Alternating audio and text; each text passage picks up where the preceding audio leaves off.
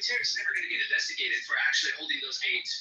And when he says that, because he wouldn't wait for the blue, it's called the blue vehicles, where Hamas actually escorts these aides to the area. And they were saying, why the hell are you actually being escorted by Hamas? If you are being escorted by Hamas, we're going to shoot those guys. No shit, they're going to do that.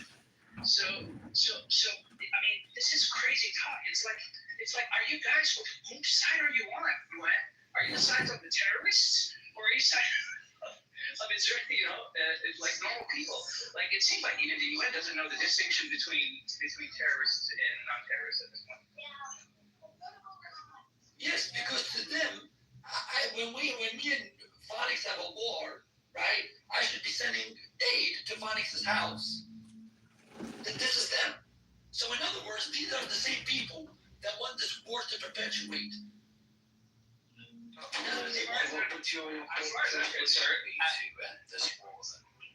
Well, exactly what international law stipulates. We actually had a land for peace deal with Egypt, and we literally signed a binding agreement saying that if you actually come back to war with us, we're going to take your land. And then we did exactly the same deal with Gaza when we did a land for peace deal. And guess what? They attacked us, so therefore, why does Egypt not want that? Phonics, because every other country in the Middle East that has taken in the past 40 to 50 years that has taken in so-called Palestinians, whatever they are, right? And it's funny, there's no such thing as a Palestinian ethnicity. There's no such thing, really. You are either Kurdish, or you're Algerian, or you're Tunisian, or you're Egyptian, or you're Turkish, right? Really, there's none. But anyway, these so-called Palestinians, why do they take them in? When they went into Kuwait, what did they do? Kidnapping ministers' wives, kidnapping ministers' kids, killing their kids, killing ministers, assassination missions, right? Undermining governments. The same thing they did in Jordan. What do you think King Hussein did to them? In a matter of about, 2-3 months. Not 2 years, but 2-3 months. He killed over, 20,000-30,000? Yes, in 2-3 months. So the leader of Egypt did exactly that after he sent the Palestinians over to the border. Then that's on them, not on Israel, by the way. Because if they're thinking, but is that not the difference between Sunni and Shia? Is that not a different? What does that have to do with what we're talking about? Sorry. What about Sunni and Shia? I don't know what you're talking about. I'm talking about the difference between. Because Hamas is an armed wing of the Muslim Brotherhood. Ahmed Yassin and Mus'ab Yusuf, who founded this organization, and the charitable organizations, they actually transformed it into an armed military wing of the Muslim Brotherhood, Al-Ikhwan al-Muslimin. Okay. But the agenda is really simple. Why does Iran support an organization's armed wing, despite the fact that they ideologically oppose Iran existentially? Why? Because the agenda is simple. The agenda is simple. They agree on many fronts, on many points. Do you believe it's an anti-Semitic? It is anti-Semitism. It is. Because Islamic eschatology predicates itself on the eradication of Jews and the establishment of an Islamic utopia, Pax Islamica, the Islamic peace, as they call it Darul Islam. So this is something that is well established within the doctrines. Not to mention the killing of homosexuals, regardless of whether you are trans, gay, lesbian, whatever you are. Alpha, quit bringing that up. You don't care. You were really... Sure. If I didn't have 2 gay cousins, I would have believed you. Anyway. That doesn't mean anything. You're rude. Okay. The Muslim Lebanese Association published a fatwa in 2023. Okay. A fatwa means a legal ruling literally calling for the genocide of homosexuals. This is after a week when all these... we're moving on from the homosexual talk. What is this? What is this? What do you mean, what is this? You were rude to me whenever I came up here. I can't be rude to you? What, it's only necessary to be rude to me? Yes, exactly. Jesus, you control anyone wherever you are. We've had enough fun. Let's keep the conversation right now. These people went out there, well-intentioned for the sake of humanity. The Muslim Lebanese Association turns around and literally passes, okay, a death sentence on them. On who? Can you believe that? On who? On who? Homosexuals? The community. You're still bringing this shit up? You don't care for them. You are so rude to LGBTQ people. Not me. You don't give a fuck about them. You're no different than some people off of them. You're talking shit. With regards to Israel, their level of acceptance to the LGBT community is the same as my country. Absolutely, 100%. It is very. That's the difference. And there's many more differences. What the Western audience doesn't understand is that you cannot try to understand the Middle East, this melting pot part of Asia and Asia at large, by trying to use Western lenses. It doesn't happen. It really doesn't happen. When you look at the way people talk about positionality, right? And this is something very well established in humanities, the idea of positionality. Bobby, please, come on. What is happening? Yeah. Why is that even funny? Don't Barbie please me. This dude was rude to me from the jump. We know this is not even sorted out. Why are you centering Helen? I just barely came off mute, Simon. Chill out. Get out of your field. I'm literally pretty calm. You're loud. Okay, thank you.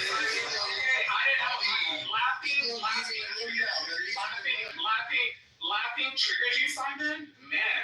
Well, when someone's speaking and making a point, and you're just laughing hysterically, yeah, it's kind of annoying. So what? Laughing is wrong? You can't laugh on a panel? Are you? Meet your mic. No, I can do whatever I want. Please. Can I say something, please? We're trying to have a serious political discussion here. I know maybe he insulted you. You guys can sort it out together. This is quite a serious Hey, topic. Tobias, let me say something. He's the one bringing up LGBTQ. Okay. Explain that away. He keeps bringing it up, Tobias. Why are you whining, Tobias? Why am I whining? I'm trying to keep control of the You're not keeping control of the room right now. You're just irritating it right now. You're Alpha. Who made you the? Yeah, because you're a bigot. You're a bigot. You're a fake. You're a fake, Alpha. You're a fake. You're coming up here talking shit to me, but yet you're so worried for the LGBTQ. You're bullshit. You're a bullshitter. You're a bullshitter. You have something to say. It doesn't matter. You're a bullshitter. You're a bullshitter. You're a bullshitter, Alpha. It has nothing to do with your stuff. Okay, shut up, Alpha. Move on. Move on, Alpha. Somebody else wants to talk. I do too, I don't care, Simon. I'm about to be a dick to you, Simon. Why would somebody use the LGBTQ plus community as an argument? My question would be, why would they use it as an argument for something when they have no care for those people anyway? Well, I mean, Exactly. from Alpha to Why not having care for people? Barbie, that doesn't mean I don't respect He said that he has gays in his family, Enigma. The fact that he has a problem with Barbie doesn't mean that he has a But problem with Daniel, gay people. there are plenty of people that have gay people in their family who shun them. Bobby, I'm a man. I don't know if you're a man or a woman. It doesn't matter. I can speak. And I don't know if you're a man. I don't know if you're a man. I don't know if you're one either. person. This is really appreciated. Actually, can we get rid of this? Oh, George. Oh, George. There you go. I'm speaking to Enigma for a second. Enigma, the fact that Alpha had whatever it was with Barbie doesn't mean that it's about the gay community. He is a person. It was. But you call me a man. It doesn't matter. That's what you identify as. That's what you identify as, right? Alpha is normal. Rude to me. Why are you defending bigotry? Why are you defending bigotry, Daniel?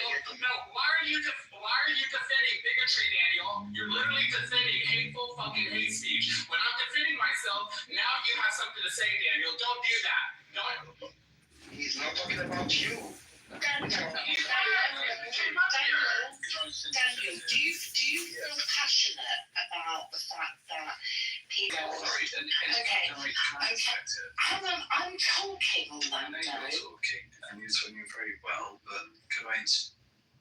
No, you can't. You've come back up and learn some manners. So you're going to talk quite passionately about that, aren't you? You're going to get a little bit irate sometimes. This is what happens. Barbie has always experienced his hate, whether it's from Muslims, Christians, goodness knows what else, even Jewish people like El Normo. So when people are using our community, but also badgering her, it's very easy for all of us to go, we're not talking about that. We're not, it's not really an issue. It is a fucking issue. It's a big issue. He was talking about the community. I'm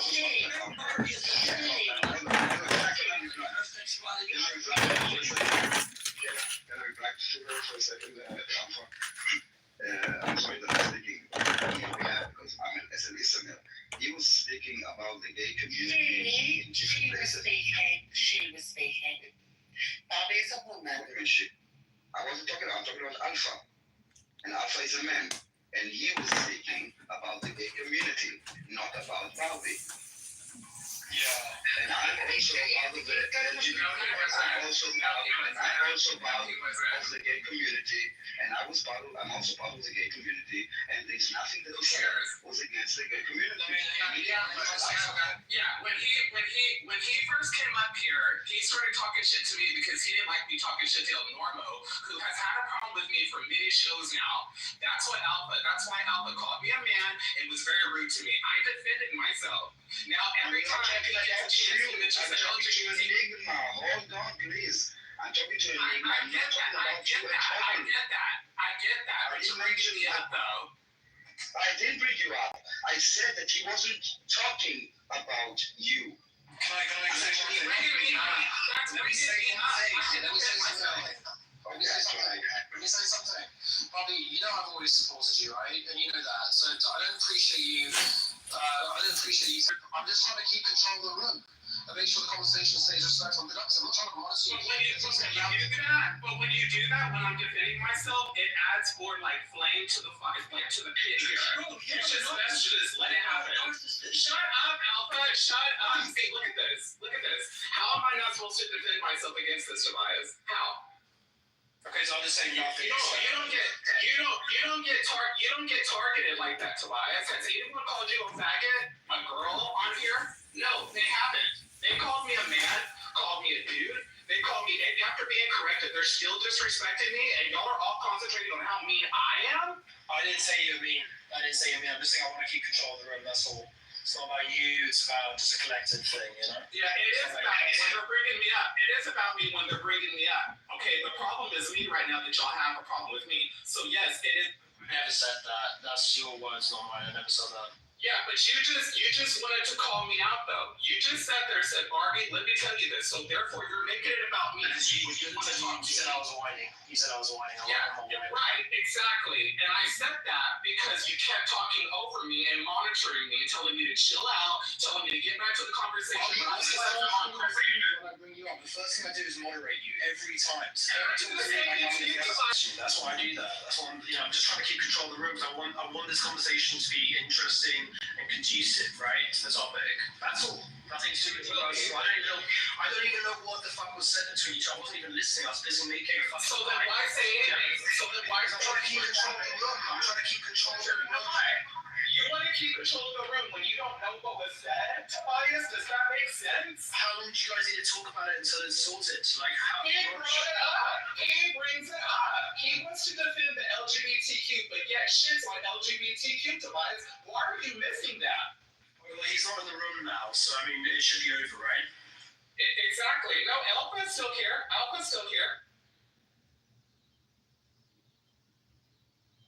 How did I shit on the LGBT?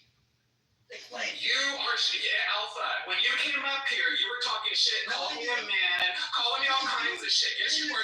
You were targeting me. I am a trans person, okay? So therefore, you don't have any respect. What if I didn't come up here? If you're just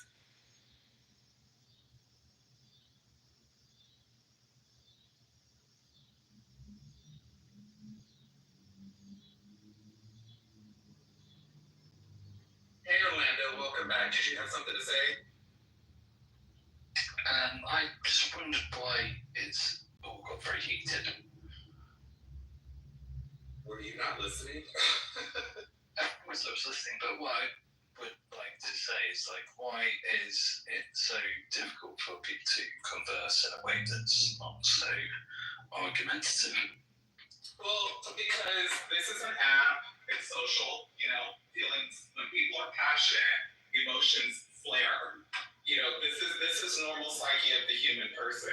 When emotions flare, we're gonna react. Not everybody reacts the same though, Orlando. You might handle certain problems on here differently, maybe calmer, somebody would say. But I'm the kind of person that doesn't really do that. Why? Because maybe my life I've been affected differently than you have by life. I'm a trans person. When I get off of here, the bullying doesn't stop, Orlando. It never stops for me. Okay? So when I get on here, and it's continuing, I'm gonna be a bitch and I'm gonna get defensive. And it's funny though, everybody on here has been exactly. Hold on, why are you talking over me? Hold on, can I just finish my thought here? Because you asked me and I'm telling you. Yeah. Okay, they have been mad, they have been angry, they have said things they weren't supposed to, right? Why is it a big deal when I do it? Why? Because y'all want to stay on the conversation? Well, look, when y'all are bringing up LGBTQ people, I'm going to definitely say something about that. And Orlando, you're more than welcome to come back, but you weren't.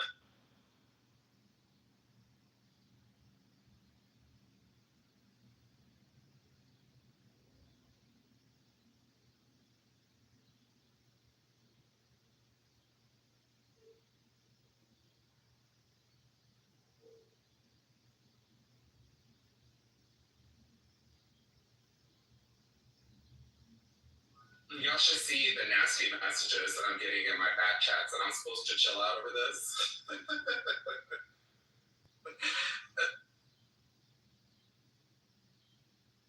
Yes, Orlando. What is it now? I apologise. I was kicked from the room. I'm not sure why, but Yeah, because you kept talking over me. Yeah.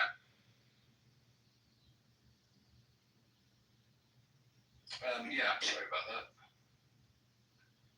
No worries. You're back up. The one thing I would say is, like,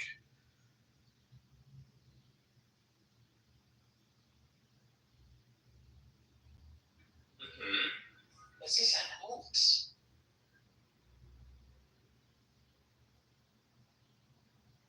Orlando, we cannot hear you. Or it's just me. hey, am I back? Am I back? Yep, loud and clear.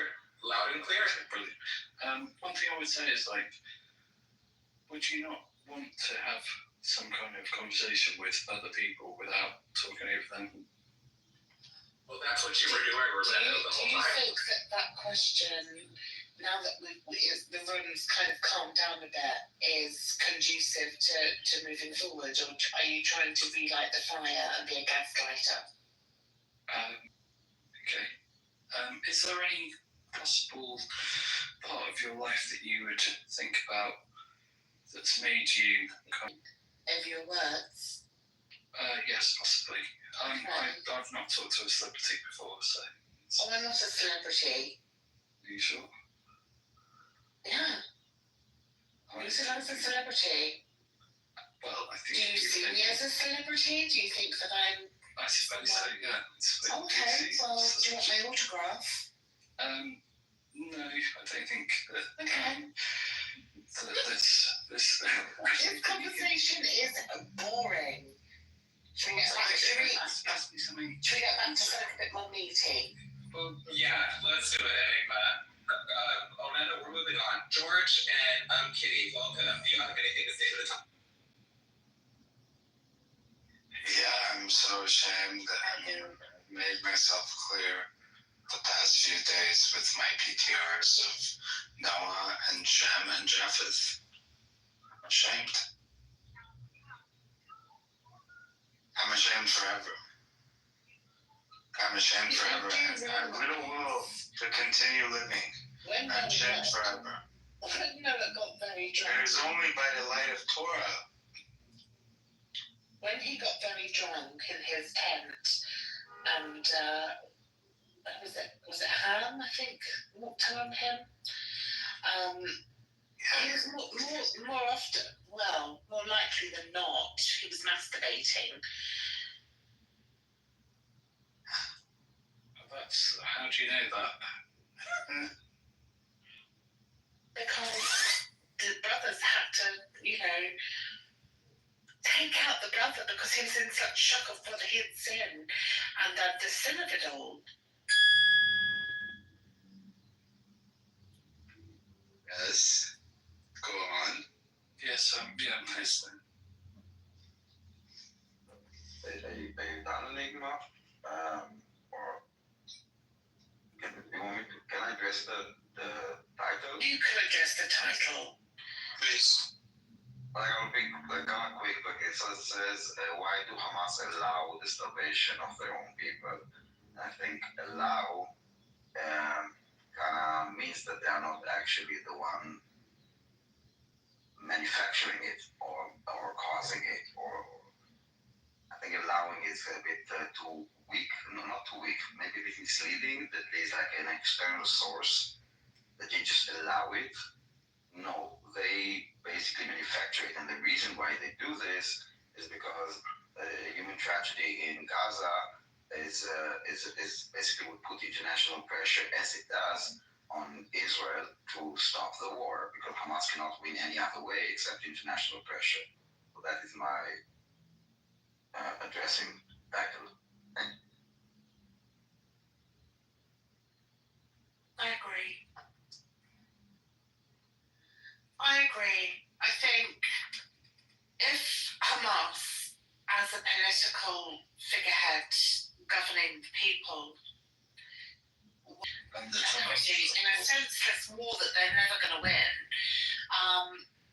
it was the tunnel system, basically. Hello. I really don't care what Hamas is doing at this point. My concern only is for my country, which is America first. I don't feel that we have any footing in this situation that's going on between those two countries. And as long as I can remember, and just being an American citizen, to know the countless times that people have been dragged into these wars. We had the thing with Saddam Hussein, and we actually found out there were no weapons of mass destruction, and my cousin got blown up into pieces from a landmine going out to serve in that war. So sorry, can I insert that's a horrible thing. Orlando, hold on, Orlando, let her finish. I just want to say that's very, very Orlando. That means be quiet. Go ahead. Thank you. Okay, I just apologies. want them to not be involved. I just feel as though, and this is just not with Israel, I just feel as though America itself involves itself into others countries, trying to bring their ideology to their country. Just let those people do what they want. You get what I'm saying? Like, let them do what they want. If it's a big issue, then let the ICJ or whoever this council, the internet, let them come in and decide that. I've been tired of my country really care what the people of Iran or over there are going through, or their religious oppression. That's them. If they want to move out of that and they want to get away from that, then let that be their choice. I don't feel that we have to insert ourselves in every single conflict, because while we're sending money over to help our ally Israel, we still have homelessness. We still have American citizens in Israel. So, You have American citizens in Israel as well. Do you not want to protect them? Yeah, we do. because Wow. I honestly don't, because like I said, you're American first. So if they want to be dual citizens, again, that's on them. I'm happy where I'm at. I don't think I would ever. What about the dual citizens? What about the non-dual citizens that are just there, maybe on holiday, that are also needing respite and care to get back? I mean, in Britain, luckily we got some more of our British back to us. Not before some of them were killed and injured. But I also think that when we start saying, well, we shouldn't really be getting involved in certain things with other countries, what we're really saying is we don't care if people are, in need or whatever. Let's just put ourselves first. And to me, that doesn't sound. And I don't care. And I know that you're British and you can be, like Brit first. It wouldn't faze me. I wouldn't care because that's how you're supposed to be for your country. You get what I'm saying? Really? Just like Do you not think that's why we have so many wars? Because people, they're so desensitized and to the fact that there are some people in other countries that don't want to be oppressed. that's not our job. We're not. You're speaking from a place of privilege. We're not super stable. We don't do that. Let me try to explain it. Right, so the US-Israel sort of relationship is not like other international relationships, right? It's much more unique than that. Has had like interests. Israel stands for things that they don't, right? Things that the US can relate to, like freedom, democracy. So let me just finish. So the whole point I'm making is that let me finish.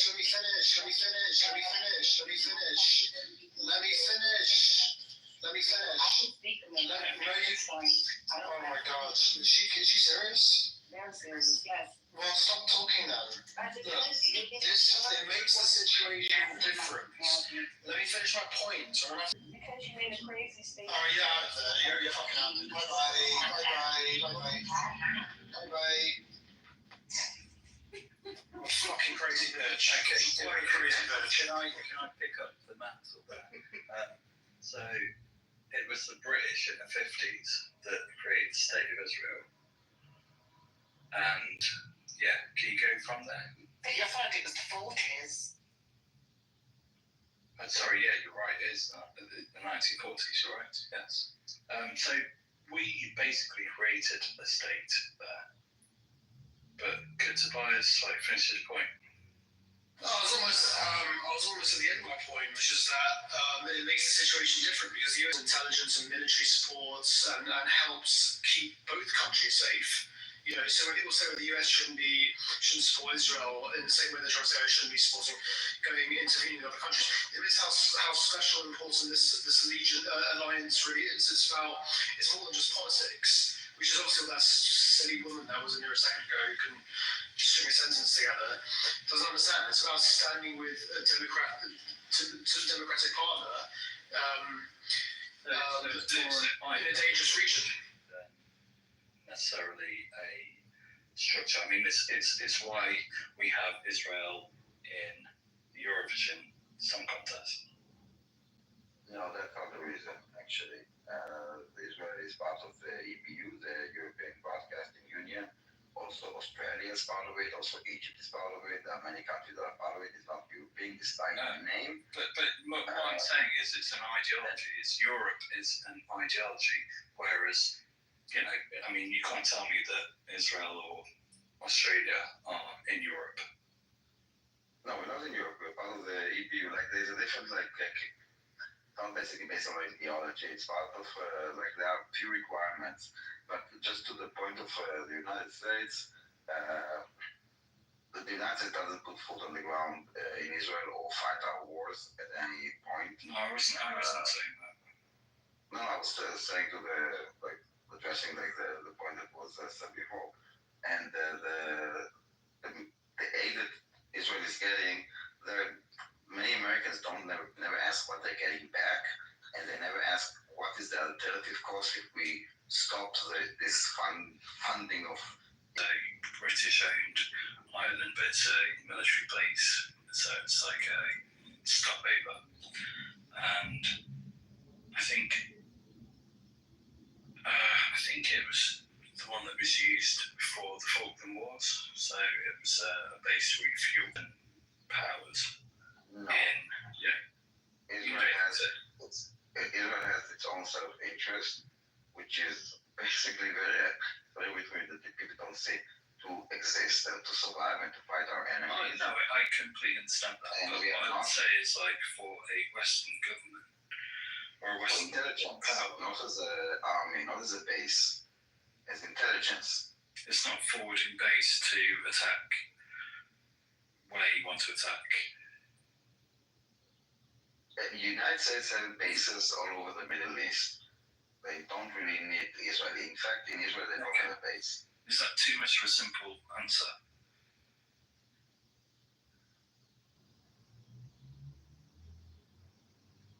So why would that be too much of a simple answer?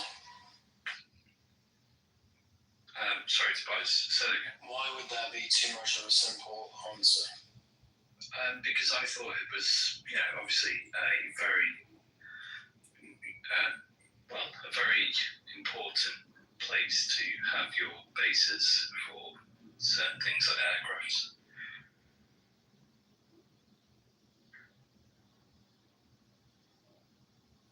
I mean, we could talk about nuclear power as well. Looking at nuclear weapons. Yeah, it's not.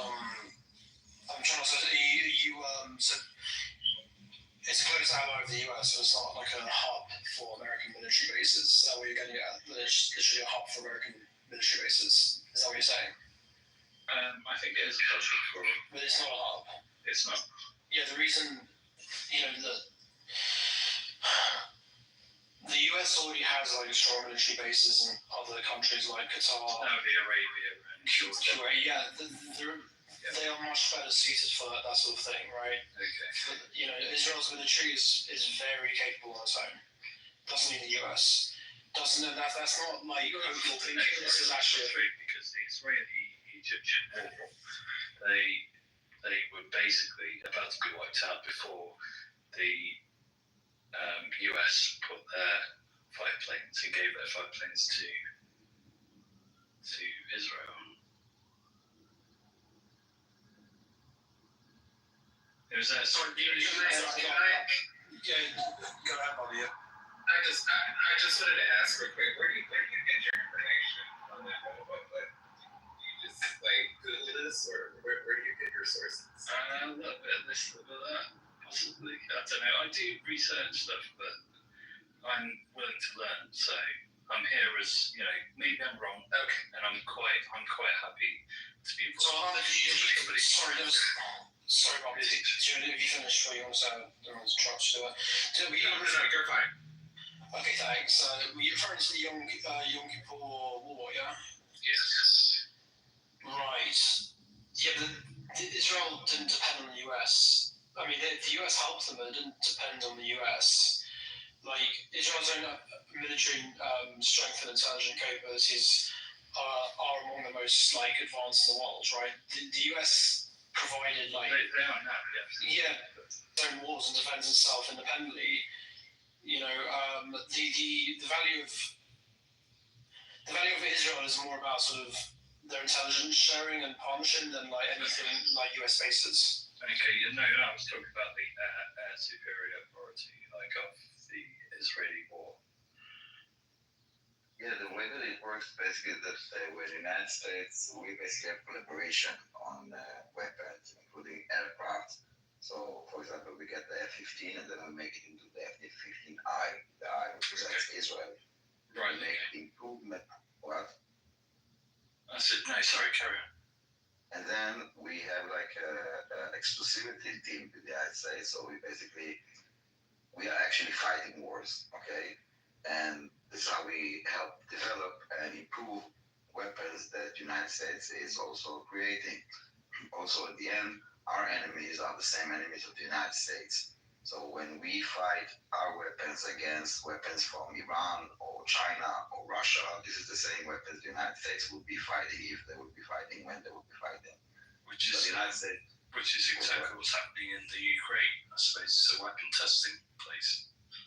No, again, it's not a weapon testing because we are co-developing. We are also like the Iron Dome is protecting American soldiers all over the world. Okay, that we developed. We have a cooperation. Okay, it's not and it's beneficial. You need to understand that there are other players in the world that are selling weapons and planes, and we can work with them to improve those weapons. And then it's a market. The United States will not sell it. France will sell it, or Russia will sell it, or China will sell it, or manufacture our own. No. Okay, that does make sense. Like, one thing I would say is like, what would your view of what Dwight D. Eisenhower said when he left office, his speech? Do you know that? Yes, me. So no. Well, anybody can. What did you say when you left office? Well, you can Google the speech. Yeah. It was about. No, I don't want to do that. I can't be bothered. Just what did you say, Larry? It's about the military complex, the industrial military complex. Do you want to give us like the point, or like leave it at that? Well, I can something about you you. No, listen, you cannot say, do you know what he said, and then go Google it and expect us to kind of, it doesn't make sense. And if this is how you want to interpret it, he said something about military complex. Yeah, I don't want to be misquoting him. All right, so maybe you wanna land somewhere else. Yeah, okay, give me a second. Are you okay?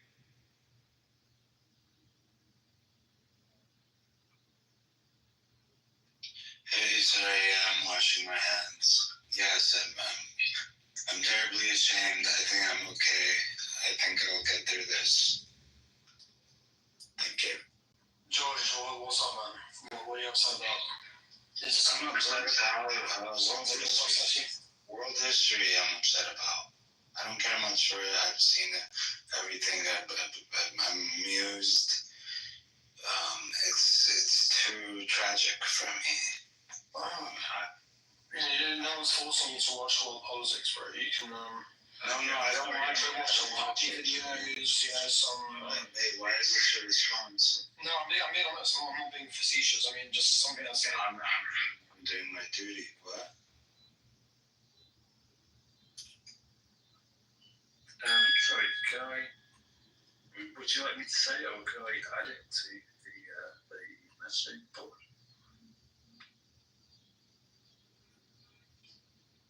Go ahead, man. I can talk. Yeah, I can say that. Not very good reading, but okay. In the councils of government, we must guard against the acquisition of unwarranted influence, whether sought or unsought, by the military-industrial complex. The potential for this is disastrous rise of misplaced power, and will persist.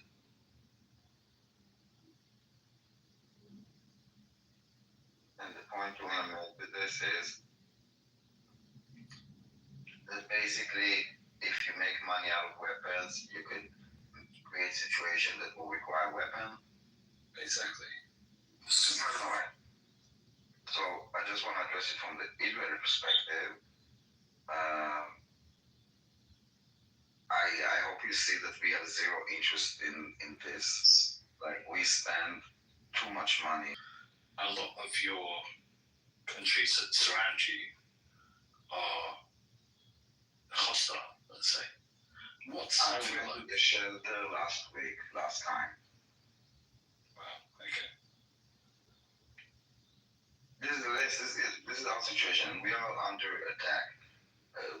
manufacturing weapons for us is a necessity to existence, and if it will not be with the United States, we will do it with our fingernails, not because we want to create weapon, just because we want to live. That's our game. That's our ideology. It's existing. Well, I mean, that's a different world to me. I can't even imagine what that's like. I mean, you know, my parents and obviously my grandparents would understand what that world feels like, but I can't understand that. That's good that you. You obviously have an amygdala. It's your mammalian limbic system, and it's, you know, it fires off every time something happens, like a loud bang. Fuck. Why BB Netanyahu just admitted that he was starving the Gaza, and he just begged the Red Cross to bring in aid. It's his last tweet. President Netanyahu admits that there's starvation in Gaza, and he's begging the Red Cross to finally help fix the situation that the Israeli government started. Daniel, I'm so sorry. I didn't mean to do this. He was appealing, just because people already heard it, he was appealing to the Red Cross to make sure that the hostages will get food, because the Red Cross are in Gaza, because they're starving. and Israeli government is starving the hostages. Please mute. Sorry, did I do something wrong there? No, it's about resistance. He's like, He's a notorious salt line. Yeah. I'm notorious for telling you. it's about. Quite the opposite. Hold on. We all saw the images of David, how he's like in the tunnel, the skeleton of Yeah, no, I feel really sorry for that, man. I feel sorry that they don't touch you. Mute up, please. In those underground, in those tunnels for 667 days. Bobby, are you laughing? No, I was laughing that you told him you don't know what you're saying. Okay. This man that was snatched from a party, put underground for 667 days in this tunnel. He didn't see daylight. He's pooping and peeing there. Just imagine the smell. He's eating. He has a calendar of what he was eating. He's getting beans in one day, some beans in the other day, and then 2 days he's getting nothing. He's skeleton, and they made him also dig his own grave. And when the Hamas fighter was handing him in the video, like you can see the hand of the Hamas because he was giving him something. You can see the arm of the Hamas man. He's well fed. They're deliberately starving the hostages, and the appeal now from the world that is starting to wake up, I hope, or some of them, or people that realize that this is how starvation looks like. This is actually how we have not seen a single starving man or woman in Gaza, yet they claim starvation. The only person that receives either you are crazy or retarded. I didn't finish, please. The appeal, and I'm finally here just to address what you said. The appeal to the Red Cross, which are in Gaza, as we saw when the hostages were released, they got them from Hamas. They are in touch with Hamas. The appeal is to make sure that the hostages will get their medicine and their food. Please don't exploit it. Resistance, if there's a shred of humanity left in you, go look for the video of Kitover David. Look at him. And I didn't see it until now, but I would believe that even you can have a bit of humanity. And if not, please don't speak. Yeah, very hopeful. No. Well, I have all the humanity. So hold on now. Let me speak. Wait, First, hold on. Wait a minute. I just wanted to say to Danny real quick. When I was laughing, I've talked to Resistance before. I know what he's like, so that's why I laugh when people handle him. That's all it was. Yeah, I wanted to kind of clear that up. Go ahead. I got it. I'm the one doing the handling here. But Daniel has given misinformation because, yes, we're seeing the gruesome images of the poor Israeli who is being starved. Absolutely. He is in very bad shape, and I pray for him and his family that he does come home. But unfortunately, this is done because of the Israeli bombardment and their refusal to feed the population of Gaza. This is why that man is starving. And they refused to have let him got released when they had the deal on the table to have not allowing aid For a minute, to come I into actually thought that he has a bit of humanity in him. I have humanity. I don't want that man to be going through that. Resistance. The reality is he's going through it Why did the because resistance? Israel does not allow aid into Gaza. Resistance. So how did the aid got to the man that is sitting, the Hamas fighter that is sitting with him in the same tunnel? How did he get food? Because Hamas is. And why do I not see anyone else starving in Gaza except for? Well, I can show you tons of pictures. Hold on. You asked, right? Let me answer. Just like him. Why did the Hamas men have like a full body weight, and the guy next to him was a skeleton of a man eating beans for days in a terror dungeon, digging his own grave? The resistance, stop making excuses for those. I'm making excuses. I mean, you're not even letting me answer. How am I not making excuses? Literally saying that as if this is a deliberate starvation by Hamas. By Israel. Okay. It is Israel that is starving the population of Gaza and those hostages. Hamas does not have power. Hamas does not have the power Resistance, to bring in aid into Gaza. I'm not defending you derailing this stage, and I know you. I know you just don't like the truth.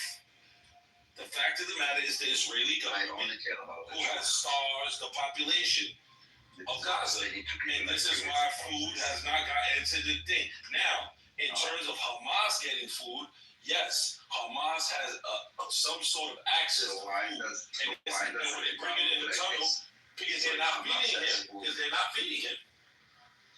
Why? Yes, deliberately. What do you mean? Because of Israel, they have food. No, they have food, but they're deliberately not feeding him because of the bombardment. And that man should have been free a long time ago. Let me help you, okay? Imagine Israel, they took a man, had them, and showed videos of how he's digging his own grave. The people next to him are well fed, but he's kept as a skeleton. He was not allowed to contact anyone in his family. They didn't even know that he was alive until that point. The last time we saw him. Israel has done that. The doctor from Shiva Hospital, they abducted him. His family has not seen him in over a year. No one knows what is happening to him. And from the last they heard, he's being tortured. And he's also skin and bones. Did you not see his pictures? Show me a picture of him. No problem. I'll get the picture now. You see, you live in denial. There is no comparing. They are starving people. Both. Hamas is starving. The Israeli hostages, and Israel is starving the Gaza population. I deal with reality. I'm not going to engage. That's because you're in denial. That hostage should have been freed a long time ago. But because of Bibi Netanyahu wanted to continue the genocide, that poor Israeli hostage has to suffer because Israel wants to continue killing. He should have. That's what he does. He does that shit every time. He does. Sorry, what's he do? Are you insane? Being an animal, basically, with no humanity. Thank you much. So, how would you? Anytime somebody tries to justify starvation, it's just insanity to me. Insanity. That's horrible. Everything you were saying, Daniel. I can't even imagine. Like, digging your own grave and stuff like that. I was sitting here listening to that, and I can only imagine the nightmare for this person.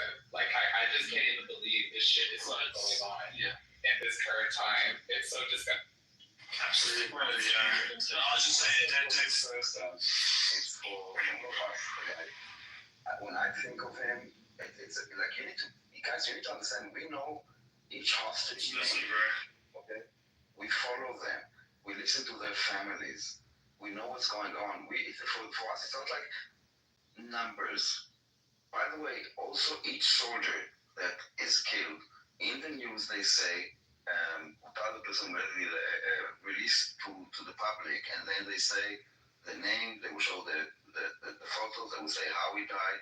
The next day they will show videos from the funeral, what his family said about him. Those are people, and the reason that he was taken is not because of him. He's like a random person that they're using him to abuse us. That's what they do, man. Releasing those images is psychological warfare, and then people like Resistance and other are not only like exploiting it in an even more sinister ways. This person is not the only, like, he's not the only, like, it's not just him. It's of course his family and his friends that know him, but it's really for each and every one of us. It's like 1,000 like bombs into your like heart every time you see those images of him. He's a devout Muslim. You didn't know that, right, Daniel? Yes. I mean, Yeah, he is. Yeah. I'm sorry? Yeah, I know. Yeah, so he's, yeah, I mean, yeah, that's all I'm saying. There was a video I saw of like these kids in Gaza or whatever, like begging for like money. You know what I mean? Because they were being bombed. You could hear bombs in the background and stuff like that. But they literally had gold chains on and gold watches on, and stuff like that. And you could literally see the kids in the background moving their air mask around because it was all just scripted. Like there's many fruit out there that a lot of these like panic videos for like Gaza and stuff like that are totally scripted. And I think that it's just sad. It's just, I don't know. I just thought it was so funny seeing that this very healthy kid begging for money with a gold watch on. I'm like, A lot of those videos are faked as well. It's been proven. There's literally a video on YouTube I watched the other day where they literally called them faking a video. From Gaza, yeah, they've literally. Have you seen that video, Daniel, Bobby? What's the name again? I need to find it. It's literally. I sent it to Yahoo Shmari. Shmari. I always fucking mess up his name, but they literally they were caught red-handed because a third party was recording them, faking a video for to demonstrate the poor Palestinians, literally faking it, like staging it like actors, like actual actors, and they're like, no, go from this position, turn around, that look like you're really sad, walk like you've got. But sometimes it is like before and after photos and stuff like this. It's an industry, and what it is, and they're working everywhere.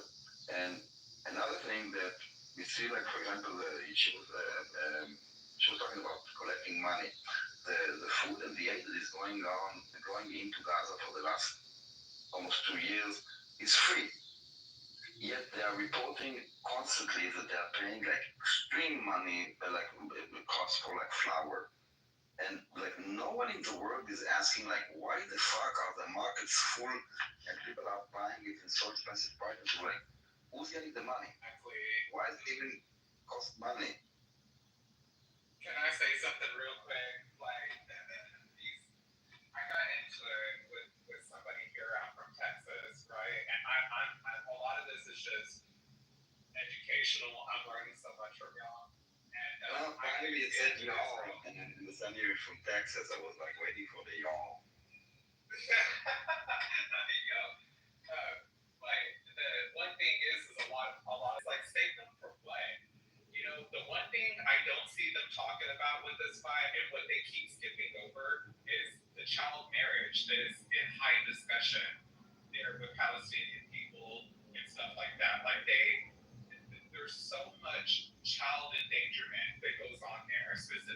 surrounding around child marriage. They have an issue with that there. But when you bring this up to people that are pro-Palestine and save Gaza and stuff like that, it's like, well, you don't give a fuck about the kids. You don't care.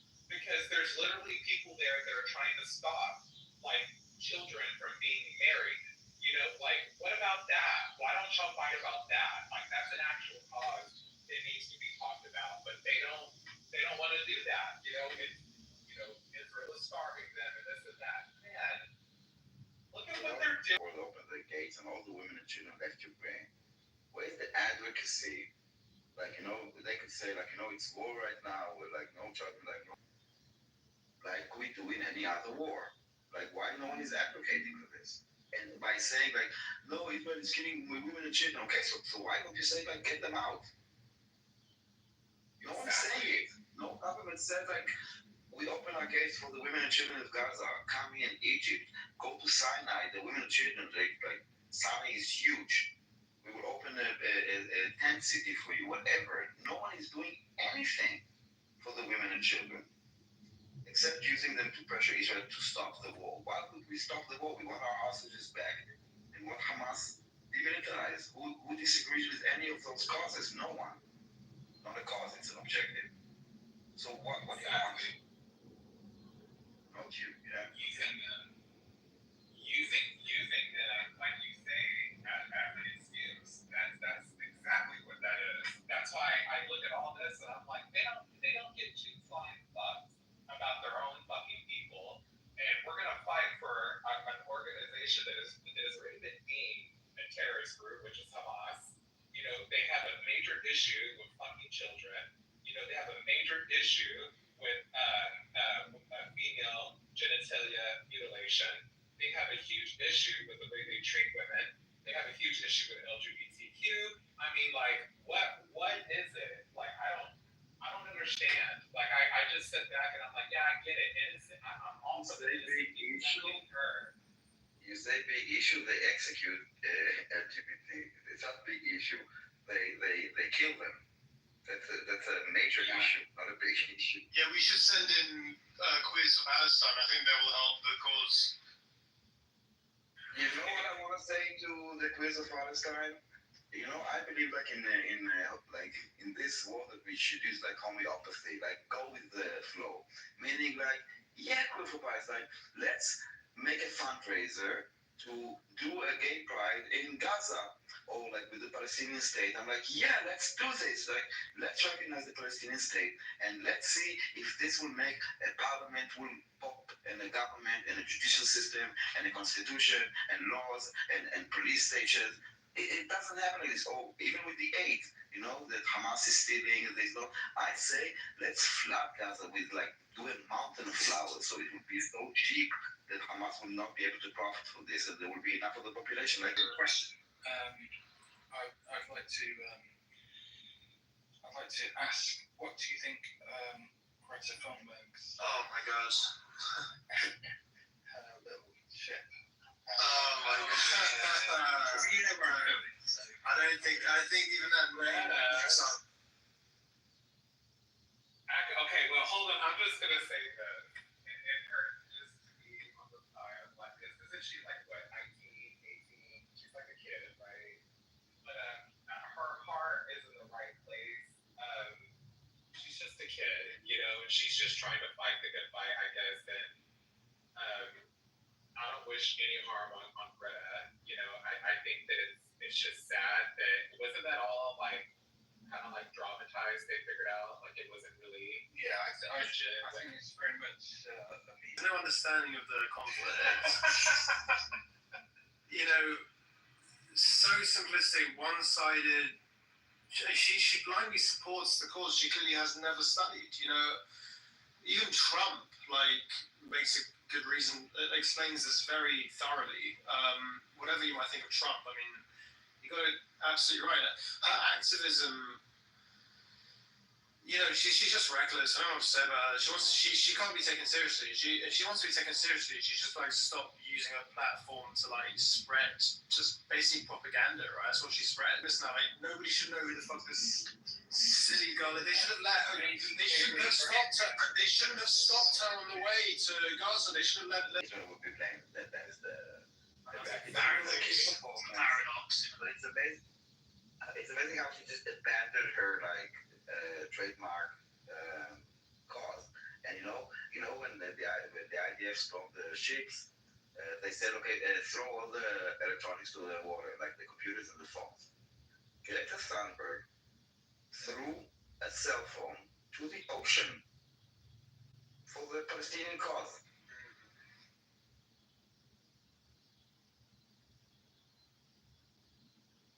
It's all about the views with her. She's been doing this. She's been doing that for since she was like 12, 11, and she's been doing activism rights. And she is very much producing propaganda. That all of the stuff that she says is not. There's no truth.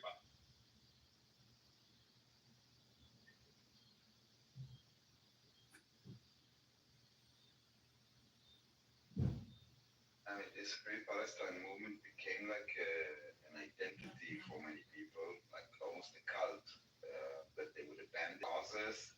Everything is like abandoned for this cult. It's quite amazing. I think one of the funniest videos I've ever seen was Greta Thunberg standing in the hallway. You guys seen this? So she was waiting for Donald Trump to walk past her, and she's clearly waiting to be noticed by him. And she kind of obviously expected a confrontation or a dramatic moment, and he just strides right by her like she's not even there. I thought it was fucking hilarious. And she looked mortified. Oh man, whenever I get sad, I watch that video. It makes me very happy.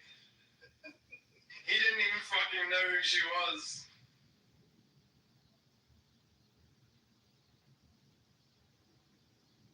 I'm sure she knows. She doesn't know. Her last name makes me laugh more. It sounds like a cartoon character. You know what I mean? You're a bit too far away from the mic.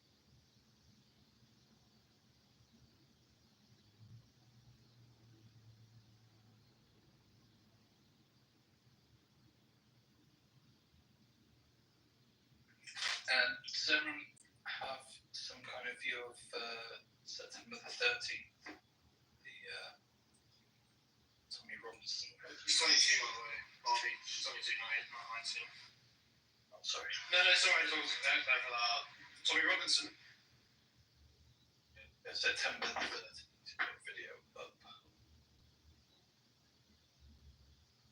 Before you carry on, because it's like 4 a.m., I will say good night and thank you for the conversation. Good night, Daniel. Bye, Daniel. Good night.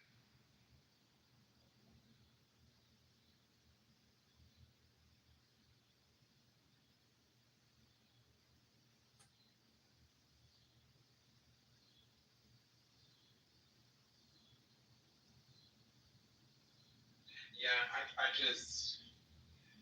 don't know. I like I said, I'm very ignorant to a lot of the fight, and stuff. I hate war. I hate it. I'm a part of different LGBTQ, and I've always gotten the impression from over there that it's very lovely, very safe, very open. You can be queer there, and without having a penalty. You know what I mean? Yeah, definitely. But what I've heard also from Iranian and Palestinian people is that they have to keep it secretive. You know what I mean? They're in fear. They don't always talk about it. There was even a user on here that's Muslim that says that he is gay, but he does not dare talk about it in his family. And I'm like, well, why not? Because they're so against it. Well, why would you want to be a part of something that's so against you that it's even a threat to your well-being? So I mean, but I have talked to people from over there online, and they are scared. They don't want to be there. It's they have no choice but to comply for right now. those people. I really do. That's why I get really touchy when it comes to the LGBTQ, because I've been doing talk online for years, specifically around the LGBTQ, and I've talked to many people and from around the world that are part of it, and it's just sad. And with all of this going on, you know, with all this, you know, I do stand with Israel because they are very welcoming to the LGBTQ. I think that in the Middle East that is pro. I mean, look at Tel Aviv. I mean, like they're it's basically like Miami. It's the equivalent of like Miami, because Miami is pretty fucking gay, but I hear Tel Aviv is pretty gay, pretty open. A lot of gays from Israel, they all live around that area. Like it's just really cool, colorful, inviting, vibrant. Like I said, no penalty for being who you are. Trans people exist. That would be great. Maybe get a look at Tobias can. You'd have a great time. I mean, definitely one of the best. Yeah, I would definitely. I go with her. Yeah, it's one of the best countries. You know, it's for it. I mean, yeah, it's true that some like religious communities, like same with like obviously Muslims, but also Christian communities. They disagree with homosexuality because of their beliefs. But the country, it supports and protects LGBT rights. There's a lot of gay bars there. There's a lot of gay clubs. A lot of community there. But yeah, the challenge around acceptance often comes from like religion in general, right? It's not just in Israel, but it's everywhere. Yeah. So Yeah, thank you. And I do want to go one day. But that's why anytime I've ever had a problem with someone from Israel was usually from the religious stance. It's never the country. Never. I love Israel. I think so it's more the denomination. Exactly. That's LGBTQ people that I've talked to from the area. They have to fight against it too. So yes. But it's not like the in Gaza and stuff like that. Like they're not pushing people off for being gay. They're just protesting it. We do that. They do that here in America. We have gay pride events, and you'll see Christians and Catholics and all kinds of religious groups protesting, telling us all we're going to go to hell. It was Adam and Eve, Adam and Steve. We kind of have a little bit of backlash here, but in the UK, but at the same time, it's nowhere near. Well, possibly you would. I love nowhere near. No, I mean, there is a sort of like thing in the UK, like it's there is like I think it's obviously very different now from what it used to be. But so I don't know how old you are, Lando. But I'm 35. 39. Okay, right, yeah. So when we were kids, it was it was really bad at school. It was terrible. Now I think it's still bad, but like the kids getting a lot of these. Good. That's really good that they took an action on there. The thing about the UK in general is I want to go there so bad. Since I was young, I've always loved the UK, and I understand that there's bad apples everywhere, and I understand that nowhere's perfect. But for me, I just feel like the UK really speaks to me and always has for many years. So I've never been. I want to go so bad. It's definitely on my bucket list. And Orlando, we're the same age. Wow, we're both the same age. Anyway. That's great. I mean, there's lots of places around here. Like, I mean, just to go out into nature. I mean, it's a lot of cities are they're very a few hours out there and not see anybody. So yeah, I said the Peak District, the Lake District, and maybe the moors like Exmoor and the Yorkshire moors. They're the ones that I would recommend. Definitely. The queer people that I've met from or online from over there have just been amazing, first of all. And I want to go because I love fashion, and UK is like a fashion one of the biggest fashion capitals.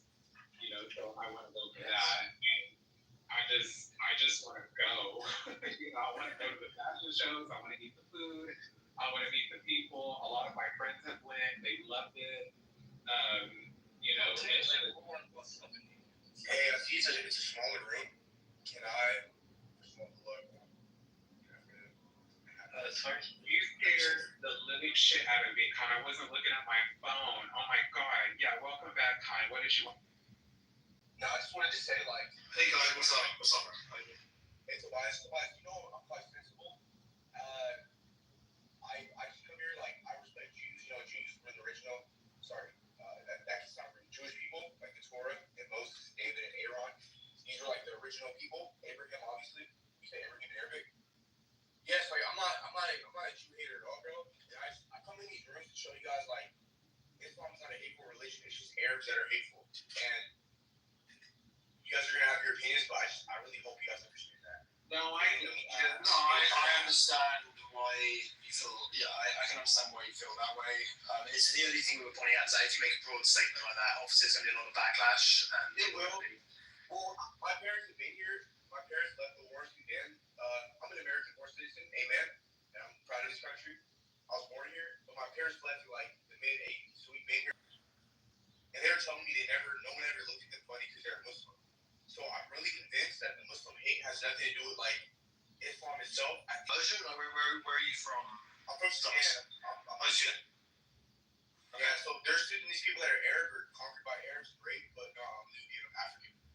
Okay, I thought maybe you were Persian because I know the Persians hate to be called Arabs and they don't like Arabs at all. So I was wondering. Well, here's the thing with Islam. You know, some people say it's an Arab religion. Well, yes and no. It's in Arabic, but again, all these books are from the Middle East. You know what I mean? Maybe enlighten me, just quickly enlighten me. What is it? This is why I'm a little bit ignorant. I haven't really looked into it. But why? I have an idea, but I'd like to hear from you. Like, why do Persians hate being called Arabs? Because the way Arabs operate, they conquer, and they force people into their will. So as Africans, Arabs had certain sciences and certain weaponry. So African people, we never like worship the Arab people, but we see them as like, how do I say it? They were technologically superior to some Africans. Now, that's very true. Like some Africans were mud huts and shit. Some didn't have like fucking silver-plated swords, and you know what I mean. So we didn't see Arabs like a direct competition. We see them as like an ally that brings this book that teaches us Islam. But the Iranians, you gotta understand, they're Persian. So they look Arab, but they're not Arab. And they don't want to get classified as an Arab. So their problem with Arabs is that Arabs want to dominate the Persian field. So it's kind of like a better example. You ever see two brothers and they're bickering and backering for daddy's attention? It's kind of like that. Is that a good example? Yeah, for sure. They're so similar. Africans and Asians don't have this problem because it's a clear difference in the way we physically look, the way our cultures operate, and our demeanor. But Iranians and Arabs are so similar, they don't like being attributed to one another, if that makes sense. And Iranians are typically Shia, which is a sect of Islam that most people aren't. 98% of us are Sunni. Neither here nor there. I don't hate Jews, bro. I don't hate the state of Israel. But yeah, I just come here.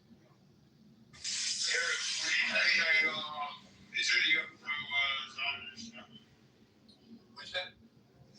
Would you say you're like Zionist, like pro-Zionist?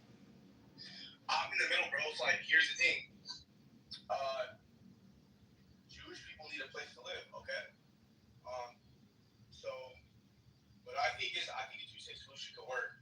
I don't think Israel, like, I'm gonna get flack for this. I don't think Israel should only be for the Jews and Palestine should be kicked out.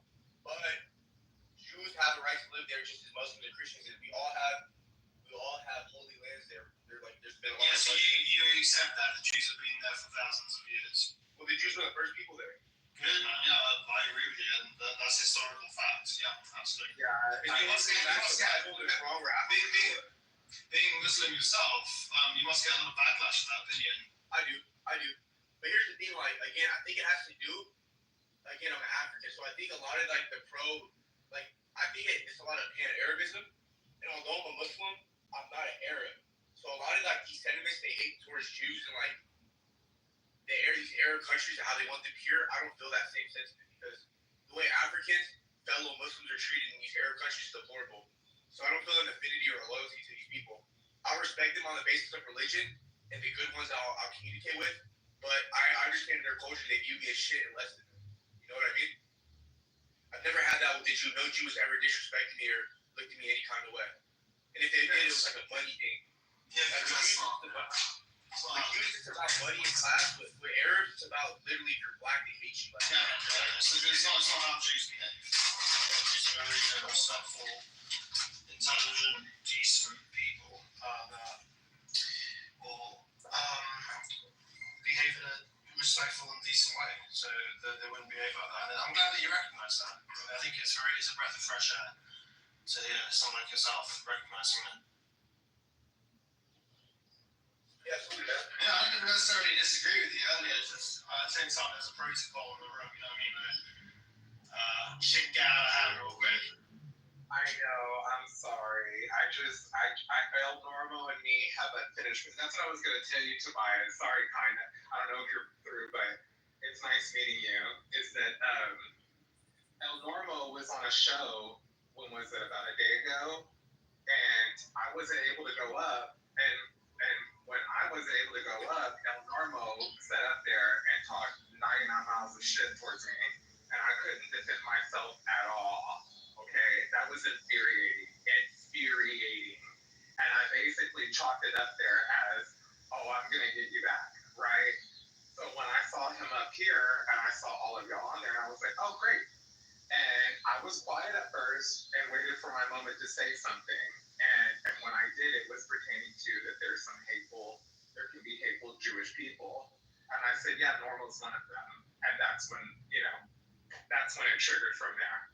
But I had beef with him even before him talking shit to me the other day. But it has been an ongoing with him. And I was not trying to derail the conversation. I think I kind of kept it on it by calling him out on it as well. But I just got really pissed. You know, he really gets under my skin. Yeah, I understand. Yeah. And I'm sorry if it seemed like I was trying to quite say down and pretending that. You don't need to apologize. That's what I'm saying. I was in my feelings. I was pissed off at him. It was all pertaining to him, not you or anybody, even though it felt like that. And I was being a bit aggressive with everyone. No. It was all because of that asshole, you know. And then when Alpha was chiming in and then calling me a man and it being very rude towards me, then I started attacking him. Then it just felt like everybody wasn't hearing that. It was just like, no, it's Danielle, you need to chill out. Danielle, we're trying to do this. Well, be that. Thank you for that. Yeah, thank you. Because like it is so frustrating, you know. As you know, it can get so frustrating when you're. I mean, and I'm sure you can understand and empathize with this. Is that it's frustrating when you're trying to get something out and everybody is just dogpiling on you, because that's all I heard in the comments was, oh, this guy's crashing out. Alpha was, oh, this dude needs help. This dude is crazy. Normo, oh, you're acting crazy. It is. It just became like, and then my own friends on up here were like, Danielle, and I'm like, no, hell no. So then I became, Terminator, and I was like, oh, fuck no. Let me just do what I do here. But no, I'm just glad that it all got calmed, and I've been waiting to say this to Tobias, because Tobias does matter to me. I do well with him like every day. You too, Bobby. You too. Tobias. I want to say something real quick. Hold on, I wasn't finished my monologue. Tobias, you still here? Tobias, you. Tobias, shut up. No, I'm shaving. No. But you can hear me. Okay, let me make a case. I'm shaving, man. As an African black Muslim, we need to close our borders to Pakistanis, war-torn Afghanis, North Africans. They're going to destroy Western society. Okay? Now, here's a little twist. I think Africans and Asians, when I say Asians, I'm talking like Malay, Indonesians, like those type of Thai Muslims, I think they're cool. Their cultures are very easygoing. But if we want to keep America great and stop these terroristic acts, and the shittification of the West, you have to stop bringing in Arabs and Afghanis and Pakistanis. It's not like an Islam thing, though. It's just these weird cultures, okay? Even in the Middle East, the rich Arab countries that are Muslim and the rich Asian countries, they don't even accept. We can't fall like here. We can't allow all these immigrants in to fuck our American culture. Amen. No, I'm really not supporter. Well, okay. Well, this is the thing about immigrants here in America, pertaining specifically around like the Latino, the Mexicans, right? No, Latinos, Mexicans are amazing. Okay, I was gonna say when we talk about immigrants here, and specifically America, not over there in Israel, not problem. I'm talking those about are good. No, Mexicans are Yeah. good. Those are good. I don't care anyone says those are the good immigrants. I'm talking about the Arab, North Africans, Pakistanis, these weirdos. We don't need them in our country. Yeah, I agree. I hate Indians, man. Oh my god. Oh, well, I don't hate them, but I will say that, you know, I've always, and I hate to, I've said this before, and I feel so bad for saying this, but so when I was little, I would see like Iranian people around or Pakistani people, and they would wear like the cloth around their head, and the men would have like the big beard, and they would wear those robes and stuff, and it would freak me out. Like they always, it would just freak me out. Okay, honestly, bro, like that's normal. I'm saying, again, like I'm trying to make discernment. Islam's not a bad religion. It's just what I'm saying is in Africa and like in Asia where there's Muslims, people forget Muslims are not majority Arab, they're majority African and Asian. They're not like they wear beards, they have the woman covered up. It's just these weird like Pakistani, Afghani Arabs. They're just like weird violent people. But why keep the women cover up? You know what I mean? Like respect. Wait, are you into women? First of all, are you gay or straight? I'm a trans woman. I'm a woman myself. Okay, do you like cars? Do I like cars? Yeah. I mean, they're all right. If you had a $3 million Pagani and you're in the hood, would you cover it up with a cloth, or would you just let it sit outside in the element? Okay, what is it that women have that needs to be covered? Everything. Okay, so why can't men be covered just like a woman then? From head to toe? That's why the guys wear the nose. No, they're not. They don't have to keep their face covered. No, they don't. No, they don't. So why don't have to? Hold up. Listen, I'm about to educate you. Women don't have to cover their face, their hijab, trim their hair, the bust them. But when they're married, they'll cover their face out of respect. They don't have to, though, because you see them married women that do that. Yeah, but why are there stipulations with women for that and not men, though? That's my point. If there's only hold on, wait a minute, I'm not through. There's not that many stipulations. Like, there's not punishment if a man shows his hair. If a woman's hair, I've literally read many reports of women who their hair will accidentally come out of their hijab and they will get beat to death almost. That is not okay, kind. Okay, well, you have your opinion. I told you. The cover, the aura for the woman. But how is that respectful? How is that respectful when you're beating them down? Okay. Will you try to fuck up and explain to me how that's okay? You literally your friend. That's why this is black and ignorant. Is what you are. How about that? You know what? And I'll be a faggot. And I'll be that faggot. And I'll be that faggot. Great. Right? And you're justifying abuse. You're justifying abuse. You're justifying. I don't care. Muslims don't deserve to live. How about that? There we are. Faggots don't deserve to live, and Muslims don't deserve to live. There we are. Exactly. Yeah, exactly. So you justify abuse as the abuse of women is what it is.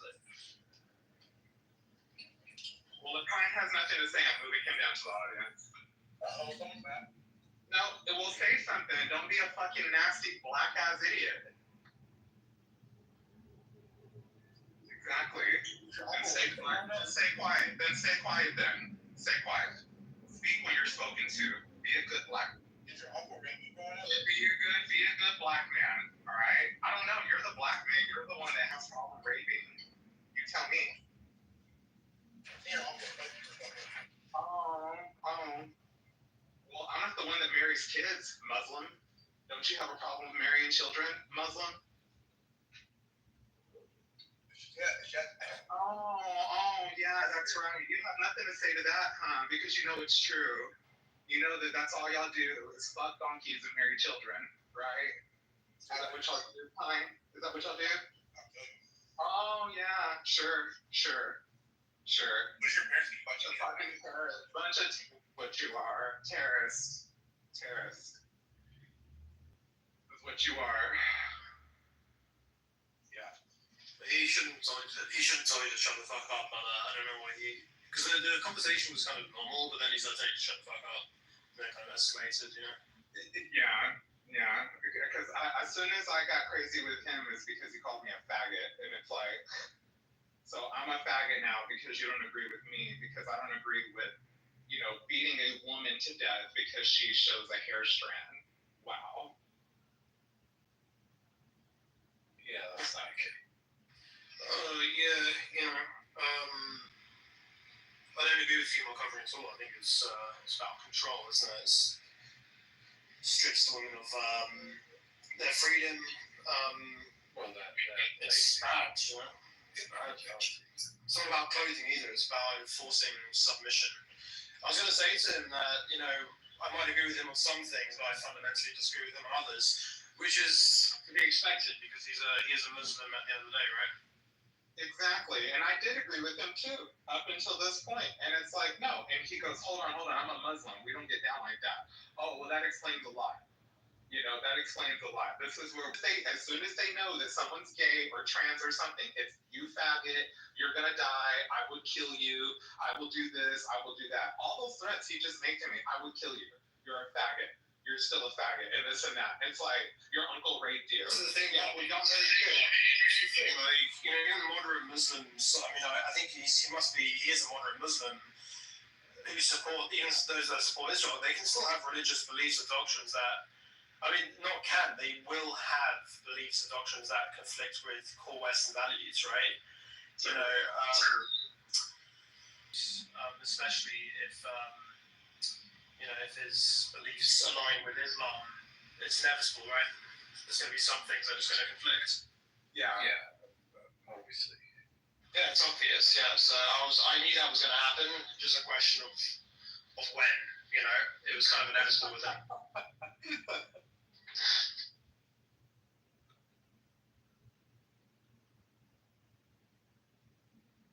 I was trying to give him the benefit of the doubt. I really was towards the end. I'm like, well, he doesn't sound that bad. Like, he sounds like he's coming in peacefully, and I kind of agreed with him. And then I'm like, whoa. Like, whoa, dude. Wow. But that's the way it is on here. I've been hurt by so many people on here. I've tried to be nice to people, even people that have literally been so mean to me, and I've tried to be nice to them, and it's just never. That must be really hard to go through, to be quite honest with you. It is. Is it normally the Muslims that do that to you, Bobby, or is it different types of people? It's majority are Muslims and majority are Black Muslims as well. Right. Like they're just horrible to me. The things that they have said with me pertaining that I need to be raped or that they're gonna find me. I mean, the threats that I've gotten from them. I've had to report these people. I mean, it gets crazy. I don't get this with Zionists. I don't get this with, Jewish people. I don't get this with people from the UK. I don't get this from people in Africa. It's always Pakistan. Yeah, absolutely. Zionists, they and Israel, as I say in general, they stand for the LGBTQ people. They protect them. Even with their sort of religious dogma, they still protect them. Whereas Islamic doctrines literally criminalize it and prosecute them. It's not just difference in policy; it's a complete rejection of it. And it's. I'd like to say, Barbie, don't think for one instant that anything they say should matter, because you're a fantastic person. I've been listening to what you've been saying. Oh, thank The you. conversation. You're a great person. Don't let that affect you in any way, shape, or form. Thank you, Orlando. I appreciate that. Yeah, I don't. I try not to. Sometimes it's not really the words, it's the aggression that gets me. Because sometimes, like, when I get online and I have, like, an hour's worth of, like, heavy hitting conversation, and then something happens in my real life where I have to deal with, transphobia or these social apps after a while, and I'll give myself like a few weeks, like just to break from it because I get so just overwhelmed. It's not hating and an ideology that they. Exactly right. Exactly right. Yeah, 100%. It's not nothing to do with you. It's the preconceptions of what a person might be, and it's not you. So don't feel offended personally. Yeah, it teaches you a lot about them and their ignorance and their rigid, intolerant, shitty beliefs that reject basic human rights and your identity. The haters there, obviously not. You don't have to give them any respect or any explanation. It's their religious dogma. It's an excuse for being bigots. Just stand firm in who you are. You're stronger than them. Your existence challenges. It challenges them. It challenges them, and that's the way they lash out. That's the way they lash out. No, that's what Miss Enigma tells me too. She tells me the same thing. She says, "Don't let it get to you. Don't let it bother you," because I do get worked up. I'm like, oh hell no. And I think it's just more of a buildup. It's like a release for me sometimes because I'm things that I can't say in my real life. I get a chance to kind of release it online when I get around these people because these people, this stuff that they tell me, I hear this in my real life. Faggot, you're gonna die, da da da da da. So I don't really react like this though in my real life. I kind of just avoid it in my real life. But online, oh no, I go for it. I look for it, and I'm like, I'm gonna use you to release right now. And I think that's where a lot of my aggression comes out is because of just a buildup. But you're right. I shouldn't let it get to me, and I should move past it faster and take more breaths in those moments when it just gets so frustrating.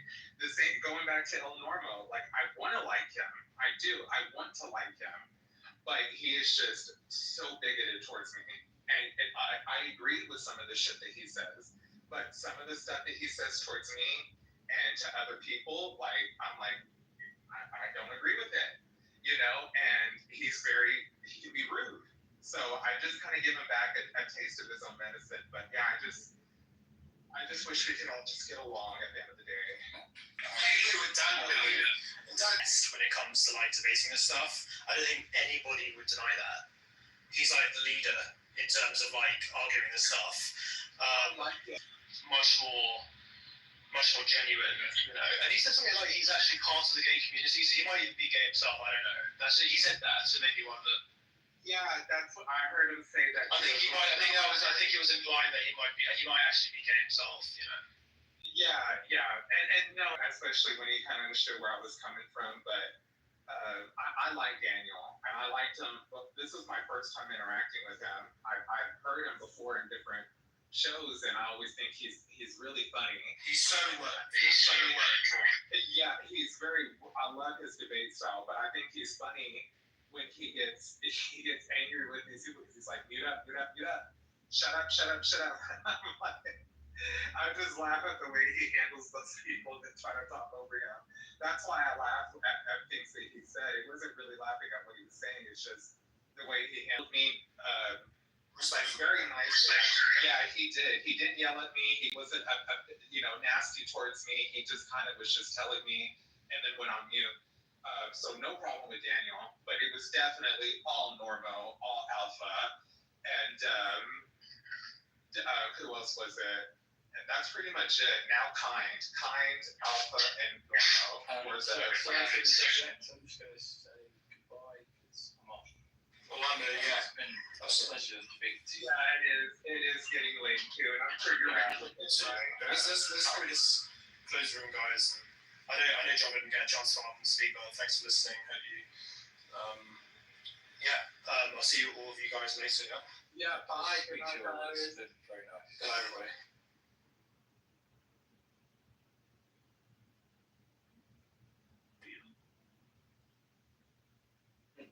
Make sure you keep that bill up there around 20, 30 grand. They'll keep you around. You pay that bill off and you're good as dead. You see the doc said, the check cleared? So well, go ahead and stick him over in that corner. He only got a couple hours to live anyway, check. We're gonna go ahead and cut the respirator off. Yeah, it works that way sometimes. People let you stay in their life as long as you got what they need or want. And if you stop having it, well,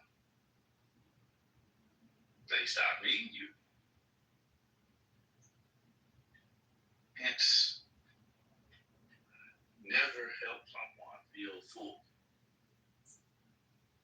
Just let them feel satisfied but not full. Oh, you're talking about the carrot method, dangling the carrot, huh? No, not dangling it. Just never let them eat it. Let them taste it. Oh, that's correct. People stop chasing something if they don't get a little taste of it every now and again. It's like somebody wanting freedom. Let them go on vacation once a year. You know, if you work in my company, I'll let you go on vacation once a year, fully paid. So you can know what freedom feels like. It'll make you work hard. You'll want more than a week, but you'll never reach it. But because I let you feel a week worth of vacation, you'll keep thinking that one day your life could be a vacation. That's why companies give you vacations. So you'll work harder. But if they didn't give you any vacation.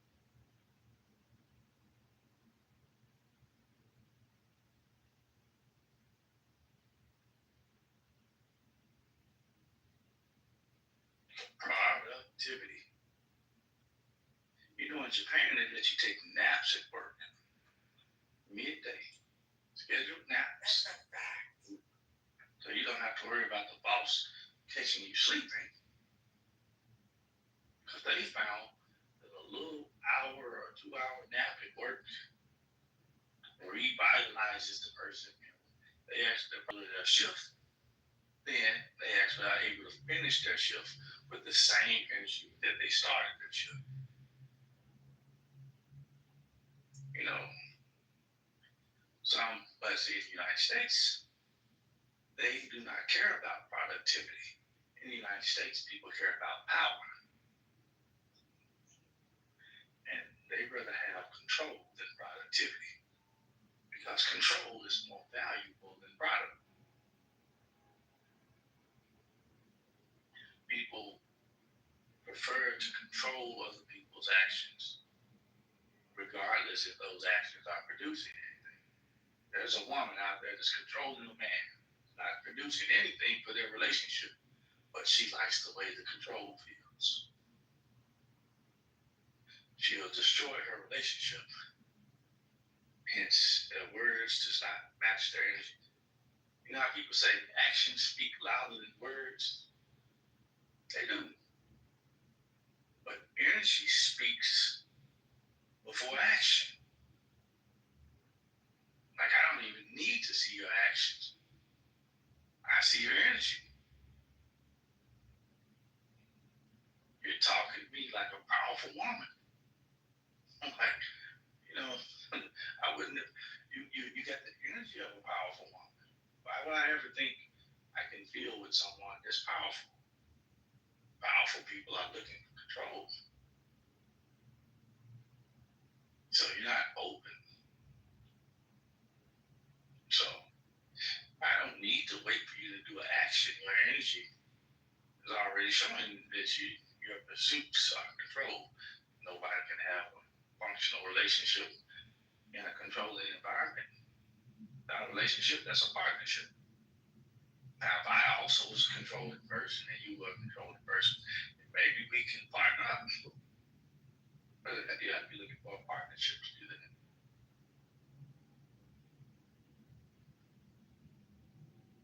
So it's the energy of the thing. So I'm going to tell you that I know something about God. Depending on what God. You know, if I was talking about a God that was balanced, then I wouldn't be talking about power. I was trying to be special. I don't know a God in existence that ever tried to be special. Even in polytheism, none of the gods, when there were many, ever tried to be special. You worship the God that represented the thing that you went. You try to have a baby, worship the God of fertility. You want your crop to grow, worship the God of sunlight and water. You didn't want to die, worship the God of healing. It was time to fight, worship the God of war. On and on and on and on. So,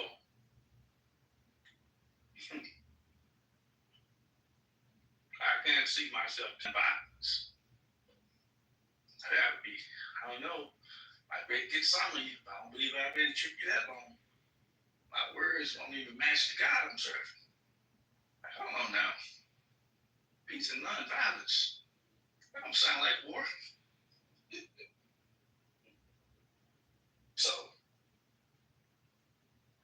you heard somebody talking about some omnipotent, all-powerful, all-knowing God, and then they start talking about definitions. How can omnipotence be defined? That wouldn't make any sense. Like the word God means above sense. Something that always is and always was. Like where did it come from? I came from everywhere. Everywhere come where I came from. I've always been here. That makes no sense. So when someone tries to, unless you're trying to own God and turn him into what you want him to be, that's why you gotta say it real loud. You gotta go to a Baptist church, say it real loud, and yell it into your ears. Like, a lot of people think the louder they say something, that makes it truer. Like, oh well, you are out yelling me, so you have to have a point. Then people start resonating with the loudness. Like, oh, they're saying it with so much loudness. That's conviction. You sure that's conviction? Yeah.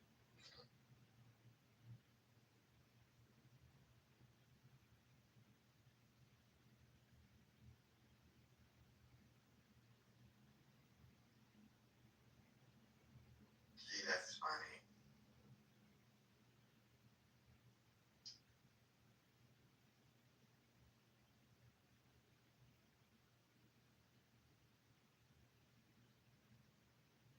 So I'm just posing that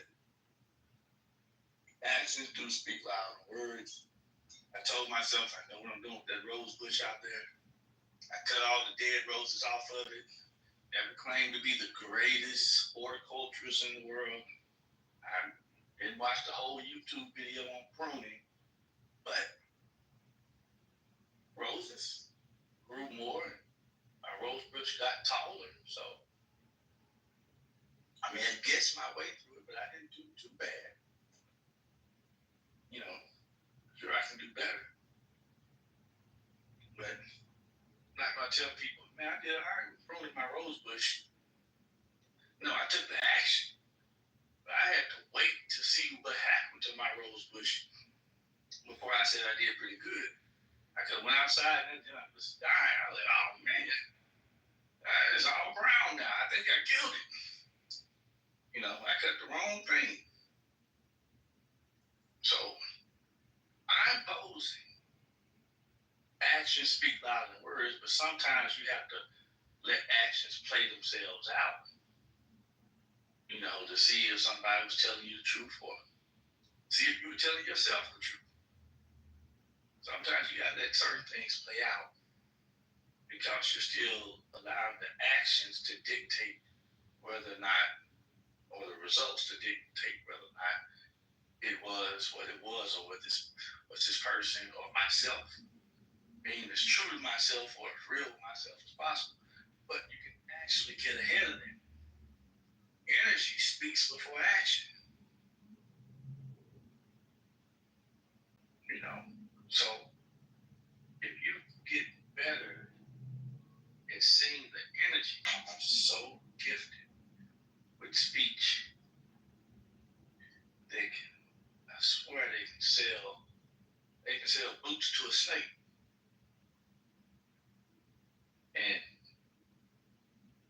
And all they need is a second of your time. They can be witty, they can be charming, they can be confident, and that can resonate. You may or may not be able to ever see that. You may or may not, but maybe some minister or preacher or family member or a lover or a friend that's going to always have you under that puppeteering until they mess up one day, which is most likely inevitable. And then you'll see through it, you'll break through it or whatever. But when it's you doing it to you, if you can go a lifetime fooling yourself, you'll never see through the lie that you tell yourself. You've been telling yourself you're somebody you're not, but you say it so much to yourself, you're starting to believe it. You say you're looking for love, you are not. You are looking for company. You are looking for power. You are looking for status. You are looking for a lot of things, but love ain't it. It's kind of like what you're looking for. You would like for love to be there with it, but that's not true. You know? So you're not looking for God. You're looking for excuses. You're just hoping that you can find a God that can excuse the way you act. So you're trying to convince yourself that you're looking for God. I'm like, you look at your energy. Like, look at what's causing you to look for God. And then ask yourself, are you really looking for God? If that's the reason why you're looking for Him. You don't want to die. You think that's a good enough reason to look for God, so you want to die? You want to feel better about yourself? You think that's a really good reason to look for God? The reason why you're looking for Him is the energy behind it. So your words don't really mean much. At least that's what I see.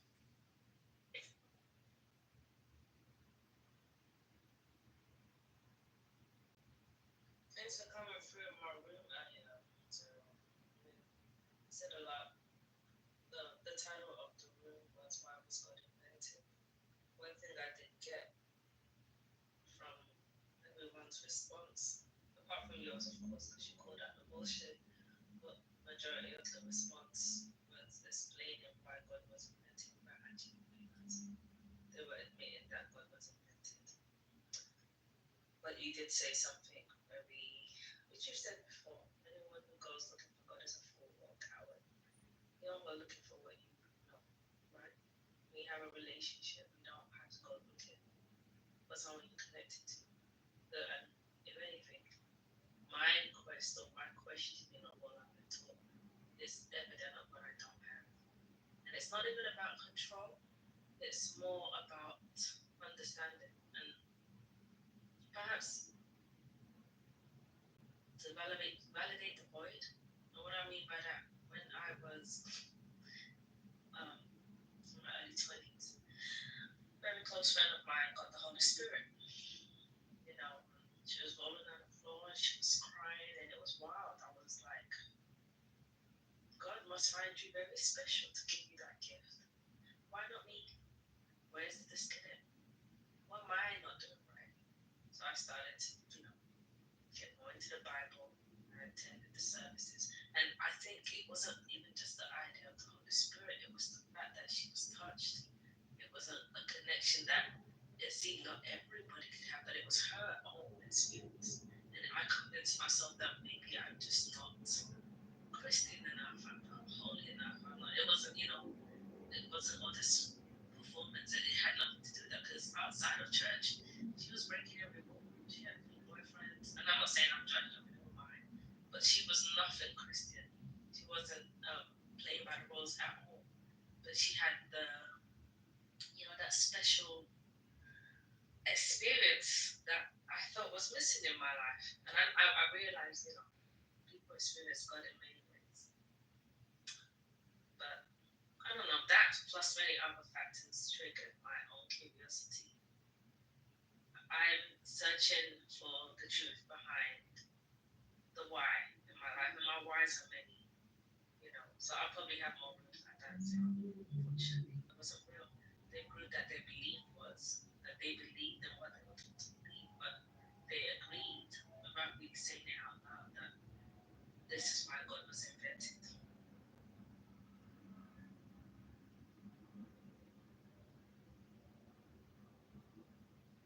That sounds like you gotta grow up one day. That's all. Adult you brain works much better than kid version. But you keep turning into a kid when you're thinking instead of growing up. Think about the words you were saying. You were saying, young girl, didn't go by the doctrine of Christianity, but seemed to be touched by God. You know how silly that sounds. If there was a God, do you think just because you weren't in your building, it wouldn't see you? So if it saw her, and it wasn't, she wasn't a, let's say, devout follower. I don't know any God from polytheism to monotheism that interacts with a pretender. Every God in existence rewards its most devout servants. So if this one wasn't devout, I doubt you would have to be the one that sees that. So maybe just like she was pretending when she's outside of the church, most likely she was pretending inside the church. So maybe she learned how to act like she got this holy thing that you were talking about. Trust me, if you can act like you love someone, you can act like you're possessed. And people act like they're having seizures all the time. If I'm around Christians, oh, Catholics, she's possessed. Like I said, all you have to do is think. I do separate religion from spirituality, and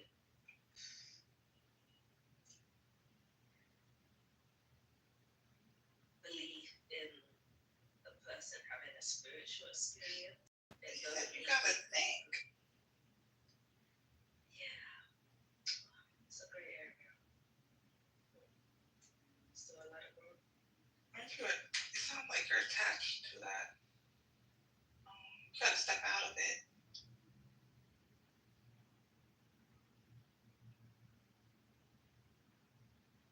For the most part, anything that you're not thinking in, then you're lost in. Imagine if there's a such thing as infinity. You could think about it, but you couldn't contain it, hence the concept of infinity. Imagine if there was a such thing as a God. You could think about it, but the word itself implies that you can't contain it. Imagine if there was an ocean. I challenge anyone to go out to the ocean and swallow as much of it as they can. And when they get out of the ocean, I can almost guarantee you that the ocean will still be there. Because I'm pretty sure none of you can swallow the ocean. So it's the same concept. You should be able to swallow some of it. Being spiritual doesn't mean being brain dead.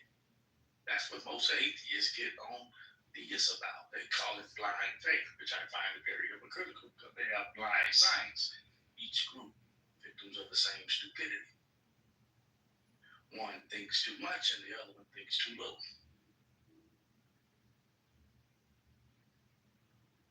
Same blind spot. Both people claim that they know something. They know nothing.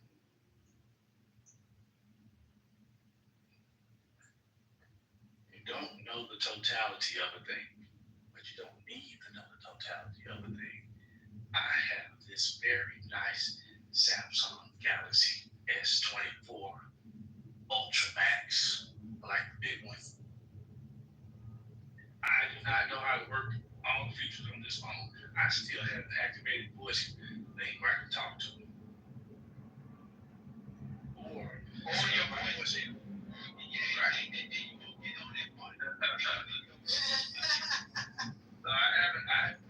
See, I don't even know how to operate the totality of this phone. I know how to go in Clubhouse. You don't need to know the totality of God. Just need to know the part that you need to know. While everyone else is trying to know the totality of the universe, you don't need to know the totality of the universe. Just need to know the part that you need to know. You take care of this planet, and then maybe you can start talking about taking care of the universe.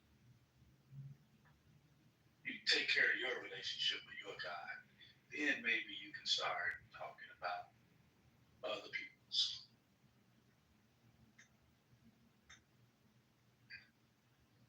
You know, you ever seen somebody try to tell you how to take care of your kids, and their kids is over there sick and nasty? Hey, why don't you go put your kids in the tub?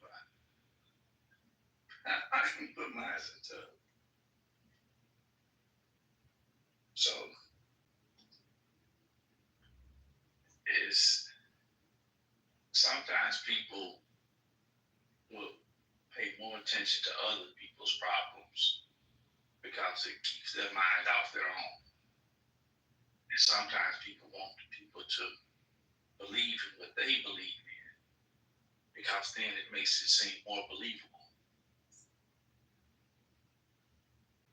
And it's the way I look.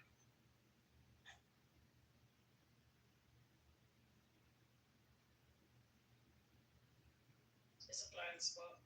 I'm working on it. And you're right. Somewhat of a relationship with my sister and my brothers and my parents. I don't need to know my mom the way my dad knows. And I don't need to know my mom the way my uncle knows. I just need to know my mom the way a son knows a mom.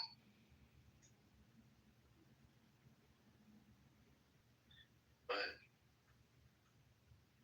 some of her ways are in all of her ways. If she's a patient woman, it's different than her being a patient parent. I've seen patient parents, real patient with their kids, and they come to work and they are short fuses. I think them kids can wear out all their patience. But then I actually meet patient people sometimes. Patient with the kids, patient with the siblings, patient with the parents, patient with the patients. They're just patient people. But with your example, you have a relationship with your mom. You don't have a third person standing in between you and her and saying, your mom says, make sure you wake up at 5. No, you hear it directly from your mom. Sometimes my brother and sister call me and tell me, Mom wants you to do this. But then I know who I'm talking to. They'll put a little extra edge in there. Now, Mom didn't say all that. You kind of threw that. But Mom says she needs you to do this because you never coming around when people be calling and I'm like, oh, all of that sounded like Mom. A little bit that sound like you. You just slid that in there. That's because I also do what I'm talking to. So even if there was a third person in there, I know how to disseminate between the part that the third person kind of slid in there and the part that was possibly her message. I know you always say, Zero, imagine there was a God. But I feel like it's going to sound really weird and I don't know. There are some people that speak as though they're spoken to God. Or God sends a message to me through them and I'm like, why does God want to speak to me? Or there are interpretations that, yeah, maybe I may not have it all in one go, but the Bible is the word of God. Why doesn't God speak to me? It's always this curiosity. So I was like, let's remove the middleman and then That don't make any sense. why God doesn't want to speak to me. So No, because you say words like won't. If you talk about a God, there's a concept called want. It's need. Well, I have a battalion chief, a division chief, lieutenant and a captain. So by the time somebody speaks to me, it's something somebody 3 ranks above me wanted me to do. But they got to go through chain of command. So by the time it's told to me, I know where it came from. I'm concerned why somebody 3 ranks above me didn't come speak to me. I'm not silly enough to think that I'm supposed to be up there talking to the high rank people. So unless you think you're equal to God, I don't know why you would think He needs to speak directly to you.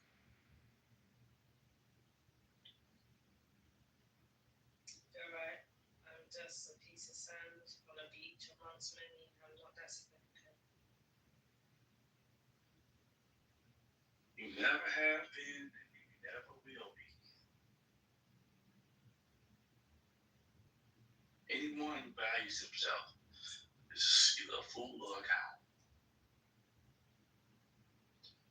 And God doesn't talk to fools and cowards. Not any gods that I know of.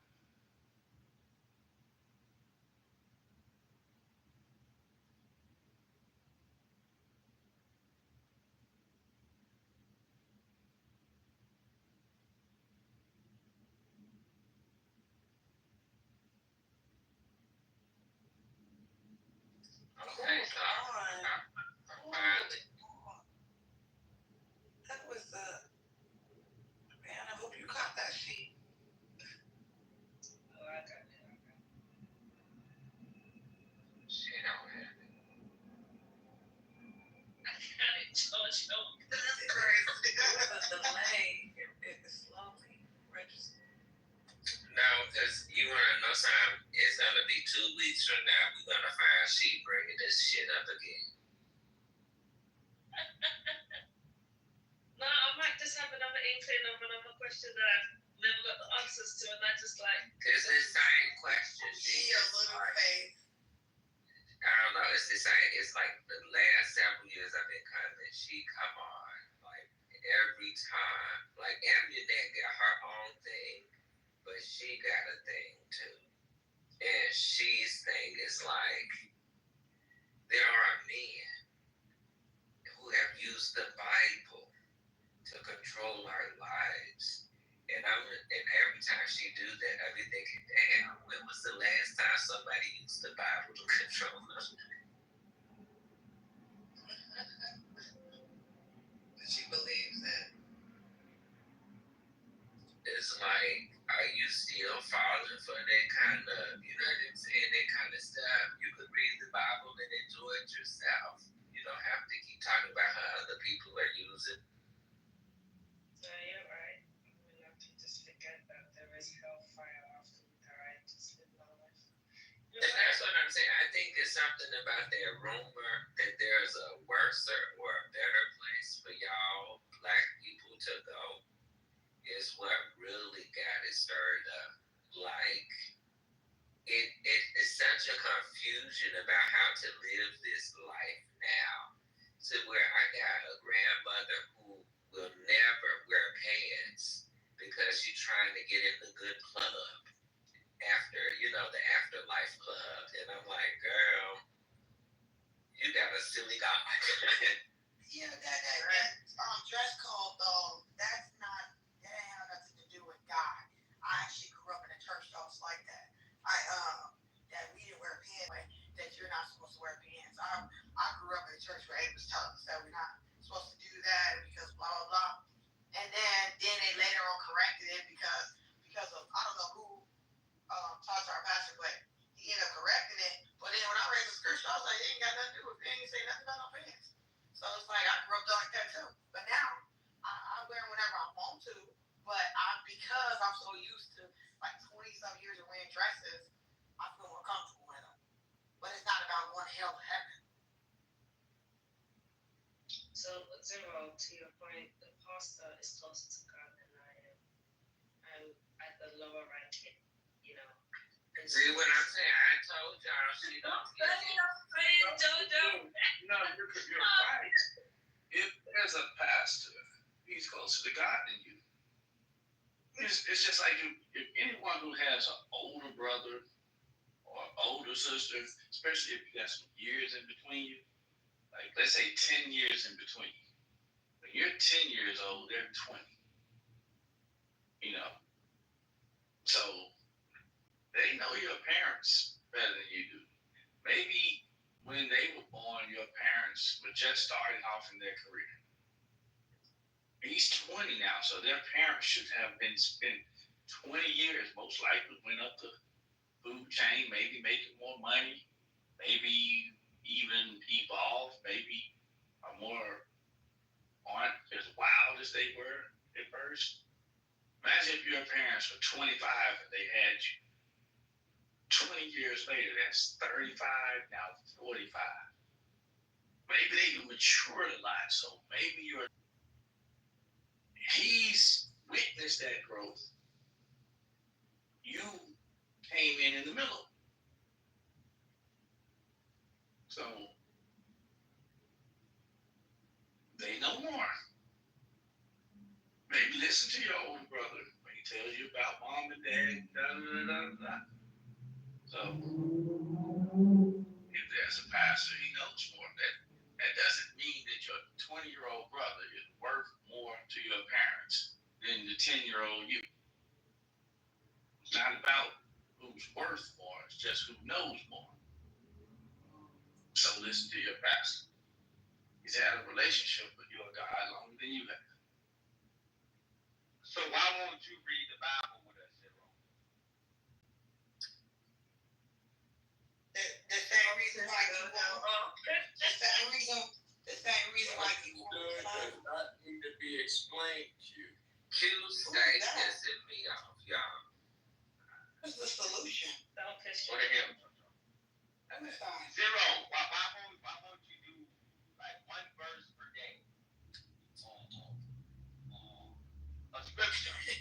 Zero's parables need to be studied. I'm not even over that. I cannot. She and Q got a problem, y'all. Is it a God complex? I can't read the Bible to you no more than I can read the Kabbalah or the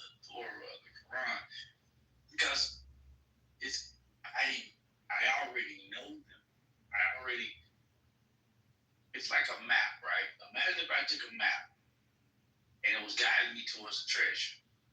That map was one of the most valuable maps in the world to me. But then I used one map, and it took me to a puzzle piece. I was like, this is what the Quran leads you to, this piece. But then I read another book, the Torah, and I said, oh, it led me to this piece. Then I read all the Vedas and the Tao Te Ching, and they each led me to a piece. And then I read the Christian Bible, it led me to a piece. But once I put all the pieces together, it showed me a brand new picture. A picture that you can only see after you collected all the pieces. So, to me, I don't value the maps anymore because I've already found what they lead to. So, Right. Then I understand. I'm just It's like posing what you want that freedom to us. you can't, because you cannot understand, you can't read religious texts with the carnal mind.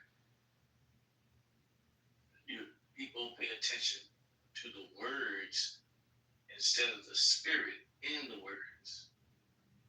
You know, it's kind of like somebody who claims that oral traditions, when teachings were passed down orally for hundreds and sometimes thousands of years in some cultures, they say some things were lost in the oral tradition because somebody somewhere surely didn't place a word somewhere somehow. Somebody eavesdropped and heard it and misheard something. Well, someone may have translated something from Greek to Aramaic, from Aramaic to Latin, Latin to Hebrew, and then translate that to English. Sometimes some people claim that some scriptures, even in the Christian Bible, may have mistranslations. I'm like, you're so silly. Can't mistranslate a spiritual book. It's impossible. You're still paying attention to the words on those pieces of paper. It's like it's a spirit behind the word that can't be mistranslated. So I don't care what they do with the words or what language is in. The language of the spirit can't be mistranslated. So people are fascinated with the wrong things. Man, I'm so happy that somebody knows that. That's amazing. I'm glad you said that, Zero. Hey, but I believe it because it's always something you can have. You go to two different churches and have them both, two pastors can preach the same thing and you will get different messages from it.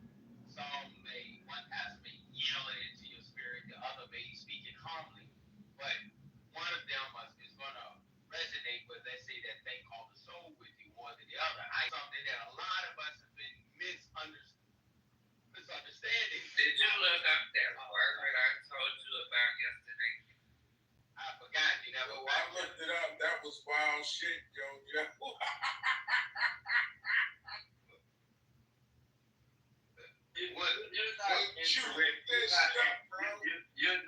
Don't pay attention to JoJo. You're not incorrect about that. I could. There is no teaching from any religious text that I could bring clarity to. But that's the point. If I let's say someone read some story, give you a pop.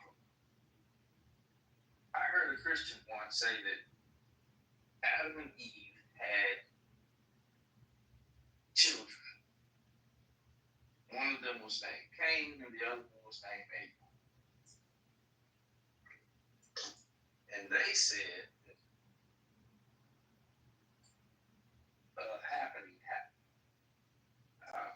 A first killing. No. The first murder. Definitely wasn't the first killing. It was just the first murder. So, what's the difference between a killing and a murder? It's the justification of it. If it was justified, it was a killing. If was not justified in murder. That's goes back as far as time can go. But there was a penalty. One of the brothers was penalized and told that he had to go somewhere else, possibly being harmed by some other people. And they act like that's a big mystery. Why do you think that that's a mystery to people who claim that they read that book?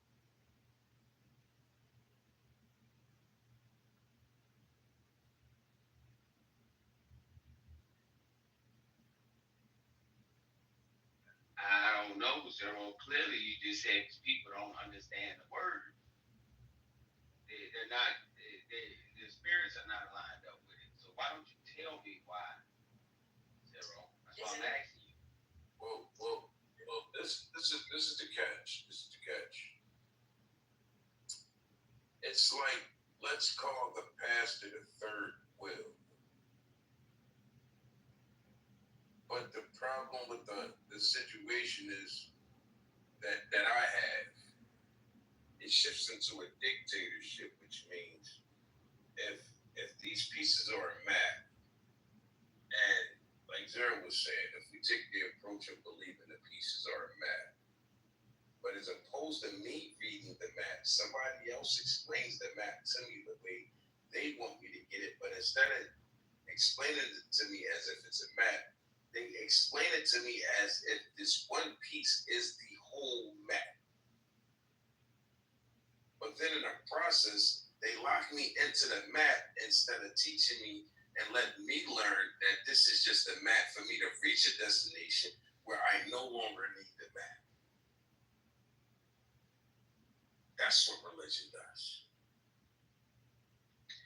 I think there is something type of literature or a sacred book as the end all. You know what I'm saying? Like, there's a lot of people in Zero's position where they refuse to glorify a specific text.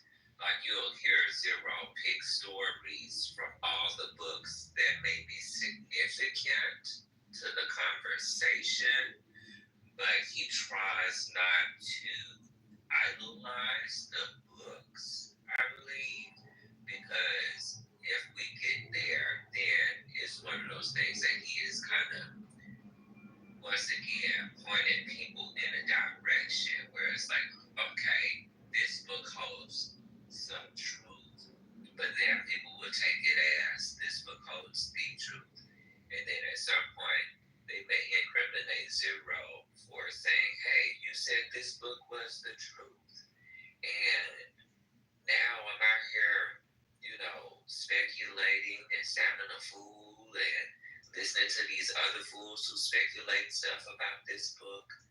And I think there is something to it where it's like, if you read all the books, you'll find like everybody's coming with a similar conversation from their part of the world, And I don't want to put this. I think it's one of those things that if you are a person who's alive today, there is an opportunity where you can just gain the same senses of truth, by just really paying attention and being aware in everyday life. I think there is something where when you try to use these books and the languaging they use, sometimes it feels a little too definitive and it kind of locks people, make sense of it from that level. Like how a child can make sense of the story of Cain and Abel, and an adult making a sense of the story of Cain and Abel. It's going to be two totally different things. And whereas someone who is very spiritually sound versus someone who's just like, a random person in the world, they're going to perceive that story as two different things. So I do think there's somewhere in the conversation where it's like, decipher it, because that's really what people want. They want somebody to say, hey, I need you to read this book for me. Give me the cheat codes so I can just play the game. And it's really just not that easy like it really puts you at a place of just deep manipulation. Because this is one thing I used to say for sure. It's like, if there is a heaven or a hell, am I really gonna place my bets on you to tell me how to get there? Like, am I really gonna bet on you? I might as well bet on myself. Listen to how half the people be talking. That's all I'm saying. I might as well read the books and bet on them. So basically, Dodo, read the Bible myself and just come on Clubhouse every day and ask Zero on random questions. So Zero, does this Look mean up the word that I presented to you. I ain't looking up shit. You can go to hell. It works out better that way. It would. Going to hell? No, it works out better to read it for yourself and make the sense out of it that you made out of it. And it's like, damn it, Zero said you gotta read it. And if you want to share that with me, I'll say, is that what you got from that story? Because let's just say different stories got different layers to them. You know, every time people talk about Christians, they talk about, but when I heard it, it was read to me by my dad. That's the first time I heard it, which is different than the first time I read it. I heard the story before I read the story. First time I read it, I was in a different point in life. One point, I was reading the story, I was thinking, man, pretty cool to talk to God. I thought the whole story is about how cool it was to talk to God, how to be a disciplined servant. But I was constantly thinking about just this so-called God talking to a human. It always seemed interesting. And so my dad used to read it to me. Of course, my dad's voice was God's voice, the way he used to read and imitate the other character's voice and so forth and so on. He was a character like that. And but when I read it as a man, I didn't read it like this person who wanted to hear God. I was reading it like, man, Abraham must have been going through some real internal struggles or something. I thought it was really cool that in the story that the God didn't stop the father from stabbing the son. It was he sent another agent to do the stopping instead of himself. Then, when I got older, I said, screw Abraham and screw this God and screw that other agent. I gotta look at the person who carried the whole story, the one who spoke the least. It was the one they called Isaac. He didn't have to be right with you. No restraints, no nothing. You know, a willing sacrifice. I don't know which one's more difficult, to be a father and stab your own son, or to be a son and lay still and let him do it. You know, so I read it from the angle of the son, I read it from the angle of the father, I read it from the angle of the faith. But each angle showed me a different aspect of that theology. Throughout that theology, it always shows things in a very Trinitarian type way. Most of his stories typically have three characters. It'd be one story, but it's typically three characters. Even with the Jesus at the end, is execution. Once again, three characters. is very common in Christian theology. Completely opposite when I was reading different Vedas. There was many characters in one. Taught me something else. So, just saying, you can read the story and get something out of it, but I guarantee you can probably read. It's like watching a movie multiple times. You'll see something you didn't see the last time. What happens is people will watch the movie in their 20s and still be talking about it in their 40s, and they haven't rewatched it. Somebody have some amazing spiritual experience in their 25, and they'll be 45, still using that singular spiritual moment as a definition of their spirituality. Like, what? It's like me having sex one time, and then me judging sex off of how it was when I lost my virginity. You know, that's just what people do it. Not gonna be the same. I'll land there. Yeah, that's not gonna be the same. Yeah, that's kind of crazy. But yeah, I always thought of the Bible as the living word. Like anytime you read it, you can always get something different each time you read it. So I say that is. So which Bible should I? For a very long time, I'm speaking clarity. I think that's huge. This is not clarity. This is the solution. Your voice is the same as clarity's.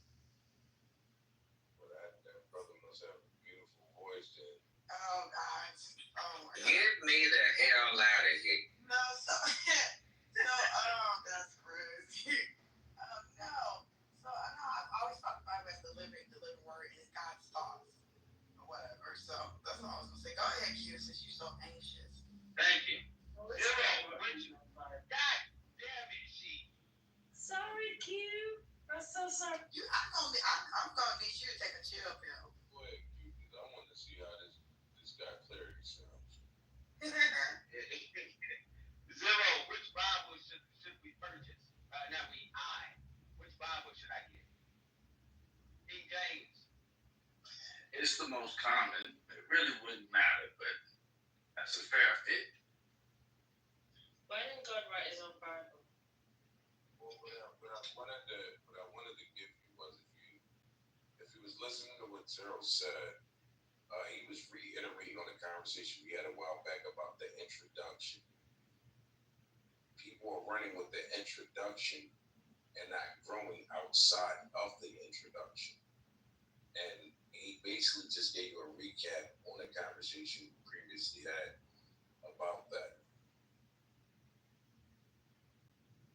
Do you remember that conversation, Zero? Why would you forget? My fault. Yeah, I mean, but yeah, it's the King James version, any version of the Bible. There are some that have the man, he changed it to the black man. And every time it says a woman, he put in that bitch. Well, that may be a mistranslation, but if they kept the general story in there and you start reading it with the spirit, you will still get the story. It's just that some mistranslations make it more difficult to get the spirit of the story. It's no different than if I went to a mosque and if this one hit the figures and these beautiful mesmerizing eyes and they were just all over the place, then it'll be kind of very difficult for me to stay focused on what's being said.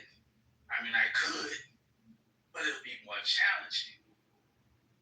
So some Bibles, their translation, their literal translation out of the words, but I would say definitely the King James Version is one of the easiest ones that has very few words that should cause you to not receive the spirit of the book if you're open to the spirit of the book. Because that's the thing about anyone who's looking for anything.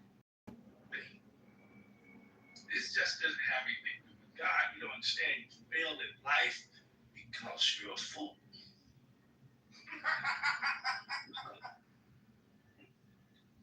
You make things important, and then you look for those things like they are important.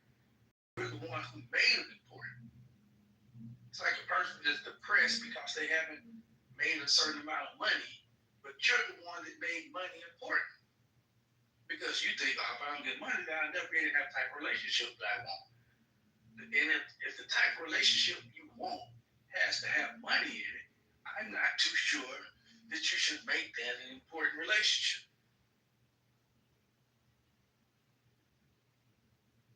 Because next thing you know, you're going to end up having people with no money, with bad relationships, but then crying or searching for thrills. So, trust, a healthy body and a healthy bank account does not make a person. But if you're thinking that it does, will break a person. It'll break you thinking that that makes you. But if that's your pursuit, go and get the banking body and go get the fat bank account. I'll see you when you're 50. Tell me how it worked out. I pretty much know how it's going to work out. Well, sounds to me like some of these guys are almost already 50. You would have to push it down. Doesn't matter. Everybody that plays this game ends up in the same space. Hey, Zero, can I jump in? Hey, well, the thing you said about reading the Bible, you know how when we're younger, when we're babies or like children, we look at the world differently than when we look at it now. Having bills and responsibilities. As a kid, you don't get those things. Hopefully you don't. Some kids do. But hopefully you don't. And then you get to focus on the things you want, your desires. But as a child, and you hit adolescence, starting to understand that you get desires that you can't even, like your parents can't even fulfill for you. So you gotta go fulfill it for yourself. Like I would call these paradigm shifts. And I understand what you mean when people only remember the first instance of something and not going deeper. It's like you learn about the Constitution, the American Constitution, in school. When you get older, you never go back to read it. Why is it? It's about the things that you care about, the money you're making, the banks you're putting your money in. You think you know everything. You think everything's set in stone. So you don't want to learn anything more about where you're at. But there are people who want to know more about where they're at. Cynics, right? Skeptics.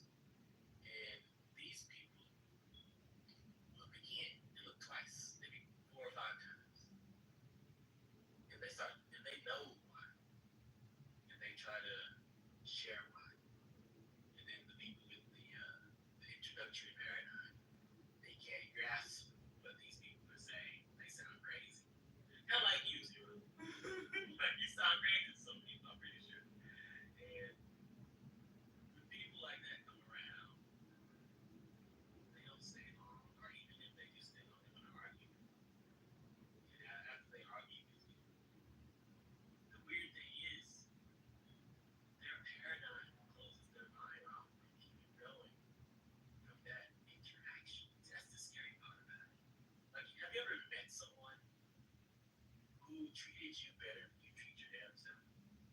I have many times. And it changed my paradigm.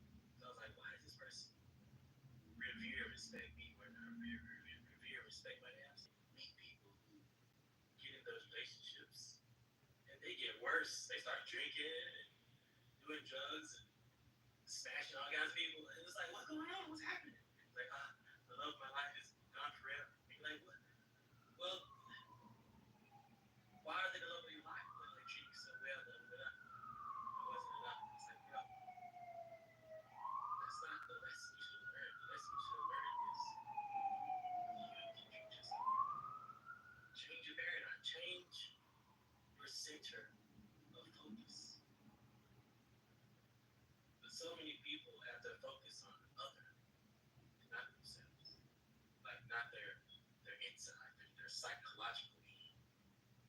they're focused on their physiological need, which is connected to the society we're in, sense of being.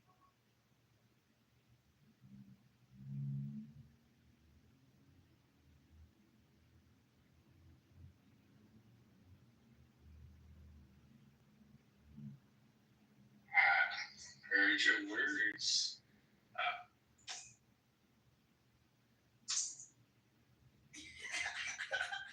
People experience things, and I go to the movie theater. I drink a little bit before I go. It's a comedy. I loosen myself up a little bit. It seems a lot funnier sometimes when I'm a little inebriated. Opens me up to the humor. I go to the movie theater and I'm frustrated, and it's a comedy. But I may miss half the jokes because I took my attitude in there. And I really wasn't in the mood for a comedy because I was carrying some tension with me. Or I go to watch an action movie, but I'm wound up. So I'm like, man, this movie is slow, but it's not slow. It's actually well paced. I'm just anxious.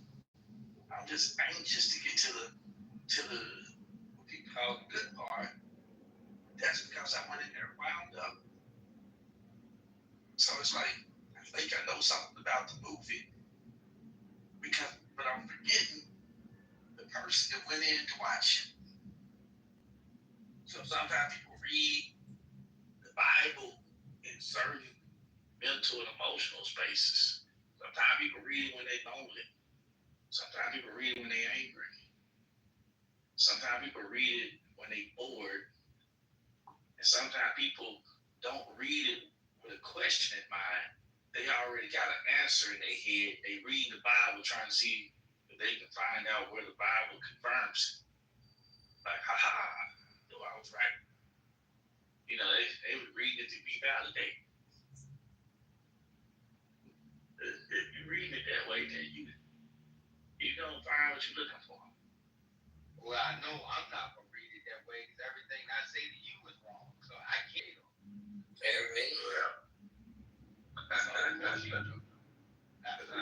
agree. You're fool to me. You gotta be fooling yourself. I'm not fooling you. I've been a fool ever since the day you met, man. You crazy as a bitch, bro. So.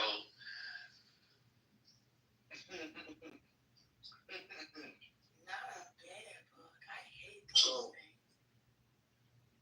If you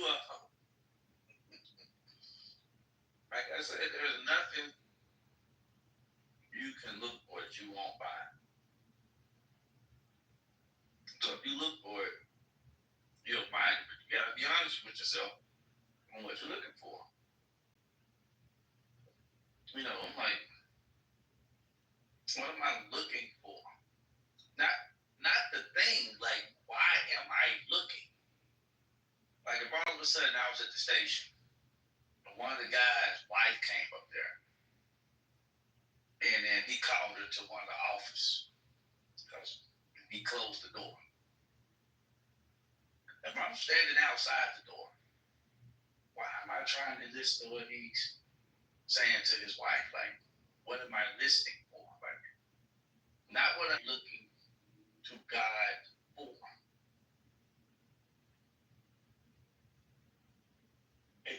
I can use that Cain and Abel story to give you an example. One of them was sacrificing its best things to this God for a show of appreciation, a show of love, a show of devotion, a show of obedience, a show of faith, a show of a lot of admirable qualities that this God seemed to like. The other one was doing it to show the other brother up, to do better than him in a competitive way, trying to gain favor by outdoing the other one.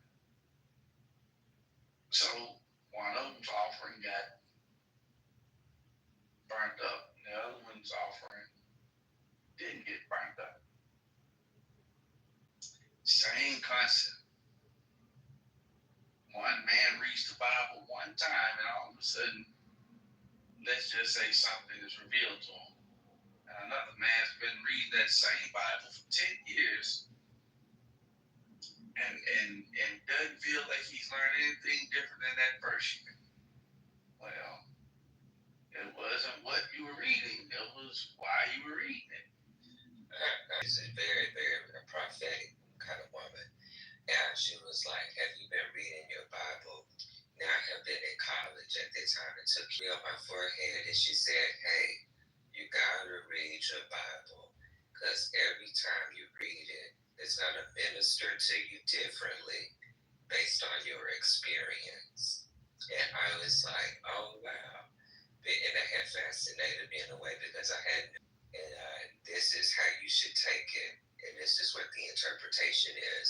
Whereas like, when I started, especially like once I said all that said this, but it was ministering to me based on my experience. I still feel like when I meditate on the 23rd number of Psalms, like even new deeper, revelations about my relationship with my master, it shows up like the new revelation just based on my experience.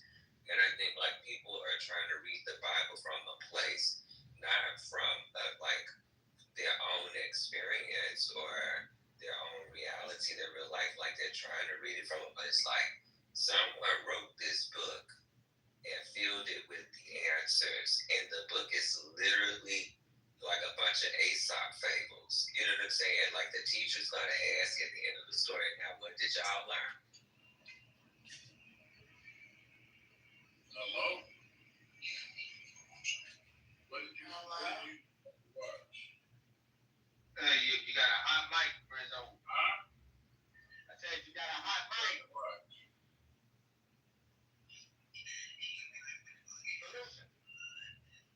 Oh no, let him keep talking. No. Hey, you. No, don't say nothing. Don't say nothing. There we go. You always gotta do that, Q. I'm ready to know. Well, I can go along with what JoJo's saying. It is similar to Aesop fables or fables. But you'll be confused. When people say this confuses me, like, well, that's because you like being confused. Drown or you'll learn how to swim. That's the way they taught me. But I didn't teach my kids that way. I've been in the deep end many a time, have never drowned, but still think I don't know how to swim. Well, I know how to survive, but I didn't know how to swim. But knowing that I could survive gave me strength. But I'll say that you gotta have the right reason for what you're looking for something, or it won't turn out the way that you are thinking it will, or maybe want it to. And I say this especially when it comes to gods or a singular God, because conceptually, they say that humans can't go to God, and in the realm of Valhalla with Odin and the Rainbow Bridge, you couldn't reach it as a human being because they had guardians. You couldn't go to the underworld in Egyptian pantheons unless you had been given certain can go to God. God has to come to you. Meaning concept was many will come, but few will be chosen. So you have to put yourself in a position to be chosen. Meaning when you're reading it, you have to put your mind and spirit in a position to have the understanding. It's almost like picking a lock in my mind. Like if I was a person trying to pick a lock, and they have to listen to when the tumbler falls into the little gap, and they twist it back to get the other tumbler without losing that first tumbler, and then you twist it again, and you catch that third tumbler, and then the lock opens. You'll have to read it and let the body learn what it needs to learn, and twist it back and let the heart learn what it needs to learn, and then twist it one more time and let the mind learn what it needs to learn, and all of a sudden the book opens up to you, and you can now read it with the spirit. But I rarely know of anyone who's gotten the spirit of the book until they get their mind right, their heart right, and their bodies right with it. You know, if you read that book and you start seeing a black man, a Middle Eastern man, your body's way off. Because I'm like, if you think this book is still talking about races, then and anything physical, you start thinking it got more men in it than women, or women in it than men, and you might as well put the book down. Yeah. And the same thing happens when you start to read it and you start paying attention to who has the most power, Nimrod or Nebuchadnezzar, Ramses or Baal. You know, it's like you start reading and trying to figure out who the power figures are. I'm a tribe of Judah. I'm gonna be with this group. You know, we might as well put it down. Now you're in a mental space, and you was in a physical space, and if you start reading it, start thinking that it's talking all about love and forgiveness and happiness. I'm like, yeah, you need to put that down. Put the book down. You're trying to find the emotions that you like in the book. You're trying to find the thing that you want, like you want power in the book. You're trying to find the people that you like in the book. So you ain't trying to find God in the book. You gotta get those things straightened out, you know, because I heard someone say, well, mind you, this is Christian theology, but there's one part of it that seems to resonate in all religions, human beings. In every theology, human beings were created by God.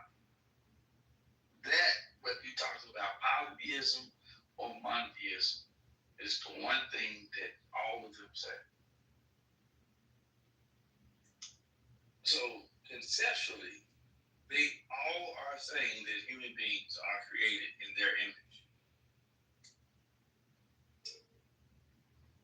But when you go to different religions and you see their gods, some of their gods don't have arms and legs. They just look like bowls with eyes. Some of them look like snakes with wings, crocodiles with fire coming out of their back. It's like, I've seen a lot of gods. I'm like, damn, this thing that looks like a crocodile with fire coming out of his back is what created human beings. I mean, okay, so be it. But regardless, all of them are saying the same thing. They didn't create you in their physical image. They created you in their spiritual image, which means you have the same spiritual makeup as a God. Because gods are spiritual beings that take physical form. They aren't physical beings that take on spiritual forms. So, if they're spiritual beings that create physical forms, and you're created in their image, and then all of a sudden, the one true God is truly a crocodile with fire coming out of his back, and you run into him and you're you're standing there talking to him, you're like, okay, I'm talking to a 20-foot tall crocodile with fire coming out his back. If you still see the crocodile, then you shouldn't be in that realm, because you still see its physical appearance. If you're in a spiritual realm, you'll see its spiritual appearance, which wouldn't really have a physical appearance. And the Tao, it'll be like the form coming into contact with the formless, and you're processing it by giving it a form. But whatever form you see it in isn't its form. Whatever form you see it in, that's the limitation that it's allowing you to see it in, because you can't process it in its formlessness. So it exists. You guys don't get it.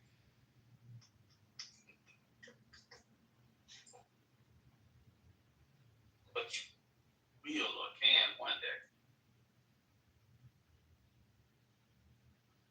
So that's the reason why I don't try to say, yeah, we're going to go with Buddhism, we're going to read, and it's 5 popular branches in Buddhism. Because the Tao Te Ching is a little more, it's a little more poetic, I think, more structured. Can't go to Hinduism and read all the different Vedas. Too many gods, that'll take forever. Can't go into Catholicism because there are just some interpretations inside Catholicism that I just don't get. I mean, we actually have to get a devout Catholic to break Catholicism. I understand the basics, but there are some things in Catholicism where you just might as well throw the Bible away, because they have at least 2 other books that are equal to, if not superior to, the Bible. And then you go into the big 3 Abrahamic faiths, which pretty much all the same, but they think themselves different, which is the Christians and the Muslims, and what the people now call pseudo-spirituality, which everyone who builds off pseudo-spirituality pretty much is either ex-Christian or ex-Muslim. So you get, but they say sales is a game of numbers. So whenever you're trying to sell something, there's a room full of 20 people, and you start making your pitch, you take advantage of something, or came with a friend or something, 10 people shut you down the moment you start talking. The other 10 people, out of that 10, 7 of them, they'll get back to you. But 3 people in there, 2 of them, they're on the hook. They're very interested in it. If you can make it fit their lifestyle and their budget, they're in. But it's gonna be this one person that's listening to you, and you reached a certain point in your pitch where they already lay in. They're just waiting for you to reach the point where you're gonna say sign up. So out of 20 people, you usually can get 3. And then you go do another seminar, and 100 people might show up. 100 people gonna show up, you're only gonna get 3 or 4 best to sign up. Sales is a game of numbers. You go to any cathedral, any mosque, any church, any temple, any home. I don't care how many people. They say that you can't tell people about the matrix. You can only show it to them. So it's kind of hard to tell people about God. You can only show them how to reach him, but you can't tell them about him. That's the way I look at it.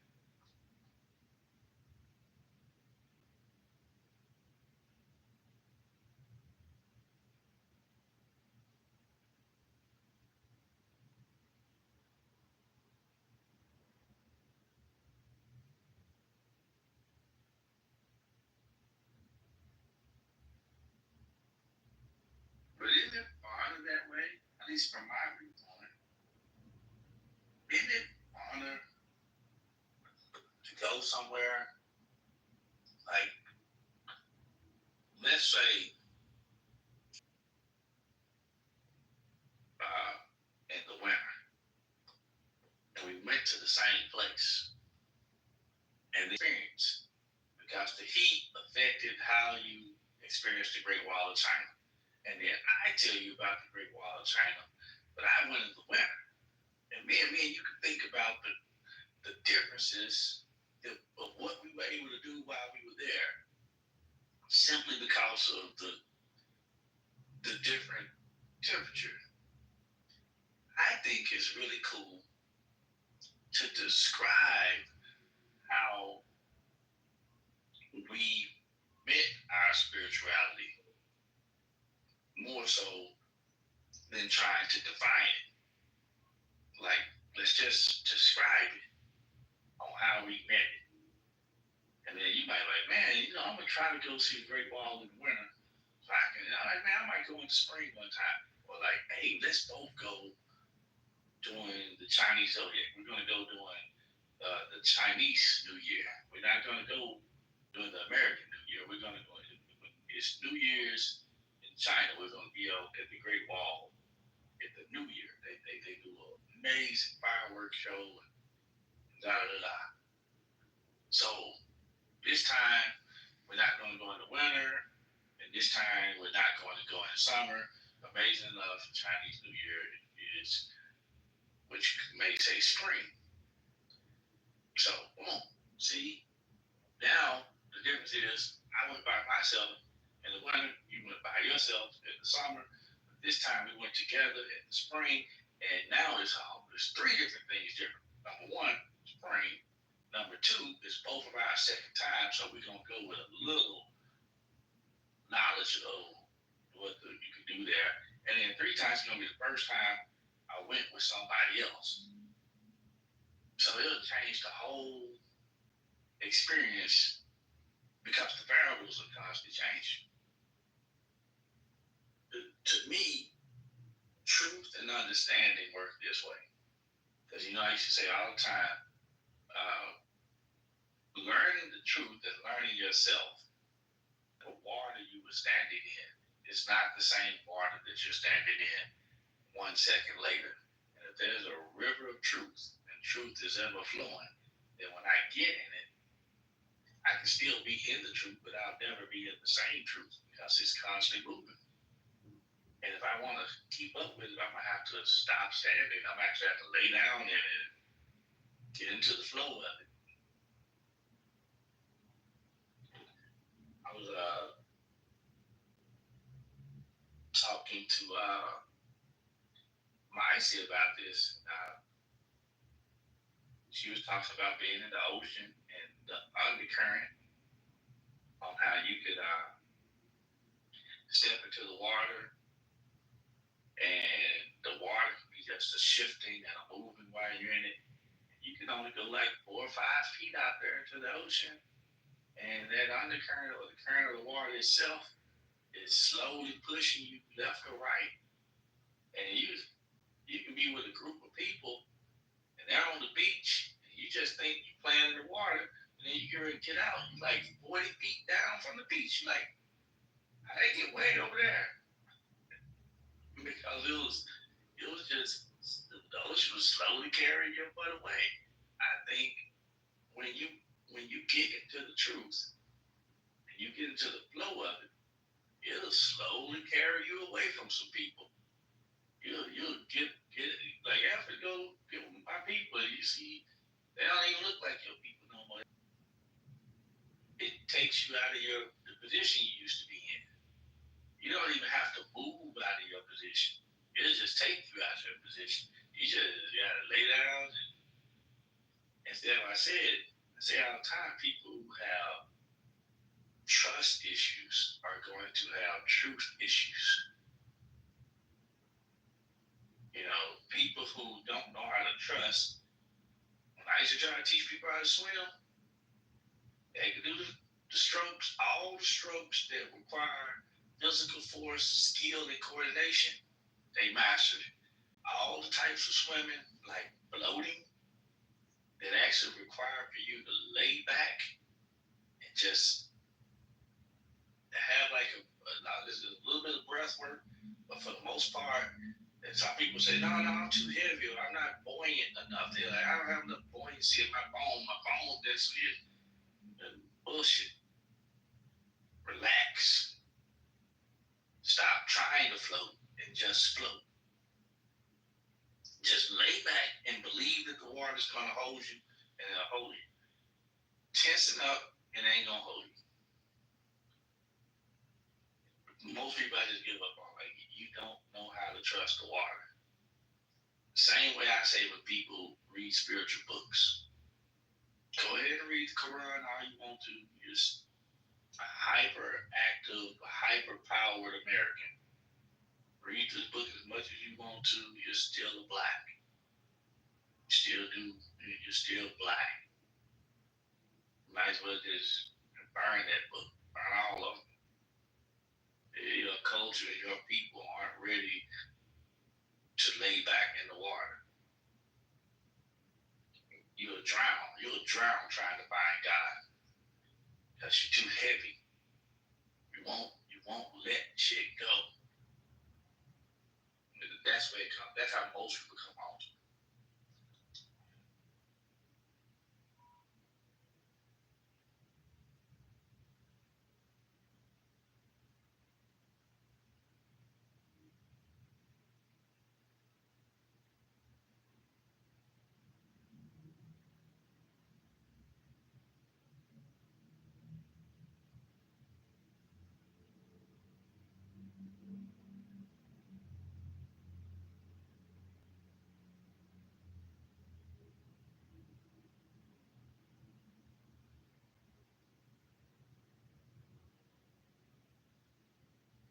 But I can say this. Amunet is one that convinced me to start back opening up the ICU.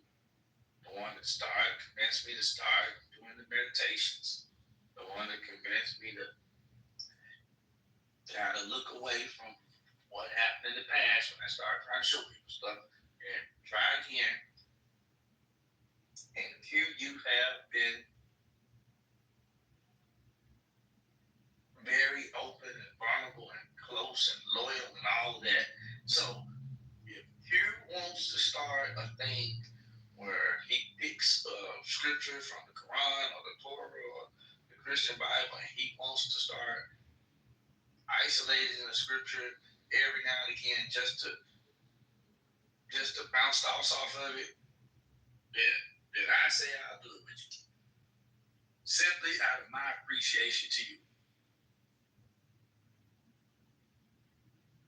I appreciate that, Zero. Thank you. Well, Zero says you're giving out gifts.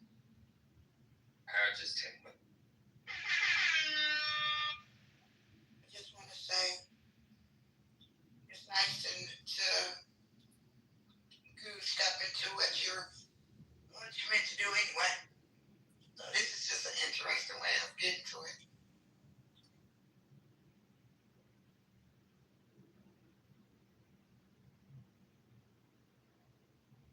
Well, last day of our weekend, ladies and gentlemen, I'm at the house, have a little drink, and so don't forget we got a fast coming up, and we have a meditation coming up. So we might meditate Saturday, and our fast may start Sunday. So that's a little heads up. So until then, I catch you guys on the flip side. All right, Pastor Zero. All right, Zero, appreciate it.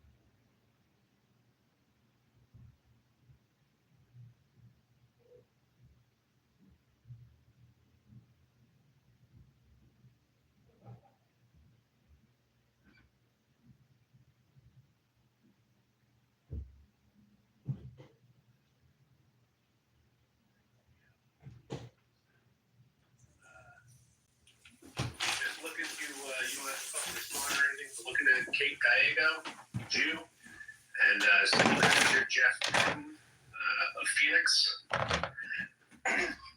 They both pushed the COVID vaccine. This is a crime against humanity. Looking to Rep. Greg Stanton, who is promoting, and the rest of the Republicans in Arizona, they're all promoting the new police chief of Phoenix, Matthew Giordano. So when all the Chavos, Goys, and Jews are promoting someone as a law enforcement, that's a major fucking look into shit, or I'm going to show up at your office real fucking soon. GOP, I know personally, he is good people, and Kate Gallego that you talked about, I'm going to give you another name. Daisy Montoya, DACYMONTOYA. She was the campaign treasurer for Kate Gallego. This is Ruben Gallego's ex-wife. Ruben Gallego from Humpty Dumpty Institute, where he works directly for Jeffrey Epstein's brother, Mark Epstein, and is an illegitimate senator, was not fucking elected. Kate Gallego, her Phoenix mayoral campaign was literally run by Daisy Montoya. Who is that? He is also the treasurer. He is a fucking operative that basically control the DNC, Mossad or GCHQ or both. You know, it's basically Bolshevism on the left and Likudniks, Jabotinsky Zionists on the right. So neither one is conducive or can be allowed to foster in this country. But this is a key operative. And when I was in Arizona working with investigators for the stolen 2022 election in Arizona, Daisy Montoya was the person, Richard and, Mark Kelly, his wife, Kathy Giffords, ADL gun-grabbing operators, the alternative. Well, that would be Peter Thiel's homeboy, Blake Masters. So it's damned if you do, damned if you don't. We've got to get some good politicians running and legitimately elected in Arizona, and it sucks because AZ is such a cool state with such awesome people. It probably has the most corrupt political framework of any state that I can think of. I mean, maybe New York, maybe South Florida, but if it, next to DC, Arizona is as bad as the chairman of GOP Israel. Why that exists, who fucking knows? And literally the chairman at one point of the Jewish Federations of Southern Arizona, a Mossad arm, the Arizona Mossad arm of the Jewish Federations of North America. So you guys got tons and tons of problems down there. I empathize and I pour my heart and soul into that state, and I love Arizona. But Maricopa GOP is somebody that I don't talk, let me be clear, I don't talk to a lot of the people that I used to work with in Arizona, especially after 2022, at least not anymore, because many of them have petered away and proven themselves to be limited hangouts and adversarial to America-only interests. Maricopa GOP is not one of them. He is good people. Thank you for clearing that up, Richard. No shots taken, but we need to start fucking talking about shit that's important for humanity, and there's no more tucking your tail between your fucking legs, and that goes for everybody in here. Get in the comments on all these corrupt politicians. But just to get to the topic of Epstein, Tucker, and more, if anyone's questioning Epstein and his ties to fucking Mossad, we need to look into Meyer Lansky, who was blackmailing J. Edgar Hoover since the inception of the FBI. The Federal Bureau of Investigations, the people who are supposed to be investigating all the fucking crimes, these federal crimes. Now, this is from J. Edgar Hoover, ran the FBI from 1935 to 1972. If we think that they just gave up one of the most powerful fucking positions, most powerful agencies in the country in 1972, because this guy got ushered out, got back to Earth, and realized that we've been occupied for even before that.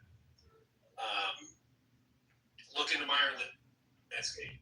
As far as Tucker goes, this is super important. I feel like it's really not talked about enough just because of the potential imminent threat of an explosive device. I'm pretty sure everyone in here should know that Tucker's completely fucking cooked. If you don't know that, you do now. He promotes the unplugged phone, which is Eric Prince, founder of Blackwater. I don't have to do the whole thing, but it was designed by IDF 8200 Intelligence. These are the same people who designed the pagers. If I was these people, there's no shot in hell I would design a phone and then sell it to Americans under the veil of being unmarketable and unsurveilled, and not put an explosive device in it. So Tucker promotes that. So if you know anyone who is, gung-ho and ready to run for the hills and has a bug-out bag, there's a good chance that they may have purchased this phone and have it ready to go. But in Maricopa, in Arizona, and I've tried 3 times going there to try and set up a meeting. I got no phone calls back. So I fucking spent $1,000 on all this thing because it would be a great smoking gun. But Tucker also promotes Levels, which is a company by Casey Means. If you guys have heard about the seed oils that have got popular the last year, that's who's responsible for it. Casey and Callie Means. Callie Means is a Council on Foreign Relations card holder. Council of Foreign Relations, by the way, was founded by, I forget their names. Whatever. One dude was sent, I think they were founded in 1921, 1923. One of the dudes was sent by Wilson. Was it Wilson? Anyway, he went to Russia in 1917 to go meet with the new Bolshevik Jews, and the other guy who founded it was, he represented JP Morgan. They're both lawyers, Shamoskoys, that represented JP Morgan after the Great Depression. So that's your tie to the Council on Foreign Relations to the Jews. Casey and Callie Means have ties to 23andMe. Levels, the company Levels is a biometric health. They have Casey Means interned at 23andMe with Susan Wojcicki, Ann Wojcicki. Susan Wojcicki was the CEO of YouTube, I believe. She just died of this turbo cancer. Allegedly, who knows? We can't find her death certificate. Death certificates in California are supposed to be public. But 23andMe, if you were smart enough to not sell your DNA or pay to give your DNA over to the federal government, just so you could find out if you're 4% African, so you could say the N-word, someone in your family probably did. And the way DNA works is you're all tied together. If someone in your family sent it, they have your DNA. Although they have our DNA plenty of other ways, but just so we know, people sent it. 23andMe just told to reach out. I forget this Jew's name. Is the CEO. But Leonard Schleifer is a doctor. Thank you. Yeah, thank you. Another biotech company. So the threat is very real. I feel like I'm rambling. Guys, repost the space. Follow the house, please. These guys dish out a lot of information. We need to really network. If we're not going to take the world back, and preserve our freedom by talking on spaces all the time. I really encourage everybody to go print out some flyers, print out some information. Most importantly, learn as much as you can. Take notes. I have a notepad. I have a pen right in front of me right now. I'm taking notes. I take notes all day. Please do this. While people are speaking, go down to the Pel, drop good information in there, because that's where people just hop in here and they're like, I don't really want to speak, but I just want to drop some info. Scroll through that. Please promote everything. Guys, great space. And I'll end there. Thanks, guys. Thanks for all that intel. I just get the feeling that we got a lot of some more congressmen or ADL guys, who else? Spies wherever you want. You need to, of course, get them out. So yeah, look, they want to press free speech, censor any criticism of Israel and Assad, complicity, of course, in the Black Veil operation. It's not going well. Irrespective of whether anyone believes, I do believe it. Seems like even if he wasn't, someone else was taking his place. He was a cog in the wheel. A mid-level operator. He had handlers. He had a menage. Robert Maxwell. Ghislaine Maxwell. He was surrounded by Mossad agents. He had a Barack. They started a company together, Carbine, to do what? Collect military data, the complement to Palantir. So these people have their hands and tentacles, I like to say, everywhere. And so he's a focal point because he's surrounded with mystery, and they like to obscure what's happened and just brush it off like it's not important. It is important because again, it's ongoing. It didn't end. Just talk about it. It's like, wow. Some you do know about. You'll hear about a Shane Cohen that got fired. Maybe insults to you. You guys are so out together. It's just They even prosecuted him successfully, and then she got killed. What happened to him? He got some time in jail, but he brought in at least 25 people or more into the U.S. That's what he was convicted for. So it's a lot more than that. Epstein was only convicted of one count of trafficking. This guy was 25. No one talks about him. No one talks about Noel Greenberg as well, the guy that was blackmailing Matt Gaetz and basically prevented him from getting Nygaard as well. I mean, there's just so many of these guys. These Nygaard as well. I mean, there's traffickers that have been convicted, and yet no one talks about it. He used the embarrassing and sensitive recordings he made of the freak-offs as collateral against the victims. In the indictment, kids that are molesting in those tunnels. No one even talks about 7-7 Al-Qabat and all those rabbis that got arrested. So, these guys are everywhere, not just even in America. All right, I wanted to add something to that, right? I feel like a lot of people overlook this, right? And me personally, I'm not as, well versed as Truth and Rich and all these guys that can really spew out names like fucking machines and shit like that. But one thing that I do pay attention to is the spiritual side, okay? Because I'm a Christian, all right? So one thing that we keep forgetting about is it's not just the molesting, fountain of youth, all this other shit. And a lot of people overlook that, right? A lot of people forget to touch on that. I want you to realize something. These modern day so-called Jews that we're dealing with, they are not the Jews of the Bible, okay? They come from the bloodline of Amalek. For those who don't know what what Amalek is, that literally means the blood drinkers. Okay, so they go after these little children, right? Why do you think there's so many bombs and orphans in Gaza right now? You think that's just all for no reason? No, it's another type of grab so they can grab more fucking kids, right? It's the same thing that went down in Haiti with the fucking Clinton foundations, right? What they do is they reach out, they find these poor kids that nobody fucking gives a fuck about, or at least not in the first world countries, because we're so distracted with our own bullshit, right? They take kids from Mexico, they take kids from out here in the Child Protective Service agencies. They use these kids for their blood, okay? And a lot of people overlook that, okay? So it's not just, there's a Moloch statue on top of the synagogue on Jeffrey's Island. Thank you. There's a lot of shit that people overlook. The inhuman excrement and seed, okay?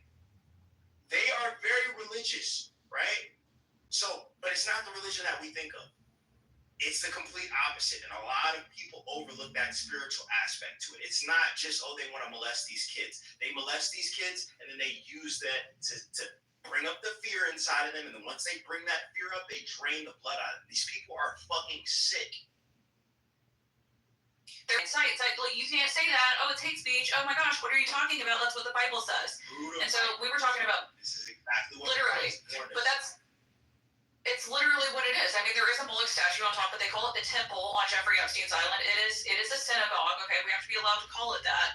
But they're coming after the free speech. We have free speech. We're allowed to say what we're seeing and articulate our thoughts. And I'm getting hit with all of these strikes for just calling it the synagogue of Satan, but that's what God calls it.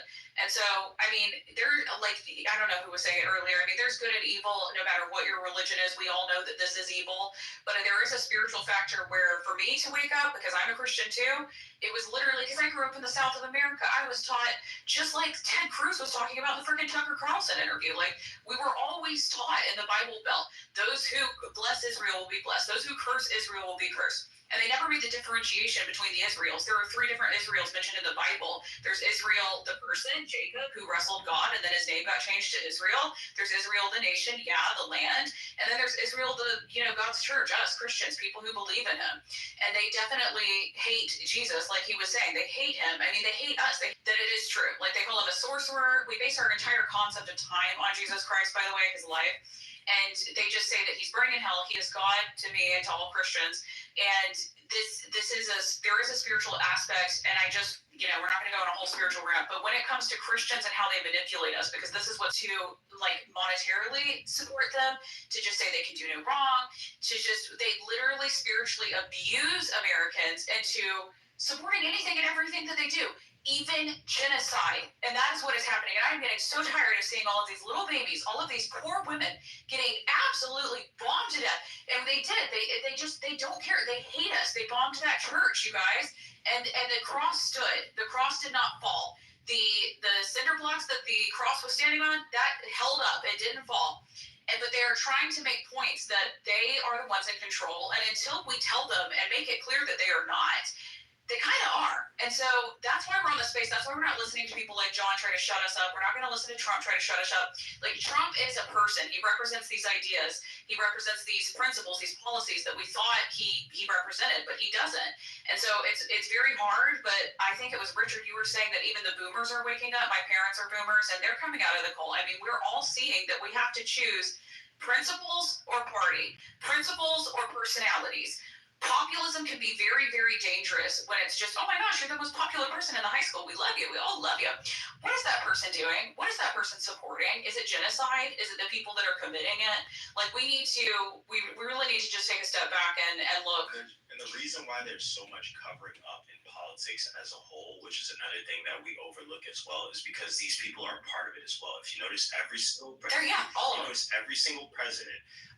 pretty much every single president that has been elected is a Freemason. If you look up what Freemasonry is, it has very deep roots rooted in witchcraft, occultism, Jewish Kabbalah, right? All 3 of those things line up. You want to know what guys want to? I think I spoke about this last night in the Space with You, Truth. Dr. Bill Slobin, right? The guy's a Jew. He used to be a fucking Jew. Now he's a Christian, right? And when he was in the witchcraft, they told him focus on Jewish Kabbalah, and then if you really want to dabble a little bit more, go into Freemasonry, right? And then you look up what's going on with things like Pizzagate, fucking John Podesta, fucking Hillary Clinton, both of the Clintons, right? This shit is not like they're a part of it, guys. That's the reason why. Windows, and they're all across the street from middle schools, so it's kind of like fitting in with the pedophilia club.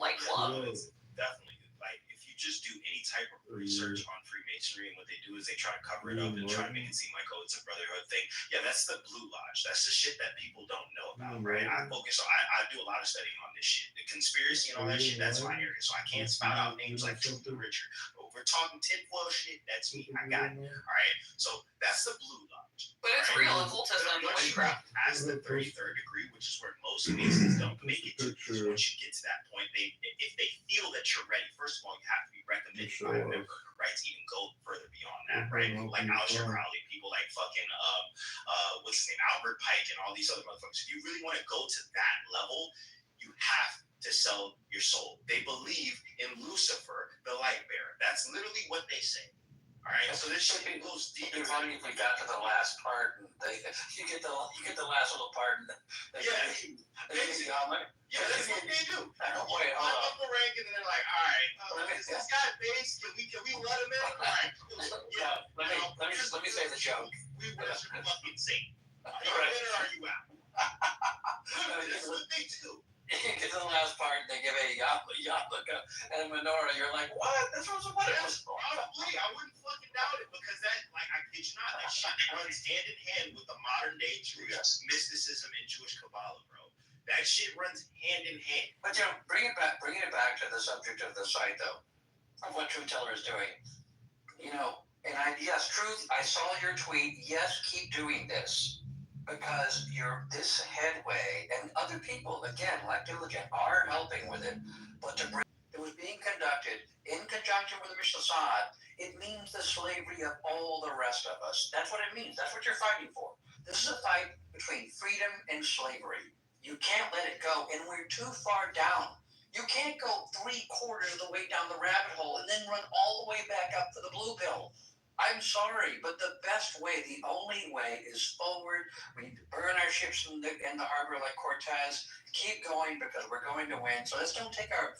When people come on, now I notice it's always, tell me truth, don't you agree with this? It's always, why are you talking about this? Stop talking about this. Talk about something else. That's when you know you're winning. So keep talking about this one thing, the connection between Epstein and the Mossad, the fact that we're not getting answers at all. You're not getting a no or a yes. Our government is saying we can't answer that question about the Mossad connection, the intelligence connection.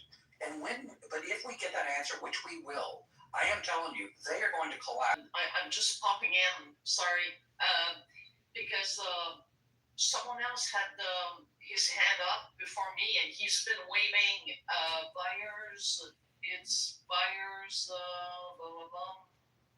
Updates, buyers updates. So it's.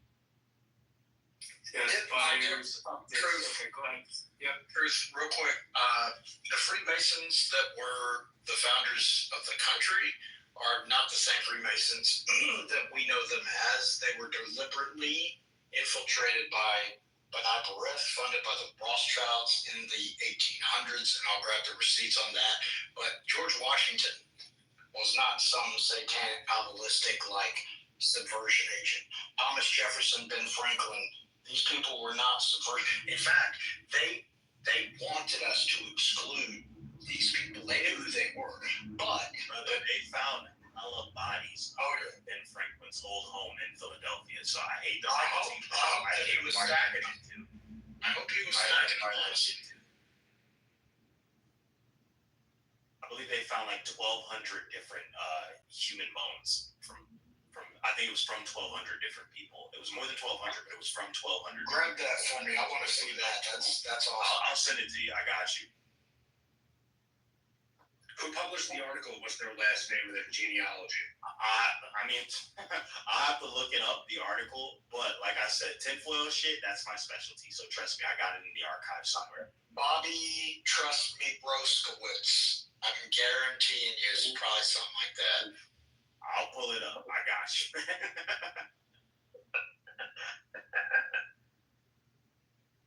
Hey guys, thank you very much for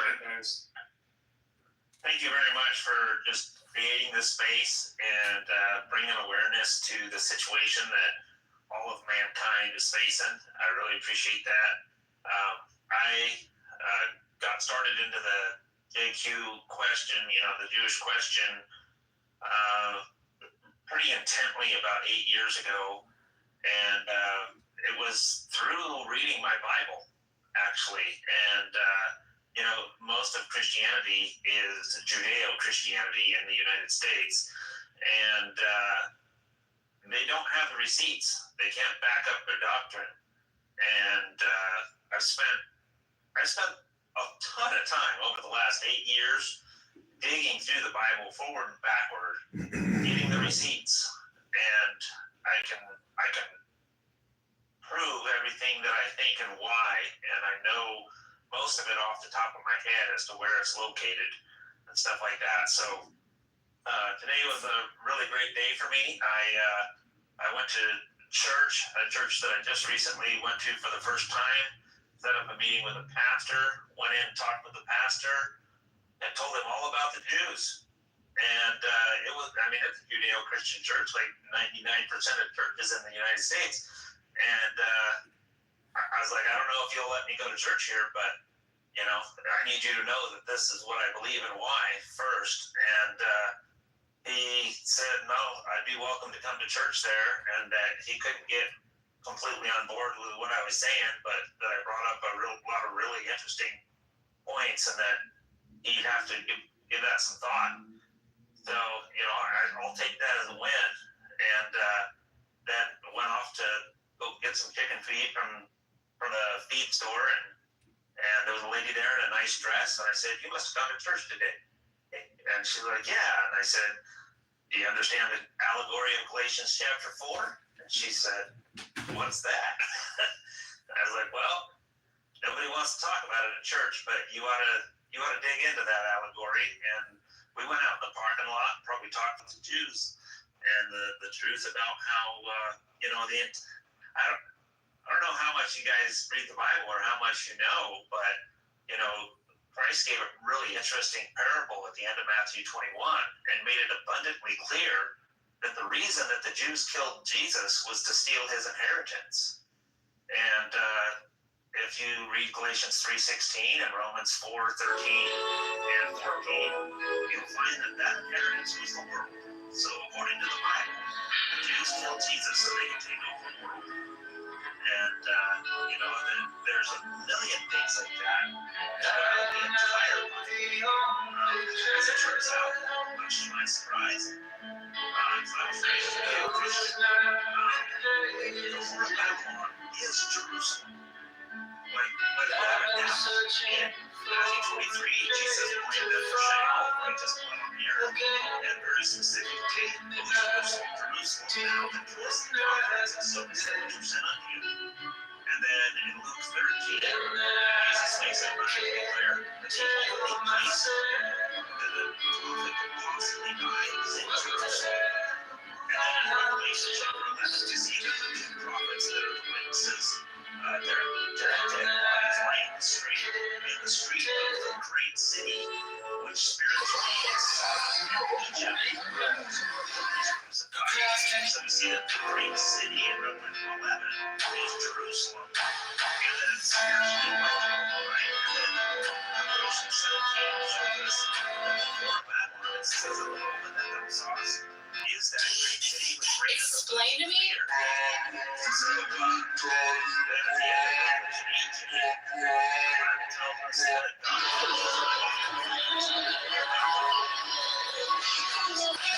mentioning earth is the greatest of Israel.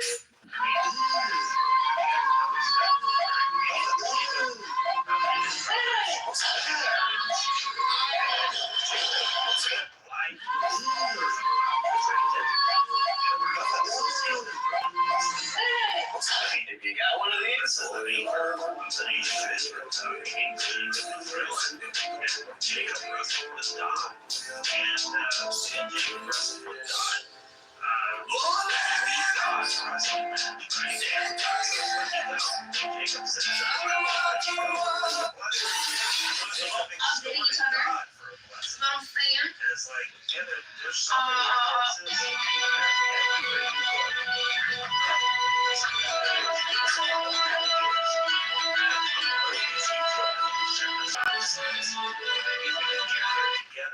Here's how I was doing my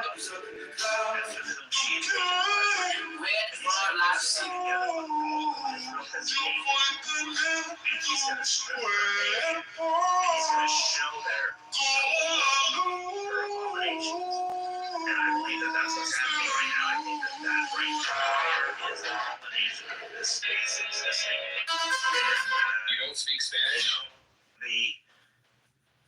If you look at it, the last place in the world you would want to be is in bed with God's ex-wife when he comes back. And the Old Testament says that God gave Israel a writing of divorcement and he put it in her hand. And so Israel is the ex-wife of God. And, First Corinthians, I think it is, chapter 7, the man who had taken his father's wife in the church at Corinth, that's a picture of Christianity.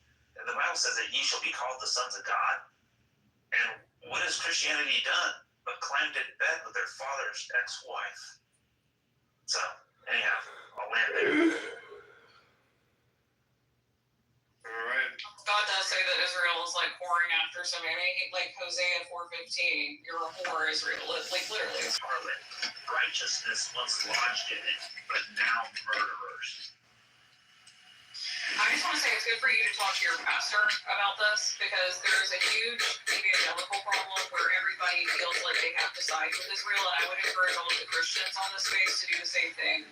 Take these verses that we're talking about. Go to Revelation 2:9, Revelation 3:9. It talks about the synagogue of Satan. and just point this out to them and say, how are you not speaking on this at a time like this when children are being abused? Like, they're being raped to death. And you need to talk to your pastors very plainly about this, because we all need to wake up. But the crux of the problem really kind of lands on the church right now, and they 100% of the time almost are just, they were at my church raising money. I had to leave the church because they were raising money to get to the IVF. I was like, what the fuck? Like, what are you doing? Why are we raising money? Why are we funding war as a church? So you need to start going to your pastors and talking to them about this, getting their opinion, seeing if you're still welcome there, but just planting the seed of this idea in their brains, because they're so brainwashed, a lot of them. And I hate to say it, I hate to say it. I'm a Protestant Christian, but I hate to say it. It's true. And we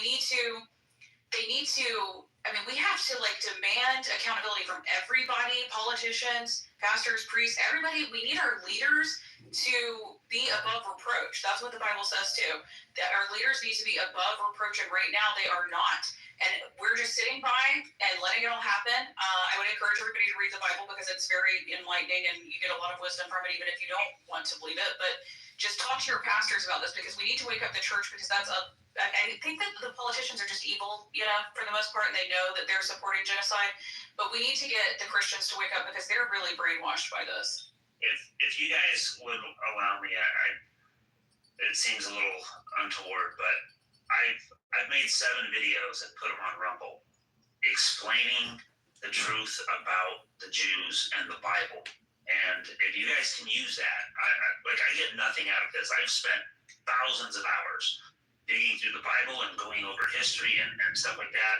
And I'm not monetized on any platform. Well, I guess technically I'm monetized on Rumble. I've made $8.60 something cents, and I don't see any of that until I get to 100, I think.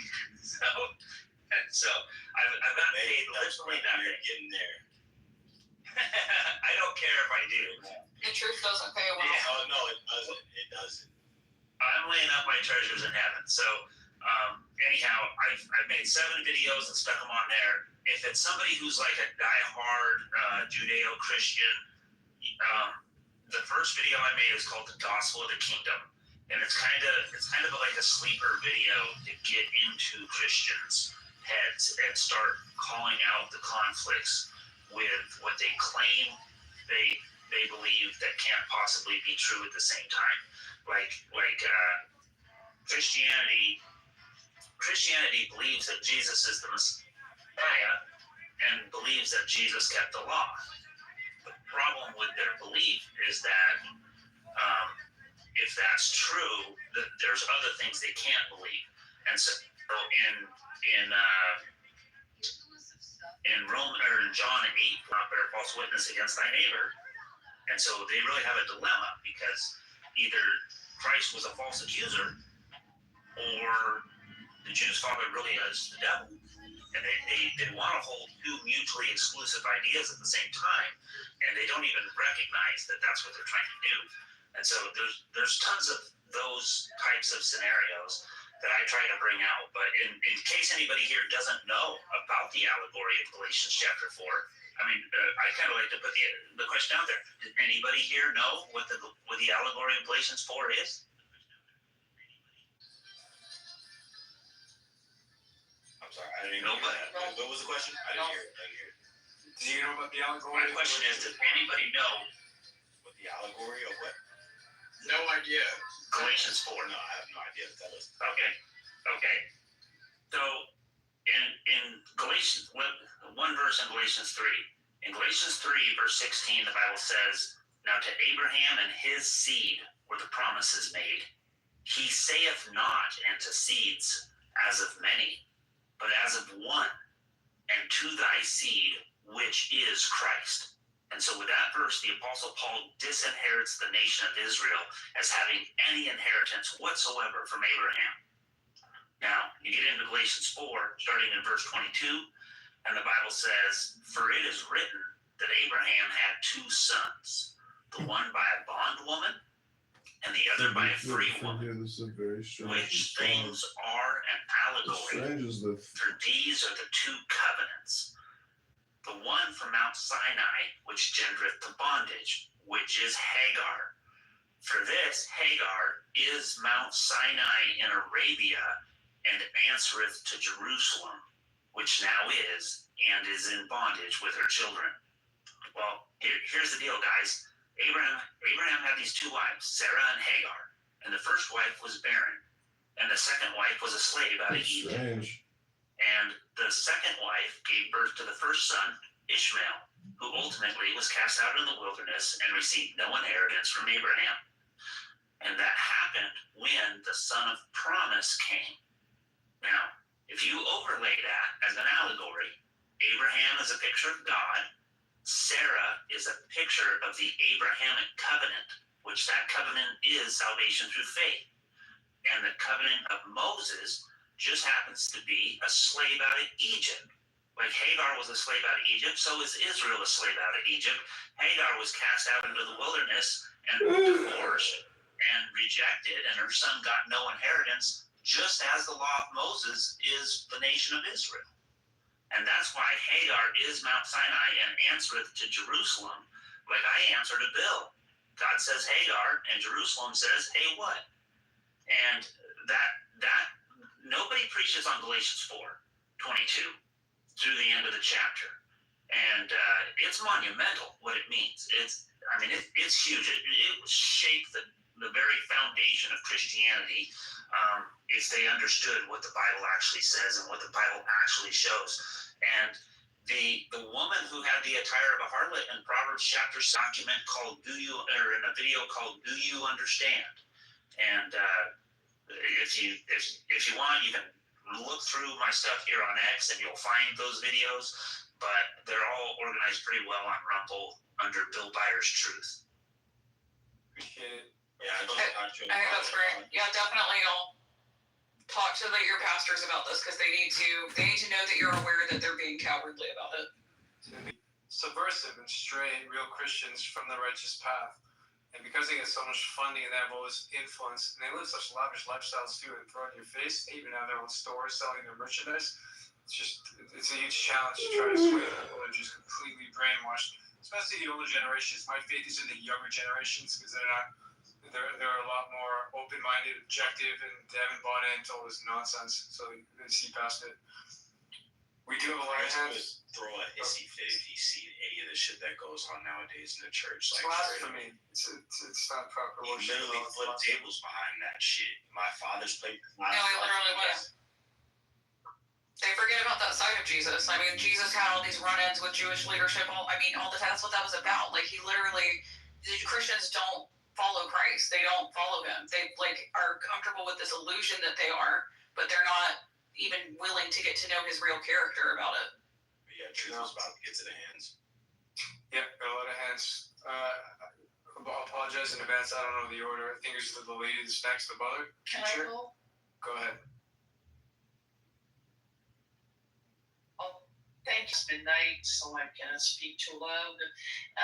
And I will be very short. I'll be very short. I want to thank Byers Updates for what he brought because it's it needs to be said, it needs to be clarified. I'm as a Roman Catholic myself, I've met some crazy evangelical Christians inside the Catholic Church. They were actually clothing themselves with the Catholic dogma, but their message was plain Judeo-Christian.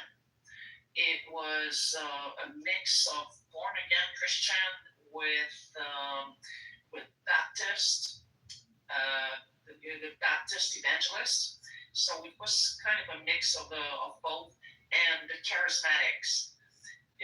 Probably you heard about them, right? The charismatics that just raise their hands, above someone, and in the name of Jesus, I'm gonna heal you, and that whoever this woman or this man, they just fall down on the ground, and then they don't really pretend they are healed physically, but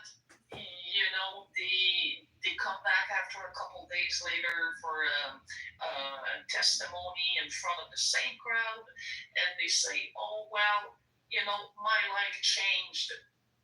My life changed dramatically. Now I stopped doing this. I stopped being that. I stopped seeing this or that friend. I changed my life entirely. Well, actually, I stopped seeing my actual boyfriend or girlfriend because I was told by Jesus in a dream that it was not the man or the woman for me. It made me sick to my stomach because it was so lame. It's so lame. It just goes to show that these people don't understand the scripture.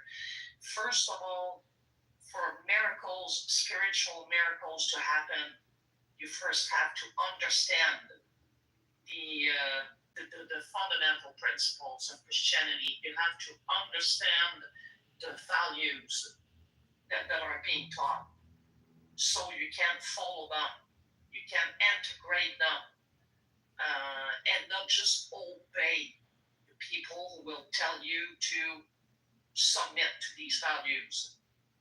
So that was my that was my remarks for tonight. Thank you, everyone. Appreciate it. This Judeo-Christian thing is a huge problem, you guys. We have to start telling the churches that we know, Protestant, Catholic, Eastern Orthodox, like, you just gotta go in there and let them know, Hey, just let me, if you would. The Bible says that you cannot serve two masters.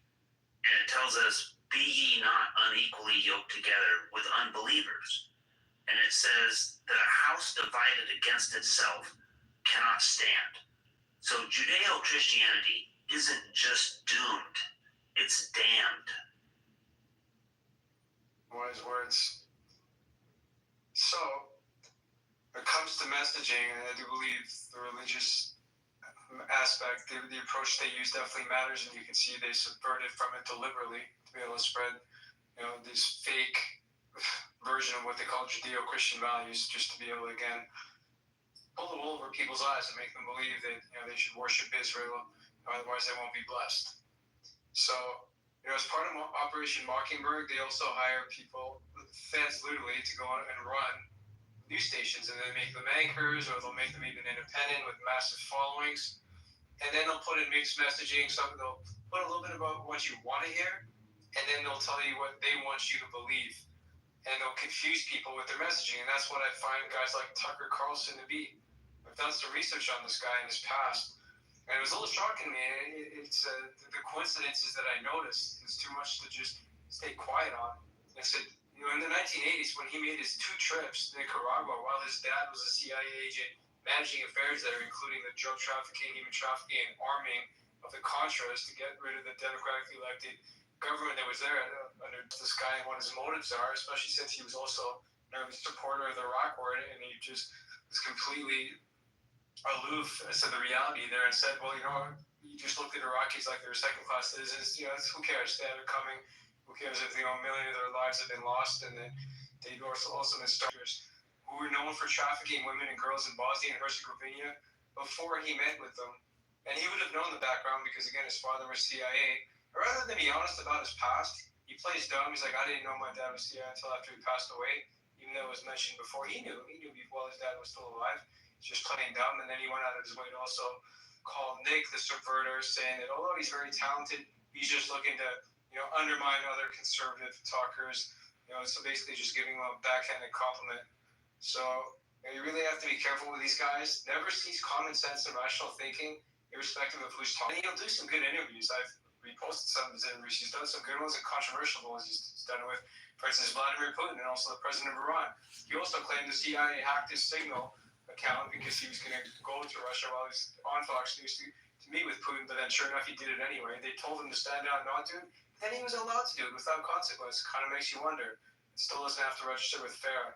So that's why I put up Tucker, because it matters where people get their news from, especially since the powers that be have figured out that mainstream media news is dying. CNN's a dying brand, Fox is a dying brand, Rupert Murdoch's, that entity of his business is dying. So now they're using these types of influencers like Tucker that have amassed a massive following, and their videos get millions of views. And he mentioned the one on, I'm trying to remember the politician that he interviewed, it was Milei in Argentina. He interviewed him before the elections and literally committed election interference. That interview got over 300 million views, and he wasn't even up in the polls at that time, but he ended up taking the election victory. People just thought it was strange that he would come in and do this type of interview before an election, because outsiders should not be trying to influence or sway an election. That should be something that's carried out internally without influence. Nick Fuentes summarized it all quite well.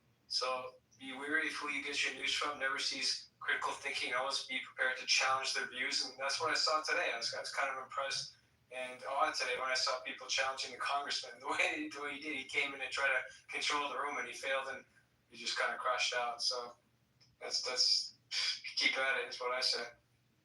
I can't see any hands anymore. Maybe Ginny and Richard can give me a hand and pick a hand. Who hasn't spoken yet? I guess Prashant hasn't talked yet. Zog just came up. Let me be frank. We'll go to Prashant. Go ahead.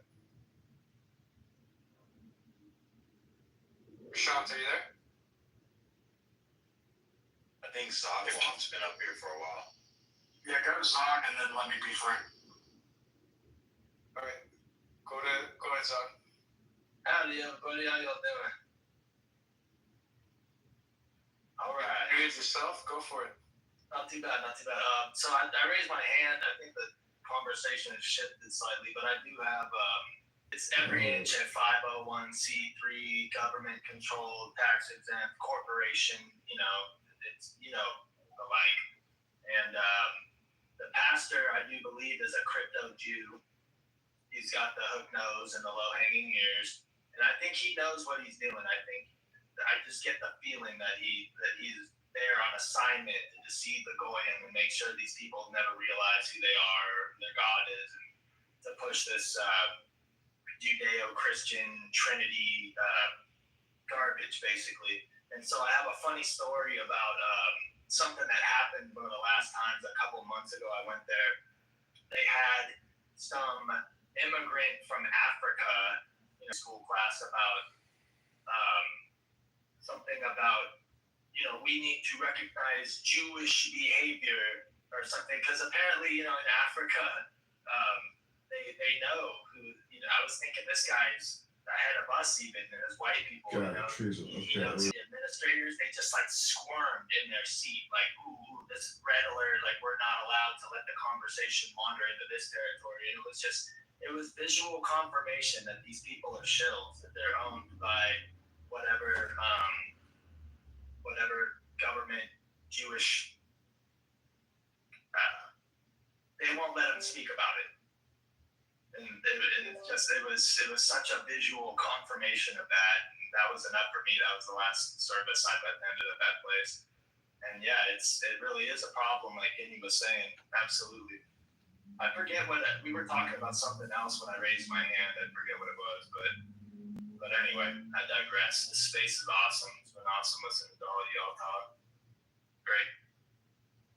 Thanks, I appreciate that. Yeah, I'll do more spaces, man. I put up a poll to see if I used to do spaces all the time, and then I took a break. It's a lot of responsibility. It takes time, but I'll put the time in because I'm kind of frustrated with the other spaces given all the censorship, and they just don't want to get to the real truth.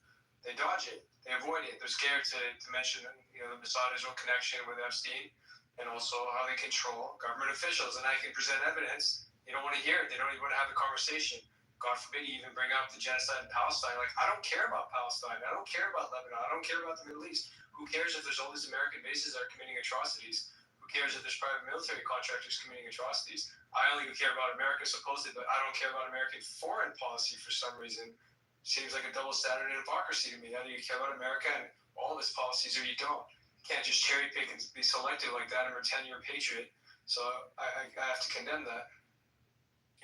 That's the most frustrating part, is that they act like they're patriots, that they're taking this stand, that they're gonna, but when it actually comes time to do that, to actually take a stand for something, they're nowhere to be seen. This Judeo-Christian shit. Look at this shit. Pastor Greg Locke just posted, if my stand for Israel burns down the house, I've got the matches in my hand. Let's roll.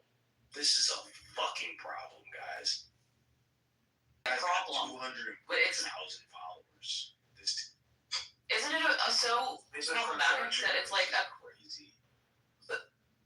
Confronting them in that same Sunday school class. I want to get my my Jacob's cross necklace first and put it on so I can be like, hey Dave, you like my necklace? and then I want to get into it. I want to ask questions. I want to say, hey, why do you all worship a God that selected another race of people to be his chosen? And if this is true, why do we spend no amount of time talking about them contemporarily, their affairs, Judaism as it exists today?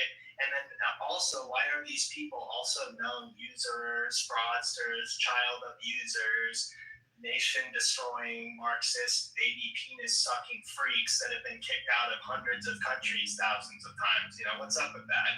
And I really want to see. I want to see the reaction. So yeah, they just typically won't talk about it. Yeah, but they'll tell me to leave. I think they're just going to tell me to leave, which is a cop out. You're a minister. You're supposed to discourse with me about these things. You don't have any answers. You're just going to tell me to get out. I've given hundreds of dollars to this church, unfortunately, I have, and I went there for over a year, and so I just have to get out. And you don't want to meet me intellectually. I think it might, get some noodles activated, and people might start thinking about it. For 19 years, I gave over $200,000 to that church. The pastor was my best friend.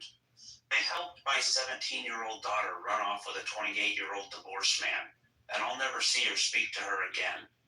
So don't think for a minute that the people at your church are necessarily going to like you for telling you that the Bible said, let God be true and every man a liar. And the pastors are the liars. Because God's true. Yep. And I've seen things at that church. Actually, I attended a wedding on, it was Christmas Eve or Christmas night. There was a service where a couple got married. And then I saw that girl at a grocery store like a month later, maybe a little less than a month later, and she was there with another man in the middle of the day. And so it was like she was cheating on the guy. It's like these people aren't even, they don't practice anything. They're so lost. Yeah, and I think that means, I really think we have a good chance of beating these people, you guys. I mean, everybody that we're against is running and hiding, or they're trying to filibuster or fill up the spaces with nonsense so that we don't talk about it. We're not the ones running and hiding. They're the ones running and hiding. And the Bible talks about that. I mean, they're going to run away. We're not going to. We have nothing to hide from. We have the facts. We're going to talk about it. So I think that they're afraid that we're not going to stop with the pressure, and they should be, because we're not going to. But they're in a frenzy right now. We're not, so we don't need to be afraid that we're going to lose, because I don't think we're going to allow that to happen. Look at Revelation chapter 18. I think it starts about verse 4.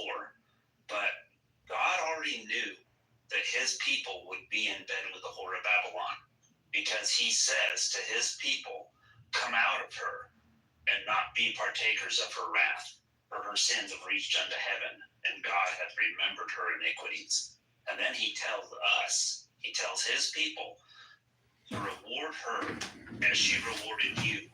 And the cup that she filled to you, fill it to her double. For she saith in her heart, I sit a queen, and am no widow, and shall see no sorrow. Now the reason the whore of Babylon claims that she's not a widow is because that would require that she admits that she murdered her husband at Calvary. And if you want proof of that, just go, they're the ones who killed their husband.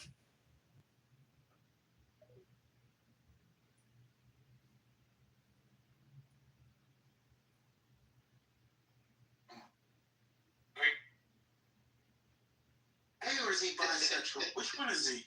Yeah. Is he gay or is he bisexual? Get on you. That nigga's gay. I don't Elaine too. You sure did. Remember Elaine? You know what? I don't even believe in bisexualism. I believe in gay or not. He's thinking like that. I don't have to really wear deodorant. Me too, Patty. I don't either. I don't really ever wear deodorant. See, but y'all helping my point, because like Brooklyn, I'm saying, like y'all be watching off the film mode when y'all just It's something about Oh, when you do it's a it, generational thing, man. Old niggas like musty ass. Old niggas like musty ass. Me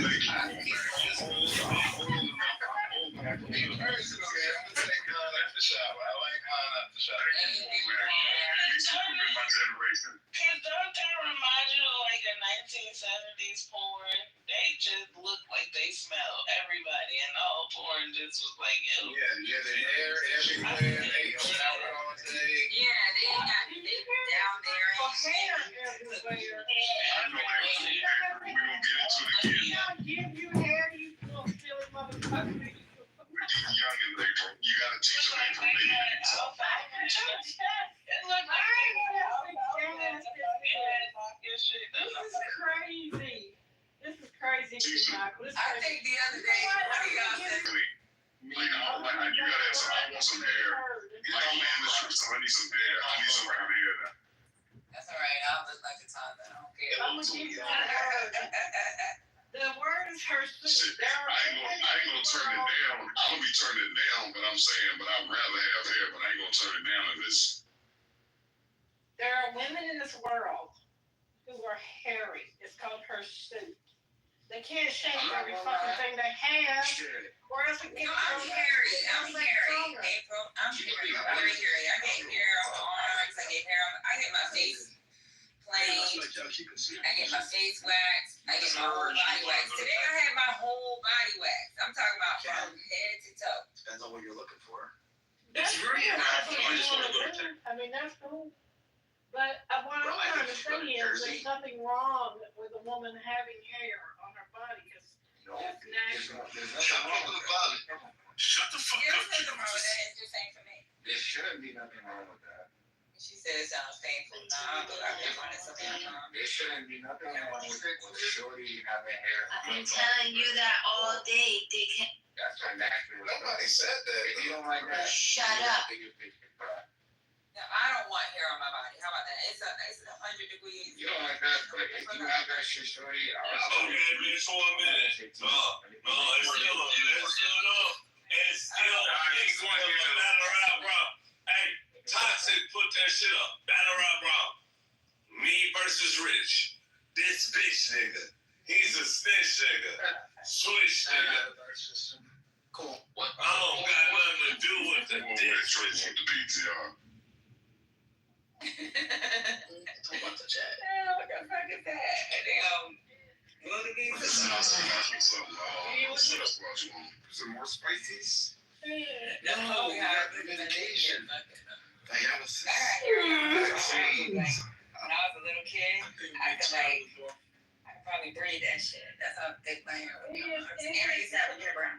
It is just a preference of the person and the person attracted. That's just So what about you women for men? Motherfuckers still felt that strong. Like, do you? See, I ain't tired of us talking about women. How you? Back in the day, this was still. Okay, go ahead. What you saying? No. What if guys are hairy? Or We don't get to back in the days Taylor, bro. I don't really have a preference about the hair, but I'm really not into that taco meat shit. Like all that goddamn hair on your chest. Yeah, I'm not gonna bit of taco meat. Sometimes I associate it. Yeah, just too much. Like right now, it's unshaven, but I don't have a lot of those. Yeah, but I don't really have a preference when it comes to hair for me.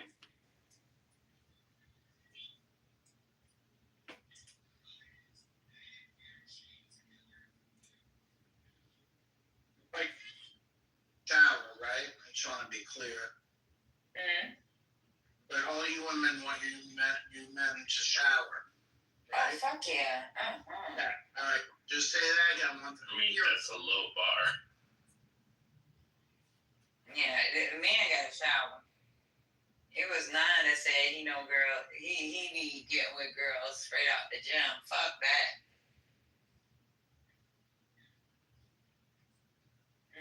I mean, if you shower after you work out. Nah, he talking about not showering. That's nasty. You ain't about to throw my pH balance off. And what about cologne, though? Like, I hate cologne. I like cologne. I don't like to lick all over a woman that she got the perfume that shit end up on my tongue. I think there's like a fine line to walk. Like when somebody smells good, it's one thing, but like when you just I just showed up or you just pulled up and you just doused yourself with some shit, like that's different. I don't like that shit. Exactly. But like if you've had it on for some time or you got lotion on or something that just smells good, you just smell good, then that's fine.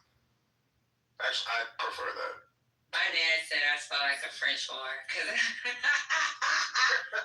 What the I fuck? use like body lotion, freaking sprays, everything. Patty layer. Girls who use body butters though, I don't know exactly what.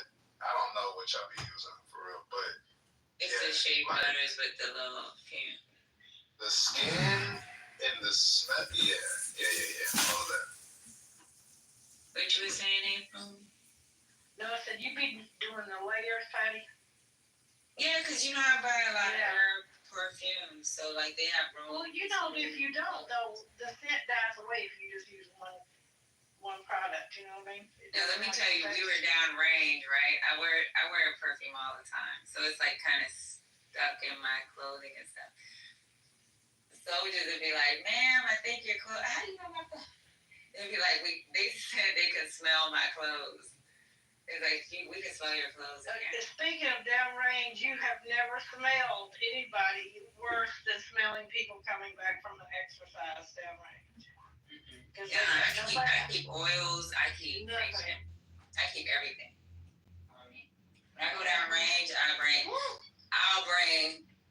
a tough box. My tough box has my moisturizer for my face, my sunscreen.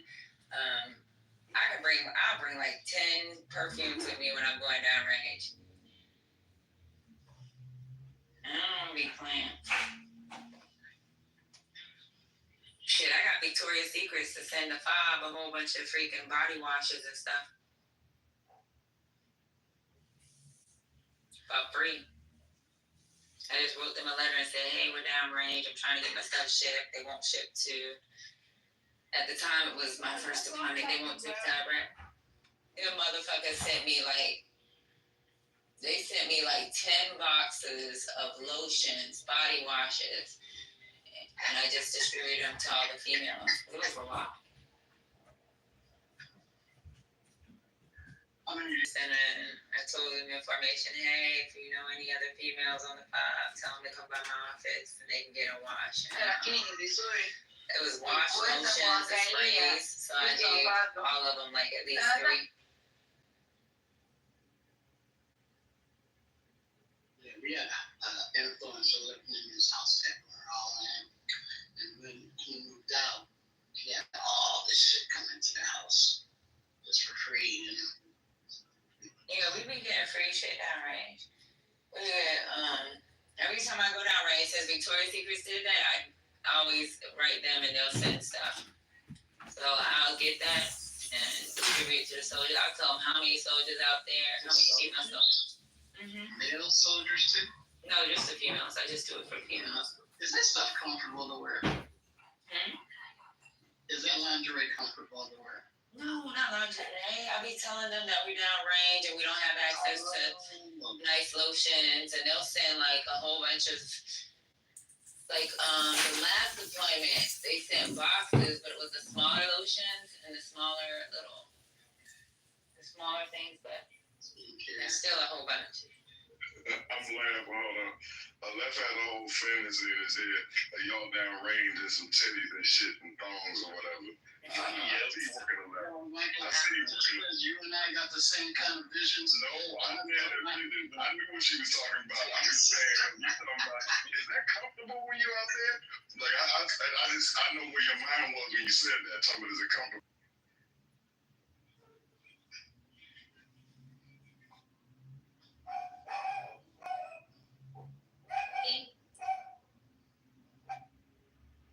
So, Patty, what's the biggest gun you ever shot? The what? What's the largest caliber gun you ever shot?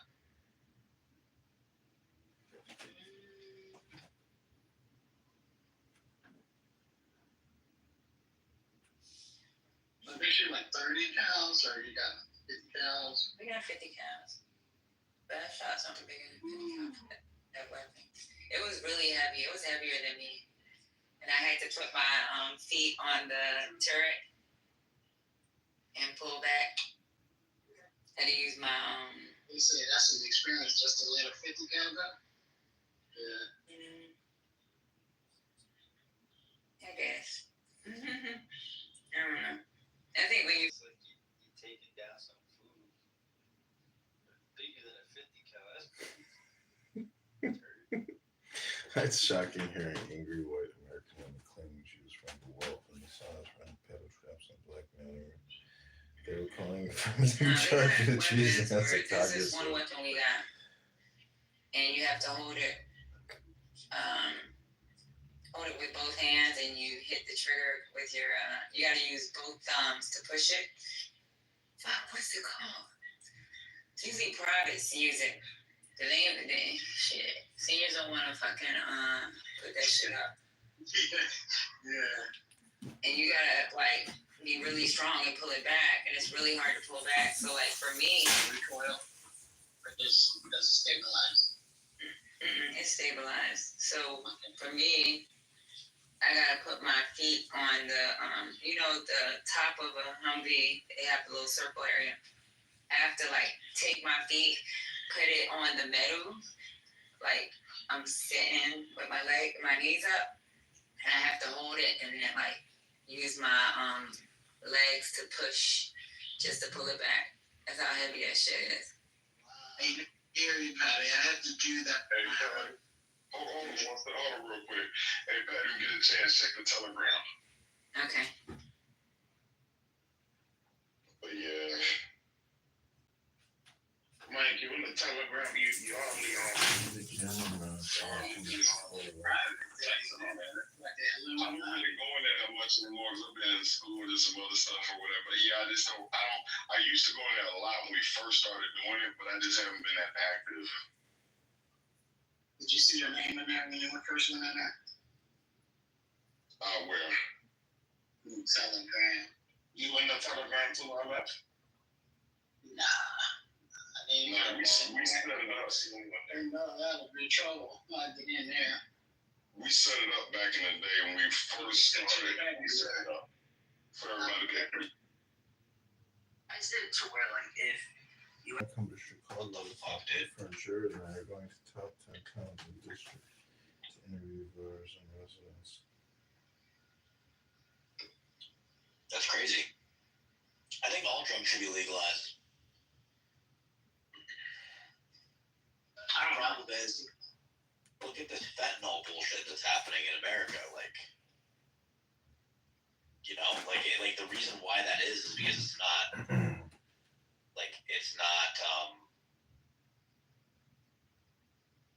okay, so like a drug dealer, right? Like if a business is selling you weed, then their reputation is on the line. Like they can't sell you fentanyl-laced weed because then that affects their bottom line. Or like that affects their business. That affects their reputation. That affects everything. They can't do that. They can't lace something. A drug dealer, like just some random street dealer, he doesn't give a fuck, right? He doesn't care. I mean, as long as he's moving the product, which he probably doesn't even know half the time if it's laced with fentanyl. He has no idea. And he doesn't care. Whereas if it's a business and it's your bottom line, like if it's an actual business, then like you have a reputation on the line and things like this. I mean, I guess drug dealers have that, but it's just not. It's not the same as like a business like selling weed. And as much as I hate to say this because I don't like regulations, but even regulations can help that too.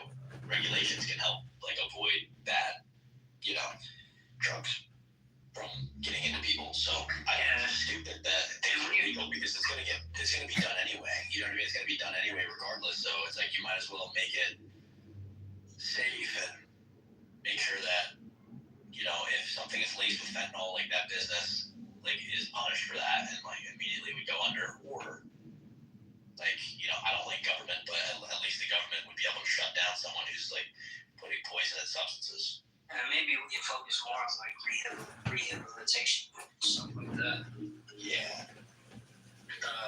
proceeds the government will get from like making heroin and all of it. I think it should be legalized.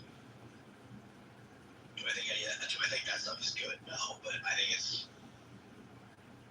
you know, at least it would be not laced with like literal shit that will actually kill you if you take it. You know what I mean? Because that's the problem. A lot of it is like pretty straight, like dirtied up and stuff. It's like really dirty. So that's how people like OD a lot and like really fuck themselves up because they poison themselves without even realizing it. Because all these drugs are illegal. It's bullshit.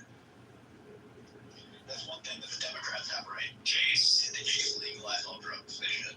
That's right. That's right. Yeah. But they don't want to hear it. That's the problem.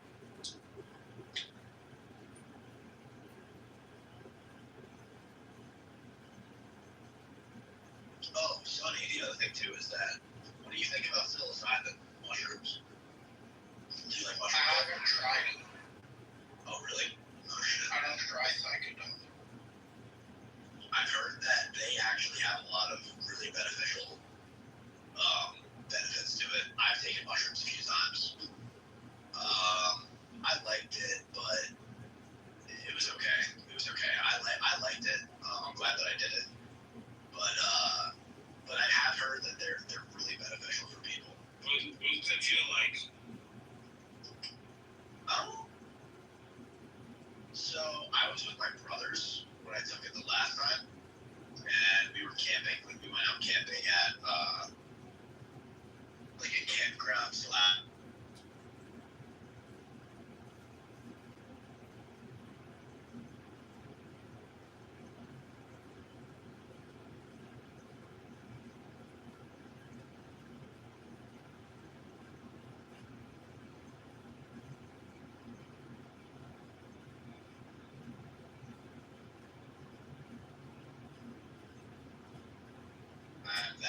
I was like,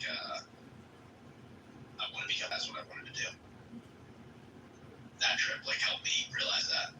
So, but then on top of that, like the visuals were really cool, and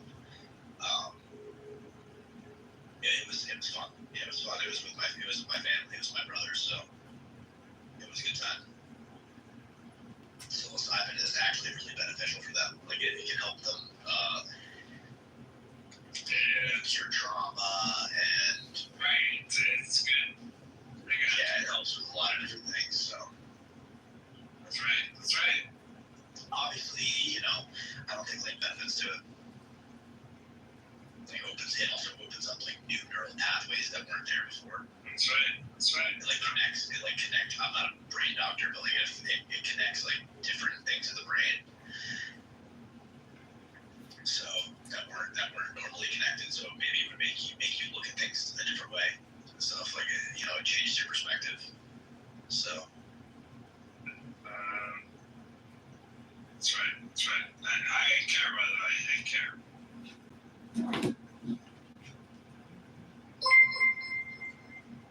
Is everybody here real people? I care about you. Jeez.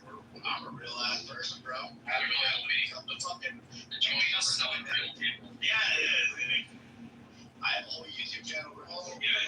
Chase is very real. Like you can follow him. Everyone here is ChatGPT. Okay, be nice.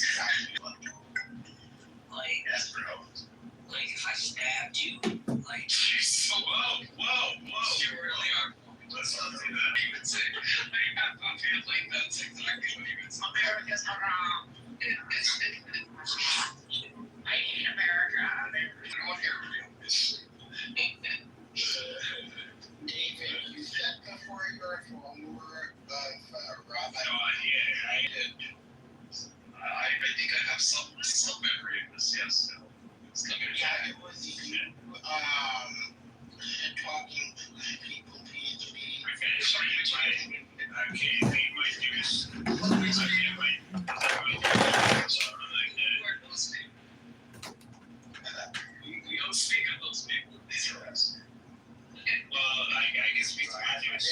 friends. Bro, I had my name on Clubhouse before I like went public and everything. I had my name Alchemist Goldstein. Dude, see, I thought Goldstein was an actual name. No, dude, it's not. Dude, Goldstein, and then people will be like, "Wait, you're Jewish, right?" I'm like, "Yeah." But dude, people do. Like, I think I told all of you in here. I was like, "Yeah, dude, I'm not actually Jewish. It's just a joke." David, how does it feel that your identity has become a country? I don't know what that means. Like, you know, he says, "Hey guys, I'm Jewish," and we right away laugh, right? Like, haha. Why is that funny? I'm asking you, what are your thoughts on it being? You know, ask you that. Those are respects. This is something else that's funny about that. My name would be Alchemist Goldstein, but then I would come in and like talk about my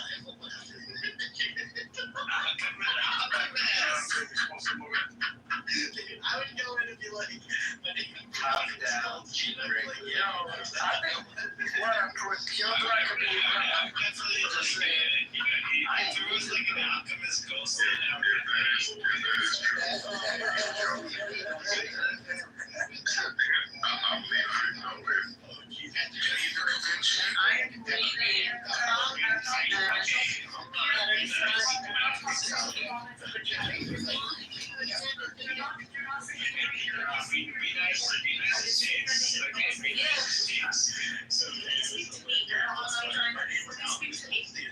Right now, you're justifying everything.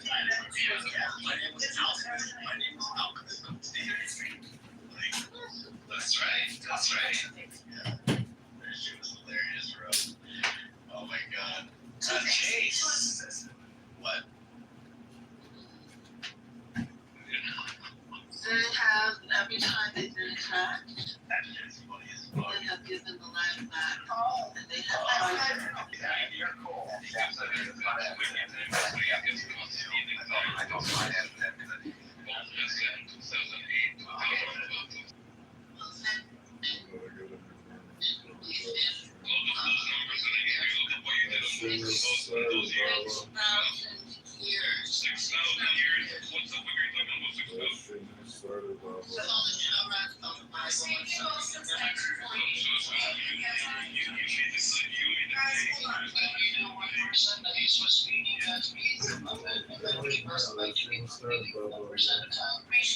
Total 6,000 years. Israel has, as the state, we know it as today. Has Israel made a mistake on top of that? Please answer my question. I answered your question.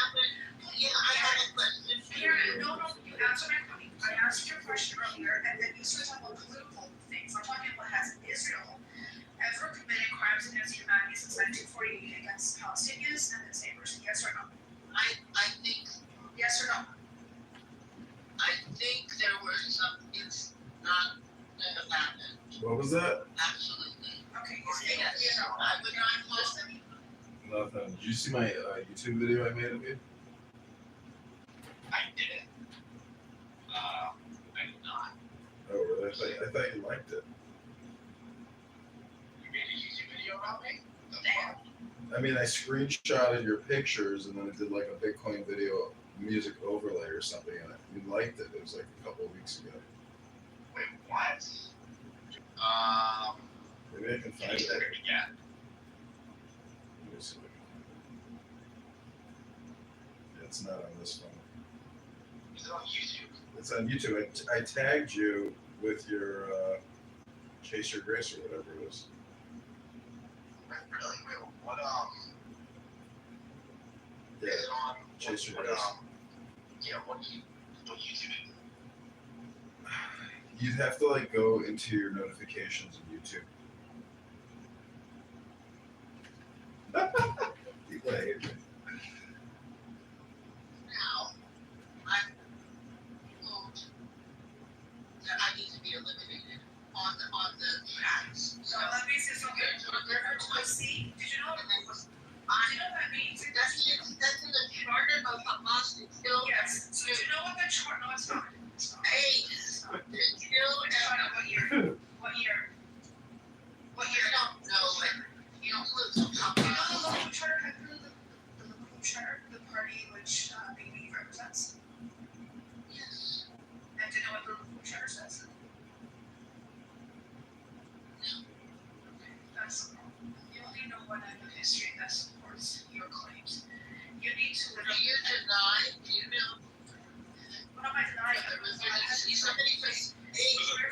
see that God. There's God. It's God. Well, I know it's no you. This is not you. It's not me to kill Jews. Okay? That's not what you want to be. Okay, hold on. Have you seen the Senate? It literally explicitly says on the greater Israel plan. It's not to kill Jews. That's your indication of it.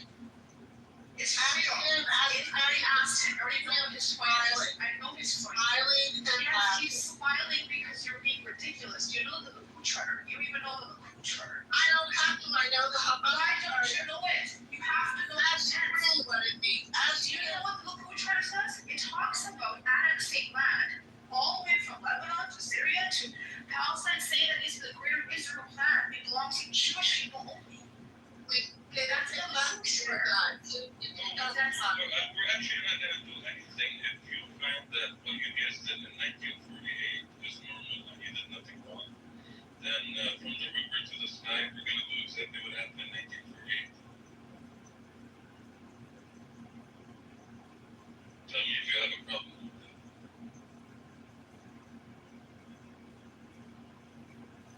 I really want to address something Karen said about the war. Karen, I think when they started happening in 47, not 48. 48 was the developed to the war 48. We have Jewish Israeli historians like many more. He's a Zionist historian. He agrees on this. He's a Jewish historian. He agrees on that. The UN agrees on it. The ethnic cleansing had started happening in 47 when they denied the rights. Right? So, even before the creation of the slaveholders, they've been involved in a bunch To claim that you're a victim, just like what you're doing now. You're trying to put the victim card on us. You fucking bomb civilians and you call it peace. You chase the children and you call it peace. And you put those homes and you call it peace. What peace are you fucking talking about? Let's address. She said the population went up. I know Norma texted you in the back channel. In relate to the definition of genocide, it doesn't have to go up or down. It doesn't matter. The numbers don't matter.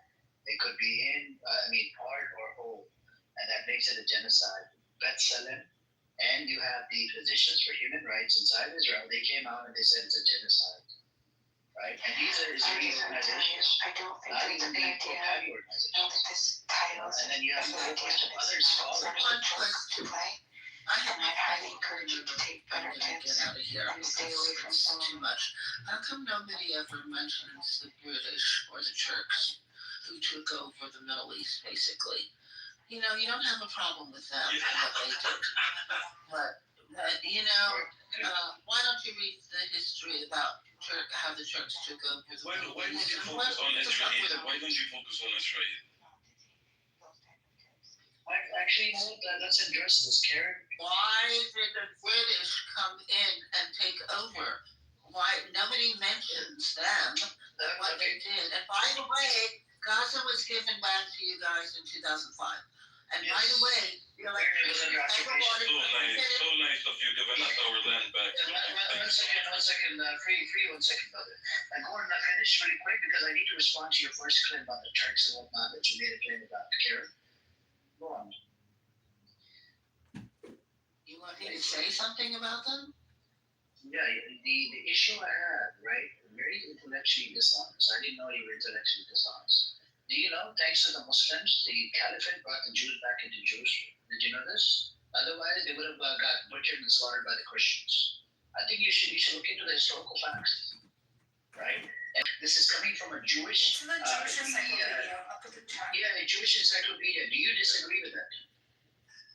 Do you think just because somebody has a Jewish name, It's a Jewish encyclopedia. do you think we all agree with who? Karen, please. Come on. I highly suggest to you to educate yourself about history because clearly you don't know anything from this. You came with your argument against still like the Turkish Jews now are actually those who were like basically saved by the Turks themselves. Prior to that, the Jews themselves in Andalusia, and you must learn about this. They had the golden age of the Jewish culture under the Islamic rule in Spain, Then when the Crucial and when the Spaniard they invaded the Spanish Peninsula, they moved with Muslims to North Africa, and until now there are like synagogues that date back to those years, and they thrived there and they lived there protected, and they had their own businesses. They thrived politically and economically. And what happened? What happened in 1492? Wait a moment, please. Wait a moment. So before cherry picking, some event, and we can discuss them even, okay? Just try to be, try to make some peace with yourself, okay? And try to forget some of your hate. What happened in 1942 in Spain? Please, I didn't talk earlier. You've been talking for almost 50 minutes now. I'm gonna finish with this. So try to just, get rid of some of the hate you have towards Muslims, towards Arabs, whatever you hate. I don't care. I don't give a shit about it. I don't hate. And try to read everything about history. It's not up to you. It's not up to you to decide what are facts or what not. You are not a historian here, you genius. So have some peace, okay, and be open-minded and learn about history, and then you are welcome to discuss it. But when someone brings you a historical argument, and then you try, okay. you gaslight it, and refute historical facts. It's not up to you. It's not up to you to rewrite history. Okay, with all respect to you, it's not your job. Okay, your job is to learn about history. My job is to shut the fuck up, right? You don't want me to speak. No. You can't yourself. So you're not letting me. I have a question. Excuse me, brother, you land your plane, you want? My question to you is, the entire area had Jews and Arabs, all of it. Guess what? There aren't any Jews in Yemen. There aren't any Jews in Iran. There aren't any Jews in Iraq. Can you please tell us when were the Jews kicked out of these countries? Can you tell us what year were they kicked out of these countries? It was between World War There's 35,000 Jews living in Iran. Yes, and there is in Morocco, and there is in other countries in there. But can you tell us to the point that you're trying to make, to the point, when were they kicked out? After 1948, after your Zionist your genocidal state was established. You keep saying I don't know history. I know people. Who's one friend of mine, the grandmother walked 1,000 miles from Yemen. So don't fucking tell me I don't know about the history. I'm not a young person, I'm an old person. I have relatives who've been going to the Middle East forever, okay? And I know things that other people absolutely don't know about. And I told you I had friends when I was a teenager. And the closest person I am to is a Muslim doctor, okay? So don't tell me I'm full of hate. But don't twist history because you don't like Netanyahu. I don't like Netanyahu. I don't like Netanyahu. We don't twist history. You don't accept history. You cherry pick your history. You have written the most hateful things I've read. I don't care. I'm not here to comfort your feelings and your own. No, but you are full of hate. We're all seeing on live television the suffering of Palestinian children and people as we fucking speak, who are starving to death. You deny that. And then you expect people to be nice to you. Korean, then you expect people to be nice to you. Have some decorum. You are at what age now? Have some decorum. Then you pretend that you don't know history, but the only history you do know is the one that supports your narrative, which is sickening. Please. Okay, same to you. Same to me, by the way. Just so you know, no attacking you. Do not play victim. Do not play victim. You said that children are not starving right now. Korea, are people starving right now in Scotland? Are children starving? They're not? No, you are a lying scumbag. Your ancestors are rolling in their graves. Oh, shut up about my ancestors. Goodbye. No. Somebody uses to discuss with this woman. She's denying everything, not just history, but even current facts. things that have been seen by everyone around the world, around the globe. And you are here, no, they're not sorry. We've seen kids. Can't check them. Hey, we've seen skeleton kids. They are skeletons. They're sick. That one kid has that he has a Look, disease. no, wait a moment. There's a Wait a program. moment. Holocaust, hang on. Let's talk about a Holocaust, 1942, Karen. Do you know that to oppose the Nazi, they wanted to take out the British? It was the Jewish militia again called Lehi in 1940 to 41. Do you know why they opposed Hitler? It's because British decided to not give you guys a state, right? Because they saw the Zionists as a threat to the human approach to Hitler. You know, and this is the big. I think you need to seriously. I would suggest you is open up some books about the Holocaust. And when you look don't have to. My father was in a concentration camp. I have information from my mother and father who were in France when the Nazis came and the French did. Take the children. The German Nazis didn't want the children. The Vichy government in France wanted. What did we do about Warsaw Uprising, Karen? But don't tell me about a fucking history book. What did we do about Warsaw Uprising? I lived with history books. So what Hamas is doing is they're doing the same shit. What happened in Warsaw? Seeing me and learning something from me. You're so paranoid about whatever you think. So what is? Okay, I don't even like Let me ask you this. Let me ask you this. What do you? Let me ask you this. Listen, relax. Let me ask you this. What do you think about what the Nazis are doing to the kids inside of Gaza? Over 20,000 are killed. What do you think about that? What? What do you think about what the Nazis are doing to the children in Gaza? You don't mean Nazis, you mean Israelis, right? No. I mean Nazis. And this is a compliment, to be honest with you. But I don't know who you're talking about. The IGF. He's talking about the IDF. The IGF. No, I'm talking about the IGF. If you want me to say there are bad people who are Jewish, yes, there are bad people of all ethnicities and religions. So I never use the term Jewish. I use the term Zionist. Because IGF, do you know what IGF is? I thought you were a historian, and you're all. You're saying G instead of one. I'm using IGF. It's IDF. No, you're too old. It's Israeli Genocide Forces. Israeli Genocide. Israeli Genocidal Forces. Yeah. Stop. What do you mean? All right. Can I ask you a question? Karen. Since you know history, can I ask you? No, the COM, NAKAM. If you don't know the COM, have you heard of Joseph Hurwitz? No. You don't know these. This is very prevalent in history. So let me give you. I'm not great with names. Okay, so have you heard about the parliamentary organization of about 50 Holocaust survivors that tried to seek revenge against the Germans, and they planned to poison the waterways? You won't let me respond. You said you didn't I don't know. So I educated the group. I come from a family of Holocaust survivors. Why they didn't Let her finish my fucking sentence and I'll leave. Let her finish. Why they didn't go get guns and go kill every living Nazi that was still alive, I don't know. Do you support that? Do you think that would have been a good thing, in your opinion?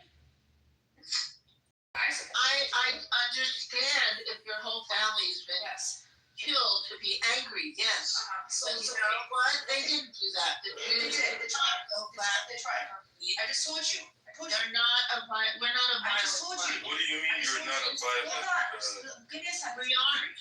I gave you two examples. The COM, which is huge. Then I gave you Joseph Hurwitz. These are two groups that work to try to poison the water of 6 million Germans. Okay, to not just Nazis, it's Germans. Eye for an eye. I'll put the link in the chat. Maybe you can look it up yourself.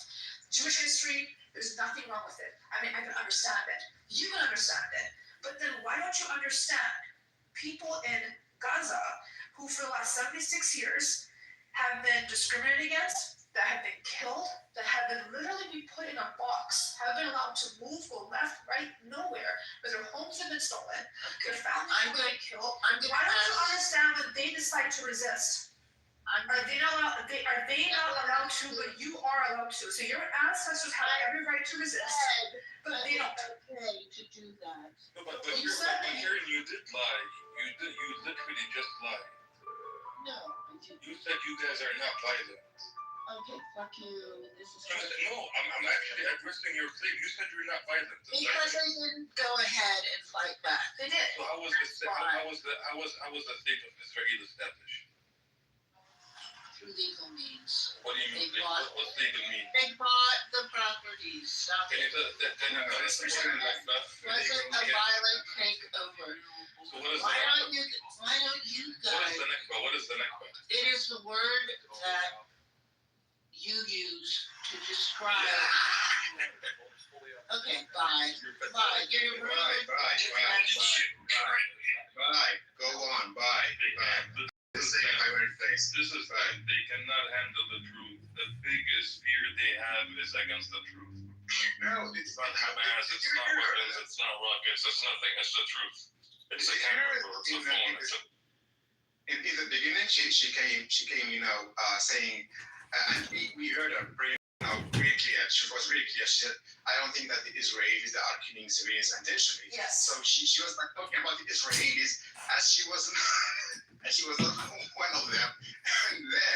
And then she started talking about herself being basically like this. Yeah, you have like, because you hate Netanyahu, I think she's a fan of him, one of his supporters, because she said, hey, you hate Netanyahu. Like, but there's a game set. She didn't even answer anything. Every question she was asked, she's like, what about Yemen? What about I'm a Holocaust? What about I'm a historian? I know this. And I don't know. She pretended that she didn't know history. Remember, guys? I don't really know. And then she started dropping back. She didn't answer questions, so she turned to the chat. She wanted to play the victim card and feel like it. when she said the Nakba is a word that we created. Check out the chat, everyone has to focus on the chat. All the conversation on the chat was towards the psychopath. I know she was doing anything that she could to get out of the conversation, push the point.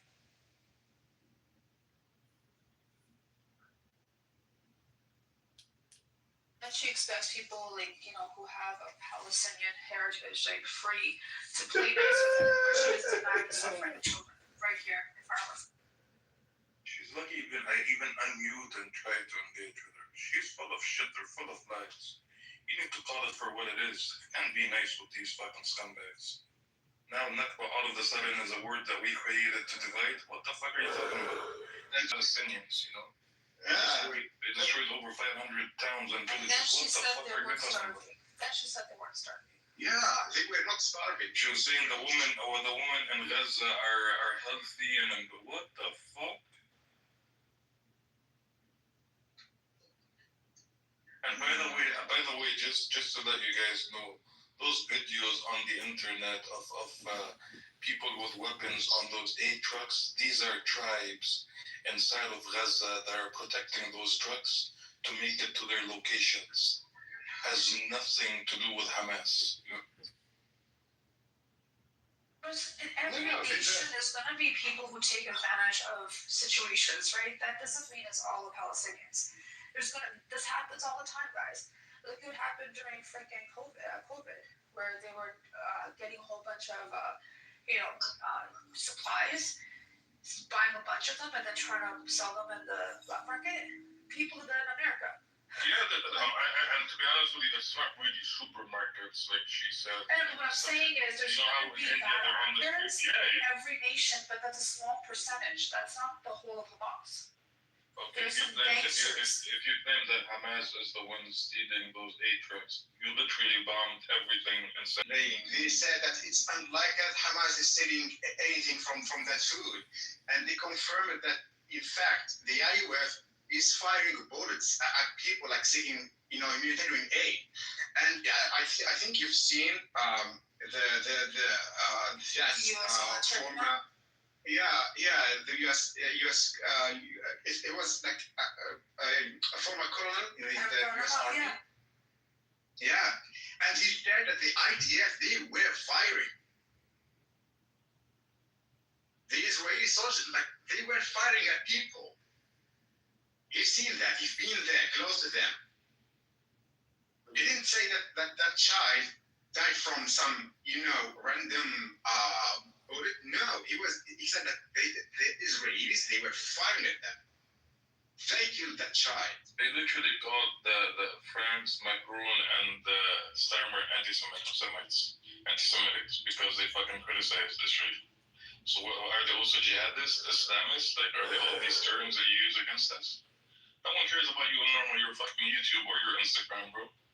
Shut both of them up your ass. You fucking pathetic piece of shit.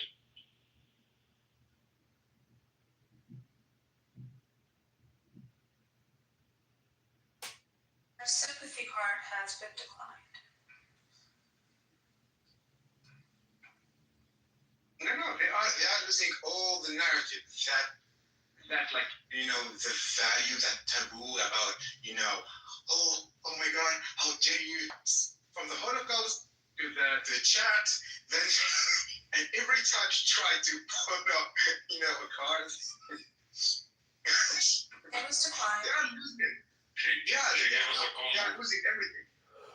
I forgot to tell you guys, we have 2 aliens, 3 aliens. So one of them is actually Harry Bolzak, and one of them is actually Julian. There, if you look at it, 3 of them in the bottom, and one of them is a recorder that streams the room. And they don't have any life, And they come in here, they want to listen, record, do whatever you want to do, man. I don't mind. We're not even doing anything. We're just engaging in a conversation and relate to the past. No one cares about 6 million people shares the same opinion.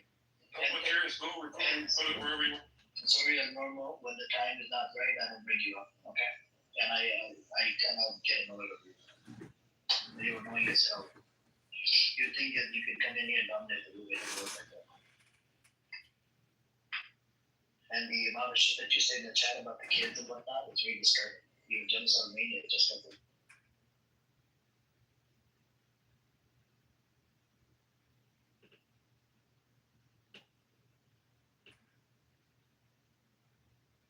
Oh, this guy's pathetic, man. Where you guys are the filth of the earth. This is for your recording, Norma. You guys are the filth of this earth. You're the most disgusting, the most hated people on this earth. Let your YouTube fans and your fucking Instagram followers enjoy this. We see it. You even got kicked out of UAE, you filthy pigs. UAE kicked you out, you fucking disgusting scumbags. You're Brazilians. Now nobody's gonna fucking take you. Do you really know he's coming back? Like, does he have like a name or His wife to come in, and his son is a he, she, they person. Like, he's fucking mentally disturbed. This dude, bro. Gosh.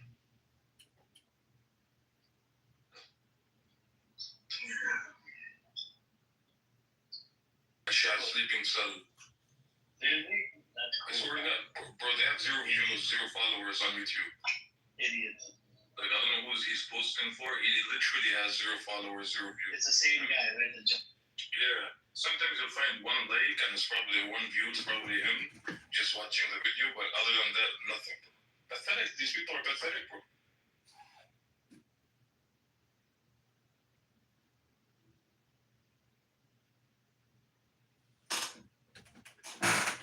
It's not a book of faith. You guys can't lie anymore. You can't shut people down. The whole world sees it and says it for what it is.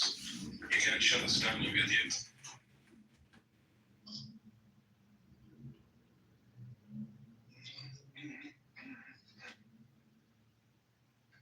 Anybody want to come on up? You guys want to come on up? Hey, what's up, Marcus? Everybody else want to come on up?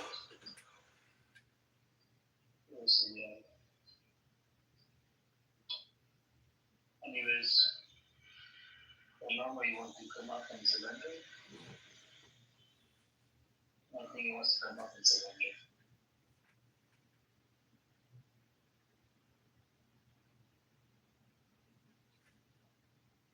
But it was interesting. No, I'm actually not tracking my flip flops. I'm using them.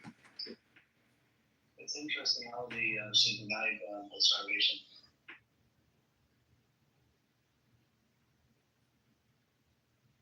Here, I'll show you a picture of what I'm using my flip flops for. Hold on 1 second.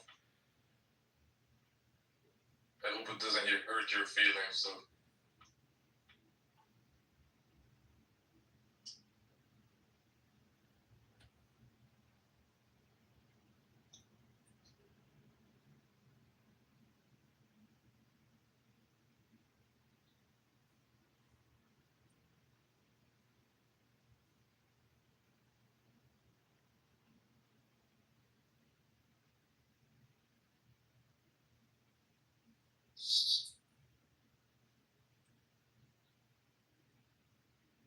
Here, look at my flip flops. Normal.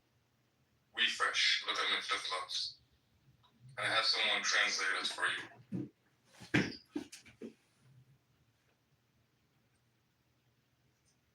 This PTR is based on a true story, by the way.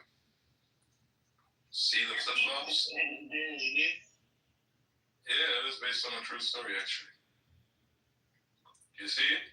Any comments about flip flops? Good one. You know, first time I saw your PTR, I was in shock. I was like, what? That's a good picture. It's actually based on a true story. Type it on fan units. Look at him, he's triggered.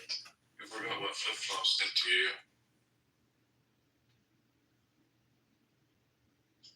What was the story about? You mentioned? They went after him and they shot him, and then they stepped on him. And they took a picture. It's like, yeah, they recorded everything. It's all evidence. You know that you can jump on the top of a tank with flip flop. Yeah, everything happens there with flip flops. Yeah, you can do that, and try make some Zionist barbecue, under the sunlight. He thinks he insults us when he says flip flops. You pathetic. If it wasn't for your flip flops, but he gets some, actually gets some nightmares about flip flops. The flip flop guy, the guy with the flip flop. I'm sure my God will have mercy on me, Norma. The real question is, your God gonna have mercy on you? The world is covenant. You're done, buddy. You're done. 3 more years. I won't pray for you. Norma, I heard you had cancer. Is it true? Oh, is that true?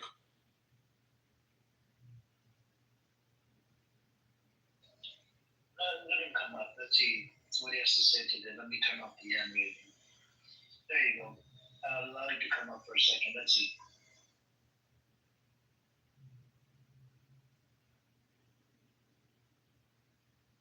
Come up, yeah, Jahash, come up. You're gonna have a heart attack on fucking Clubhouse. Come up.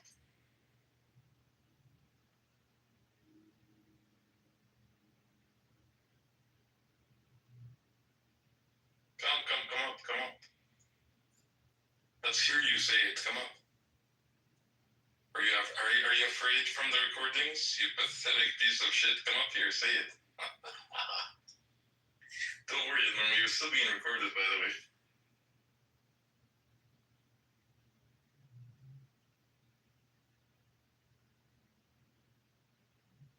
This movement that records the copy team goes into rooms that have to replace them. Can you believe that? He's so stupid. He has like 30 phones. It's recording Clubhouse room. Well, these people will have a heart attack if they go on Twitter Spaces and listen to the conversations there.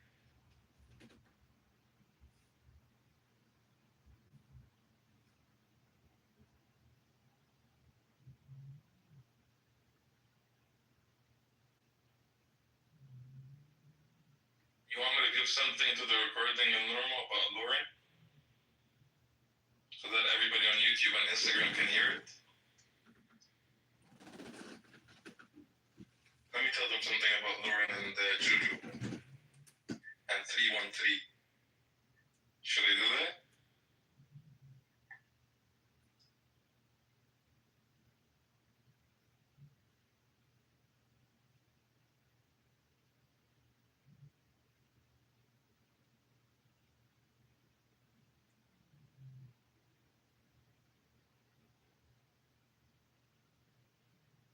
Yeah, the good boy. Good boy and normal. Please stop talking to him. Oh my gosh, bro. I can't anymore. He's depressing me, bro. Now that I told him I can give something to the recordings, like YouTube, Instagram, like he said, he's adjusting the way he speaks. Good boy, man. Good boy. Don't make me give something to your fans, and no.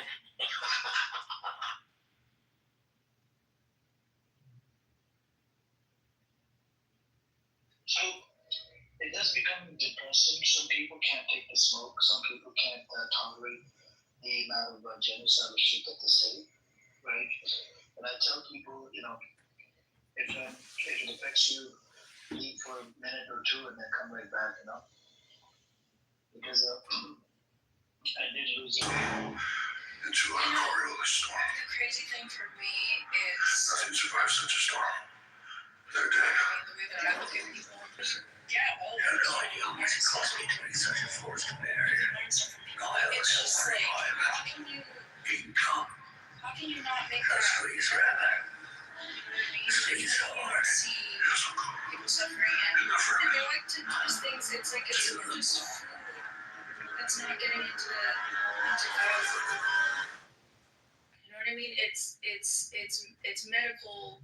I mean, these people aren't even drinking enough water. You know what I mean? And the whole thing, they don't hurt anybody. Maybe there's some people, I think we can all agree that whatever happened on October 7th, what's up with the government not doing research on about it? No, I do not. The drugs to wear our partnership is when those things start being filed and things like this. That's so sad. Please what's on back in there, I'd be pissed. I am pissed too. It's like, I said this before, but it's one thing to be heartless towards other people, I guess. If you don't see that you're going to tear your own society apart, you're going to tear your own people apart. I mean, look at yourself. You don't do anything for them. Others. See people starve, see people die, see other things do horrible stuff. You don't think that not everybody's a killer. You know what I mean? We're going to put out some killers. Not everybody is a killer. Not everybody can take it. It's just sickening.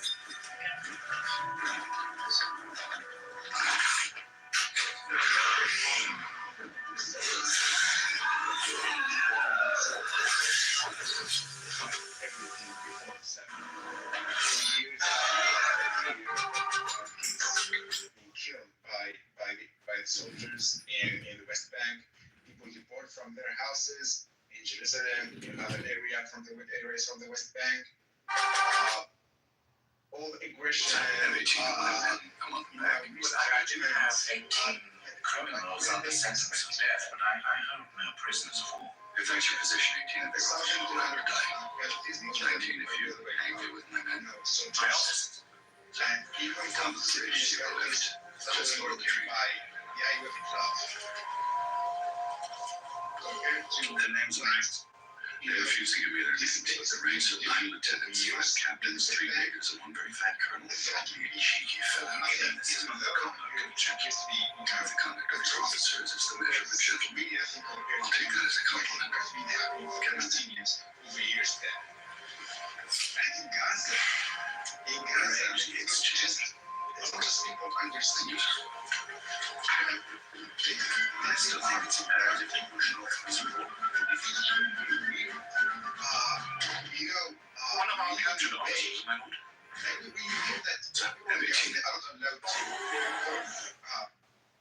stuff that has nothing to do with any resistance or militia or military activity, like like marriage dresses, chocolate, parsley.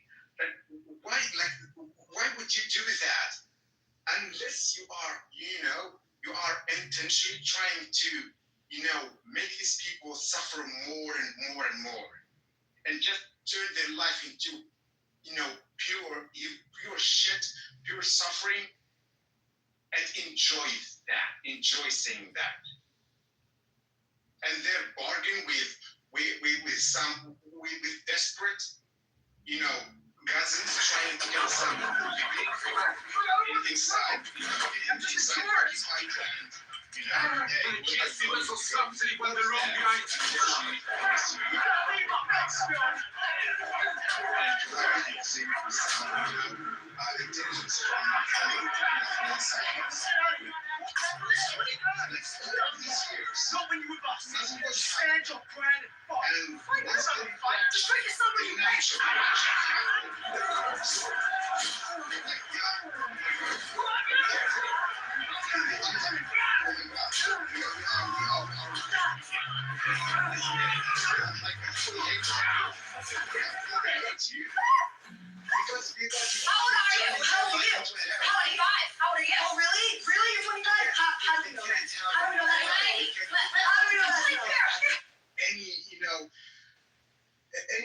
Any ambitions about life.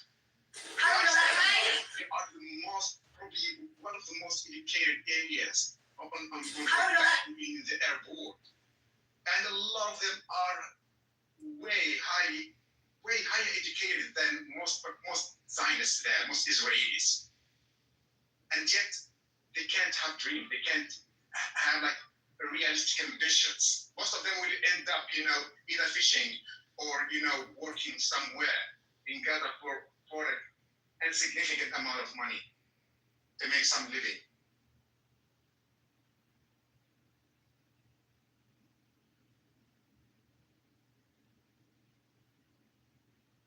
If they are unable to perceive or to understand normal human feelings, then you idiots that at least learn from history.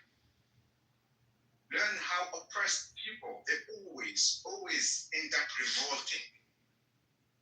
And when they do that, it's always bad. It's always nasty. Brother, they bomb hospitals and they say that Hamas was hiding under the hospital. Yeah. They murder the babies and then they blame the crib. They're serial killers, buddy. These people are fucking serial killers. No, and the Western countries keep giving them weapons, supporting them. No. They're serial killers.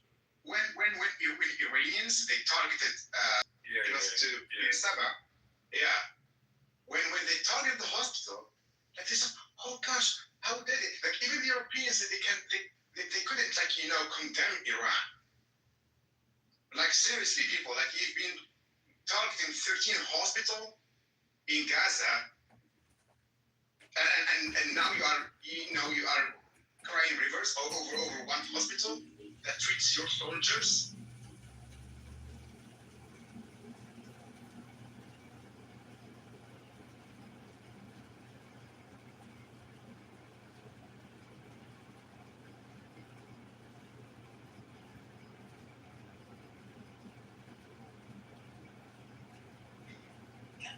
See, that's what makes it so sad. It's I don't think any hospital should be bombed, but they can't even see that. They can't even see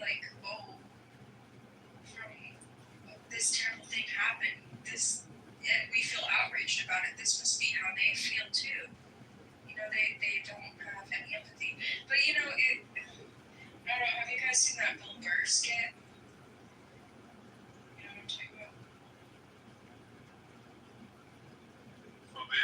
hospitals all because they're afraid.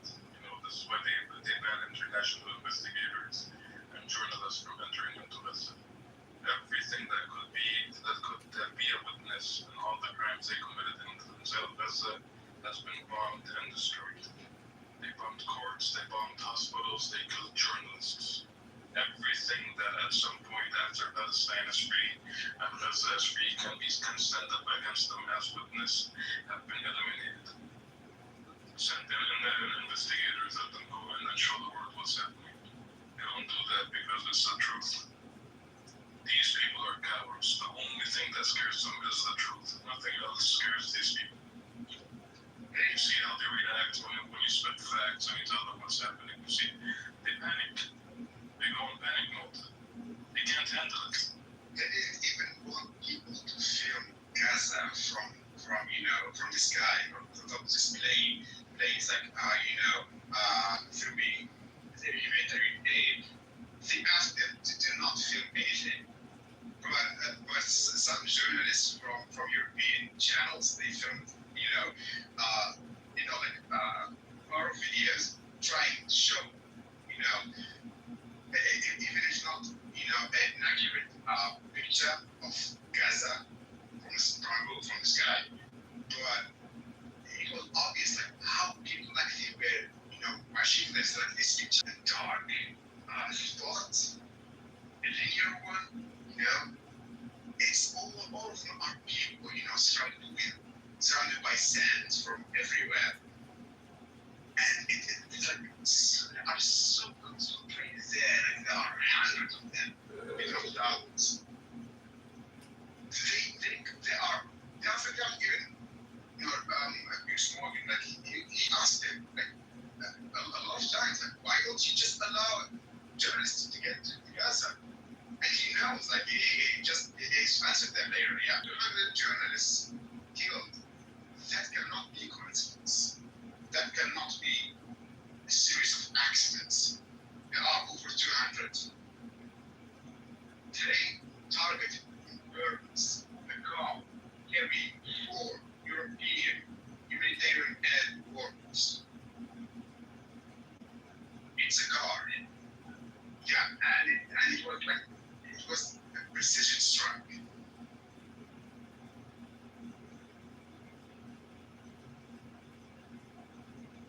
And then the one thing yesterday, the Israelis are not targeting. They're intentionally killing, they are intentionally killing civilians.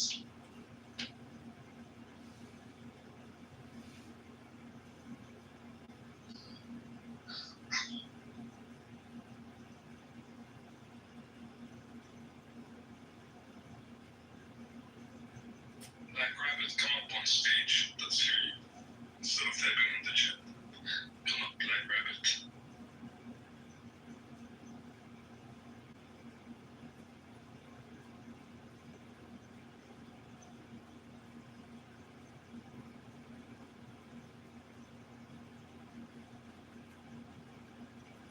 This guy is pathetic, man.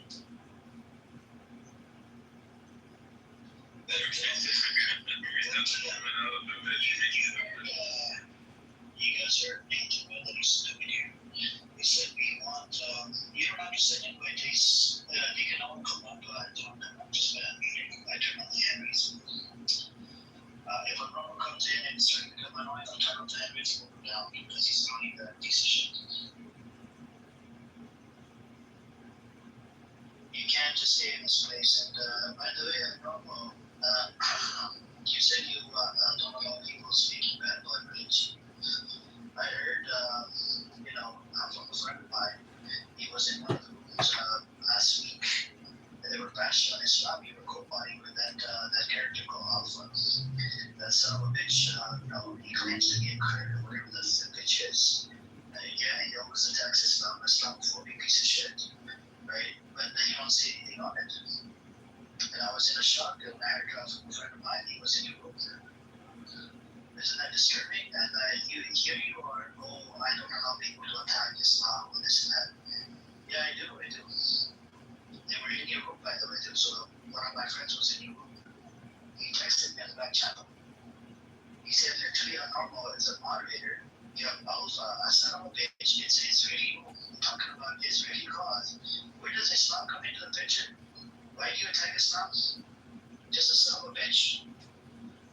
You know, and it's your buddy called Alpha. He's a fucking Nation of Islam scholar. If he has the balls, then bring him in here. You know, take him in here. That son of a bitch.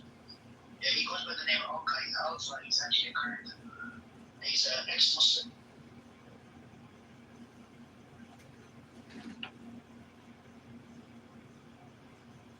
Just really quickly.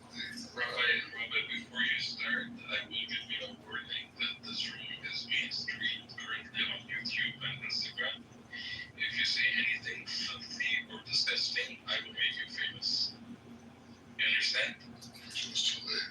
Do you understand? It's too late. Do you understand? Too late. Don't test me. Too late.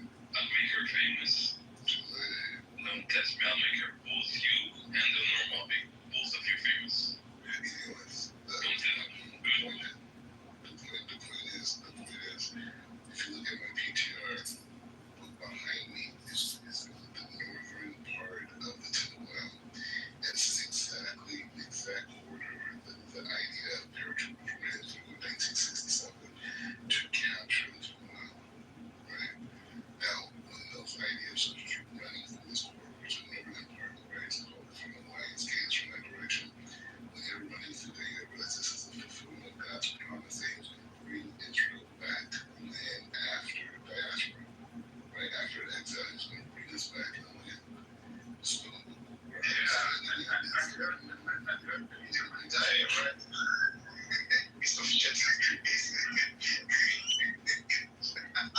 It's weird. It's hilarious how you turn a political ideology into a revolution.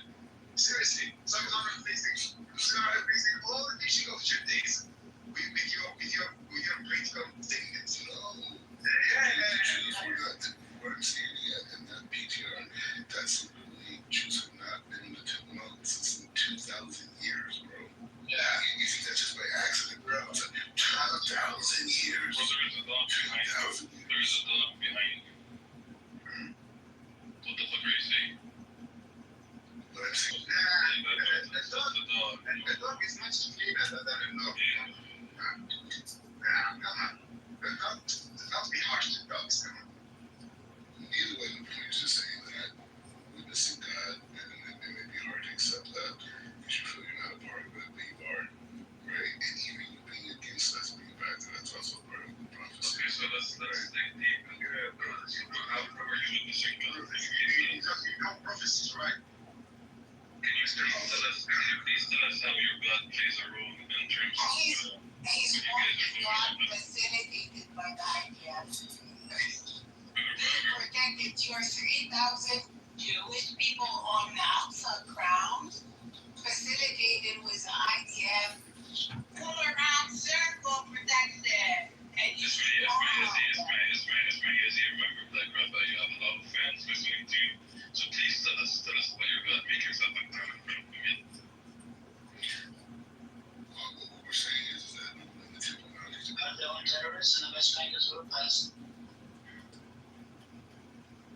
in Gaza, it's a military, they're all terrorists, right? You said about the militarized. I like to remember. Yeah, they're all terrorists. You said it in the you said that in the there's no broader language. I asked you about you said it. You said when you're Gaza to be terrorist. You said animals are terrorists. Everything inside Gaza moves, whether not living things. Militarized. Okay, I'll put the clip in the chat. You guys will listen to. Yeah, I'm not refuting that anti-confession. What I'm saying too is it's a militarized society, but it's not anti-Palestinian. So, Israel is not a militarized society that they have like an open the door drafting since they were interconnected from K to 12. You can make that argument. I can make that argument. Thank you for your generosity. No problem. He was just saying that the power this militarized society though. Because the thing is, I live with 2 million Palestinians every day. And nobody cares. You know, I think they have like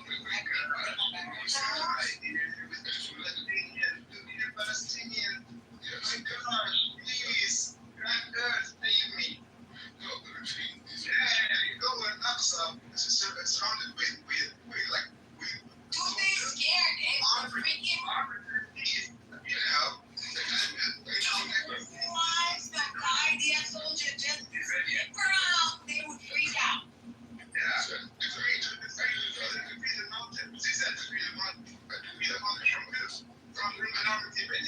From peaceful worshippers. They not peaceful. They don't have the right to the outside. They don't have the right to be there in the first place. They are an occupier aided by 80% of their weapons. Their fucking soldiers. Nothing is not American in this area. And American superpower just looking for the balance of power to crush them. The fuck out of you. Manufacturing and engineering prophecies is not gonna fly on us. Even if all the fucking Jewish people, you are 44% of the Jewish people on the land of Palestine as we speak. After 80 years of occupation, trying to bring them home. What do you mean? The best people on this planet as we speak. They are setting the example, the model for every Muslim, Arab on the planet. It doesn't fucking matter. You know how many times we build cities after barbaric occupier comes in and destroy it? From the Mongols all the way to the Crusaders, we are exceptionally good at building. Don't worry about us. Don't worry about us. To a documentary I did about the lack of military Yeah, we don't allow anybody's worshiping other than God. Oh my God. We don't have freedom of religion on the outside in the masjid. That doesn't work. It doesn't work that way. You can associate other God, black or white, but we don't do that shit. I'm sorry. This guy has been talking about religious freedom. They've been denying the past 10 years to pray in their mosques in Al-Aqsa. Yeah, what do we expect? And European churches, they were protesting this, that their humanitarian behavior. The guy said, well, it's a Jewish tradition to speak on, Christian nuns. Oh my God. It's so honorable. It's just a tradition. Just respect it. They don't understand that people with dignity, they don't surrender. They are very accustomed to the idea of being crypto when the tide is high, acting like Muslims, acting like Christians, to fit in, to spare. Al-Aqsa Mosque. Come up with another fake story. Come on. It's not a fairy tale. There's a situation. Just stop with the fairy tales. It doesn't exist. The brain doesn't have any confirmation about being in existence. So thank you very much. Come on. That's with your interesting situation. No, but it was a small situation. It was walking, obviously. It was like 60 of us whenever we walked, because they had us in groups yesterday. Because we have, yesterday was like we went around to the destruction. How many soldiers were there with you? I'm just You're under 60. Yeah. It's hard to be covered with machine guns and stuff. When you bring in the truth, that's what it is. Oh my God. No, that's actually not what it is. It's supposed to be a peaceful place. No. When you're stealing something that is not yours, you try to protect it with something.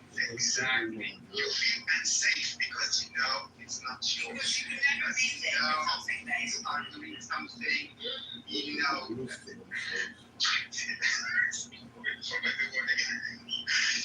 something nasty there. You will be safe. That's you feel like that's the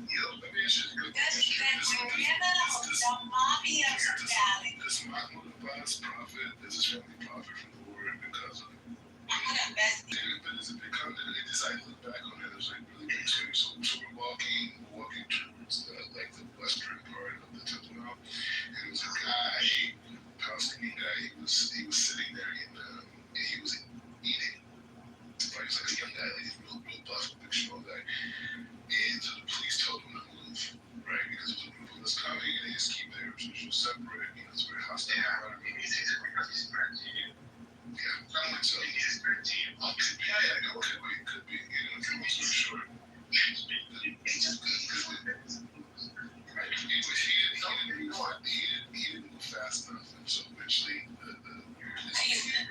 Yeah, you should be mad at him. I will flap for him to finish his story. I'm pretty invested. Can we just So they physically pick him up and remove him. They didn't arrest him or anything. They just basically moved him.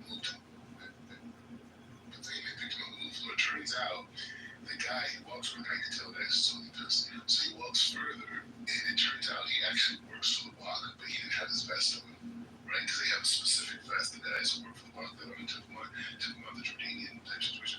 So it turns out that was him. But when he removed him, all the Jews start cheering. It was the most random thing you could imagine seeing. And like my camera phone, the front of my camera phone is like broken, so I can't get front shots. That's what the shot you see is a selfie because my other camera works on the other side, the other lens, right? So I couldn't get the, I would have been said, but they were cheering, and I realized I ain't not wanting to move, and then the police having to physically take them off. It's going to have to, like, in a way, be that in order to create, that equality that we visualize in a typical You didn't say he didn't want to move, though. You said he wasn't moving fast enough. Seemed that way, but I didn't hear the dialogue exactly, you know what I'm saying? They're speaking to an Arabic, I was like, so I don't know exactly. It was a discourse, and he did not move fast. Maybe in retrospect now, I think because he worked for the.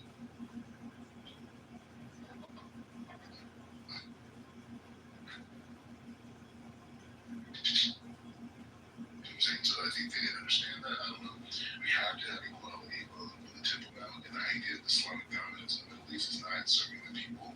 We need to have an equal environment where Christians, Jews, Muslims, Kurds, Armenians, can all live with freedoms of religion, and they can exchange goods and services and have a similar society that we see in America, in terms of like different groups, different communities, being able to I hear that, I hear Washington people are pushing themselves. Like, speaking about equality.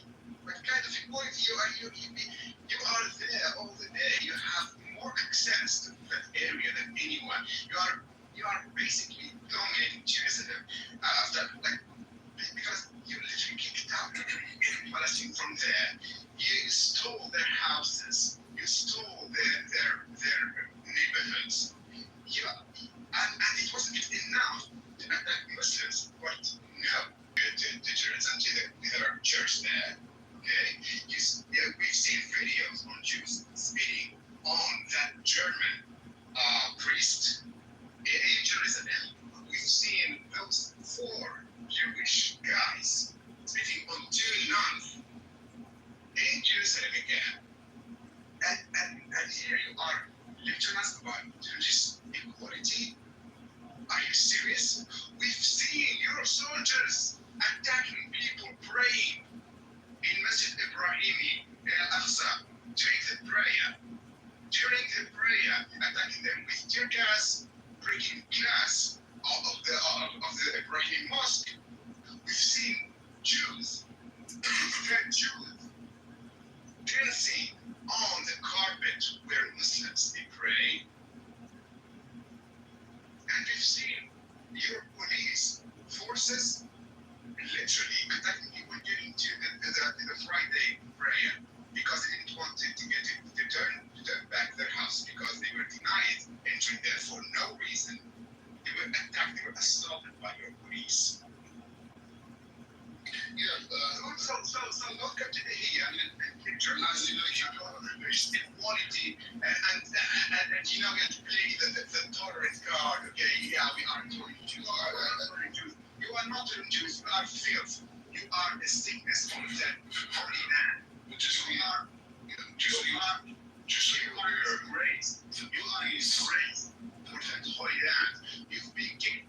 You want to just hear yourself and I don't want to hear bullshit. Okay, so just listen to yourself. Listen to yourself. Oh my God. Because you violated. Because you violated the condition of the Torah. You violated the condition of the Torah. Don't. Okay, politician.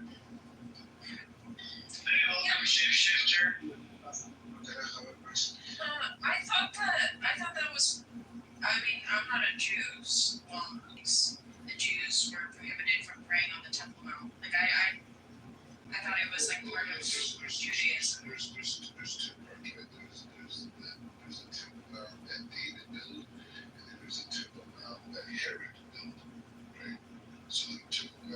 that Herod expanded the expedition, right? That during his reign, right?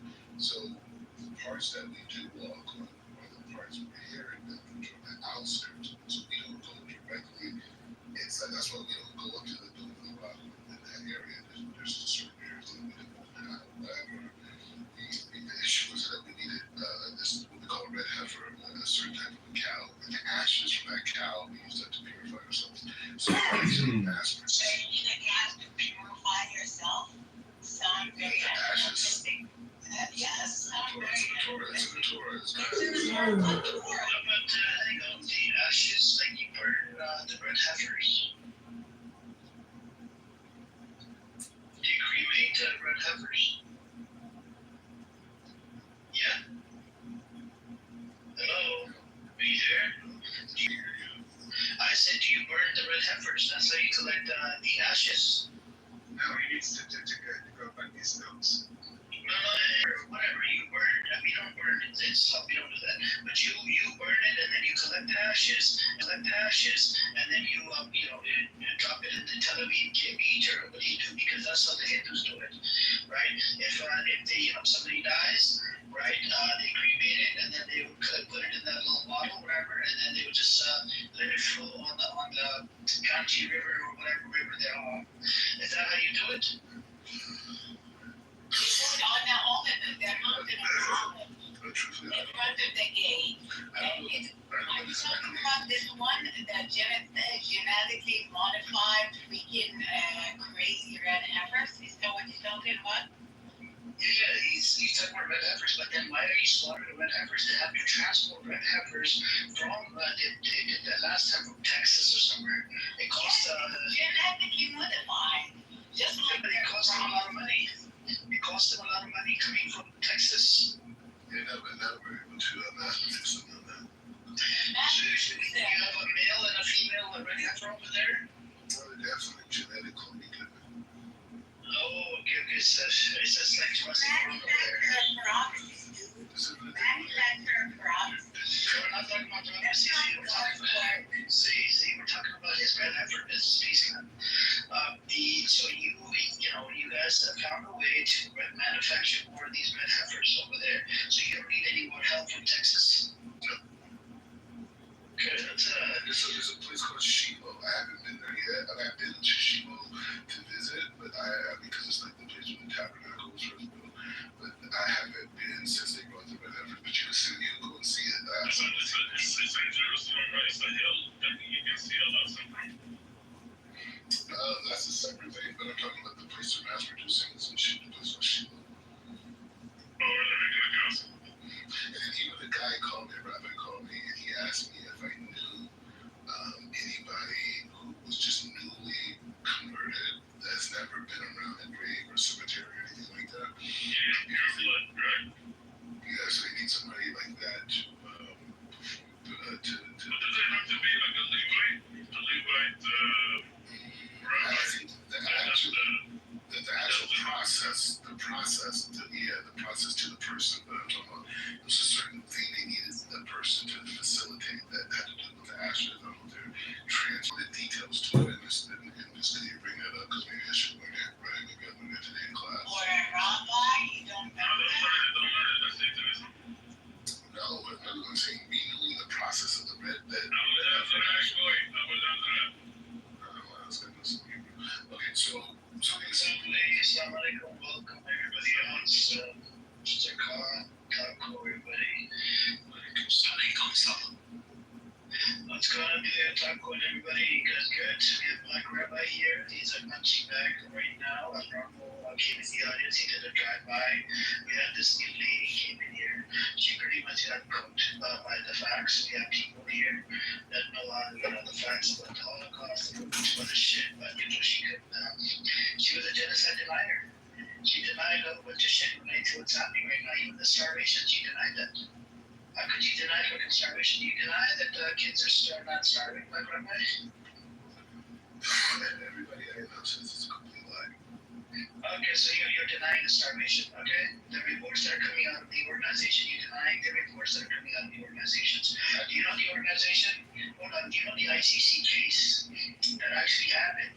Do you know what report that they used? They used the USAID. That's a U.S. organization run by the UN. They investigated the famine thing before it was given to ICC. ICC used it to prove that, that it's this guy's committing war crimes, and that's why they had the arrest warrant out. They use a U.S. agency. They didn't even use any Palestinian agency. So if the U.S. agency says, do you believe the U.S. correct? I trust. You believe in Israeli sources? There's an organization called COGAT. They're the one that coordinates the aid going into. Hold on. They're the one that coordinates the aid going into Gaza. And this, was it March 2nd or May 2nd? March 2nd, actually. March 2nd, the amount of aid that was going in completely dropped for at least 2-3 months. And you guys see the from Israeli sources. Yeah, but the point is just saying like this: the red heifer, the building of the temple. Forget the red heifer. Are you denying the starvation reports? President Trump sent an envoy directly to Gaza, and they said they investigated everything, including this. It was absolutely no. Witkoff did not investigate shit. He was in a small area. How do you know where he was? I read the report here. What's up, Shane? I love to call the defense minister. Sure. No food, no electricity, no water, no food, no electricity, no water, no food, no electricity, no water. Fuck the IDF. There you go. So what did he say about the Yoav Galat? The statement coming from Yoav Galat is that he was a former Israeli defense minister. Are you going to deny the defense minister's statement coming out of, are you going to deny that?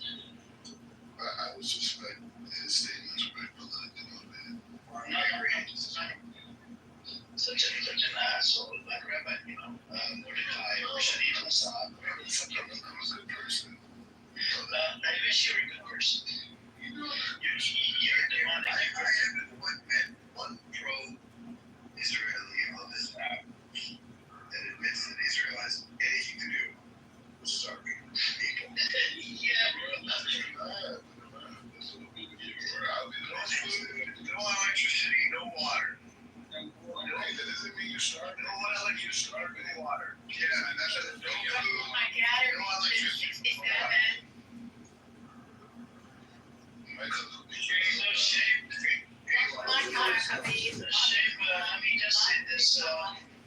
Let me just say this. He was on here. He went into their space. I think it was today or yesterday. They did the voting thing that you can do up there. They had a link up. It said, "Is the starvation is a bullshit or this and that? It's a fake. It's made up." And majority of the Zionists they voted for fucking it's bullshit. It said they're really starving Gaza. And that was I can give you guys a name. One of them, another one, PD, another one, Alpha. That son of a bitch, so fully piece of shit. And then another one was the friend of mine sent me a screenshot. And I was in a shock. I'm like, these mofos, they come into the space all the time. They learn about they hear about the tactics. Who was behind the genocide? Literally, IDF confirmed they killed a bunch of people. And how do you fucking, come to this conclusion that there's no starvation? And this rabbi character, isn't he still the same shit? He doesn't even think he's black. Yeah, you just go through identity crisis. You go through midlife crisis, not fucking identity. And go through all kinds of crises. Identity crisis, midlife crisis, old life crisis, midlife crisis, everything, life crisis, all types of. Okay, you're saying that because you believe people have to be an exact way. And if they're not. Your Twitter says something else about you. What's it say? It says there's no white supremacy. Okay, there you go. See, that's where he's going through identity crisis. Okay, no problem. No, it's not identity crisis. I just believe in God. I believe that God determines my destiny. So if somebody goes on the streets of Tel Aviv, calls you N-word, that's just God. That's just God telling that person to call you N-word. I don't believe the narrative that was told to Black Americans knows that there's some supreme power like man that can stop its destiny. Whatever God has destined for me, no man can stop me from that. Right? So when I say white supremacy does exist, I'm above it. Right? I'm with the Creator, and I answer directly to the Creator. I speak directly to the Creator, and the Creator manifests reality. So no, for me, white supremacy does not exist. No form of supremacy exists in this world. Only God's supremacy. Clear? White people have nothing to Why did you lying? You know that you belong to the Rabbinic Judaism. You don't answer to God because you're Rabbi, not your God. Don't for yourself. Don't for yourself. I know that you believe in.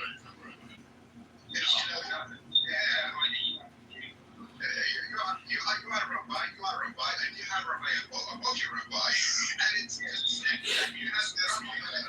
You have the rabbi of this activity. Just be good. It's like you go from like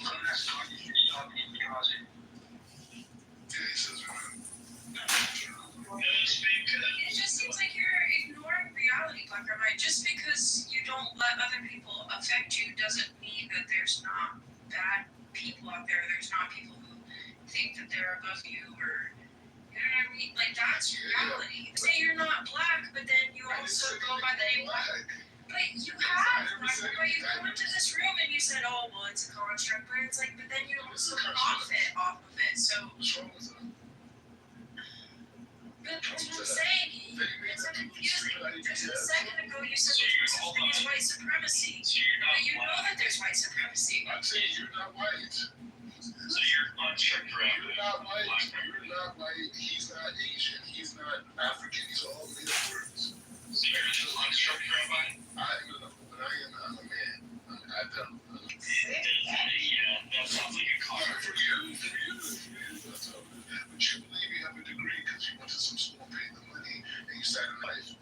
It's all a construct. It's made up too. It's not made up. It's true. I do make it. Okay, so I don't know what you're talking about. You do exchange. You exchanging money is just a way to keep track of the exchange of goods and services. That's it. So you're talking about working class versus pharmacy. You said I'm gonna make everybody black in front of it, so you don't care about even what you say. Okay, got it. So nothing he says matters. He doesn't even care. You know, there's a famous story with Larry Ellison and Bill Gates, right? Larry Ellison tells a story. He says, one day Bill Gates calls him in his office and he says, "Hey, Larry, I want to ask you a question." I said, "Okay." So something in some trade magazine, we used to have trade magazines in the computer industry, it was something he brought up, and Larry Ellison gave him a complete rebuttal to him. They went back and forth, whole thing. And Bill Gates in the middle comes, he says, "Hey, Larry, I'm going to call you back." He said, "I have to go to a meeting, we'll talk." He says, Larry Ellison says he gets another call the same day, but at midnight. Bill Gates calls him back and says, "Hey, Larry, I thought about everything you said, and you were absolutely right, and you're brilliant, blah, blah, blah. This thing, we'll talk." And he said, Larry Ellison suddenly get off the phone. He said, all the hairs on his arm were straight. He said, "Why?" Larry, to get Larry's outlook, because he knew Larry knew more than he did about the situation. And Larry Ellison said from that point on, he never gave Bill Gates his opinion on anything ever again. Right? You said you're sold for the sake of that, and you don't have no values. Black Rabbi, you're Bill Gates. I'm Larry Ellison. No food. You should. He's pounding your shit. You give a double face. I know it's not. Yes, it is. I'm saying whatever I get you through. It's not. Yes, it is. I'm saying whatever I get you through. No, because I lived in what you call area two, in what you guys would call Palestine. I call it Jerusalem. Right? You said you want to win, and your winning is on the bodies of the Palestinian bodies. That's your winning. That's how you think you're winning. Let's be clear. So the Palestinians that I lived adjacent to are the ones who educated me about their challenges living as Palestinians in Israel. Not the Israelis, not Hezbollah, not anybody else. I was in a religious Jewish institution that had nothing to do with anything Zionist or anything to do with Zionism. These are Haredi. That's where I was at. I was in a Haredi neighborhood in Area 2 in Jerusalem. And my point is to say the Palestinian kids, the young kids in college educated me how Hamas, the PLO, Fatah, all these organizations do not represent them. These leaders are corrupt. They're profiting off of their corrupt. Is Hispanic wait. We're talking about a young black kid. We're talking about a young black kid from America. Leaders, go check your. We're talking about a young black kid from America They've who been came to asking for Israel and found out what's going on. resignation for the most part. All this year, they asking for the freaking government to fuck off. In the freaking war. That's what they've been saying for the last year. Right? All I'm saying is, I'm a young black kid from America who came to Israel and found out what happened from the Palestinians. Okay, I have Palestinian relatives. Okay, Really? Yes. My mom's brother married a Palestinian woman. I have Palestinian, half black, half Palestinian cousins, and their cousins are also my cousins as well. So I'm invested in the success of the Palestinians, and because of that. How do you see their success? I'm going to. First of all, the Palestinians who live in proper Israel are very successful. Very successful. Every hospital. You are a liar. I cannot believe how much you can digest the amount of lies that you see in certain places. Police brutality, rampage, freaking crime scenes almost abundant because of the way that they get ghettoized, just like that American here. You a fucking liar. See, and that's one of the most offensive parts about this argument is how they want to connect the Palestinians. It's constructed supremacy. It's systematic by the freaking government to put you down. It's not right. Liar. It's systematically done. It's engineered. To be that way, to have that outcome. Stop the lies. Even in South Africa, it was constructed. It's systematically done by the government. They're in the rules. That's why it had to be dismissed. No, because you lie. You never come here. Doesn't matter. Let's get some new voices in there. We got Nubian here, and we got Episoji. Listening to what he was saying, he said Palestinians in comparison to African Americans, Palestinians are militarized people.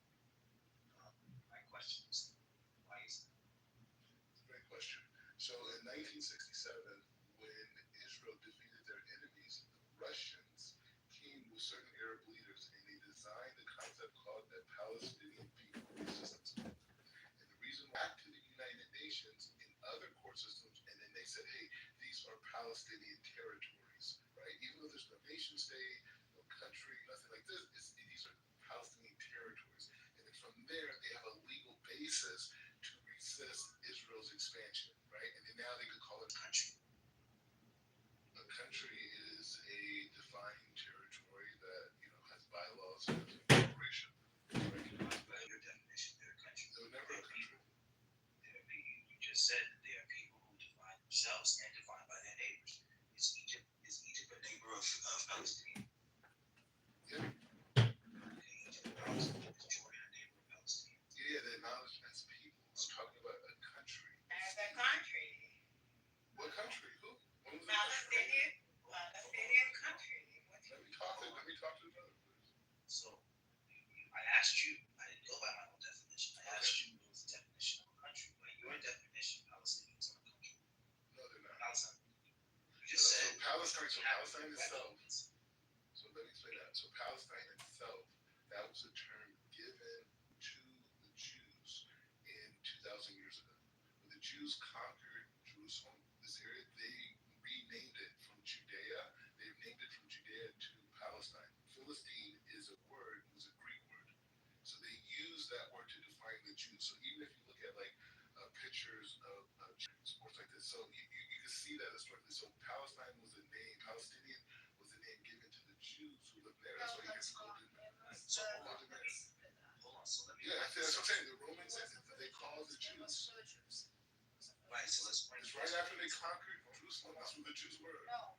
Hold on, let me point something out. Let me point something else out to you. You said that the Greeks called the Jews Romans. Romans called them. My question is, how can that be? Like, in the story of David and Goliath, the Jews were on the outside of the region. They referred to Goliath, their enemy and opposition, as a Philistine. So how can someone else call A convert Jew from California comes to Jerusalem and starts to define my identity as a Palestinian? Yeah, that's how it works. Because I'm American. Right, right. The tides have turned. Anyways, the point is, So you are an authority of defining my identity as a Palestinian. Hold on. Yeah, you are, right? So you have a settler colonial mentality. When you go to another place and you're defining another set of people, that is the very definition of settler colonialism. you're right. So you're a settler. You're a settler. You're a settler. We're world powers. So yeah. No. You are a settler. Is that what you're saying? No. I'm saying we're the world power. No, you just by definition. We're going to have to do that to anyone who disagrees with her. And by definition, we have to resist the superpowers that try to subjugate us. Very much. We call it that That's true. a terrorist protocol. Like, you don't have the right. You do have a right to resist. Yes. And resist who will. Get the fuck out. And resist who will. But I don't think we should. With hands, with stones, with anything. It always worked. Even if it took ages, it always worked. Look at the Algerian, look at the British, look at the Roman. And everywhere. Especially when you practice apartheid or genocide. And everywhere the United States have gone back running with their tails between their legs. It takes only 20 years. Examples, Afghanistan, Iraq. Only 20 years, that's all it takes you. 20 years is the stomach you have for it. 20 years. And we're going to fight you till the last man standing. If we have to starve to do it, we will do so. Mark my words. We will do so. Never. Come back to the answer, right? So you're correct. The Philistines, that's a particular tribe. Yeah, because it has a It's not a particular tribe. It's not a particular tribe. It's Arabic. It's not Palestine. It's Palestine. And Philistines was a land there. They were, they were Semitic people living on that land from the ages of Canaan.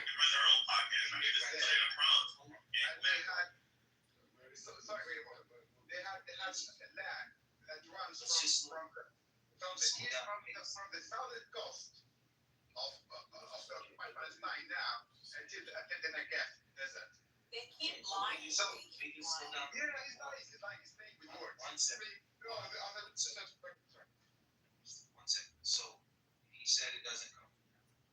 While you're talking, I'm going to add research. It says here, people know land of the Philistines and was popularized by the Romans. So, in Palestinians, before the word Palestine, were Philistines. Now, when we go into the Bible, with the story of David and Goliath, we are aware, led by Nebi Musa, Moses, that the Israelites were coming out of Egypt.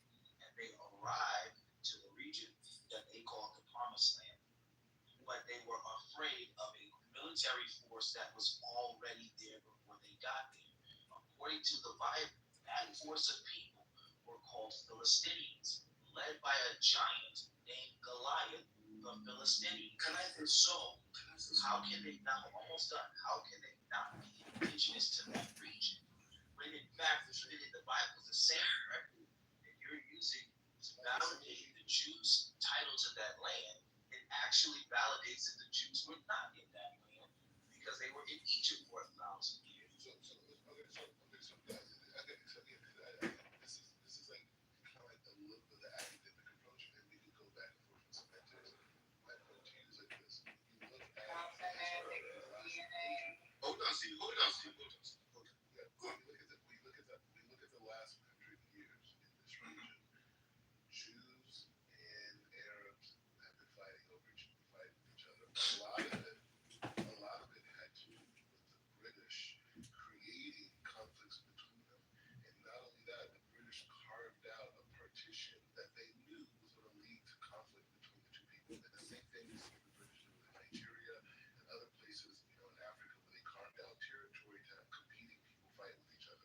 So I built the same British that gave you the right to go there and make a home. It's gonna go all over the place. I'm gonna stick to one point at a time. Let them finish, and then we can pass the mic around to me. Can I say something? So I'm just speaking as an American right now, right? So if you look at the history and say, okay, maybe the Jews were wrong here, maybe the Arabs were wrong here, whatever, you can say that, you can go back and forth, maybe they're right, who knows? But the point is saying that existed. So when 1948 happened and the Jews received that land from the United Nations, right, this is one population dealing with another population they've been at war with 30, 40 years prior to even establishing a state. Where bloodshed has happened on both sides. Right? They didn't have relations. What are you on about? Stop lying. Stop lying. They didn't have any relations. No, look, please, let me finish. Just let me finish. So when you see the relationship, Can you finish? Can you round up, please? so when you see the relationship that Israel has with its neighbors, is because of a pre-existing militarized conflict relationship they already had. So when you compare it to the African American struggle, we never picked up arms and we never went and wanted to kill white people and mass them and take over property and a militarized society fighting. That's another Are you done? And that's all this land your plane, Black Rabbi. We gotta give it to it. I landed. Okay, go on. Okay. So first things first. This what you just said is very laughable. First time, the first word calling someone a terrorist was the British when the Jerusalem Hotel was bombed and that killed over 100 members of the British Army in Jerusalem. That was the first time that term was used in that space. There was never a time that the Arabs and the Jews at that time went at loggerheads and they were killing themselves. There is no documented history of that. So that is a factual lie. Two, the reason why I find Haggadah and the Ogun, those were armed militias that then subsequently became the IDF, did in 1948 the extermination, the ethnic cleansing of that place called Palestine, that was then subsequently voted upon at the United Nations based on the powerful declaration of 1917 to make that place the state of Israel, led by the British and the United States. It's all documented history. What do I mean by that? The Israelis themselves documented what they did, and it is contained in a book, The Ethnic Cleansing of Palestine, written by a Jewish scholar, Ilan Pape. It's widely available. This is, when someone comes and you start talking this, that, you're going around the houses. Why would I believe you when the people who did what they did, documented what they did, told you why they did it? All of it is in a book, readily available. It's one of the reasons why Ilan Pape is one of the most hated Jewish voices among Israelis. It's because he outed them. So this farcical idea that you can come and start playing words, doing word salad, it is laughable in 2025. If I may, I will also add. Yes, you can. Go on. Black Rabbi, you made the claim that the black people who were under slavery were very peaceful also, and only got their rights back due to nonviolence. The Jews like a armed storage unit and killed a bunch of white people. There was Gabriel's rebellion, basically the same thing, but they were betrayed and killed for that. There was a German Coast Uprising in Louisiana. Israelis are going to be violent and against their occupier because of the fact that they're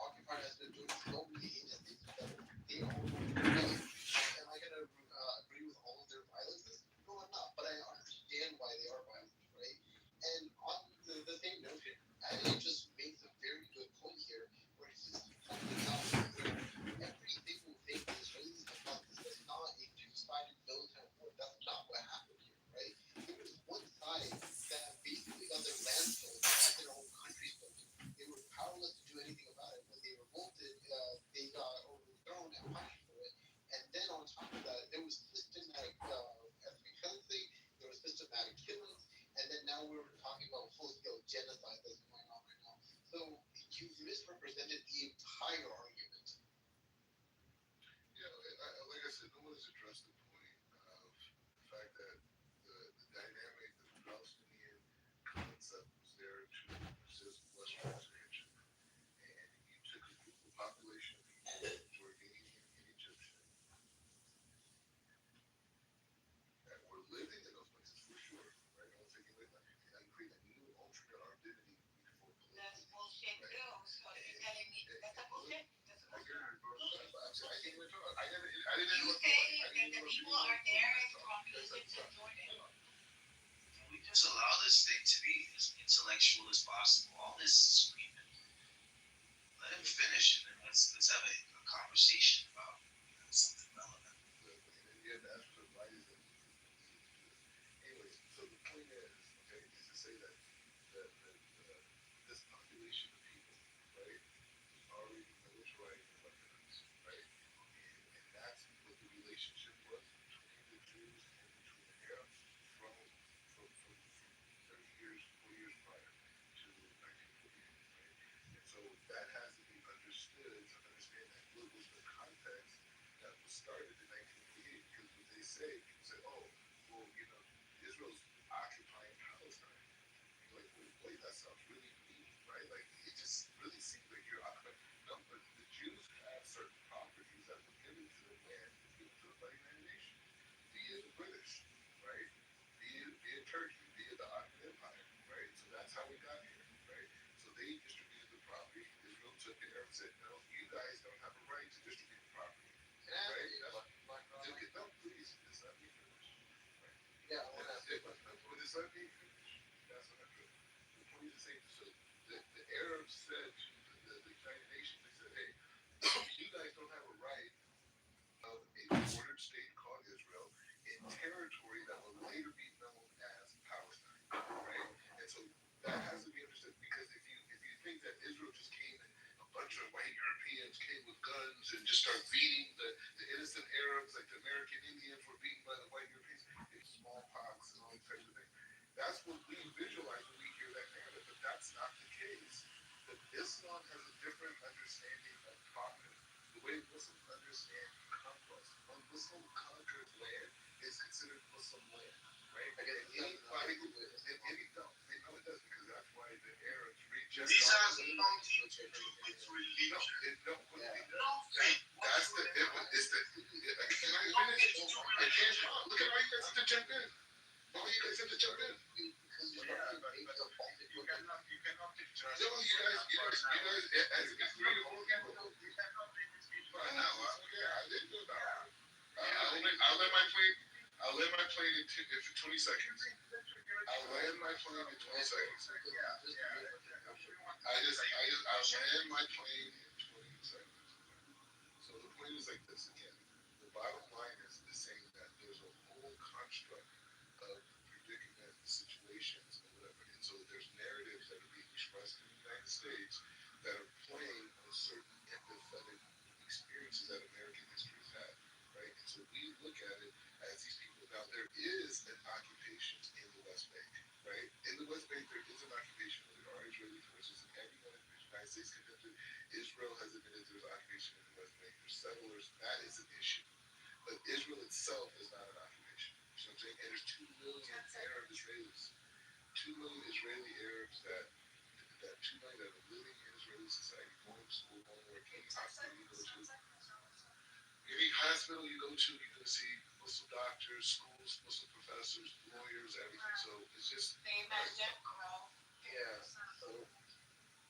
So Black Rabbi, you're making a bunch of false publicity here. Okay, if you want to go ahead and talk about the UN and how Israel can be, let's put it in this example, right? Let's say Israel decides that they want a Jewish day within the event, and all of a sudden they take over 55% of America. Do you think anyone's going to be happy with that here in America? No, they wouldn't, right? And goes the same way the entire Palestinian fight. Even whatever kind of like construct that you make, it is colonization. You can't just sugarcoat it. This is like a huge revisionist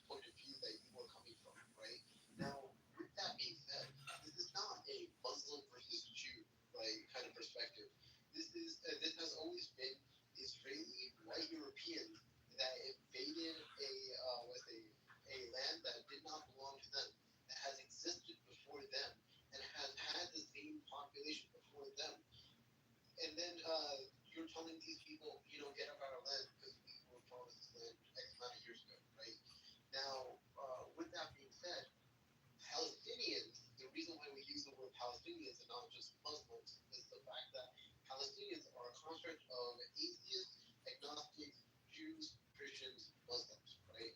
We know this for a fact. This is exactly what was read out when we hear the father of Zionism, Theodore Herzl. He even talks about how he wanted to take the land from these people. It was never about a Muslim play. It was about keeping out the Arabs. He has a whole bunch of revisionist statements, and then saying that this is unfair for us to be viewed in this light. Like, it makes no sense whatsoever.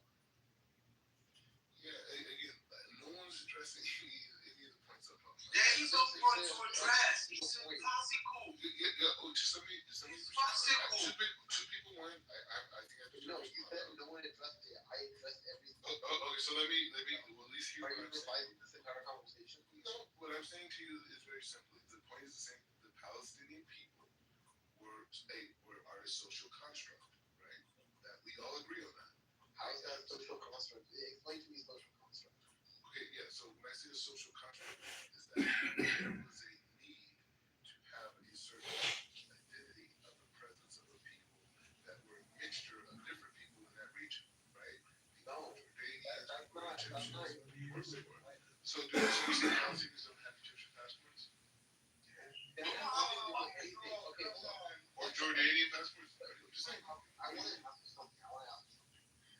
Before World War I, what country was there that also had the Palestinian land? What country was there? It was under the control of the British.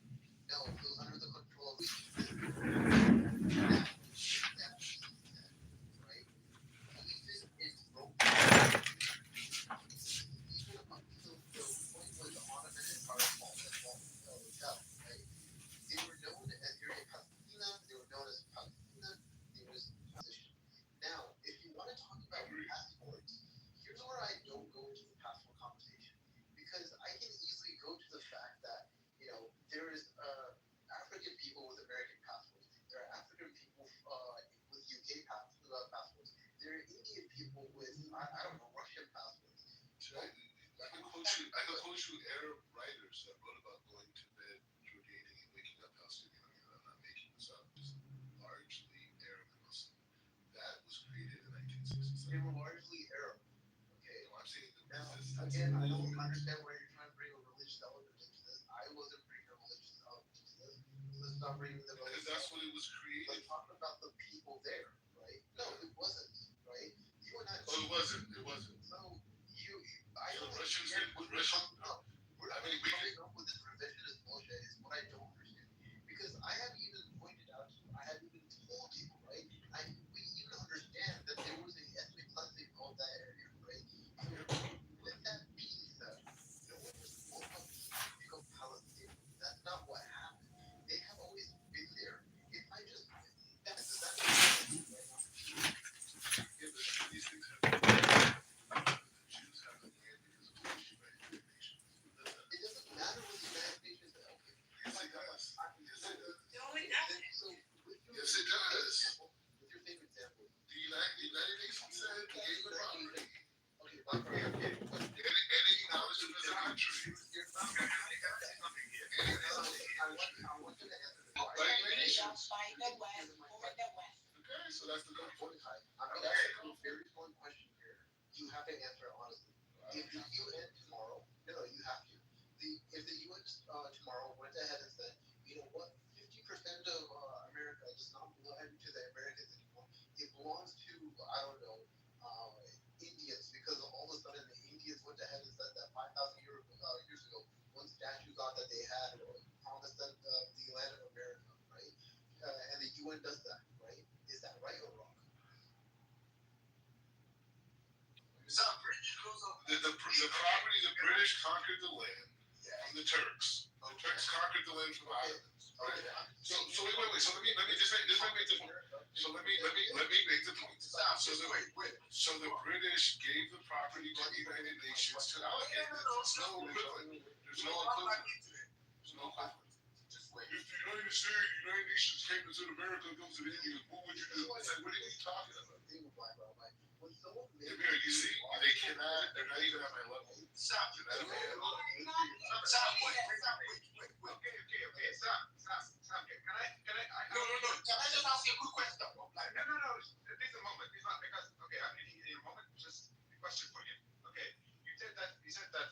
Israel was established by the United Nations, right? So you recognize, the legitimacy of any, any orders, any, recognition from the United Nations. Right? Do you or not? Do you recognize? You said, Israel is there because it was recognized, established by the United Nations.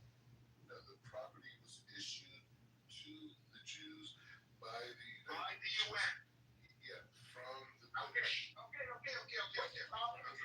Okay, that's what I the land I'm on right now. Yeah, the land bullshit. Look, listen to me. With the So people. the United Nations on countless documents and on a countless moment, they said that the West Bank and East Jerusalem and Gaza, they don't belong to you. So get the hell out of there. You are occupying, illegally occupying Palestinian land. This is the UN. The ICJ, they ruled that the West Bank and the Eastern Jerusalem are not Israeli land. It's an illegally occupied Palestinian land. Yeah. So, and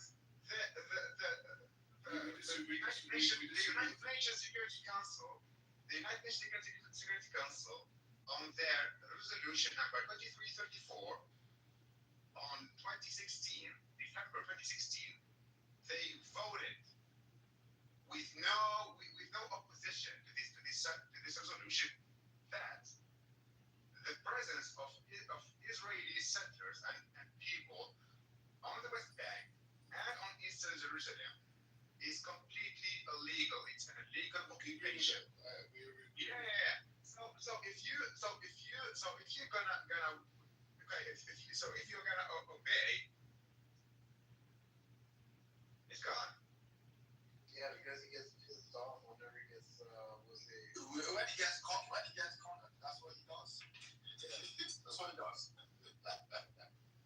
I was actually going to ask him. He gave to you the other time. Into two.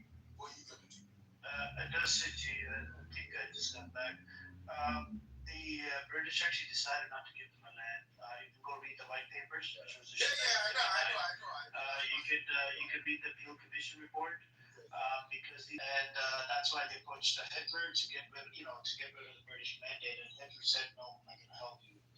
So, 1947, 1948. Yeah, Shalem as well. That's another historian.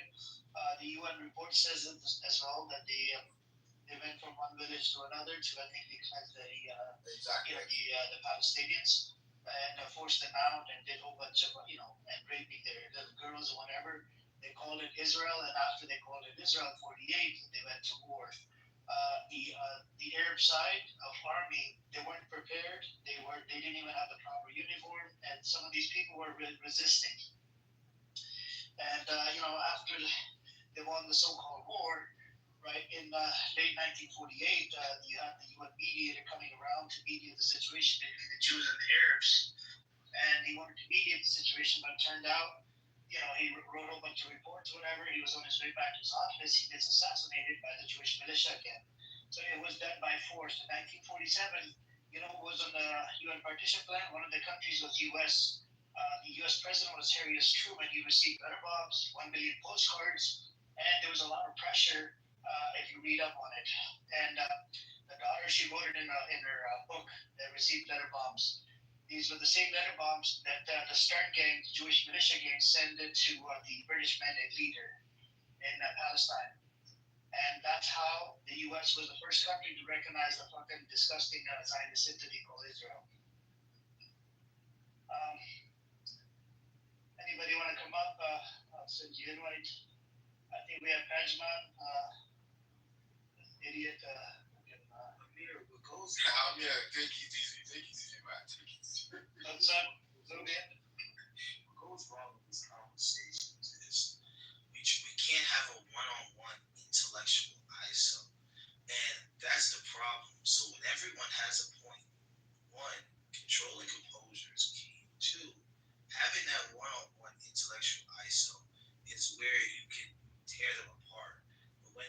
emotions in the room, and then Z gets to screaming, and then everyone has an opinion. Then it's like hunting a deer. Then you scare the deer off, and you don't get the kill. So I already had him in the kill box. I don't do the whole what the British did bullshit. I focus on what they focus on, which is the scripture. And in their scripture, it clearly states that they were not the indigenous people. I was going to go to even the origins of the word Canaan. The origins of the word Canaan for the land of Canaanites doesn't even come from the region. The Canaanite name comes from Iraq, right? The Iraqi people, who at that time were called Assyrians, called the land Canaan or Hananu. And this word is based upon purple. It means purple dye because the people of that region were merchants and traders, and they used to sell purple textiles. So they referred to them as Hananu, which means textile, and it became the word Canaanite. Also, a person who can attribute Israelite culture to the man Israel, whose name is Jacob, is also not a Canaanite. He's from southern Turkey. So even Ibrahim, Nabi Ibrahim is also not a Canaanite. He's from Chaldea, which is modern day Iraq. So everyone that they would attribute indigenous claim to, even Nabi Musa is not from the region. So that's what I want to talk about, because he said that it's not a country. Then by his definition, a country is a people with recognized borders. The name Palestine was being used for 400 years during the Ottoman Empire. Now, the Ottomans did have 3 city-states. They had Jerusalem, and they called they called them Sejans, where it was 3 major and 5%. So it was majority Christian and Muslims that lived in the region.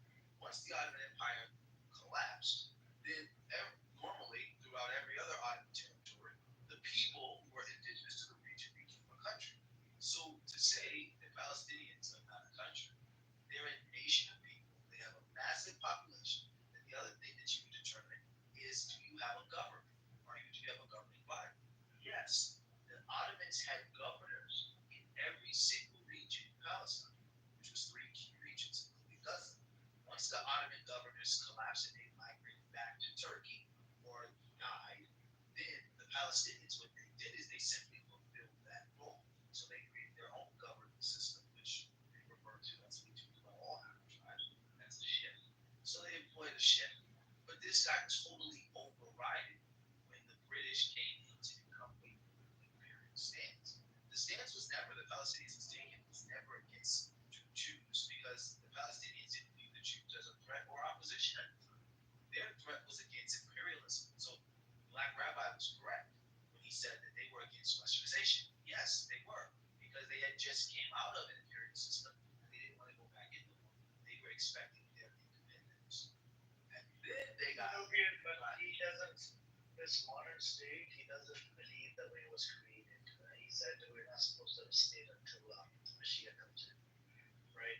But there's no point of using this argument against him, because he's one of those guys that doesn't believe this, the way this was created.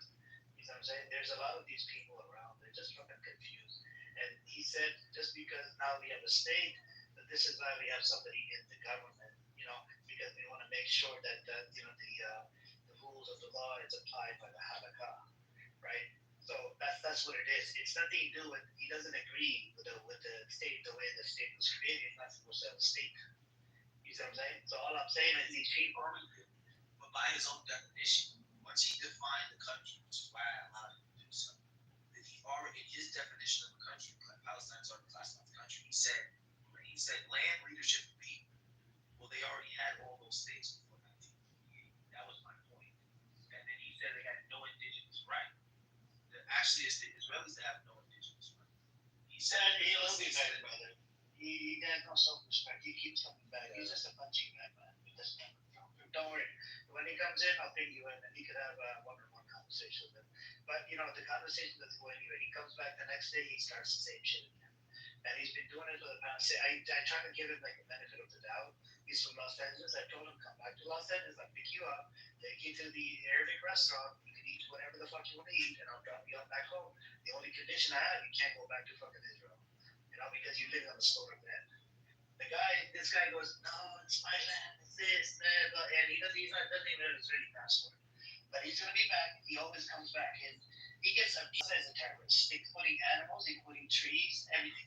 Newborn, everybody's a terrorist, and he doesn't believe that the Gaza is part of the West Bank. Gaza is Gaza. West Bank is Judean scenario.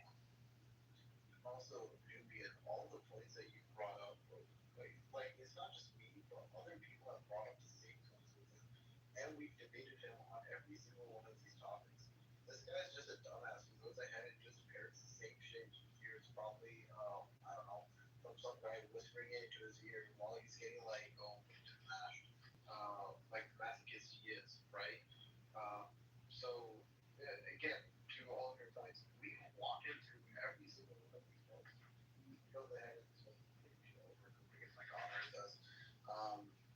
The reason why I held him to the standard that he kept till this very day is you have to also, I'm pretty sure you're new to this, but I hold him to half of the shit he says in Israel because like I have his Israeli friends who volunteer with us and everything, and they hear half the shit he says, they know who he is, and they always give me the up and up on what he's talking about. So, for example, today when he was talking with, I think he was talking about he was talking about how it's a religious war and how it's against the Muslims and how it's against the Muslims and the Jews and how the UN made sure that the Jews and Muslims fought with each other and bullshit like that. And many people corrected him on that, but he was not like up on it. He's some weird shit as well in that whole meeting with Huckabee too. So it's like it is what it is. The guy's a dumbass, and even other Israelis know he's a dumbass.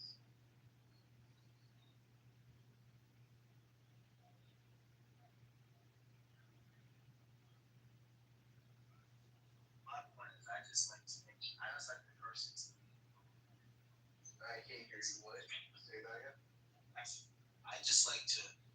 I like the one on the house. I want the person to be known. Assuming you said you like the one when your mic is way too soft. I said I like the person to know that they are a dumbass when they're leaving, versus thinking they left knowing some shit. That's the difference. So that's why I wanted the one on the house, but it's fine. Yeah. Trust me, we've done dialogue where he knows he's a dumbass leaving. Everyone that calls him a dumbass, even in Israel.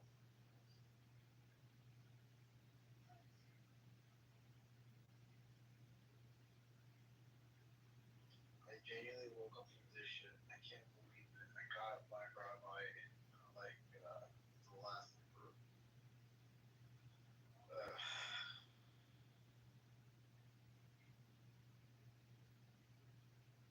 How are you guys doing? Hey, what's up? I'm back. What's up, Leila, Ethan, everybody? Welcome. Assalamu alaikum. Where's Free at? Oh my god, he's gone. I kind of wish Free was here so he could have a shit talk. Free was here earlier, right? And yesterday was trying to make a decision whether to order or whatnot. It was early in the morning. We said probably 4 o'clock in California, 3 o'clock.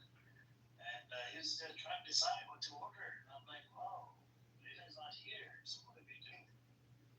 But I think General offered him to use the choice ChatGPT for what? to find out what to eat. Oh. People are using ChatGPT for that now. Using ChatGPT for everything, man. Do you not know that people use ChatGPT for the pickup lines, for how to flirt with women, how to, eat healthy food? Wait, hold on. You use ChatGPT for that? Hold on. I want to see what it says. You know what I put in ChatGPT that violated the TOS? I wrote, can you give me the latest gang rape case in India? It gave me the data and then it just erased everything. It said, oh, it violates the TOS because I was actually talking to somebody from India, and I was trying to tackle the gang rape thing. How it's a gang rape culture. I wanted to see what's the latest, case. I'll tell you what's going on. So there was a 15-year-old girl who fainted at her school. So she was being in the medical, I heard about it, the ambulance. Got there. That was a lot of help her, man. I mean, it's sickening. But anyway, what you been up to, Layla? Would you like to tell us what you've been up to? Nothing. I mean, I'm just Not driving anywhere. You're not going to go pick up some stuff from 7-Eleven. No, it's 12. Candy, chips. This 7-Eleven's open 24/7. No, I'm not going anywhere right now. I want to go out of the house though. Yeah, I wanted to with my friends to chill. And that's one place where I think you can confidently go and you will find a Zionist. Have you been to Bundleman, Leila? Isn't that in NorCal? No, it's in SoCal, but you have to drive about 30 miles from your place. Oh, NorCal. I know there's a book called in like, I think it's San Francisco. I don't know. Yeah, it's about 30 miles. They opened it about, I think, a few years ago. It's pretty good. It's barbecue. Everything's barbecued, and then you got the naan and whatnot. You can get all that good stuff, and it actually fills you up. I mean, even the prices are not bad. They're good. Okay. Yeah, I'll check that out. I'll probably go with my friends or something. Yeah, check it out. Our free comes back in town. Oh my god, stop. Yeah, you were Just kidding. Oh my god. He's so weird. He doesn't come up when I'm on here. Told you to wave. Click on talk live. No. Such a flirt. Who knows how many other girls he's talking to? Maybe you should engage with him first.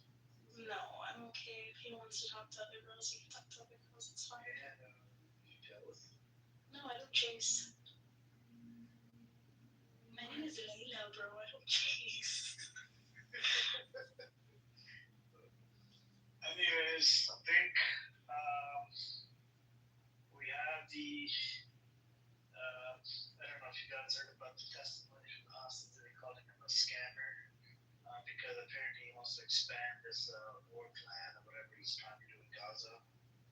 This filthy dog called Netanyahu. And there's people. There's a guy that opened up, I think, a YouTube channel saying that I'm a Shia streamer cell, and he's live streams my rooms because he's low life, doesn't have any, anything to do with his real life. He's got about 130. He's sitting in the audience right now as we speak on the aliens in the audience, which can't even kick him. This is the feature that they came up with. These two articles. One was talking about how Netanyahu was urging the Red Cross to aid the hostages. And he was talking about like, oh, we can't let these hostages die from hunger in Gaza or whatever, right?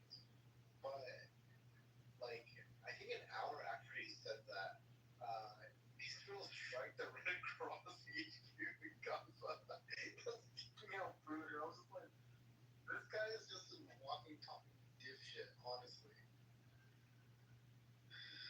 He is just sad, man. These people are demonic. These Zionist criminals, and they think that they're looking bad in front of the whole world, right? The whole world's looking at them as criminals, terrorists. And if somebody calls you a Zionist, you basically similar to a Nazi. You're basically a Nazi. And those days are gone when people would be like, okay, they're just a Zionist. No, even the regular people, I think they're starting to call them Nazis. You're killing, sniping little kids, doing a bunch of crazy shit. It's just, it ain't gonna get you anywhere. Where's the mentally ill convert rabbi? He left. He got cornered by 4 or 5 people. Everybody likes to get in the middle. I think Logan is right. We have to do one person at a time so that way they can engage and cook the shit out of it.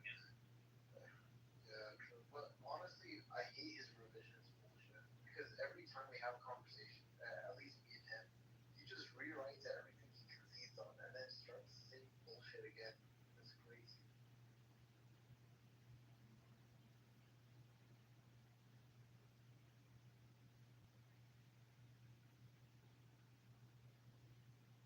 It just mind boggling when you think about a mentally ill convert from California comes to Jerusalem and tries to define my identity as a Palestinian. He tells me I'm something else, or I'm not who I am.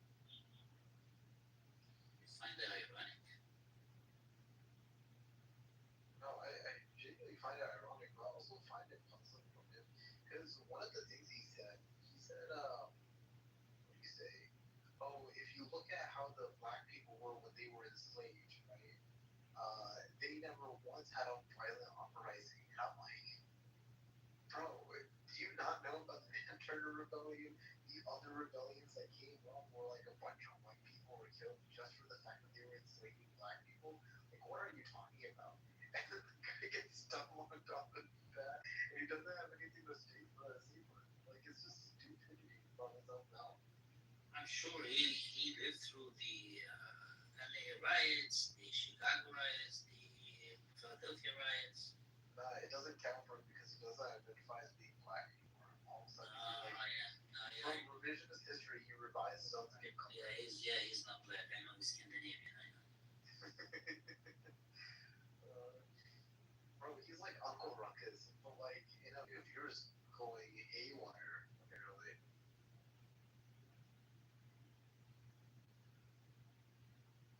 Uneasy now. Yeah. I'm confused though about this one article. It says Ben Gavir says he prayed at Al-Aqsa Mosque, right? But while reading the article and then reading another article, let me find this article as well. He was talking about like destroying the entire Al-Aqsa Mosque as it was like you know not befitting for the Jewish people to pray at or some shit like that. So now I'm just kind of confused. Why did he even pray there to begin with? If that's what Ben Gavir prayed for Israel's victory over Hamas and for the return of the Israeli hostages at Al-Aqsa Mosque home after there. It's so confusing. It is. So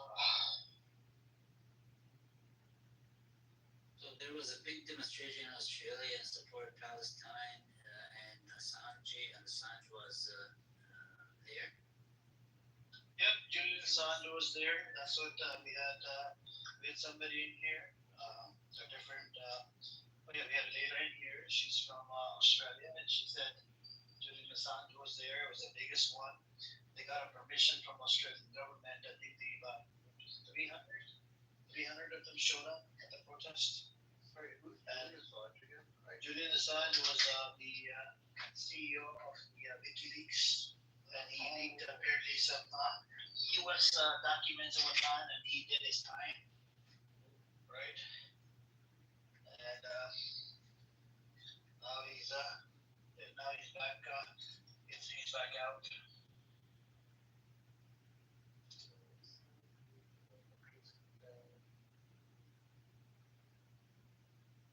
I just feel like we all need to do some hip thrusts, man, and this world be a better place. Hip thrusts, yo. You said bitch. Working your core, eat good food. Too much hostility. I just want us to all coexist together and say, Oh, here's this. Trump states, my people are starting to hate Israel as he warned prominent Jewish donors. The U.S. President Donald Trump recently warned Jewish campaign donors that his MAGA base was beginning to turn on him recently, citing a Middle East expert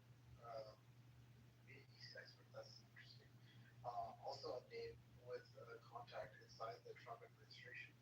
The report describes the donor as prominent.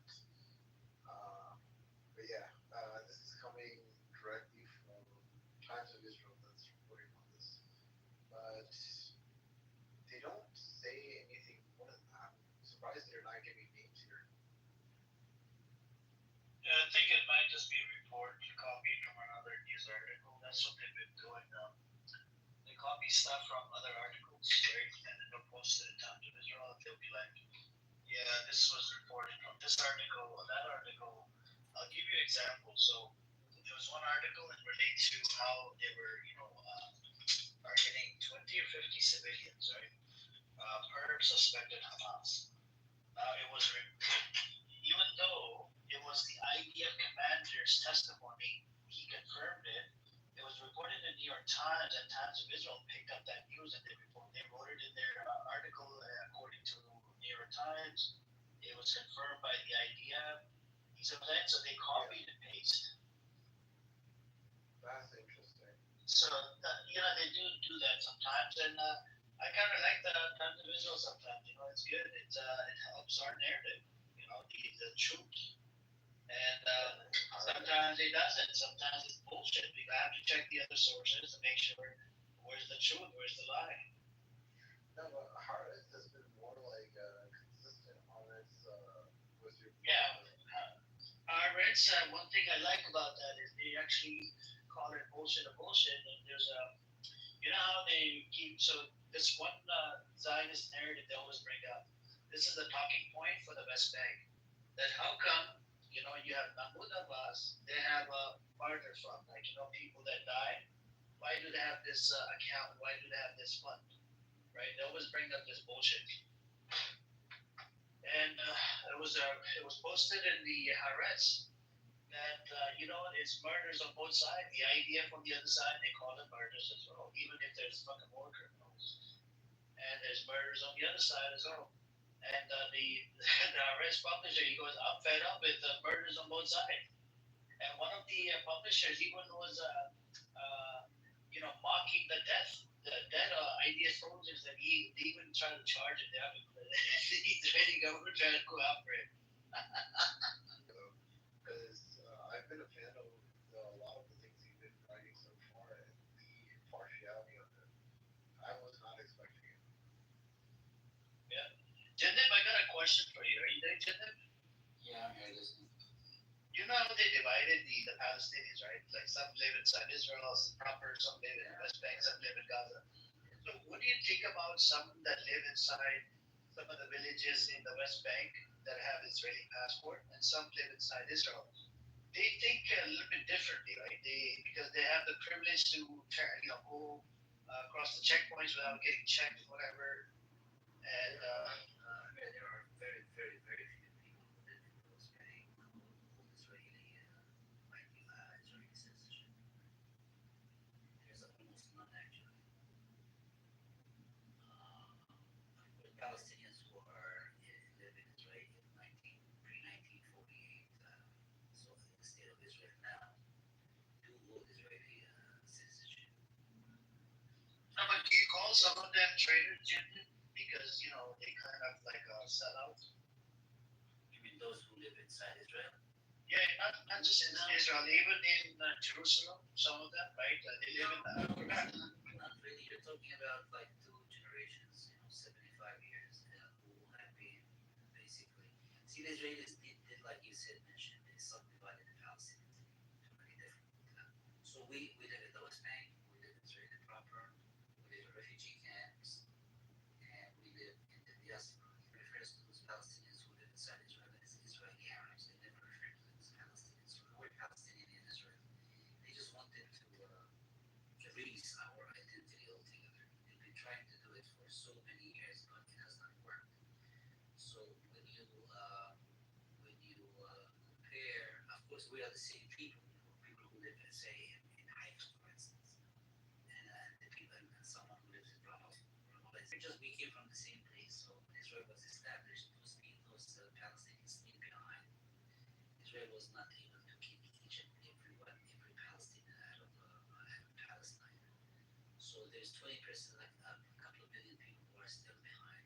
Those are Palestinians who stay behind, and they do, as I said, they do hold Israeli citizenship, but of course they are, in most cases, they are second-class citizens. Of course, the Israelis will tell you there's many Arab doctors, many Arab physicians there, because we're Palestinians, we're an educated bunch. We go to school, we attend universities. Probably 20% of the healthcare sector in Israel is held by Palestinians, for instance. So that's an important part of their labor force. But they are treated different. Of course, they're treated different. They're second-class citizens in many ways. They are discriminated against, but there are laws in Israel, so they take advantage of the laws. And Israel is Israel, so they are Israeli citizens per se, but they're still Palestinians. They still speak Arabic. They're Muslims, and some of them are Christians, and they're scattered in many towns that are still behind. That were not demolished when Israel was established. No, but what do we do about the Palestinians? They like to stand with Israel. What do we do about those people? Yeah, I mean there are a few of them. I'm sure you'll see someone who is the mouthpiece of Israel. But you need not pay attention to those very small number of people who are usually paid, or they are part of the Israeli system. They just became a part of this country. I mean, if you and it's a very natural process in terms of you are a resident of a country, you become an Israeli. So, and they refer to them as Israeli Arabs. They refuse to refer to them as Palestinians. But once you meet them and you talk to them and you know who they are, you know they are Palestinians. I mean, I know them. I know some of them. Some of my friends, some of them are related to them. And I'm a Palestinian who lives in the West Bank, and those people live in Haifa or live in the north, Galilee, but there are some who work for the state, and I'm sure a couple serve in the army. And to get ahead in Israel, if you want to get a government job or a job in general, you have to be servant, become a servant in the military service. But the vast majority of them don't, and they still hold on to their identity as Palestinians. There are a few members of the Israeli parliament, or what is called the Knesset, who are Arabs. Taimi is some person I know. If you want to follow someone, an Israeli Arab, so a Palestinian who lives in Israel, who's a member of parliament, you can follow him and see what he says and what he talks about. And so he's a Palestinian at heart. He's just a Palestinian, happen to be living in Israel proper and ran for a seat, and he won. Yes, you might see some characters who are active, online. Like I know that guy, for instance, who was about defending Israel, different transactions, and so forth. And they do enjoy some sort of, of course, in terms of economic conditions, they are at an advantage because they live within the state of Israel. They make good money, they work hard, they run companies, and they'll tell you, oh, we're not going to judge, that kind of stuff. So and you're talking about what, 70, 80 years now. 80s, they've been under, living within this state for 80 years. So you're talking about a generation, two generations. Am I going to call them traitors? No, they just refused to leave. They were not ethnically cleansed like there's in the past. They stayed behind. No, I'm saying traitors as in a sense where they serve in the IDF, they serve in the police. Yeah, they are. Yeah, I mean, some of them do. I mean, the Bedouins in the south, like people from our or Bedouin stock, they do serve in the south. I mean, it's a lucrative job if you serve in the army. Yeah, but the vast majority of them are still Palestinians at heart. Some of them are traitors. Yeah, you can call them a traitor, but it's like you moving to America and become an American. You were not born in America, but you're an American, right?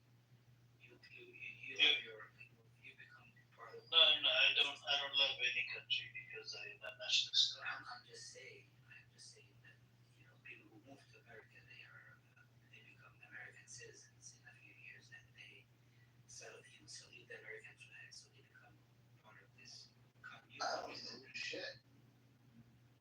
Well, some of them do. Not out of my own choice. Right. Yeah. Well, those people have no choice either. Yep, that's true. No, I hear you, but is it true? So, is it true that in 1947 and 48, One second. At least when I'm back.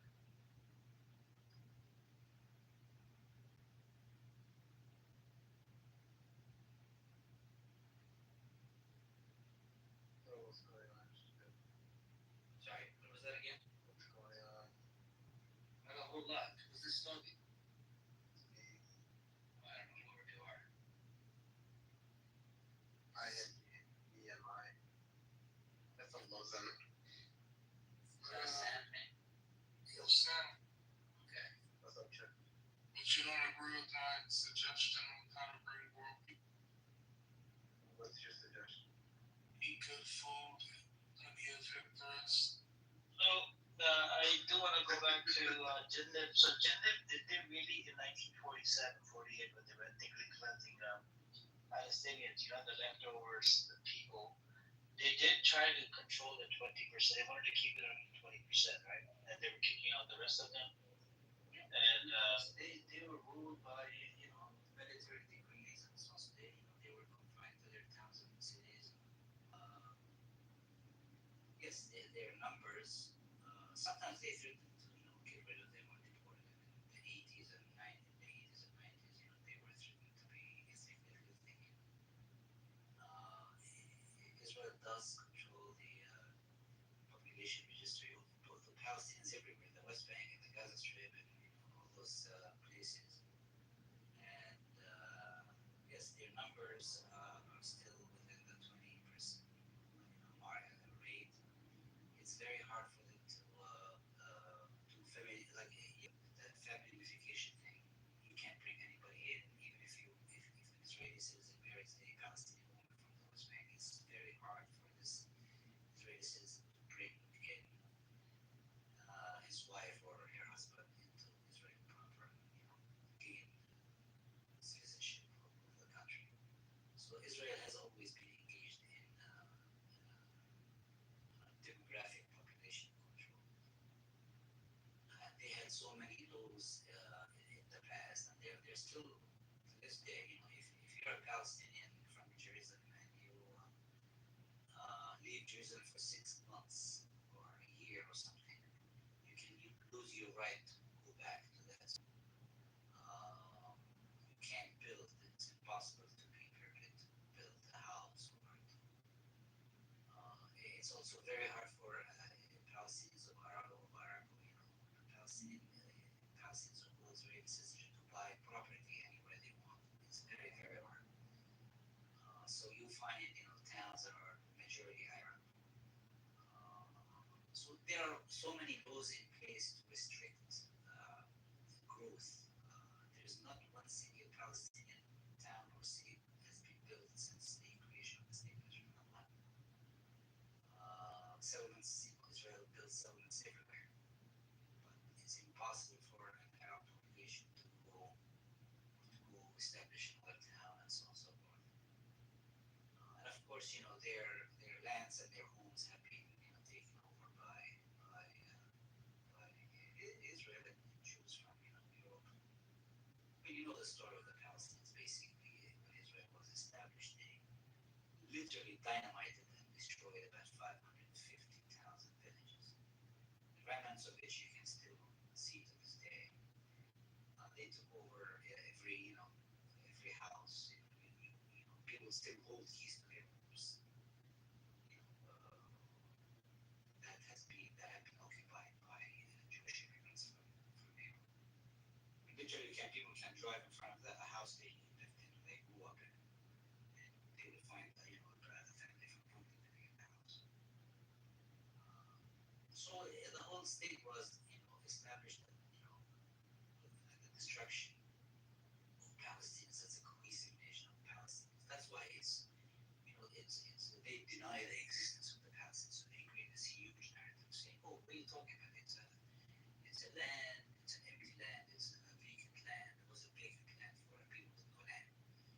it's like they came and they just found no one and they just created the state. This big, huge lie. I recall days in which it was illegal for us to mention, to say the word Palestine. You can go actually to jail if you held the Palestinian flag. I think it's still they want to diminish the Arabic language, for instance, within the state. So Israel was built, built on the remnants of a whole nation that was destroyed. So that's what the story of this Zionist enterprise is. And whatever big fat lie they sold the world is now becoming, the world can see more of it now. The world started to realize that this nation is not, this amazing, miraculous democracy that was just established in some desert place that had no life. That's absolutely not true. It's a big fat lie. Palestinians are probably the most educated people in the region. We've had universities, schools, hospitals, towns, cities, industries, ports, airports, publishing houses, and so on and so forth. So if you just dig a little deeper into the history, this is very modern history. It's not like a distant past history. Of course, Palestine was under the mandate of the British. The British ruled Palestine. It was mandated to the British for between World War One and until 1948. Basically, the joke amongst Palestinians, like those Zionists came and took over a fully furnished house, a fully furnished house. And they just moved into it and they destroyed the whole people. And they lied to the world and they continued. We were attacked by many Arab armies. We didn't do anything wrong. We're Jews. We don't do anything wrong. They only stole a whole fucking country and they're still robbing more places. They're still robbing other places. They're robbing America blind as we speak. Anyway, this is I can go on forever talking about this Zionist enterprise. To America, once it's done, I think the world will be a much better, safer place. I think so as well. It's just that in the Middle East, it's creating problems and then giving weapons to African countries as well, and non-African countries to kill each other. And it's just like it's getting in the way, and it's even to Americans. It has become a liability, and it's the type of liability where these people, the Zionists, some of them they come in here like El Normo and a bunch of these psychopaths. They think that this is the America can never part ways. And at one point, I think how much longer would America have to tolerate, and then they would have to part ways. I think it might take maybe a few years, maybe 3, 4 more years, and then slowly we'll see some some politicians maybe lead the Congress. You Americans are waking up to the whole idea of the danger of Zionism on their country. I mean, I've seen people, well-known people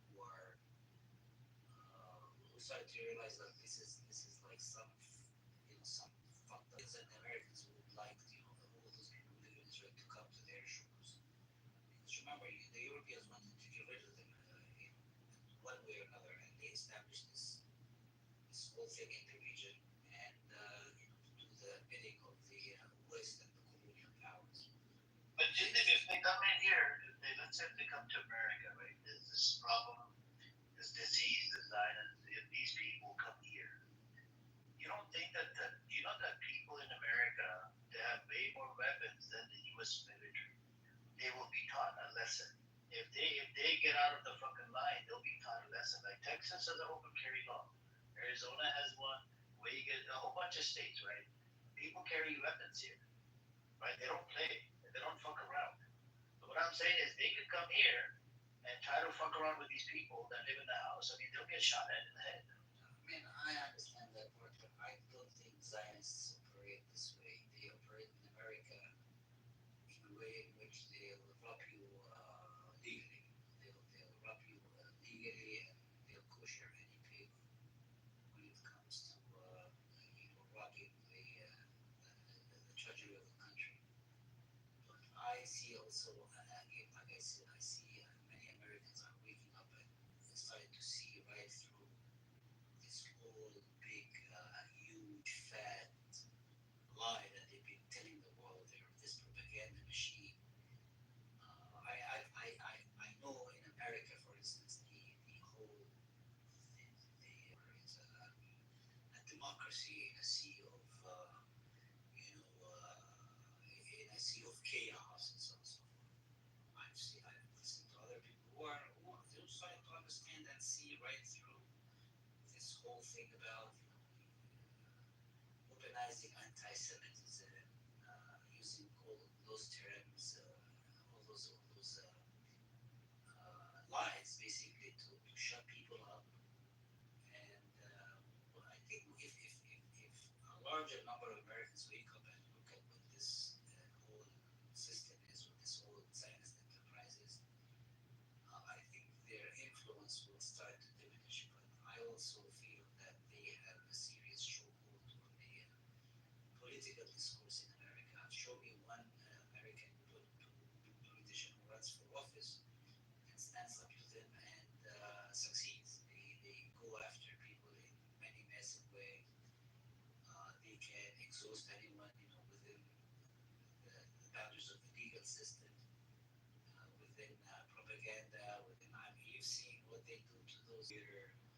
So they use all those terms and all those things to advance their agenda. But once the American people wake up and look at how their country is being, robbed left and right, I think the American people usually stand for very serious chokehold on how things are run when it comes to American foreign foreign policy. When it comes to the state of Israel, they have a lobby in America that is extremely very powerful, in which every politician has to go and kiss their rings and kiss their hands because they pour money into their campaigns, and those who stand up to them are pretty much destroyed. And I'm pretty sure you know about this organization called APAC in America. Yeah, yeah. How they function and how they can elect people, and they advocate on behalf of this Zionist enterprise. But I have a feeling that more and more Americans are starting to get familiar with the machinations of how Zionists and Zionism works in America. And no, of course, they will. If I say stuff like this, they'll say, "Oh, you're a not, you're anti-Semite." That kind of stuff. They use that as a trick to always shut people up.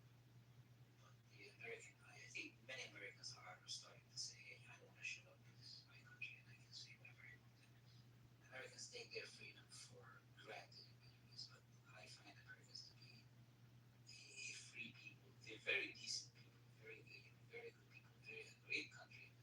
Has been an amazing human experience, America in general. But when it comes to the politics and the state of Israel and Zionism, I think they're still sidelined. I don't think they're familiar with what their government does around the world. They're just not familiar with the mechanics of their government when it comes to Israeli foreign policy. So, Yeah, no, I hear you. Just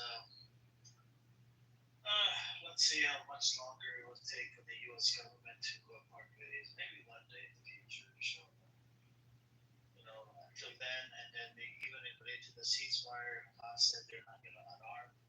Because if they do that, it means that just bend over and get 118,000. he shared what Mamdani that came. Mamdani shares everything propaganda on Twitter. Yeah. He's a big supporter of Palestinians. But I hope he. Just watch what they do to him. I mean, I am pretty pretty sure they ganging up on him. Even his own parties will be ganging up on him in many different ways. And even if he wins elections and he becomes the mayor of the city of New York, they will make his life so fucking miserable and difficult that in the end he will be he'll be anti-Semite. They'll probably say, oh, he's a terrorist. He's a typical American, New York American person. I'm sure if you follow the propaganda machine that they start churning out if they don't want someone to win or to be elected. I'm not sure he's going to be elected, and even if he does, his term would be short and his life would be really miserable. But I hope he does win. This transparent stuff. I think that a lot of people in America are starting to see it, and they watch this stuff unfolding live on their phones. They see murdering kids, burning them alive, starving them to death. And you want to call yourself a democracy, a democratic country with values. What fucking values do you have? I see what you do. I see it on television. I've seen them, kill people, kill innocent children. And if if confronted, like, no, we didn't do it, we don't do it. It's just a big, it's just a fucking, they just keep lying to the world. And then, but I do hope that this guy in New York wins the mayorship. But that's an indication, to me, is an indication that things are shifting a bit in America. But I also am watching how the propaganda machine that they are, running to bad mouth him and make him look bad, and he'll be accused of. I've noticed that they've been firing college professors, people who are academics, at Ivy League universities. I've seen them go after students who are politically active. So, You know what that guy recording in the audience is calling me on YouTube? He's saying I'm a Shia sleeper cell. That's what a sleeper cell. I don't know what He's that just is. I don't know what that is, but yeah, those are the guys. He's streaming my fucking room to YouTube. Such an asshole. But you're right, there's a lot of people getting doxxed and canceled and whatnot. And it's still ongoing. I don't know, man. At one point, it's going to have to stop. And I don't know. It's going to take some pressure. And it's just a matter of time. But I can't believe, in Australia, it's rainy. These people have umbrellas and they're still protesting. 300,000 people showed up at the protest. Assange demonstration. There are 300,000 people. Is a huge demonstration in Australia. So the world is becoming more and more aware of the atrocities this country has been committing over the last 75 years. We literally are looking at people who are starving to death, and you'll interview their spokespeople, and they'll deny that to your face. I've seen this Piers Morgan guy, who he was a big mouth he works for Rupert Murdoch, how he has been transformed in seeing through what those people have been doing. He's basically has been putting the real back of liars to their face. So things are changing somewhat. I'm more hopeful today than probably a few years ago that we as a people will be eventually be free. It might things will get much worse. But I would like to see a day where this whole enterprise, this Zionist enterprise collapse. It's because an entity like this usually does not last for very long. It was established on the remnants of a nation that refuses to die. Sometimes I think of us as are we going to become the Native Americans who have been confined to some small territory somewhere, or are we going to keep resisting this colonial enterprise and might eventually?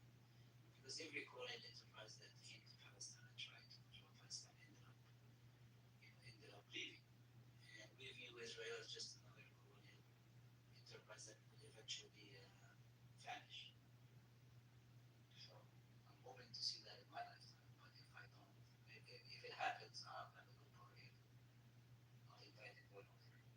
Yeah, inshallah, just this is the thing, man. Like, yeah, I want this to end as soon as possible, but the genocide and all of this starvation. Um, Even if the ceasefire does happen, even when it's part of the ceasefire happening or not happening, they would still be killing people, but the amount of killing might be a little bit less versus right now. Israel's killing machine never stopped. It never stopped. It's an ongoing process. It's done on a daily basis, whether in the Gaza Strip or in the West Bank. They've been doing it for the last 75 years. It never stopped. So I'm thinking that maybe there could be more 7th of October attacks, right? Maybe a couple more, and I think that could be the end of Zionism. I hope not. I mean, I don't want to see innocent people get killed. I don't want to see. No, not innocent people. I'm just saying it would be because they're supposed to have the best of the best technology at the border, right? And suddenly this happens. This ends up happening where people are able to get in there and do what they did on 7th of October, right? I'm not saying it was correct and whatever.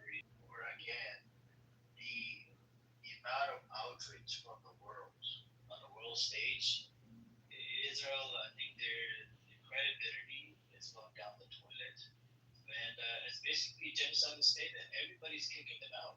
Yesterday, I was watching this clip. I think they kicked out a whole bunch of girls. They were being racist towards the hotel owner.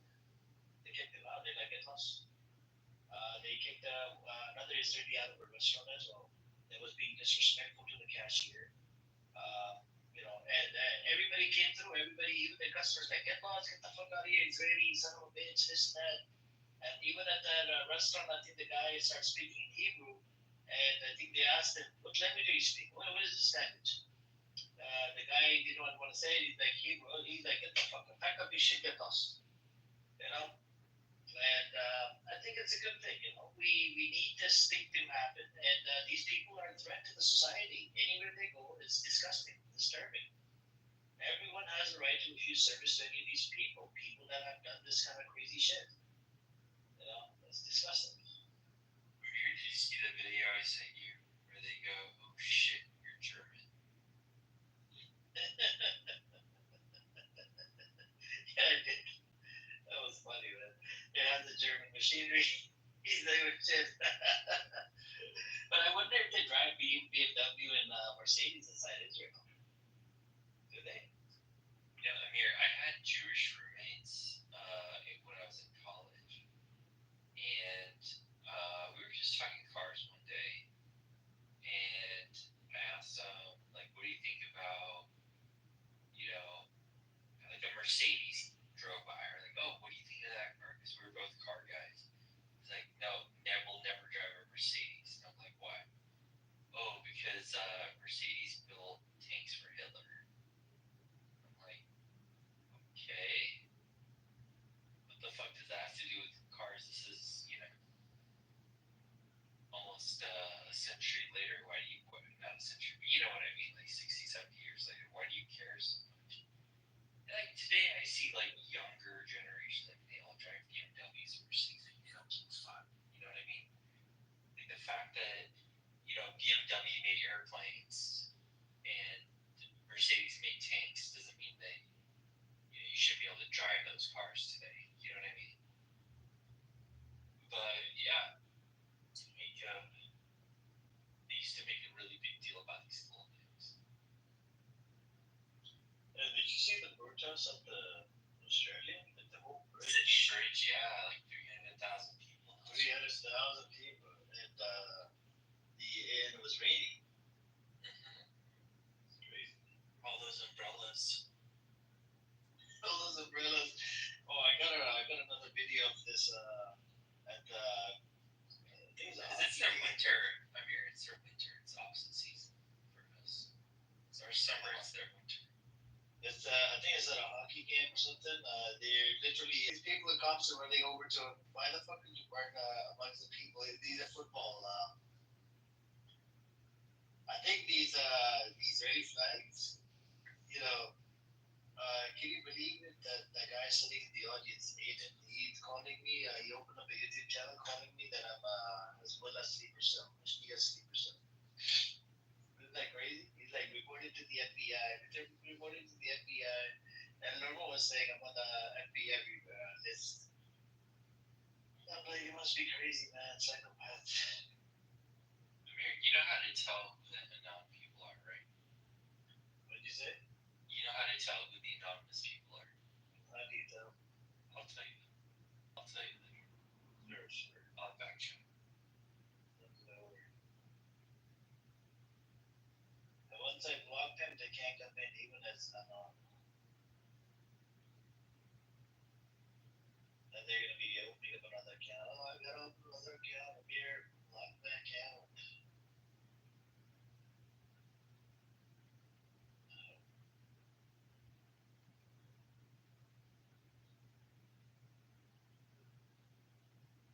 We got the Irish president calls for potential military action in Gaza. He wants the UN to invoke Chapter 7, which allows an international force to defend the 8 corridors.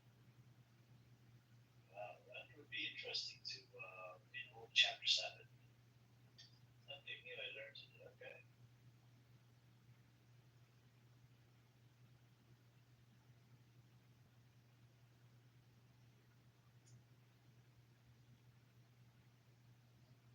Amir, did you open another venue room in the past hour to hour and a half? Because I was in this room, I was on the stage actually.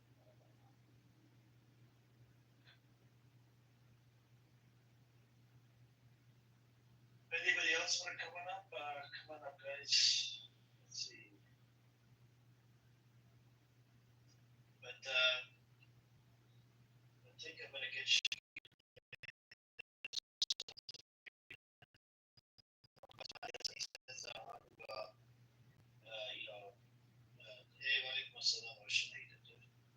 Debunk the Israeli claims within 3 minutes. He does it within 3 minutes. Within 3 minutes. Go for it. Yeah, I think let's listen to it.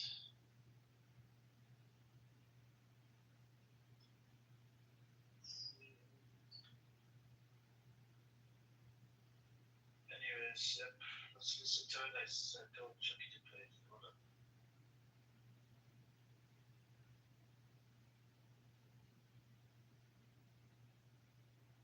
The Israeli government has told so many lies since October the 7th about Gaza, about aid. It's hard to remember them all, let alone keep up. Here, in less than 3 minutes, are Israel's top 10 lies about this genocide debunked. Start the clock.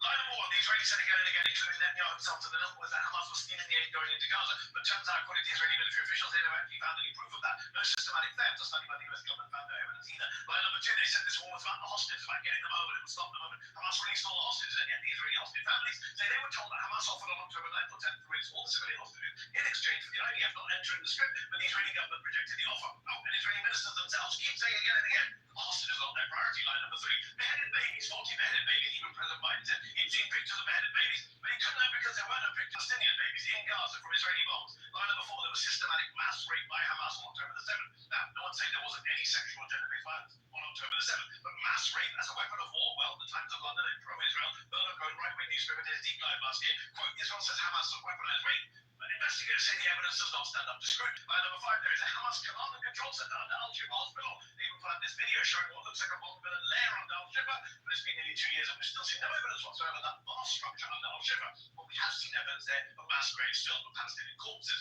Line number 6, the Rantisi Hospital was used to hide Israeli hostages. And we know this because here, unveiled by the Israeli military spokesman on camera, is a schedule used by the Hamas kidnappers, the Hamas guards, in the basement of the hospital, except it wasn't a guard schedule. It didn't have any names on it. It was just a calendar. But the days of the week on it in Arabic.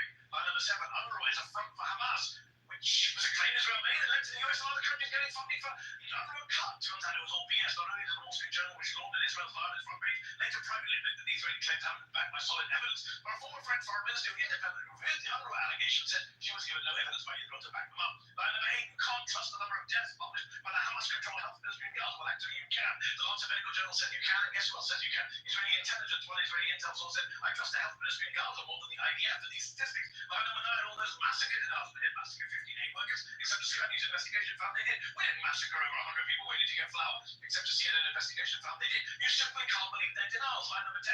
We don't use human shields. Hamas uses human shields. Well, Hamas fights on the civilian areas, yes, but it's Israeli debunked in less than 3 minutes. You're welcome.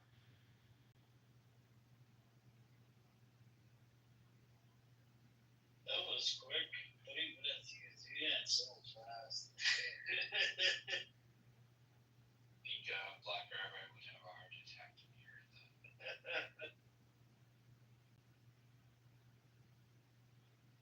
It's so easy to debunk the bullshit claims. It's so easy. Black Rabbi says that black doesn't exist, right? That it's a construct. I'm like, why do you call yourself Black Rabbi then? It's like, to make money. Like, then he kept going on, and then he said something about money. I'm like, well, he doesn't care about money. I'm like, well, you just said you don't care about money. Yeah, I just care about the game, just about winning. So if you can literally change your thesis every 45 seconds, like, what's the point of even arguing with something like that? Literally, he stands for nothing. Yep, that is true. This is the problem with Black Rabbi's mindset. I think it was here earlier, and he was making the same bullshit claims about the other shit. I don't know, man. It's just an idiot.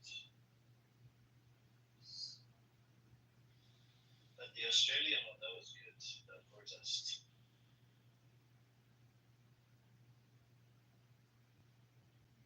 Yeah, I think Israel overestimated its own PR machine that it could spit bullshit to the entire world. I mean, they did a very good job for a very long time convincing America and a couple other countries, powerful countries, but they can't run their bullshit to the whole world until the end of the time, especially with the level of atrocities they're doing right now.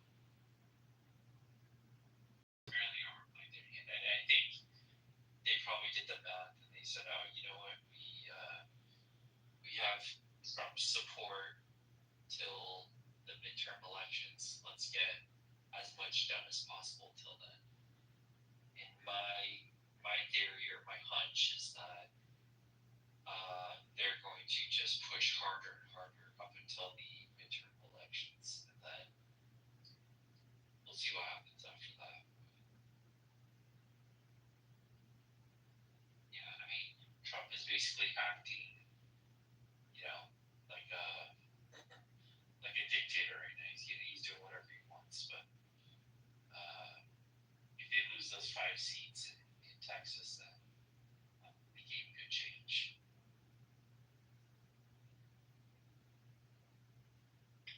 Yep. And I think slowly, I don't know, they're still asking for about the Epstein files. I think people are still wondering about that. I think it's going to go away maybe in the next week or 2 weeks. Maybe they'll, take out Ghislaine Maxwell. That might happen.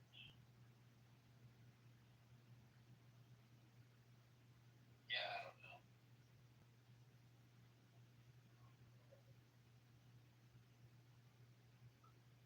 We're going to see what happens.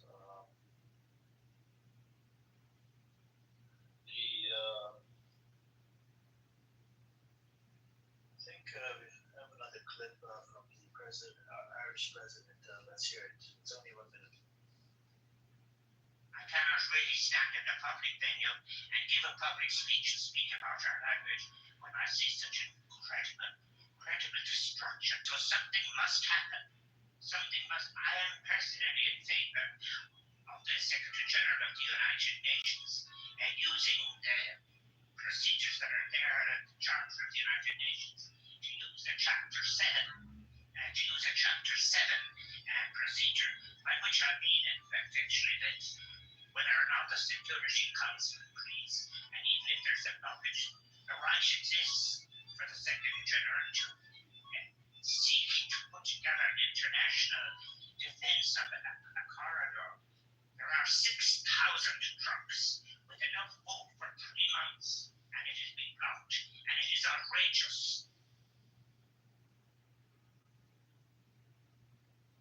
Here it is. We heard the Irish president calls for potential military action in Gaza. He wants the UN to invoke Chapter 7, which allows an international force to defend air corridors. Defend aid corridors. I'm just saying, Amir, like if you're omnipotent, right, you can figure out the answer to everything. The reason there's not a see a lot of things that I'm hearing, and by the way, I give them credit for standing up. I'm sure they're getting a lot of heat just by saying that, but a lot of this, of what I see going on, whether it be this president, that president, or UK, France, Canada saying, oh, in September we're going to recognize the Palestinian state in the General Assembly. Why are you going to wait till September? Let's do it right now. And it's conditional to if the humanitarian, crisis continues, if there's starvation, if why not just accept it? Just like most of the world accepts Palestine as a state. Why do you have to wait? It just seems like everyone knows what direction this is going. That a lot of people are going to die. And they're kind of doing the,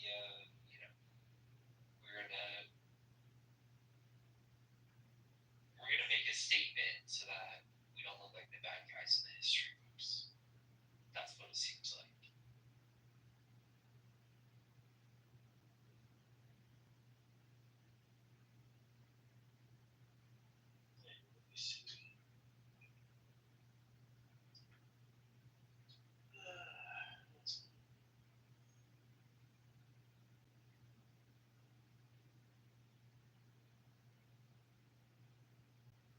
Alright, let's listen to Andy Martin, right? She's a journalist. It's not one man long. And let's see what she says, it's good to listen to. Sometimes it's clip and shared with the rest of the people there in the room. That way, maybe bring awareness. People in Gaza need to know that's the beginning of the end of the Zionist state. The Zionist state will not survive. To stay in the same place, they have to kill and kill and kill. That's the only thing they know how to do. And that's not a surviving strategy.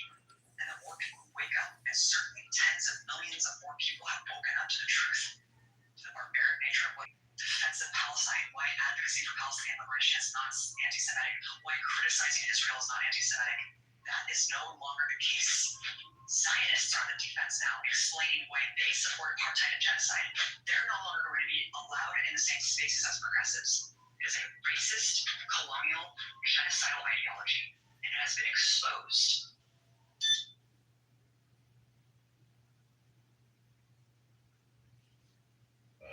We heard Andy Martin. She's a journalist. And she's a known journalist, by the way. And what she said is actually makes a lot of sense. Yeah, I've been following her for a while. She used to be part of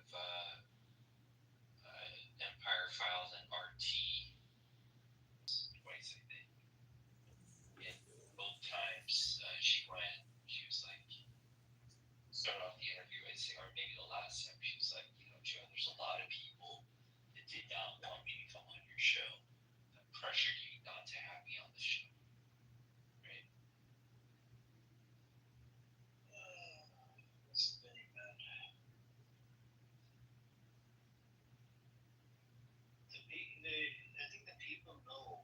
The government, they're well aware of what's happening, right? But I think what it is, they're just waiting for more pressure from the people. The more pressure they get from the people, right? The protest and whatnot, more weight places, that's when they want to take action. They're just like they're moving like a turtle. They're very slow. And look, speaking of the turtle, we have Black Rabbi. And we got Daniel in the audience. He enjoys my rooms. He loves my rooms, and he still talks smack in the chat. You know, that's the thing. What's new, the Black Rabbi? What's your today's talking point? Another bullshit? At this point, we all want peace, right? No, you don't want peace. If you wanted peace, you should call out your buddies. So, You should call out. You should call out the genocidal maniacs that you support. Benjamin, Walbridge, Netanyahu, and all of these psychopaths. You should be calling it out. You should say that it's genocide. I do not support any of this bullshit. What Israel's doing, and America doesn't stand with Israel anymore. You should speak up as an American. What the fuck are you doing speaking as a fucking Israeli? You're not an Israeli.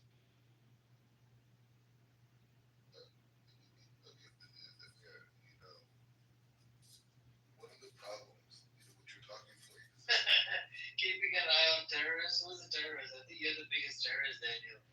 Zionism equals Nazi nowadays, you know? So, Black Rabbi, are you a Zionist? Are you a Zionist? Do you support Israel? I don't know. Okay, so that makes you a Zionist, and Zionist equals Nazis. You're a Nazi. So you support Israel, you're a Nazi. Yep, you're a Nazi. You know why? Because Israel is a genocide state. It's just like supporting Nazi, what Nazi did to the people that weren't Aryan race, right? And that's what's happening right now. The Palestinians are not the Zionists, right? They don't look like them. They don't eat the same food, whatever. They want to cleanse them, even according to Boogie Alon. You know, Moshe Alon, he was a defense minister in 2016 under the Likud party. You know what he said? He said that, Netanyahu was ethnically cleansed in Gaza. And he said IDF is not the most small army in the world, and he was a government official. So should I listen to him, or should I listen to your bullshit? Which one holds more weight? That guy that actually served in the military, that was part of the defense, he was a defense minister, versus listening to you that that doesn't even have Israeli passport. Yeah, you're right. So he has more. His opinion holds more value, correct? And Smotrich came out and said he's not about the hostage anymore. Smotrich said he's not about the hostage. Yeah, but Smotrich is finance minister, right? So he doesn't. Is he a government official?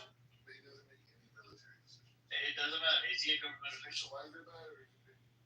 Hold on. Kant's minister came out. 22 the ministers out of the Knesset out of 34. They wanted to go and do a tour in northern Gaza. How they're going to build settlements and whatnot. And it was approved by Kant's defense minister, right? So is it a good thing or is it a bad thing? Is it a wrong thing or is it a right thing to approve, plan where you have flattened Gaza and people are living in tents?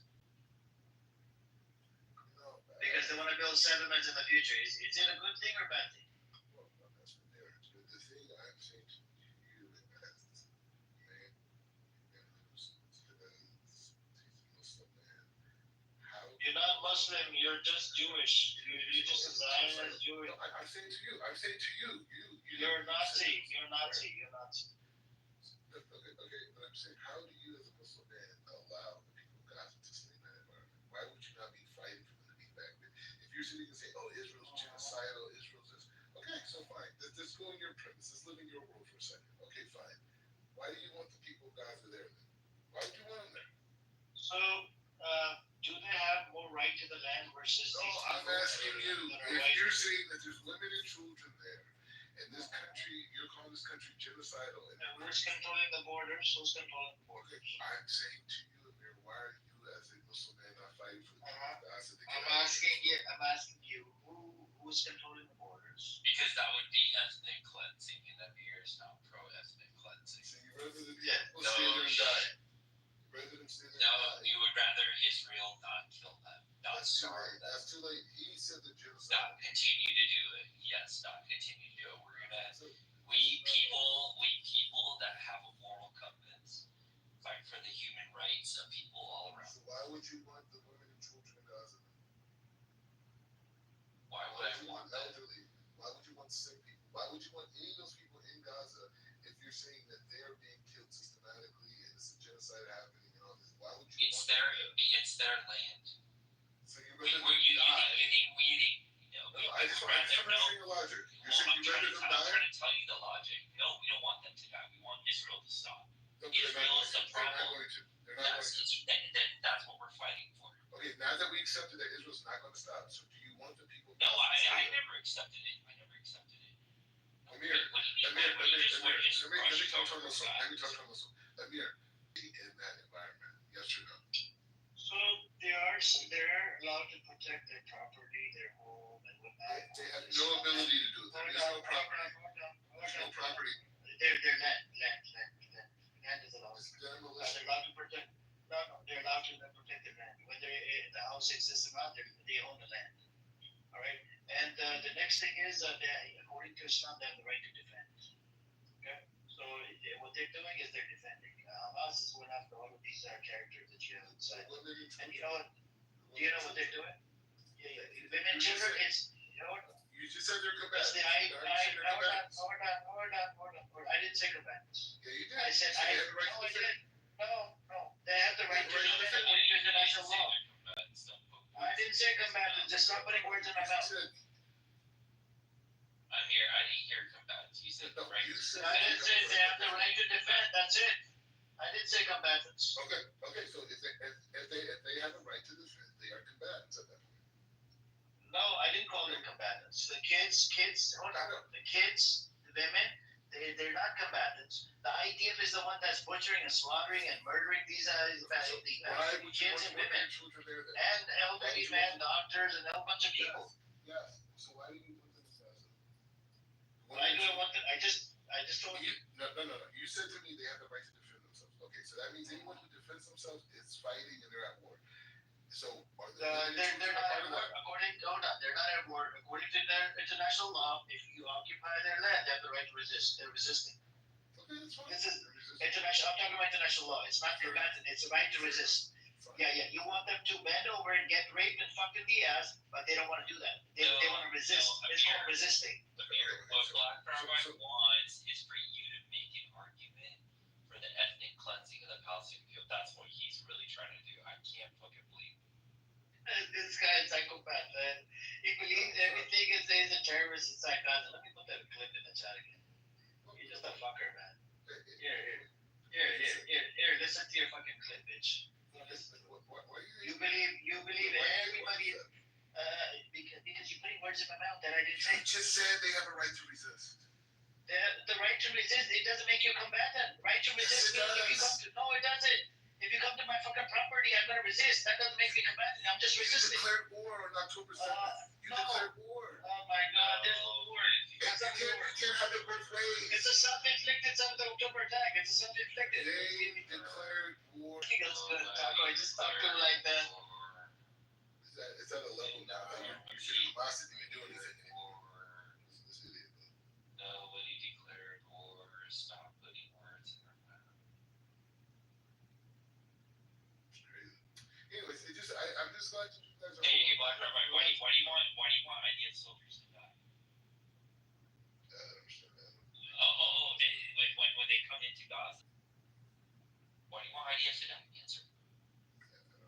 Why do you want IDF to die? No, this is your exact same logic. You're saying, why do you want Palestinians to die? Why do you want IDF to die? You said they're not stopping. They're going to continue to occupy Gaza. Why do you want them to die? No, why do you want them to die? Why do you want Jews to die? Are you pro-Jew death? Let's use your same bullshit logic. Do you want Jews to die? Well, clearly you do. You said they're not going to stop. So you want to. Okay, everybody, just remember, notate it.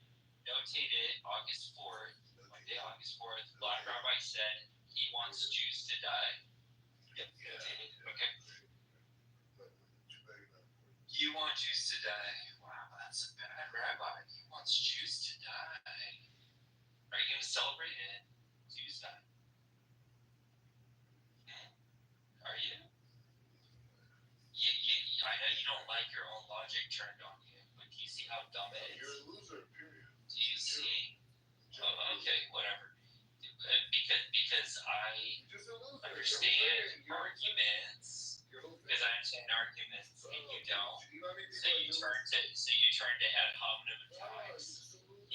because you don't know how to attack. No, I'm using your same. I'm using your same dumb logic against you.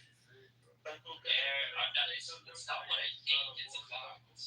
Go ahead, Free. Go ahead. Let me tell you, Black Rabbi, why it's not a war yet, and don't interrupt me or I'll go offline. So you have one side that has tanks, drones, and checkpoints. They also have nukes, billions, and weapons, and they have full support from the Western countries, right? And the other side just has keys to houses that they were forced out of. So they're resisting.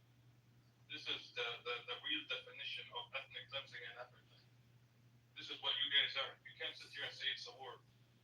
You guys have everything. The resistance group has nothing. They have homemade weapons.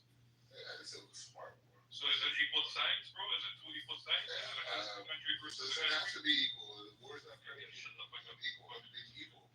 You guys didn't know the war. I told you. Still have you up here, to be honest with you. Let's take it back yourself. I just came back to the point you're saying. The reality is that it was a war. They declared it. I was here in Israel when it happened. It's not a war. It's not a war. You declared it in 1947. If you're getting your ass kicked, does not mean. No, who is getting? Look at my PTR. Look at my PTR. Flip flop. Yeah. Exactly. We're war. Exactly. You take that both ways. But you have to both ways. Flip flop. You have boots. They're underfunded. Tell the Arab countries to start giving trillions. Black Rabbi, when Israel loses, are you going to come back to the U.S.? No, it's no losing. Are you going to take the frisbee off your head, or what? We isolated. Are you going to take the frisbee off your head? Are you going to come bring back senior? You're talking about Israel diaspora. That's a bigger conversation. Much bigger. Are you going to come back? It's a little greater America project. Are you going to try to buy England and Canada?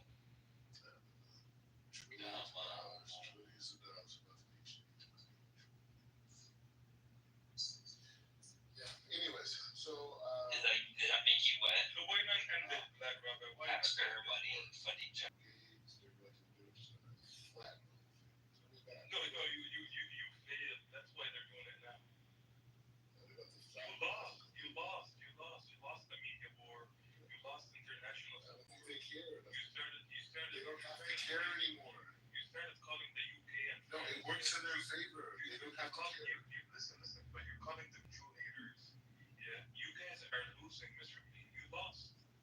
Your military is committing suicide. They're going into mental health institution. No one wants to serve. No one wants to go into Gaza because they're, I don't know, something's fucked up about them. You guys are losing. But now what you're gonna do is, like you guys do this always. Whenever you lose, you come up here with lies and you say they surrendered. People protest in Australia with Julian Assange. No, Julian Assange. Julian Assange is the leader of the WikiLeaks, the guy that leaked open. So about 4 different tweets on Twitter. It's about 300,000, brother. Yeah, but they have bigger protests for Black Lives Matter. No, we're not talking about Black Lives. We're talking about. Have you ever seen? I'm talking about pro-Israel. Rabbi, focus on the point.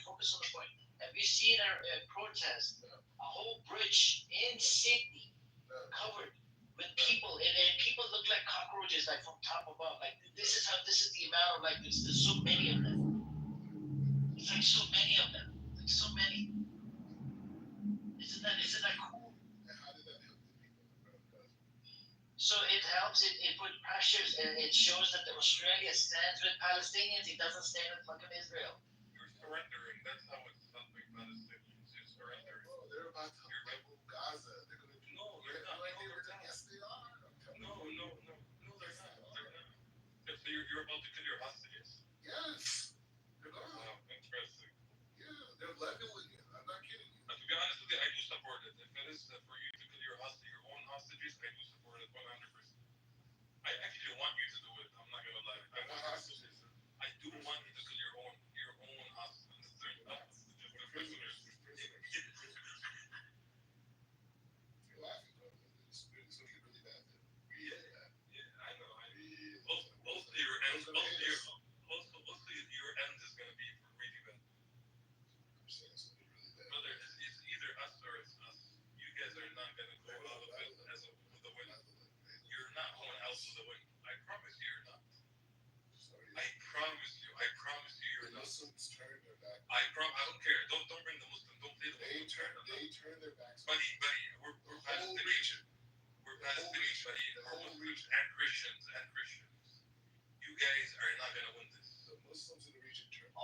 countries should, recognize the Palestinian state. And hold on. At the same time, they passed a non-binary resolution in the Knesset because they got scared. They got so scared, they started, shitting in their pants that how the fuck these countries are going to recognize the Palestinian state. And guess what? They try to, they came up with annexation plan for the West Bank, but it's a non-binary. And then anything related to, becoming a state, the news, whatever, we're going to put sanctions. And what was it? And we're going to take away the funding and whatnot from the PA. So you gotta. All that is smoke and mirrors. Israel's already agreed. Israel's politics. You know nothing about the Middle East, you fucking piece of shit. Your Israeli flag is literally on every single. Listen, your Israeli flag is literally on every single garbage bin and sewer that we have in this country. Literally. Stick to your own politics. You know nothing about what's happening in the Middle East. They're playing you. You're fooled. I think we should actually defend the national anthem of Israel. You will not make it. No, they didn't. Like, Rabbi, do you want to listen to the national anthem of Israel again? Do you want to listen to it? You want to believe. Listen, you want. I tell you they did, bro. You want to agree to a state. Listen, you want to believe that they turned their backs on Palestinians. You want to believe that. Yeah. 3 more years, buddy. 3 more years. I give you 3 more years. And I'll talk to you then. 3 more years, I'll talk to you then. Yeah, 3 more years, I'll talk to you then, Mr. Black Rabbit. But you will remember these conversations. But anyways, the point is... I'll never remember you. I literally forget about you when you leave this room. Like, you're nothing. Why would I fucking remember a conversation with you? But like I said, buddy, I'll give you 3 more years, it's not gonna be easy. And the whole world is gonna go into a shithole for this to happen. But it is gonna happen, whether you believe it or not. And if you look into your own history, I don't know which history you follow, the American or the Israeli history, you will see that in 3 years you're done. Oh my God, we had that guy, what was his name, Juho? His country finally recognized the state of Palestine. Where is he from? Where's Juho? He's from Finland. Finland. Yeah, Finland recognized the state of Palestine. Where the fuck is Juho? Bring him in. Amir, can I play a song? Is that an anti-Semitic song? Listen, hold on. If it is, I support it, bro. Yeah, please.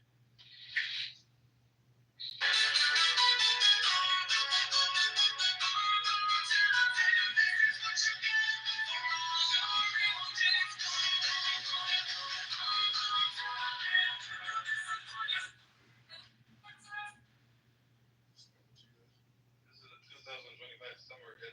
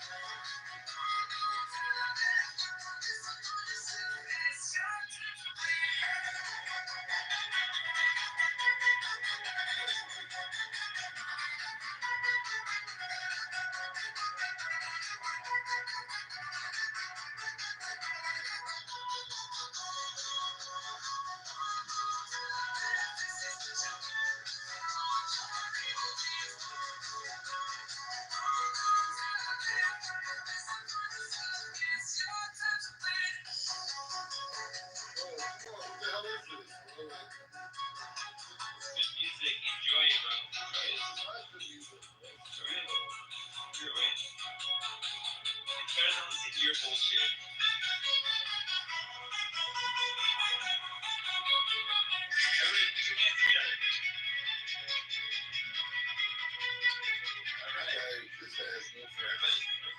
This guy has no friends.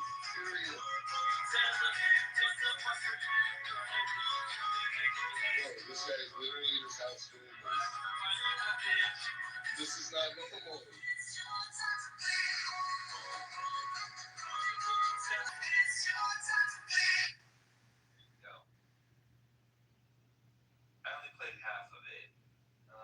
take requests. If you guys want to. I think we need to listen to the national anthem of Israel. Black Rabbi, would you like to listen to it? The beautiful. Yeah, I'll answer it. I guess. That's a good one, right? You like that? You like listening? You want to listen to it, Black Rabbi? Monty, what's your request, bro? We're gonna do the dedication. This is dedicated to Black Rabbi. Let's do the one for Black Rabbi, the dedicated for Black Rabbi, right? Yeah, Please make sure you listen to it really carefully, Black Rabbi. This is a Death to the IDF! Death to the IDF! Death to the IDF! Death to the IDF! Death to the IDF! Thousands were bomb. Mission successful. To shut us up when we call it out. This ain't about hating Jews, it's about what genocide lets them do. Last time raising your say you watch all mixed forces left and hell yeah, from the river to the sea. Genocide must be built. Inshallah, will be free. Palestine, free. Palestine, free. Palestine. Have you heard this one though? Death to the IDF. Death to the IDF. Death to the IDF. Death to the IDF.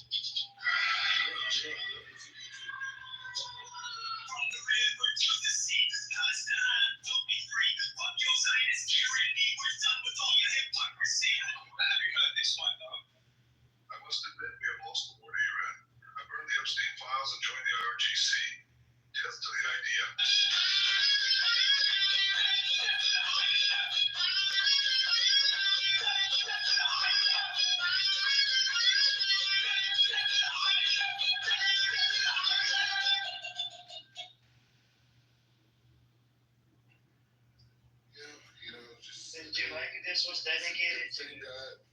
You sound tired. Were you dancing? You're out of breath, Private. Were you dancing on this song? This is Black Rabbi dancing during that song. Look around me.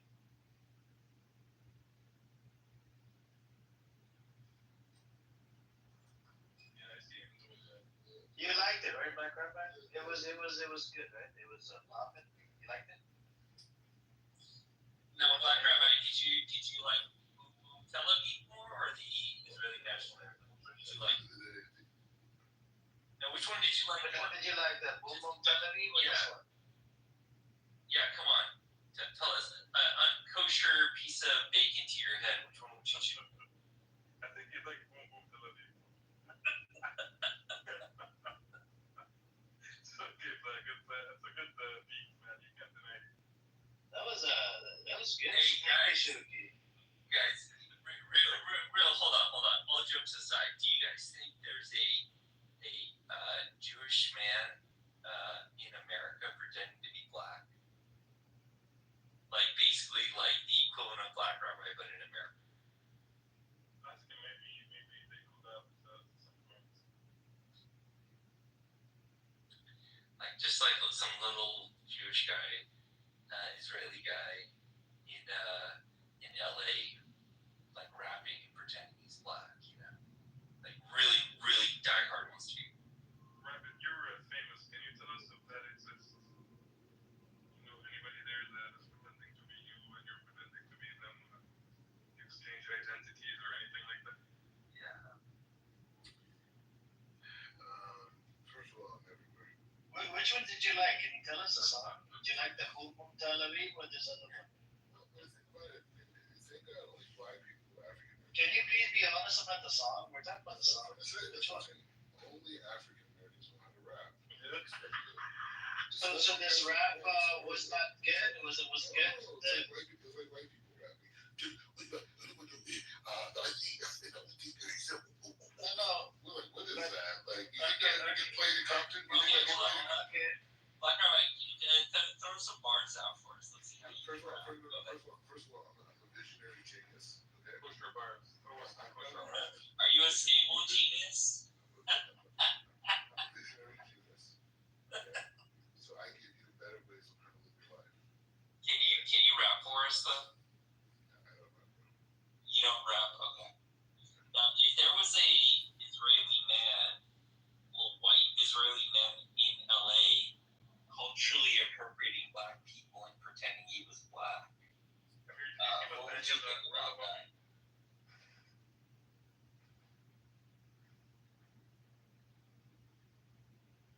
Black Rabbi, are you working at like the Amazon Prime Center in Tel Aviv or whatever? What's all that background noise we hear? I'm on my balcony, enjoying the beautiful sun in Jerusalem. Are you sure you're not loading up headphones for Amazon Prime delivery, 2-day delivery?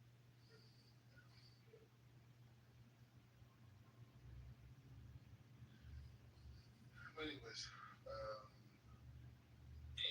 Boom Boom Tel Aviv. Okay, now just answer Boom Boom Tel Aviv or.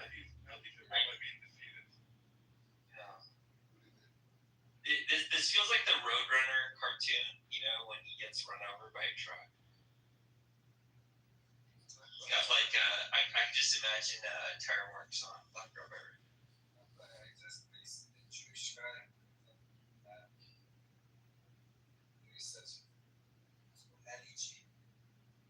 Oh, that's Sacha Baron Cohen, though. He's actually Jew.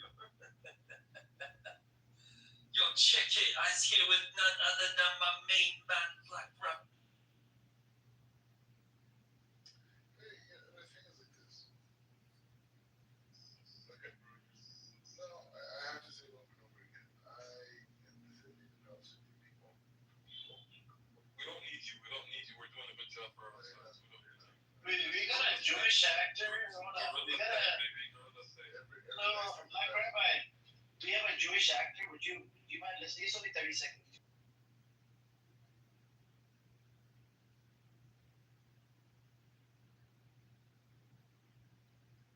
Like silent language. Just give it a second. Shuki, it just takes a second for Shuki to run it. What is this, a production? What is this, a production? Hang on. Yeah, it's more expensive than your production. For the Jewish people to allow this to happen to children and civilians of all ages in Gaza for whatever reason is unconscionable and unthinkable. And I ask you Jews everywhere all over the world to spend some time alone and think, is this acceptable? How could it be done to you and your ancestors? And you turn around and you do it to someone else. I appreciate it. It's Mandy Patinkin. That's Mandy Patinkin, by the way. I guarantee you, he does not keep the Torah at all. Oh Did you listen to your Jewish brother? Oh my God. Weakness? What the fuck? You did not really say that. Yeah. I guarantee you. Oh my God. This guy doesn't respect any other Jews, man. It's So you said that he does not keep the Torah because of what he said? That's a known famous actor, you know, American actor, Black Rabbi. So the Torah permits you to do what you're doing in Gaza with the children? Yeah. The Torah permits you to do that? Yeah. Interesting. I don't know what you know. You say when the Muslims conquered, places, people that died. I don't know why you're talking about Muslims. Because most Palestinians are Christian and Jewish and other things are understanding the importance of Israel being in control.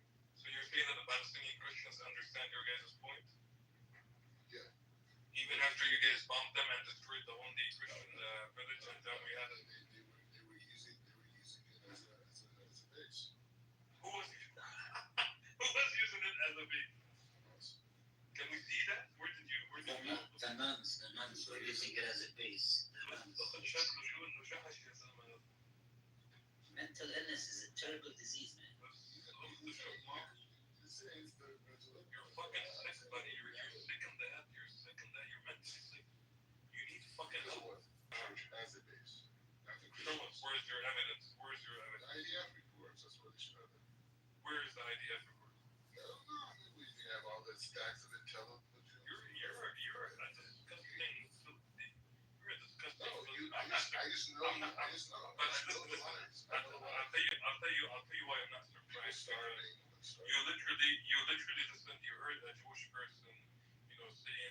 happening to the children inside of Gaza is not acceptable, and you automatically said that that guy doesn't follow the Torah.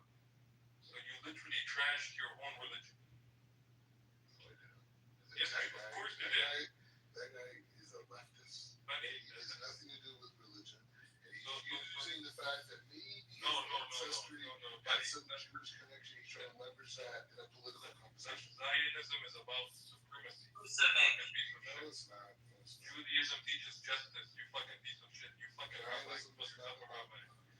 Zionism is not about superiority. What Black is rabbi. Judaism? Who's the man? Where's Palestine? Palestine, the land that you're standing on. I don't know. You know what, buddy? Give us the quality. Give us the quality of something inside of Israel. Give us an example. Universities, Yes. education. What's university? Where's that quality? What are you talking about? So if I go to any No. university here in Israel, there's going to be tons of Palestinians, tons of Israeli Arabs in college. They're going to call some Palestinians, Israeli Arabs. They work in business, they live in just the animals that live in Gaza. They trade to Your Israel. mom laid that. Well, do you guys wanna hear something? Forget it. It's just an Your mom laid that, yeah. you know the 300,000 people that protested in Sydney? Do you know in response to the pro-Palestine protest? Only 4 people showed up for the pro-Israeli protest. Can you believe it? Oh my God. Black Rabbi, you're done. The whole thing is done. It's just fucking bullshit. It's done, Black Rabbi. It's done. It's a done deal. The Zionist entity, to start counting the numbers, you know. Black rabbi, what you gonna do? What you gonna do when Mecca comes for you? Black rabbi. Says Lloyd. This fool is probably in his house. What you gonna do? What you gonna do when Mecca comes for you? Not drunk. No, we're jamming on the music. What's wrong with that? Hey, like I said, you guys, if I was Palestinian or at the I have another song that I jam on, but to be honest with you, like, it would be very inappropriate for me to play it in this room. but the police are saying like He's a black person too, like if you wanna. I love Palestinians. His name starts with Kanye West. I love Palestinians. I love Palestinians, and it's just the people of Gaza are radicalizing the West Bank. Your mom Layla, your mom Angela, you radicalized them. You radicalized the youth in Gaza. You know how? Because Israel has one of the most powerful armies in the world, and you're backed by the U.S. in terms of financial support, military support, and all this bullshit. And you still fail to defeat a guerrilla-style fucking resistance group. You failed. Despite all the bombings you did. That's why it's a war. Despite this, no, it's not a word.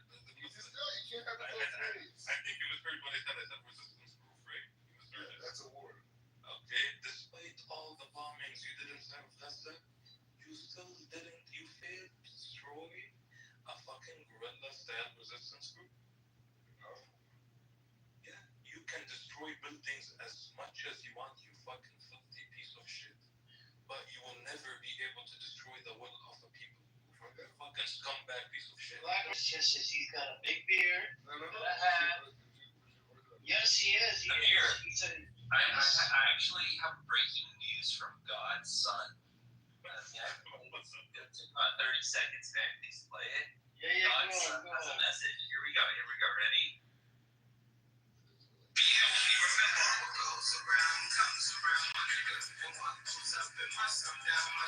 Racial slurs. Amir, he's using racial slurs against me. No, he's using racial slurs. Amir, how you That wasn't me. That was God's son. Nasir. You've heard it, Nasir. That's not.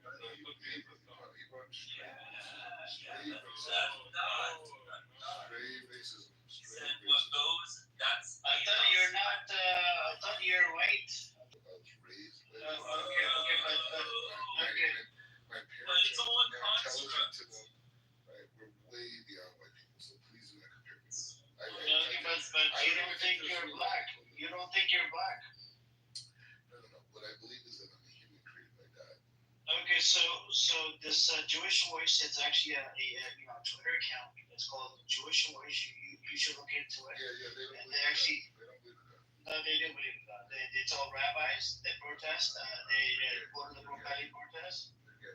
They literally have big beard. They wear black hat. They got a suit on. What the fuck you on about? They promote homosexuality. These same groups. Same. Oh my god. These are LGBTQ. No, I'm not. It doesn't matter. Tell them you insult the fucking LGBTQ. So just be aware. It's allowed. It's allowed according to your Israeli government. When you speak on it, I just want you to be clear of where they're holding at. Because a lot of those people don't really necessarily care about Palestinians. They care about going against the right-wing government that's in Israel right now. No way, man. You just switched your target. Just make it important. Why can't you accept? You're eating yourself from the inside. So nobody's complaining about But that. you know what? The rabbi here said there's a reason why we shouldn't be against that. There is a reason why you guys failed Moses when he went to pray God for you scumbags. There's a reason why you failed him. And there is a reason why you're gonna face the punishment. It's gonna be severe.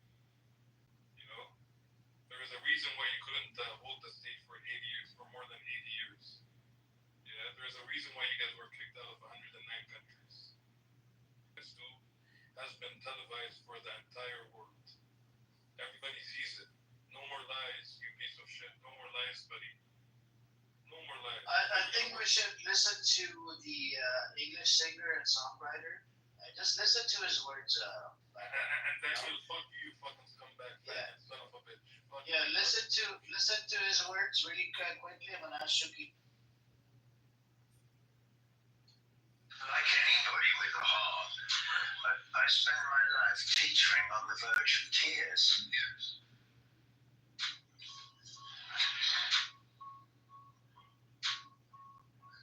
Because you can't possibly put yourself, you cannot even begin to imagine what it must be like. 2005, I think, the show was sold out, but then I cancelled that show, having heard that, Icon Park is built on a Palestinian grave and blah, blah.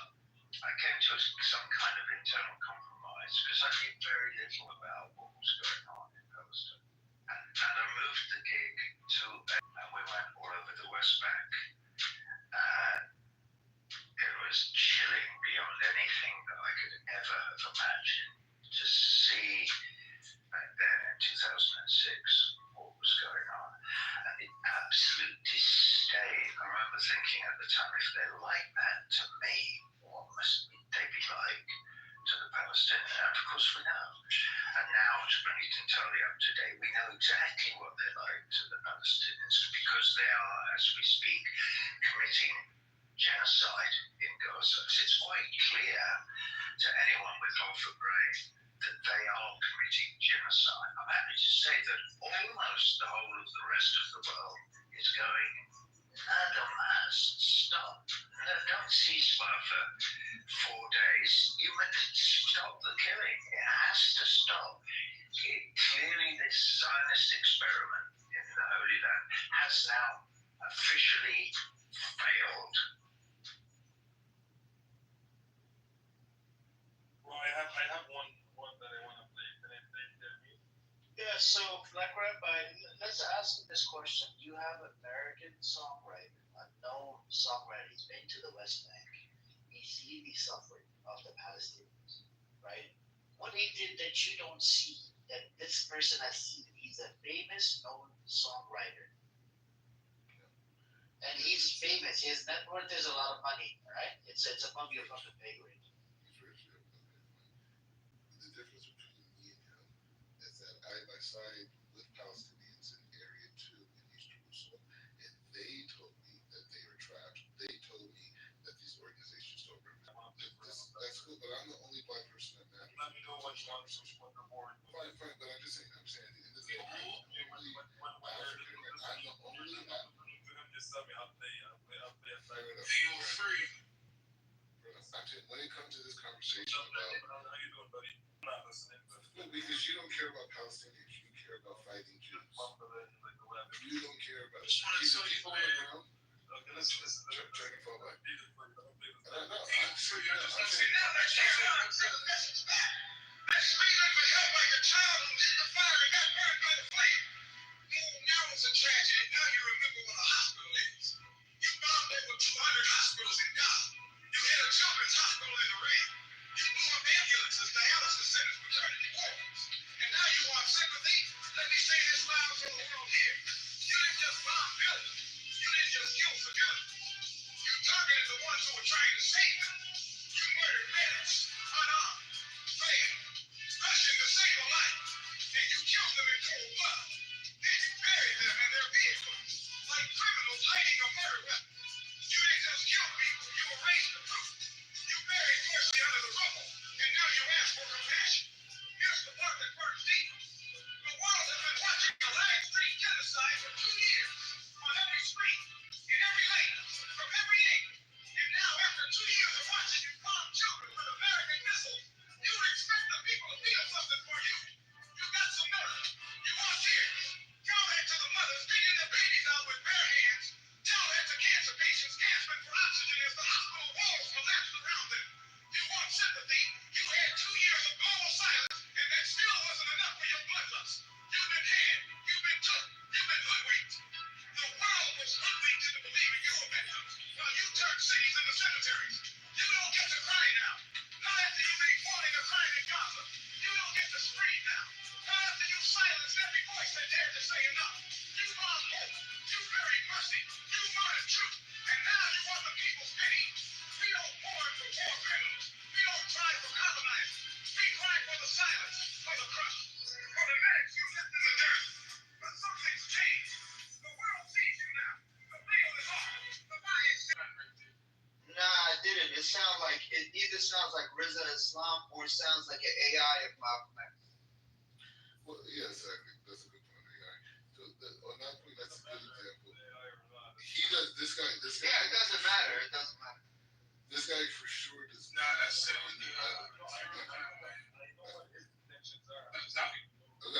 just want. That was Farrakhan that was speaking. Okay, check you. Nah, that wasn't Farrakhan. I'm just saying.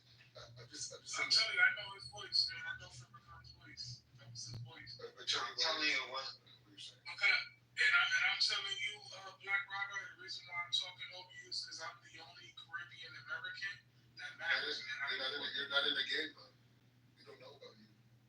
You're just speaking about us. I'm in real life, right? You could be in real life too. Like you choose not to. Right? Yeah, I'm in real life. I am real life, man. I speak against genocide. Where you at? Oh, I'm in Singapore. Let's read about you. Where you at? You should be on Singapore. Come see me. You should be on Singapore. Come see about me, man. Come see about me, man. You ain't big. Come see about me. Come take that flight, man. You don't have nothing. You're in the military. You got orders. I got orders. I got medals. I got ribbons. What else? What else I got? Congratulations. What else? What else I got, Rabbi? What else I got, Rabbi? None of that helps you. None of that helps you.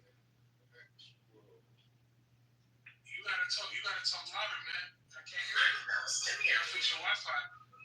From 21 to 48, I carried Palestinian passport. There was no such thing in this area as. Yeah. Well, Rabbi, I got more than you, man. Yeah, my immune is stronger than yours. My immune is stronger than yours, Rabbi. Once I become, I'm going to become the first Caribbean American rabbi. I am going to be the first Caribbean American rabbi. I'm going to speak out. I'm going to speak out and speak loud. I'm going to. Let's figure that. One second. So why did the Palestinians initiate this war on October 7th? Well, they did. They did. This war's been going on for 75 years. Israel initiated it in 1948 by ethnically cleansing 750,000 people. This is what you need to understand. The people of Gaza, over 80% of them are refugees from a place called Ashdod al-Asqalan in what is now southern Israel in a city called Ashkelon. And they were dragged from their homes and driven from their homes, placed in prison camps, barbed wire prison camps, and then dumped in trucks in 1950 into the Gaza Strip where they would be permanently warehoused. And then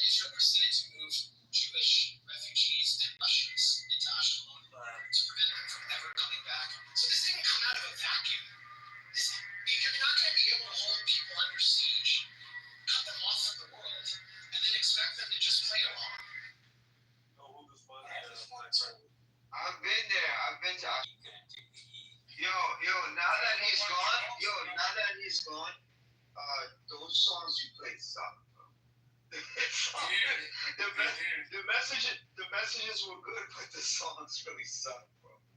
What, you don't like that Nas song, Mozzie? No, not the Nas song. I'm talking to two, like, whatever Euro trance songs you played. It's just, I'm a big,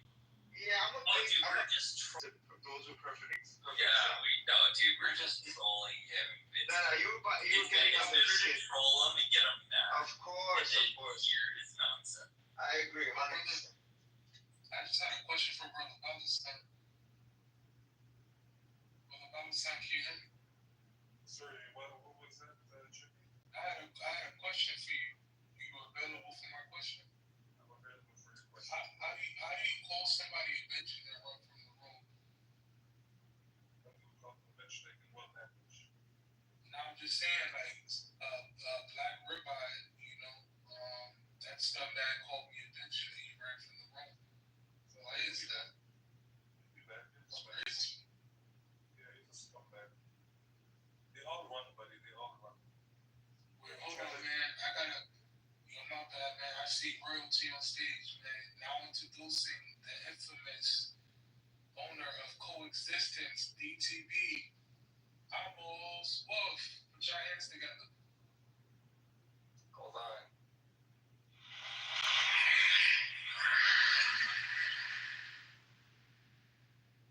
Coexistence. Jackie, where is the picture, Jackie? What picture? Oh, I gotta put it back on. Hold on. I've been on this, helping people with their mental health issues. So, like, I'm trying to. Everybody knows who you support. Back. Alright, yes, sir. That's the Amos. Grandpa Amos, man. You're my person in the home, so I want all the homes to see Jackie support Amos. He doesn't work with Yes. buddy. He doesn't work. Yes, Grandpa Amos. We must coexist together in the room. You guys, I know you think. Malawi, ISIS, Zulu, should they coexistence? Amos, I heard something in one of the Zionist rooms. They said Amos isn't your name, it's an acronym. Is that true? It stands for a multitude of shit. Is that? First, I want to say to Laila coexistence. She asked the jet to say coexistence. So they said, first I want to Laila coexistence. She liked me to say it again and again. Do you believe in coexistence after ethnic cleansing or before? She's from Gaza. She's from Gaza. Amos. She's from Gaza. Laila? Yes, from Gaza. Laila right now in Gaza? Gaza. Where in Gaza? She didn't send me her exact address. She still has an address, but she's from Gaza. Now I got a serious question now, Brother Palestine, right? So when I went to Jerusalem, right, I had a wonderful time with the Palestinian people, but I was noticing, man, that every Palestinian sister that I seen was extremely beautiful and thick, man. Why is that? Bro, like, fucking thing, like, created the woman there, like, I didn't create the woman. I'm fucking question of sister. That's Amos about his. No, I'm just saying, like, I'm not gonna lie, I seen maybe 2 or 3, like, beautiful Israeli women, but the majority of the women that I seen that were beautiful were from Palestinian. Yeah, this is the connection that Palestinians have with olives and olive trees, makes us beautiful. Just beautiful, clear skin, smell good. Wednesday, the women that come to your room are filthy, bro. The Zionists are disgusting. Galileo, I have a list of Palestinian. I'm actually shocked that Palestinians come to your room. I'm actually very shocked that they do that. The clever all the women in Palestine are more clever than the men. Can't explain why, but it's a fact. You're Nazis, bro. I can't believe that people come to your rooms. I'm a Nazi. Yes.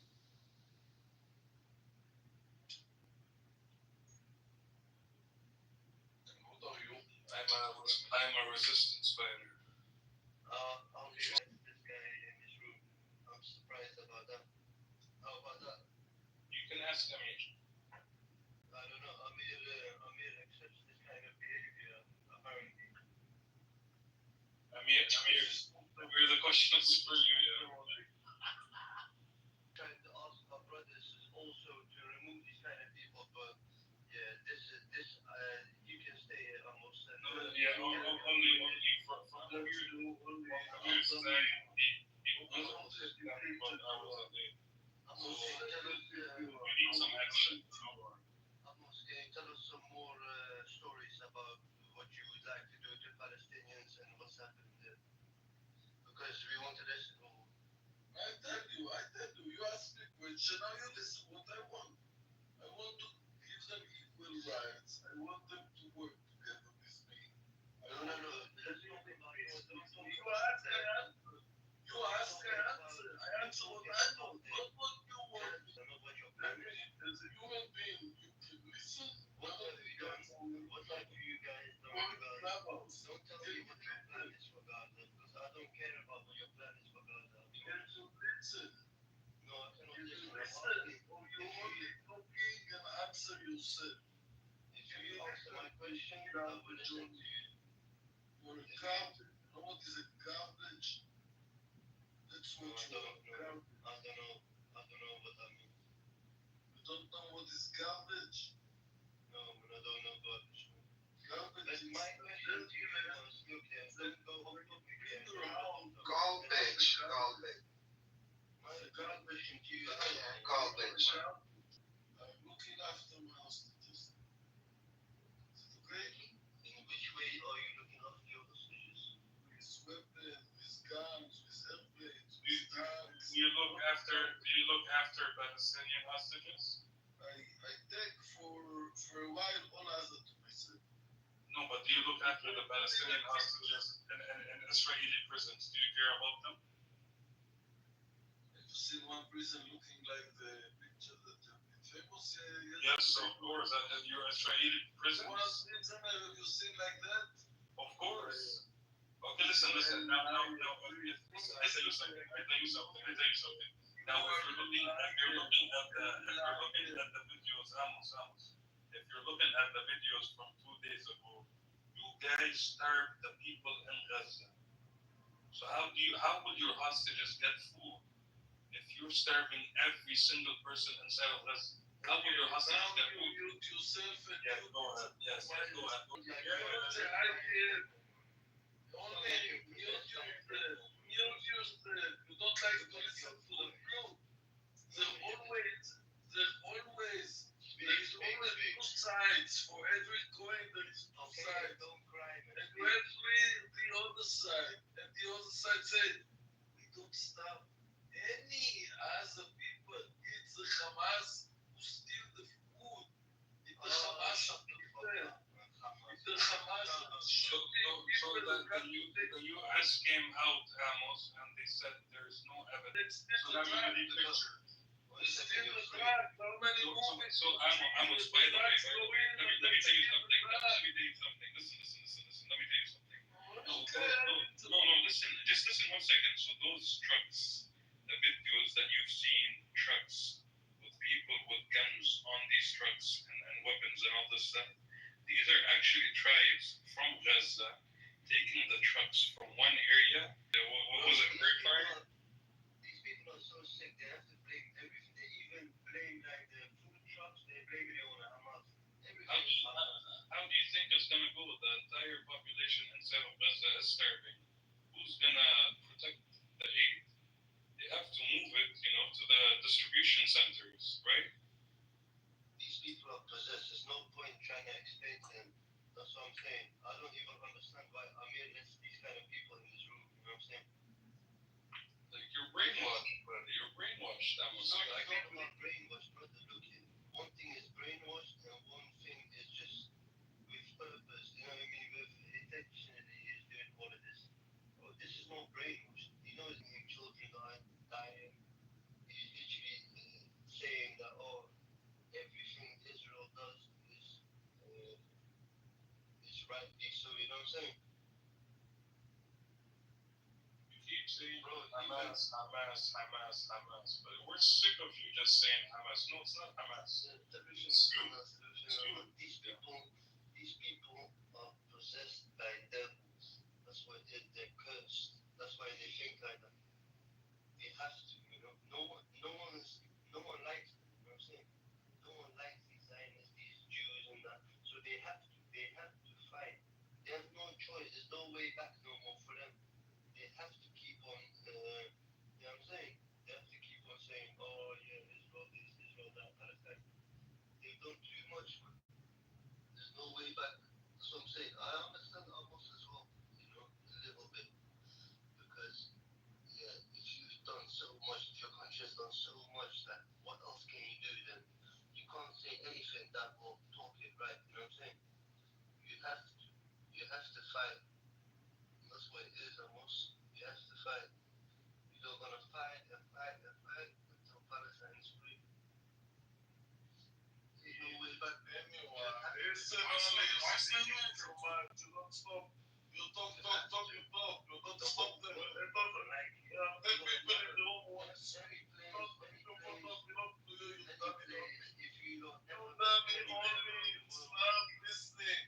listening.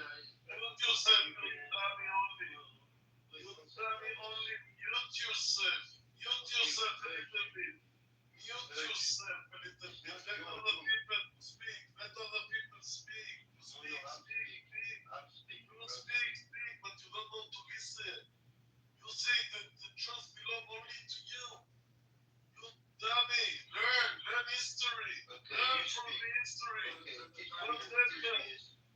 I did the history. I did you history. You dummy, I did you history. Every time you will make us, you get beaten.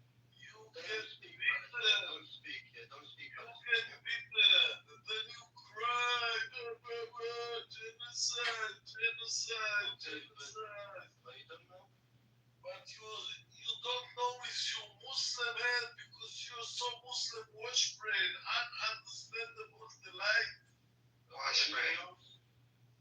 You can keep on crying, genocide, Jewish killers. Hamas will murder you. Palestinians are not only Muslims. You stop that. He's uneducated, you know, he's uneducated. He doesn't know anything. He wants to know our history, but he doesn't even educate himself. But anyway, listen, Amos, you know, yeah, that anywhere you guys go around the world, if you get recognized anywhere, you will either get, you know what I'm saying, some beating or people will violate you. No one likes you guys. I understand that you have to, you know, you have to hide everywhere.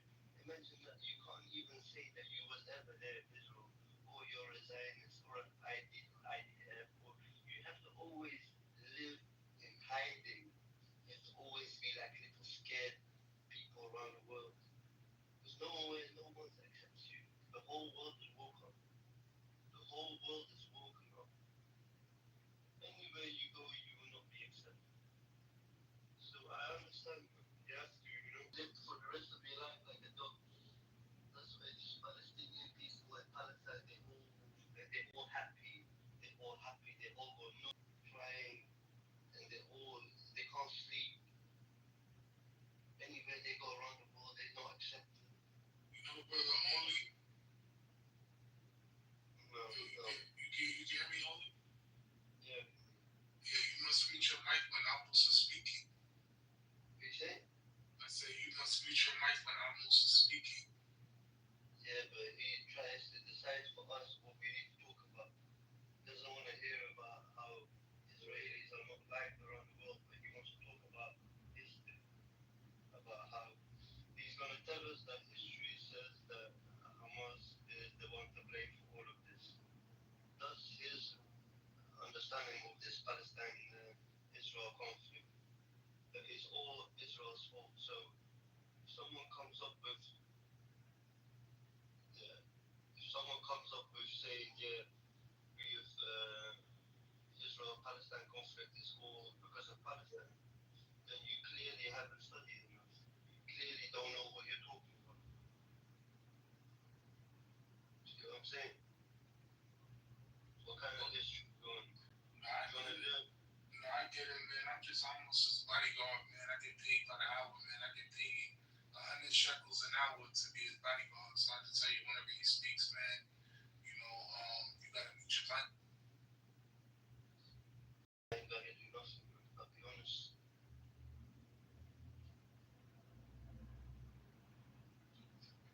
I think Chucky is selling his mama to Amos for some protection. But anyway. That, man, that's the best you can do, only. That's the best you can do. No, you tell me otherwise than going. How did you become Amos bodyguard? That's a good question, man. I'm just trying to, answer it. Can I answer now? I can answer now. I can answer now. Can I answer now, or you gonna keep projecting? Did he approach you for a job, or did you approach him for a job? I can speak now. Okay, if you answer the question, did you approach him for the job, or did he approach you for the job? Can I speak now, or are you gonna keep talking over me? You can speak. All right, thank you, sir. I appreciate that.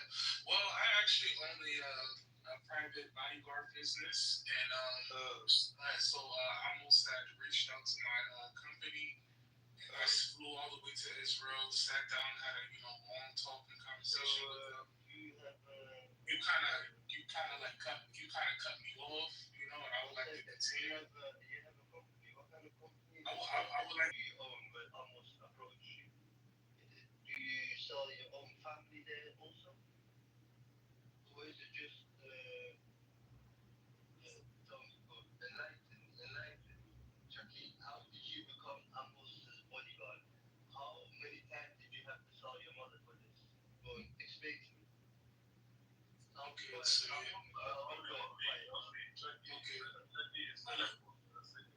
like to finish. Now I just want to finish. You asked me a question. I would like to finish. So so I flew out. He wants to be a bodyguard almost. Go and carry his rolling. Alright, yeah. So I would like to. So I flew out to Israel, sat down, and then. If you're trolling, just shut the fuck up. Okay, so I flew down, to Israel. Met with them to. I don't understand that language. Alright, so I flew down to Israel and had a nice little time. I flew down, so I just had a. Hold on. Yeah, so anyway. I'm sorry, Chucky. Hold on. Who's this character only? What's your deal with? What character, broski? If someone said in a conversation, you should be quiet. That's all I said. But if you want to talk about it, You should. no problem. Okay, you should behave yourself though, and be kind and be respectful. You know what it is? Yeah, but anyway, so I'm gonna just start talking. I'm gonna be a dickhead now, and I'm gonna just keep talking. So anyway, so I took a flight to Israel. I went to almost this Congressman. Sat down. We talked over.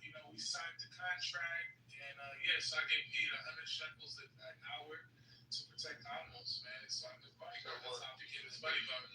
So basically, you sold your home to Amos. Nah, I didn't sell my home to Amos. You did, man, because he's in your house, not bodyguarding you, right? Or you're bodyguarding him. Nah, I didn't sell my home. Bro, shut up, man. You're sounding stupid. Nah, I don't have to shut up, man. People are here saying a couple of things. All your guys feeling so I need a bodyguard. I pay a lot of money to my bodyguard. I need a room in a Muslim home, a bodyguard. Otherwise, you kill me, so much hate. Your devil voice, man. Just shut up, man. 1 second. You're Muslim, you have little brain, you don't Have you ever tried to spit? so much of violence against women, against everyone you are. You've got a lot of saliva in your mouth. Have you ever tried to spit? Do you have like go and spit in the toilet, like spit a little bit, your voice? Well, yeah, man. So it was nice. They made a lot lot of good food, a lot of good kosher food. I had a good time. Walked around Jerusalem. It's nice. I like this gig, man. I'm making enough money to support my family. I love it, man. Yeah, well, all the other It's families beautiful. that died, your bodyguard an Israeli person. Yeah, and it sounds like based off your accent, man, that you're from the UK. Sounds like you're from the UK. What are you doing about the, UK people that are dying? What about the people in Somalia that are dying? What are you doing for them? I'm curious to learn. I'm not in the UK, but Yeah, you sound like you're in the UK. I'm not in the UK, but I'm from the UK, but I'm not in the UK. Okay, where you at? I'm in the Netherlands, Amsterdam, where all the Zionists were beating up the Al Maccabi when they go to. Okay, but what about the people that are dying from overdoses out there in Amsterdam? Man, what are you doing about that? What are you doing about that, man? Nah, you asked me a question. You asked me a question about there's families dying. I'm just curious, what are you doing to help all these thousands of families that are dying, man? What are you doing? How are you contributing to the world? How are you contributing to the world, man, and to your society? Yeah, to your society, man, to your society. Okay. What are you doing to contribute to your society, man? So you're talking over overdoses. Yeah. About overdoses. Yeah. Overdoses is someone does it to themselves. These Yeah. Palestinians, they don't kill themselves in Israel. But you asked me, but you made a comment. I just told you, right? I told you what I do to some millions of people dying. So my question is, okay, so I'm thinking, you might be a bum on the street begging for money, but at the end, I'm gonna give you the benefit of the doubt, and I think you scrub toilets at McDonald's. So what are you doing to help the families that are dying in your community? What are you doing for that? This is such a low IQ conversation. I'm just trying to match your, match your intellect. Because you said that I sold my mom to Amos. I sold my family members to Amos. I sold my house. So I'm just, I know you scrub toilets at McDonald's. You have a third-grade education. So come on, man. What are you doing to help the people that are dying in your community? I want to know. Yeah, go ahead, man. Go ahead. Go ahead. Look here. I never said anything about I'm working in McDonald's, but you did say about that you were the bodyguard for Amos. So that's the reason. Yeah, I said that. And your low IQ conversation talking about jobs and McDonald's and stuff like that. This just sounds like that interview that Benjamin Netanyahu had with Milk Boys talking about Burger King and McDonald's and stuff like that. Joki, you've put yourself in the situation. You said that you was the bodyguard of Amos. So if I changed it and I said that, and if I changed it and said that I was Jendiv's bodyguard, if I was Free Palestine's bodyguard, or Bear's bodyguard, why does it matter that I happen to be Amos's bodyguard? I get paid good, I pay my bills, my family's taken care of. Why does it matter? Hello? It matters. Hello? It matters because you're on the right side of history then, right?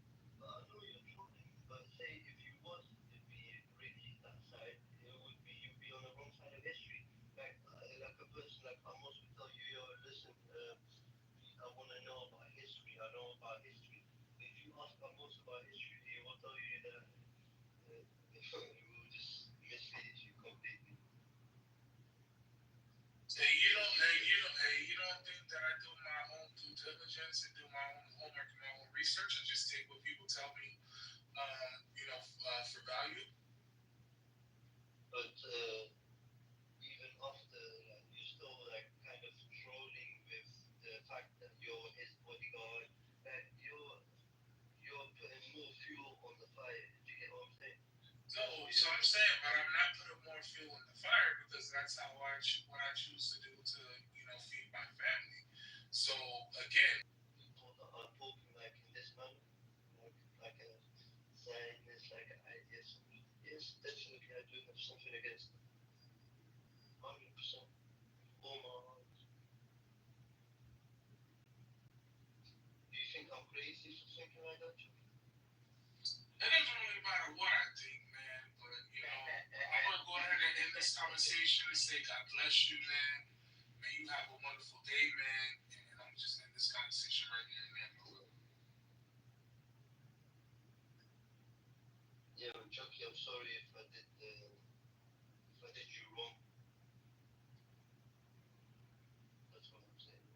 Because Amos, when he speaks, he sounds like the devil. Amos, can you speak one time? I want to hear your voice. Don't understand, Chucky, why you violence and no only one language. Speak normal. Okay, speak one time normal with your normal voice. Normal voice is a Muslim guy. Okay. So you have to talk like a Zionist to speak with Muslims. I have to speak with you in a violent way. Don't understand other way. Why? What happened to you? So if I need to use shuki masses, why do you have to? What happened to you guys in Amsterdam? Can you explain that? Your mind don't understand that I'm stronger than you. Okay, no problem. Can you as a Muslim? Just no killing and violence. It's the only way to Don't worry. Amir. People, no problem. Amir has all of this. Amir is okay with all of this, you know. Amir. I'm not something Islamophobic. I am Islamophobic, that's true, but I see all the Islam around. Yeah, but that's what Wednesday, this is what Amir That's true. Hey, hello everybody. You're fine. Amos, can you answer his question, please? What happened to you guys in Amsterdam?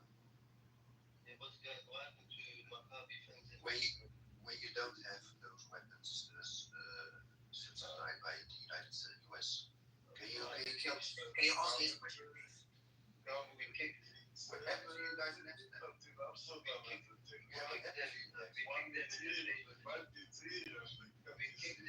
kicked them in the face. We slapped them every.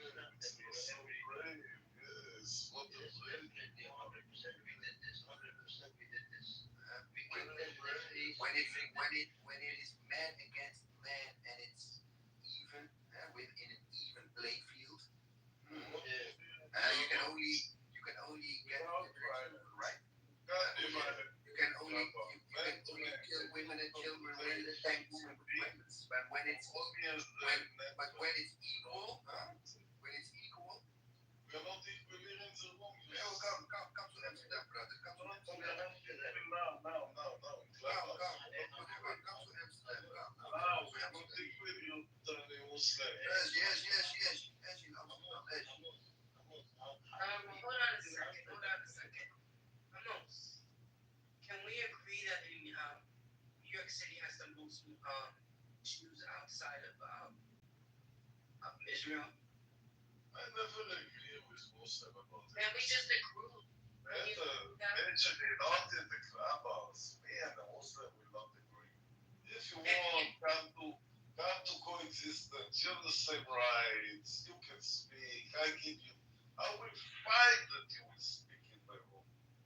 You come here without the Hamasnik and offer me something to agree. Asking you. Just say you don't know. Just say you're wrong. he's drunk. Wednesday, he's drunk. I know the Jewish are always stronger, always clever, always You can't hear he's drunk. and Muslim alone. That's Wednesday, go mute. Because he's just getting excited now. He's getting excited. Almost, what happened to you guys in Amsterdam? Can you explain that to me? Because you're going off topic now. I don't know really, but what I read in the newspaper that Muslim guy. Those Zionists face to my shoe. It was so nice. You know that, Almost. I'll be honest. Actually, I was there. All the kicks that we gave them, all the punches and all the sticks that we broke on their faces, it was very nice. I was waiting for that, I was literally waiting for that. Netanyahu had to send a plane to save you guys. sent a plane to save you guys. It was so dangerous. It was so dangerous for you in Amsterdam those days. So they had to rescue. They had to rescue those Maccabi supporters, fans. Habibi, come to Amsterdam. Habibi. Yo, brother homie, man, do you mind if I ask you a question? I'm not sure if I'm gonna answer it, but you can ask your question. Yo, how do you feel about Malcolm X and the Nation of Islam? Just some next Nation of Islam, So what are you talking about? He left the Nation of Islam once he went to Mecca and he became a Sunni Muslim. Oh, he became, I don't know. Did you answer the question for the brother? Yes, I did. And you said what's wrong with me? Because I asked the question. Yes. Okay, that's interesting. But this is a stupid question. How was that a stupid question? How was that a stupid question? It's just a stupid question that you will. How was that a stupid question? Muslim. I want to ask you one more question before I fell asleep. Muslim. I have one question here. When do you think you will be accepted all over the world and that everyone will feel sorry for you guys? When do you think this will happen? I know that it's up until the 7th of October, everything. When will it happen? After the 7th of October, I think we were in the battle, but you beat me in the propaganda, and you beat me even here in the room. You beat me. You beat me with all your lies, with all your way. Everything with washbrain of the people, and lies about the Jewish, about the kid, about Amsterdam, about London, about Belgium, about everything. The truth. Lies and lies. What's the truth? Okay, one second. You couldn't answer the question almost, so you can leave if you want. You didn't answer the question, when will you be accepted? I didn't ask, when did you get accepted? I asked you, when will you be accepted? But you didn't, because you said 7 October. I understand. You don't have an answer. If you go, leave quietly, please. Hello? Amos, are you there or are you paralyzed? Because we don't get paralyzed. We just live. I'm sleeping here because you're so boring, so I got to sleep in the room. And very fast you hear me snoring. Now it's long. I will You're scared behind the camera, behind the screen. You're very scared. I understand because I saw you're typing. What should I do? Kind of from the Hamas? I saw the real type. For who am I going to be scared, you bloody bastard? Tell me, who am I going to be scared? I was face to face with Israeli IDF and Maccabis and Mossad. What are you talking about? They're Muslim. Israel's dying. Wednesday, where are you from? Anyways, let me talk to you because you're more interested than this others. Where are you from, Wednesday? New York City. Okay, and what's your ethnicity? Can I ask? Sure. Puerto Rican. Puerto Rican. Okay, that's why you got a little bit. You got that's the Puerto Rican. Yeah, I'm trying to understand, how Wednesday said I asked the dumb question. No, Can you elaborate on that theory? you asked some questions that are not related to the topic. That's why it's dumb. Okay. But we weren't even talking about nothing related to the topic in the first place. You guys were talking to Amos. So I asked the question. I just asked a simple question. I just said, how do you feel about Malcolm X and Nation of Islam? And then Wednesday jumped in and answered the question for you. She didn't even really answer the question.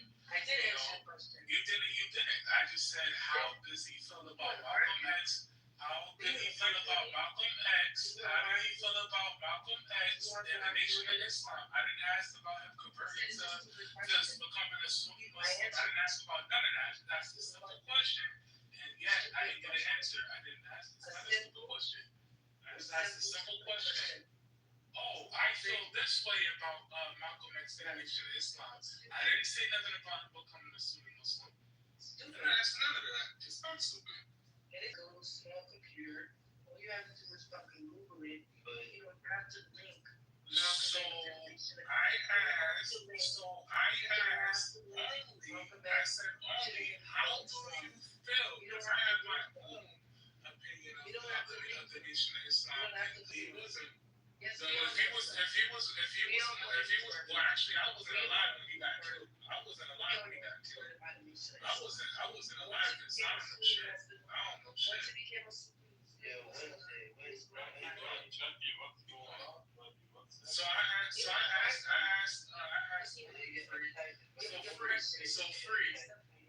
free. I asked a simple question, right? I just said I asked before he can even answer the question, and before he even answered the question, he Wednesday jumped off the mic and said, "Well, that is a stupid question. You became a Sunni Muslim." And I said, "No, I didn't ask that. I didn't ask that. I just asked a simple question. How does he feel about Malcolm X? And how does he feel about the Nation of Islam?" That's crazy. That's crazy. That's crazy. That's crazy. That's my future. I would not do that. Who? My friend here, only. Oh, okay. yeah, Okay. But yeah, that's what's going on. That's what's going on. Free. That's what I asked, man. I asked a simple question and I still didn't get an answer. And that's crazy, man. I could go in the chat right now and I can ask I can ask him straight up like, yo, Nico, how do you feel about this? How do you feel about that? And I'll get a simple answer. But with Wednesday, I'll get everything else but this. That's crazy. That's crazy. They didn't murder them. The FBI, the CIA, and the NYPD. Oh, that's crazy. Because I'm pretty sure. Hello? I can't hear you. You gotta get up. I can't hear you. Hello? I am up. Get up in your phone. I am in my phone. I can't hear you. Get up. You're being very upset. Get up, Wednesday. What? I'm sorry that you're being a girl right now. Bucky. And you're being a woman. He's literally arguing with a woman. Like, how feminine is that? I don't know what happened to him. Chucky's just cock blocking you. That's what it is. He tried to divert the conversation elsewhere, but I tried to just find out about you. Don't hate Chucky. Don't hate the game. Hate to play. Don't hate to But play. I followed you Wednesday. I hope you follow me back. I did. I think I did follow you. Oh, is it? Okay, then I haven't talked to you yet. I have to talk to you, But we do that. Maybe I have, yes. But yeah, it's very sad. You know what is Wednesday, yeah? It's not even Chucky's fault or Amos's fault or, there's only certain people that allow this kind of behavior. They accept this kind of behavior in the room. And you know what they say on the which banner they say? They say under the banner of freedom of speech, they want to let everyone talk. And that's what this Amir does. He does these Zionists have a voice in this room. Which is sad. Because you know what is, there's enough Jews and there's enough Zionists or whatever, even Zionists, how sick they are. There are enough people that are willing to have normal conversation and to come with real facts. But anything you tell Amos, for instance, is all Israel, Palestine's fault. I hope he needs some.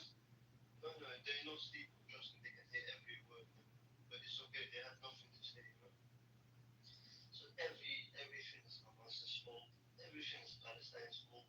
Is there a kid that's getting killed and that kid was used as a human shield? A baby got beheaded. They say the first year Hamas beheaded babies. No proof. They're saying that Hamas is doing this and that. They're saying what? See, it's gone. He's gone, yes, he's gone, guys, yes.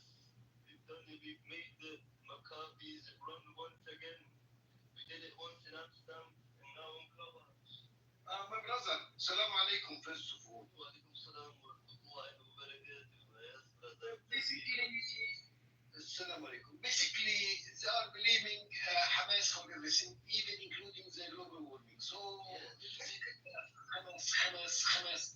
So, when it started like this, they have, okay, now I have. I've never heard that one before. That's I've never heard that. That was a good one. Even the global warming. Exactly, that's exactly my point. That they're blaming Hamas and Palestine for everything.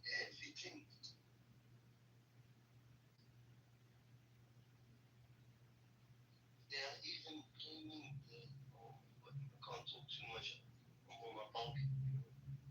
But they're even blaming Hamas. Can't even say not in the right place. Maybe otherwise they will call the police. Yeah, I know.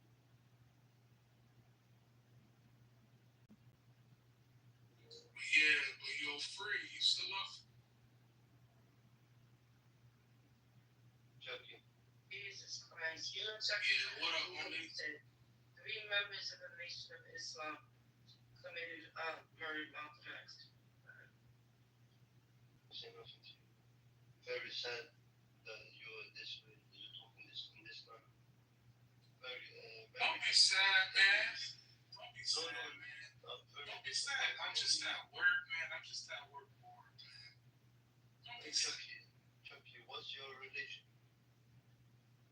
Oh, I'm a Jew.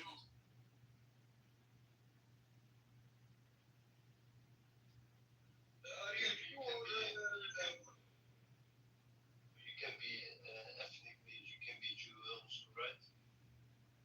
I don't know if I necessarily. Oh, go ahead. Jewish per se a religion, or can you be ethnically Jewish also? I don't know. I don't agree with the whole ethnic thing, you know. Ethnic thing. Oh, you can't even pronounce words properly. Okay. That says a lot about you, Chucky. I've just learned that you are not educated. Okay? Oh, okay. You can't even. Can you pronounce ethnically for me, please? Ethnically. Yeah, exactly. Chucky, don't worry. You are in a safe place here. We are here to listen to you. Okay? We are not gonna boycott you because your English is not that good. Okay? Everyone is welcome here, isn't it, out here? That's okay, man. He was the bodyguard of Amos. You shouldn't feel any type of way. Because what you do is normal, right? As far as what? So, my brother, I have a question. I have a question for you first, because I just want to ask you a question about the book, yeah? Sure. What do you think of a Zionist, but quickly? Just say one word, 2 words. Okay. Zionist, basically, I'll make it short. God's choosing people for war crime or stolen land. Okay, and what do you... It's the same thing. It's the same definition. Okay, Chucky tried to tell me that he was a bodyguard to a Zionist called Amos on this app. What do you think of this behavior? It's a thug behavior, my brother. You know, what that means that. Okay, I have a question for my brother. Maybe, I don't know. Did I say his name right? Chuck, are you there? Yeah, I'm here. My brother, what about the people who lost in the desert for 40 years? Is this true or what? Okay, so let me put it in a simple English, my friend. I was told that Jew people, they got lost in the desert for 40 years. And then after that, God promised them not to be homeless again. Is this true? Yeah, that's true. Oh, right. Okay. You're welcome.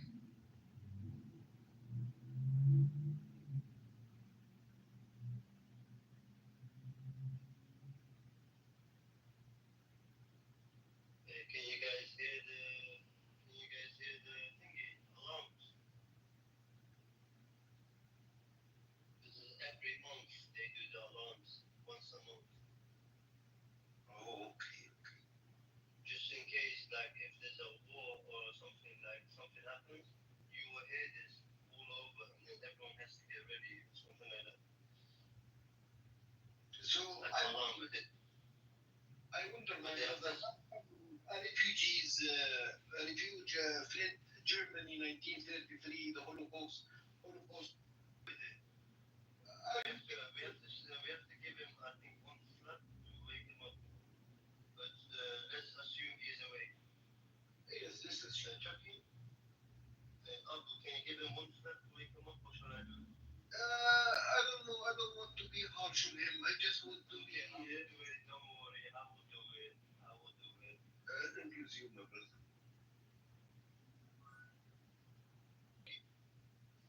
Yeah, I needed that, man. I'm up now. He's awake. Can you answer Abu's question, please?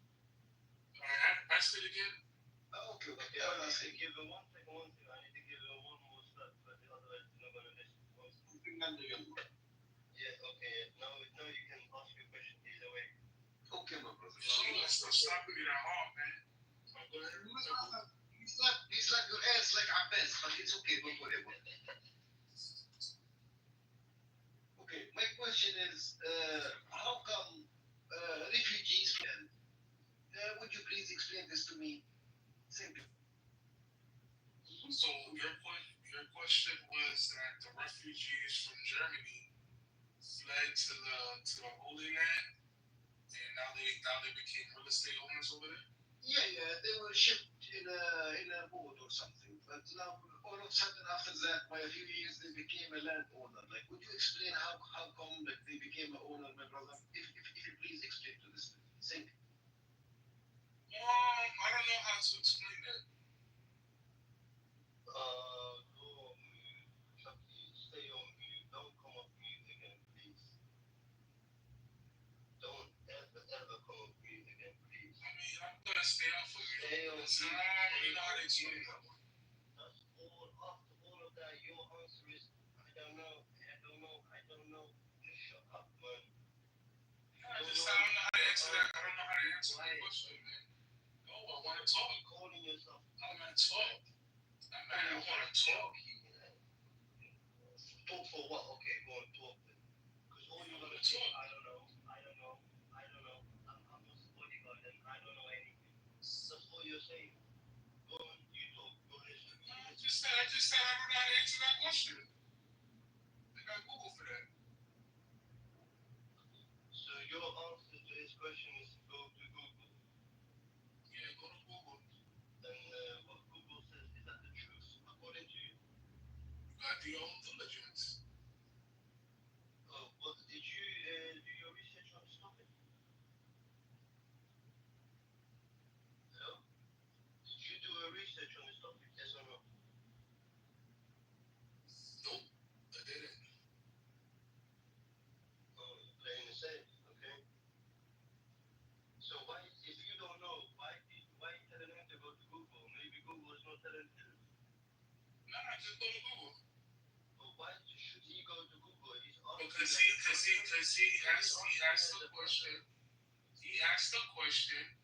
I don't know how to answer that question, so I just gave him the suggestion to go on Google and find the answer. Okay, politically correct answer. That's what we call them. Politically, I think one slap so he goes completely sleep now, because the other slap woke him up. This one needs to make him sleep. I hope the sleep will not be promised 3,000 feet. The promise sleep. Chucky, you want the promise sleep?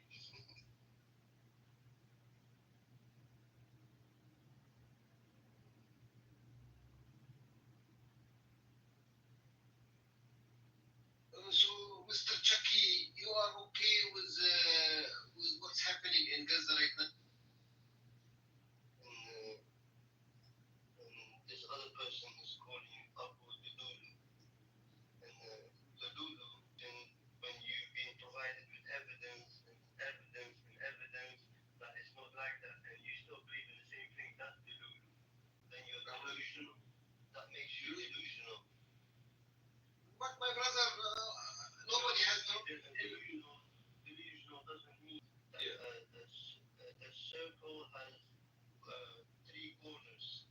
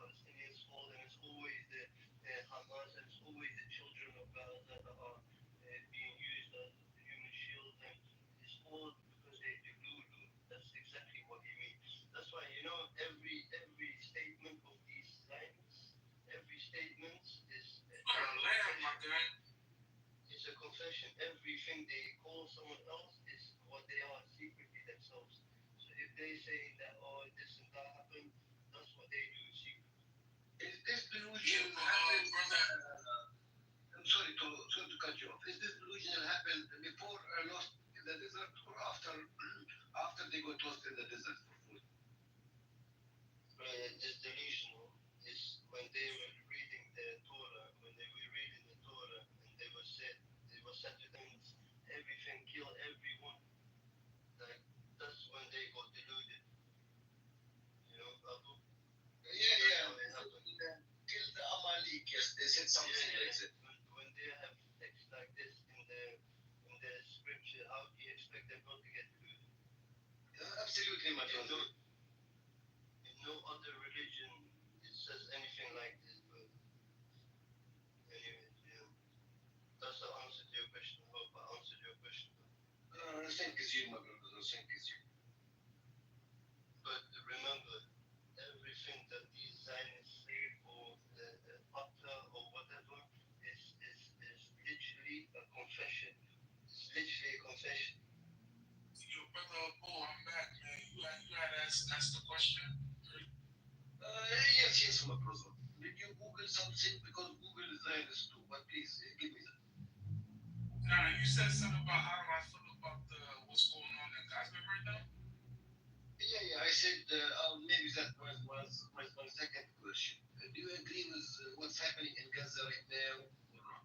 Oh no, I don't agree with what's going on in Because Gaza right now. I think it's a genocide. Okay, so why do you choose to be a bodyguard of the Zionists like that? Almost, if you think at the same time it's a genocide going on. Can you explain that to me? Why are you a bodyguard to the Zionists? On Clubhouse, I mean, yeah, not in real life. I know you're not a bodyguard in real life to the Zionists. I know you're not. But I mean, what? You heard what I said? No, I swear I didn't hear you. Repeat one more time. I said Amos isn't even a Zionist. Oh, but he does say all the things that Zionists say, right?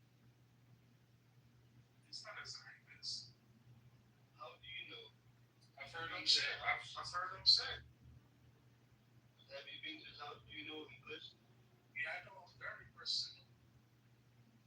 Oh, because you was. Oh yeah, I remember. You. What did you do again? One second, let me remind myself. Oh yeah, you sold your mother to him to be his bodyguard, right? Yeah. Oh yeah. So you know him personally, okay?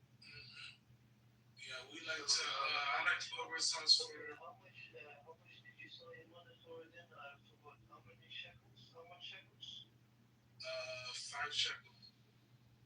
So your mom was worth 5 shekels, the bitch. Oh man. Listen, it's very, very sad, man, that you had to sell your spoon. Fix up, man. Fix up. Chucky. Fix up. Shabazz. Chucky Shabazz. Yep. That's me. Shabazz. What's your ethnicity? I'm not faking. Guys, I have a 3,000 euro promise. Does anybody want to fulfill it for me? Yeah, I'm Caucasian. Oh, that's okay, man. No one cares about it. That's it, man. You got good jokes, man. Hey, listen, this is what I want to hear. I want to hear some jokes about the Zionists and. I was in the Zionist room, right? And I said Israel has the highest rate of skin cancer in the world, right? Yeah. Right? And you know what somebody said? They started laughing. You know what they said? They said, "You're stupid. They're not number one. They're number two. Australia's number one." And you know why that's stupid? Because Australia is also a colony of Britain. That's how stupid they were. You know what I'm saying? I mean, they really thought they did something. I'm sure we have some jokes. Can you tell us one joke, please? Oh no, honestly, my brother, what's happening right now is a joke. When somebody claims a tie to a land, they don't speak the same language. Russian, Polish, Ukrainian, whatever, Amharic. They came from a different children. They don't know who their father is and stuff like this. Yeah, maybe they don't do it. Is that what you mean? Yes, I mean, they're bastard, you're right. But to make it short, they came from different ethnicities, different languages, different culture if they have, different food, even stolen food actually. They stole everything from the land. They stole the Palestinian land, they stole the culture, the food, even the cursing word in Arabic, they stole it. So I want. It doesn't matter, brother. Don't worry about that stuff, because the Palestinians are doing good. Trust me. My brother, I'm showing the world right now that how to be Muslims, but it's not even. But I want to hear more about some jokes. Only steal the land, they steal the culture, food, even cursing word in Arabic. So I don't know, like in their own home country, Ukraine or Russia or Poland or those countries, they have no food or they have no cursing word. No, they are not accepted anywhere no more. Anywhere they go, if they only get recognized as an Israeli or a Jew or something like that, you know what will happen to them? It's not safe for them anymore. The whole world is not safe for them, Abu. You have to understand them also. You can't say this or that. Lots of countries, they implemented the new rules in the immigration when they see a Zionist. They ask for the purpose of the visit. Is it tourist or occupation? Occupation visa. They have to get the occupation visa. Yeah, occupation visa. Yeah, exactly. And if you follow the social media for the IDF, they make it short to also fill in the war, fill on the stairs, fill from the top roof. They didn't explain much. Yeah. Abu, I want to ask you a question. What do you think of my new profile picture? Oh, this is the Times of Israel. This is the Israeli newspaper, the biggest newspaper in Israel. Oh, okay. Israel is the gayest country on earth. I mean, whatever makes you happy, my friend. If they want it from the back, then they want it from the back. It's okay.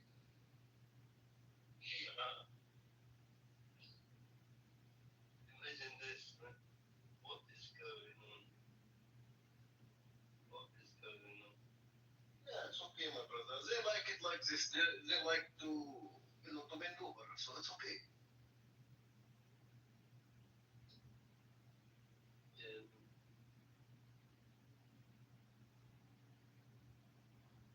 Okay, my brothers, I love you, but I have to leave you for now. Thank you. See you again. Good night. See you, Master. Assalamu alaikum. Inshallah.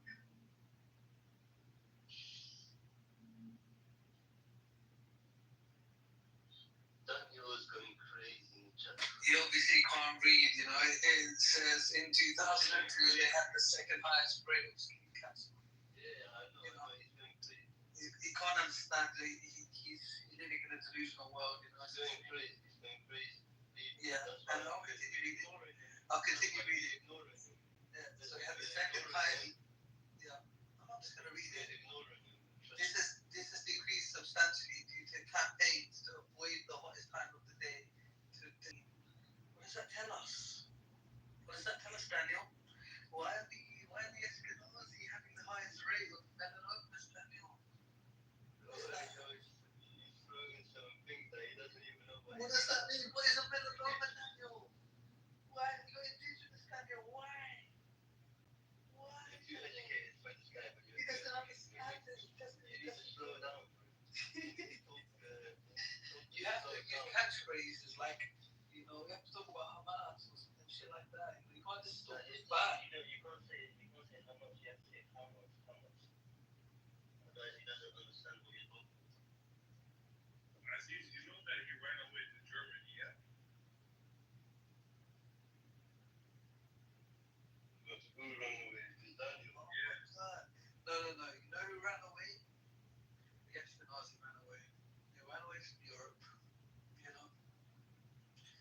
was lovely. I mean, they weren't having a good time in Europe. I'll give them that. But that was their homeland. And it's a shame that they had to be expelled because and they ran away because the Mizrahi and Sephardic were being treated well. Historically speaking, in comparison to Europe. But obviously we're rewriting history. We don't want to tell the truth.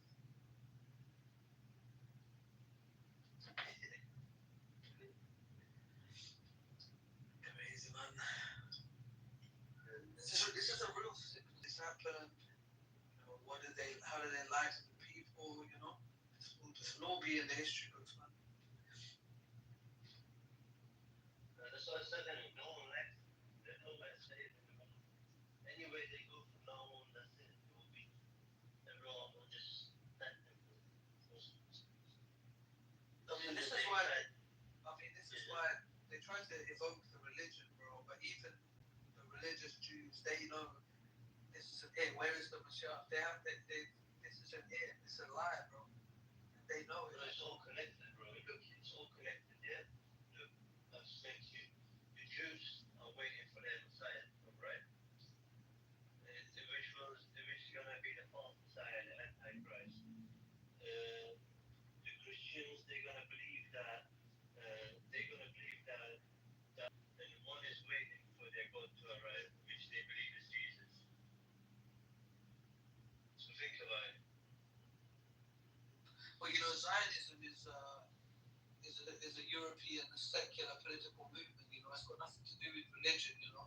You can Google it. Like this is I'm not making this up.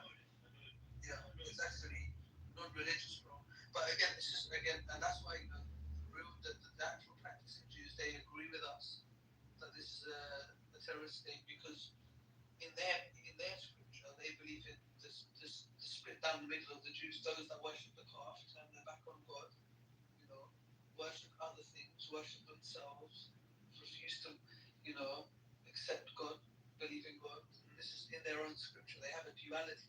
This is the core tenet of the Judaism, the duality of the Jews. Some of them turn their back on God. This is it. This is what they believe. They believe that God actually instructed people to kill those that worship God. He actually instructed the rest of the Jews to kill them. He said, kill those that do not believe. Another chance, they won't, and they did again. So this is the tale of. This is their tale, this is their tale. So that's why the real Jews, the actual practicing Jews, the ones that actually are from the land, they don't want to start wars and destroy the Holy Land. They don't want to destroy Damascus. They don't want to destroy Jerusalem. They don't want to destroy these are religious sites for these people. But the secular Jews, that live halfway around the world. So you're telling me there's the core belief of the Judaism that they're split into is like say the Muslims are split into Sunni and Shias, and the Sunnis believe in the real Islam, and the Shias believe to go against God. Well, it's even a step further. Sunni and Shia is like post. As it's not even explicitly mentioned in the Quran, right? That's like half. I know. But theirs is so theirs is very explicit. It's mentioned in the Holy Book. That's what I want to know. Is it very explicit? It's mentioned that there will be Jews that they say they are Jews, but they turn their back on the Lord. This is not Jews, and they were the Lord. They believe in the scripture that they were instructed to wipe those Jews out. This is what they believe. This is what they believe. I'm not making this up. You can search it, and this is the duality in their thing. And that's why real native Jews, the one that don't have the highest rates of skin cancer, the one that didn't convert in Europe, the one that don't follow a secular political ideology, those Jews don't agree with what we're seeing. They don't want the Holy Land to be bombed, desecrate the Holy Land with, because explicitly it mentions about, parading homosexuality and stuff that is frowned upon. They don't agree with that stuff. And this is it. It's a shame.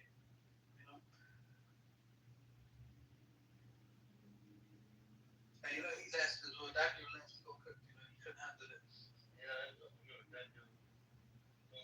He doesn't even believe in God, bro. So like, what are you doing this for? You can live anywhere, bro. You know what I mean? You could live in Manhattan. You could live anywhere. You don't believe in God. Like, you don't believe in the sanctity of the land, bro. So wait, Daniel's an atheist? Daniel's an atheist. And he's a fairy? Yes. And he believes in Israel? What kind of fucking planet? How does he reconcile that? That God promised them the land, but he doesn't believe the God. Yes, doesn't make sense. Like, whoa, you know. How do they get their brain and all that? He's such a staunch Zionist as well. It's like, bro, you have no skin in the game, bro. You don't even believe it, bro. You know, like so in his mind, somebody else that he doesn't believe in promised them the land. And he's like, you better stop thinking about joining Islam because it's about to take over. They get so scared. That reminds me of a hadith here that our Prophet Muhammad said there that there will be coming a time that people will be doing things and they wouldn't even know why they're doing it, but they will know that it's wrong. They will know it doesn't sit right, but they'll still be doing it. Yeah. So yeah, I mean, there will be a time that people will believe certain things, and in those times, people will believe certain things and they will act in a certain way, and they will know that they're all like being oppressed or they're being lied to, but they will still do it. Yeah, the Quran actually starts talking about the munafiqeen, the hypocrites. You know, that's a very powerful opening where it talks about concealing your true intentions. You know, and the dangers of not being completely true to what you stand for. You know, and those people, the munafiq are like massively demonized, as in regardless whether you're Muslim or not, whoever you are, whatever faith, the munafiq, the dishonest man who claims to be, you know, he even says something about they claim to be bringers of peace, but they are the ones that are, you know, perpetuating the, you know, the badness, the crime, what have you. It explicitly mentions that regardless of faith is the true problem in the world, right? And it's true. You know, it's true. We're seeing it now. You know, so that's why you can never be a good Muslim unless you're not good to your neighbor, unless you're not good in your house. Doesn't matter what religion you are. If you're not good for the people around you, if you don't have akhlaq, if you don't have manners, and you don't, you know, these things, you can never be a Muslim. And you know, we don't usually make these rooms as a religious room, right? But if I was to be honest, we don't have anything in our faith that excludes ourselves from, you know, makes ourselves, you know, non-inclusive. You know, like we don't have anything that means that we can treat anyone any better than or any worse than us. You know, but like that any kind of race. We don't have any racism in our religion. Yeah, exactly. We're not like a bird. You know, any other religious sites, we cannot harm even animals. We are the only religion. We are the only religion that made it so explicit to not disrespect anyone, to not kill anyone else. And this is the problem. You know, when we have these Islamophobes, they focus on like groups that we don't even identify with, like ISIS. We all agree that we don't agree with these groups, right? Like we call them terrorists. Israeli. Right, exactly. So we completely condemn them, but they want to act as if they're like, you know, the democratic representatives of Islam. Like that's what they try to. They have to go with that narrative. Yeah. They have to go with that narrative because they've already planned it all out in their head what they're gonna do and what kind of groups, even this ISIS and this that, it's all created by them. Do you get what I'm saying?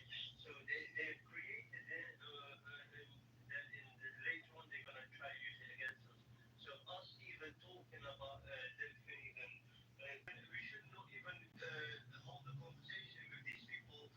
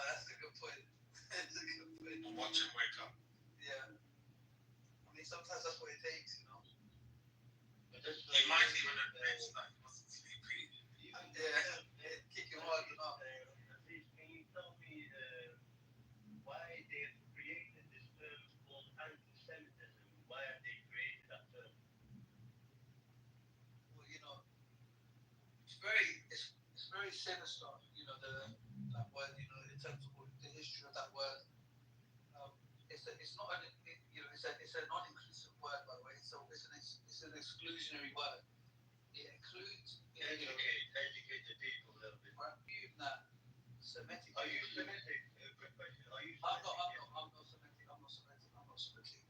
But see, with the Semitic people, you would assume that the word anti-Semitic would include all Semites, right? All Semites, of course. If I'm anti-German, I'm against German. If I'm anti-tomatoes, I don't like tomatoes. That's in the name by definition. It should be, but it hasn't done that. Not only has it not done that, it's only exclusive to the Jews.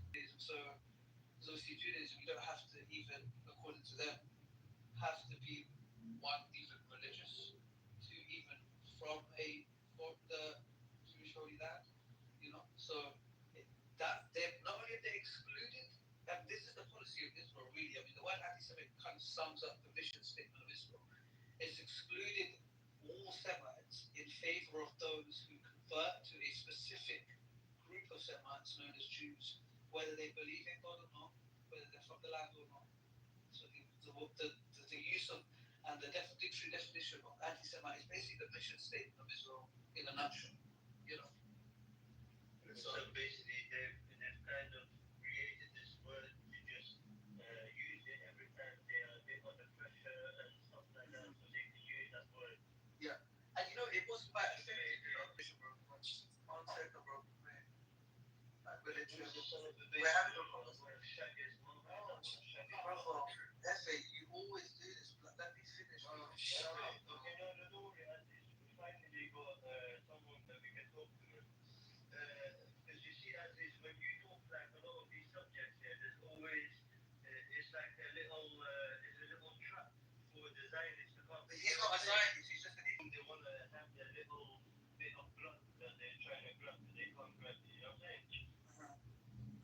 So whenever there's a shayateen conversation, but when someone comes and then we have to deal with them, we have to give them the medication, direct them to the right department, the right doctors, and then we carry on. 100%. Well, he's dealt with. He left anyway. Yeah, he left. I gave him his medicine quickly before he started talking, so he left quickly as well. So. Well, where were we? About this, these Jewish people, how they were using, how they always use anti-Semite and this, that. Yeah, that's news. And as an excuse, as a victim, they blame the victim for everything. But it's funny, right? It was actually quite a potent word, right, for a very long time. That word anti-Semitic, you used that. It was powerful, very creeping, and it had a lot of negative implications, Yeah, they definitely related that into people that believe that that's what it means, but it doesn't really mean that. But carry on. But it's gone a step further now, right? So, when post-October 7th, anytime people are trying to have legitimate conversations, whether it's you've had men like John Mearsheimer or Eli Pape, these people have been called anti-Semitic, right? So even some of the great Jewish historians, sons of Holocaust survivors. Sons of bitches. But no, this is I'm joking. What I'm saying is anti-Semite, and it just bounces off. It just bounces off. It doesn't do what it used to, and they hate that. Yeah, and this is the thing, they want to say, you hate Jews, or you're this, but I'm in their roots, their roots are genuinely just Islamophobic. We're not sitting here and we're talking about a lot of nuance, we're talking about Europeanism, it's because they know there's so much in the wrong, they're still stuck with that one subject, they can't move on together. We move freely like free birds, we Muslims. Even if there's bombs jumping on our heads, we move like free birds. Why? Because we know what we're doing. We know what we are. We know who we are. Do you get what I'm saying?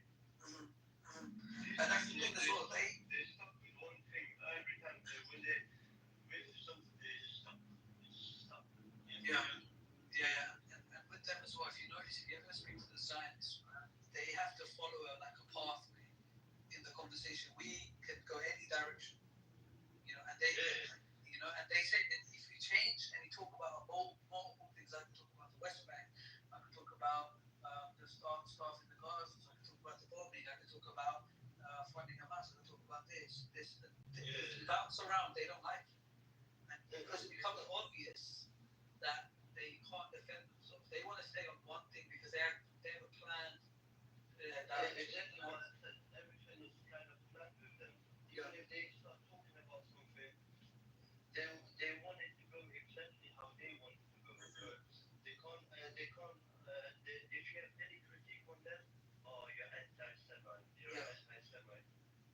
This is like a term they've created. This term, literally like to get them to forward their plan, so no one can stop them. So, if anyone tries to stop them, they quickly call them anti-Semite and quickly pull them in front of a judge, jail them, or do anything. This is a term they've literally created to forward their sinister plan, like you said, like you called it. Mm-hmm. They can't do it without this term. That's why this term, anti-Semite, is very, very, very important. Aziz, I think you should little bit have a look into this, yeah? Mm-hmm. We are all Semites. We Muslims are Semites also. Mm-hmm. The people that came from Europe that didn't believe in God, that expelled performed one of the largest expulsions of the Semite group, then occupied that group of Semites and killed them, brutalized them, and occupied them. I would call those people, the people that killed the most Semites, I would call them the anti-Semites. That's how I. Obviously, Joe. Yeah. Yeah, but he does a lot of talks on this Semite and anti-Semite and stuff like that. Yeah. Trust me, he knows a lot about it. I understood from his videos as well, yeah. Because he said in one of his videos, he said, how can I be anti-Semite when we are Semites? We are Semites ourselves. Do you get what I'm saying? Yeah. Semite, I think Semite, the meaning of a Semite is someone that believes in one God, right? It's true. Semite meaning it's a Semitic language, I think. No, it's not. Particularly for the people Jews. that It's not to do with the God. language. The people that come from a region where native to a Semitic language. So I don't think all Muslims are Semitic. No, they're not. They're not. No. Because it's not tied to the religion or your belief system. Yeah. Exactly. No, but it doesn't have. Okay, look here. Wait, one second. I need to check that video again. But trust me, I'm gonna bring forward this topic again. Yeah? So when I watch that video again, I'm gonna chat to you lot.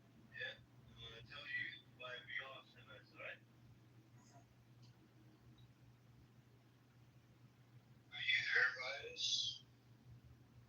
It depends where you're from. Are you there, guys? Are you there, guys? I'm good, are you there? We killed a lot of Zionists today for you, brother. Are you proud of us? Yeah, of course. The Daniel character, yeah, Daniel run away. We made Daniel and Amos run away, the two biggest Zionists today. Check your Telegram. I think that's the only option, to be honest with you. And that might.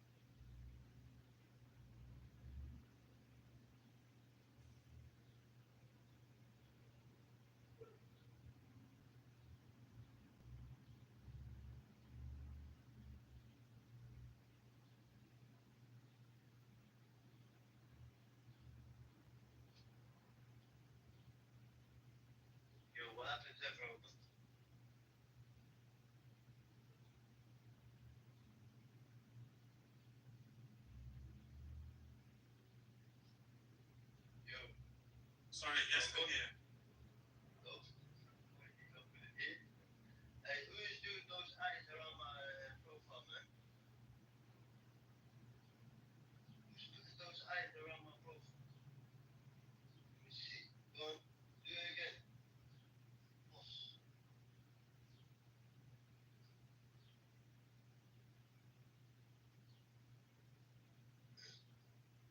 Someone's not happy with you, homie. I don't care. Who's not happy? Bro, I don't know. Somebody put the eyes on you. I don't know what the fuck is that. It's probably someone in the audience. Sorry, yeah. I'll have a look one second. Let me just sit down. Let me just take a sip of my tea. Let me just take a bite of my food. Let me just fix my hair a little bit in the mirror, and then I will put some clothes on. Then I will look at the comments. Okay? Yeah, that's fine. No. Thanks for informing us, brother. Then I'm gonna think about it. Okay?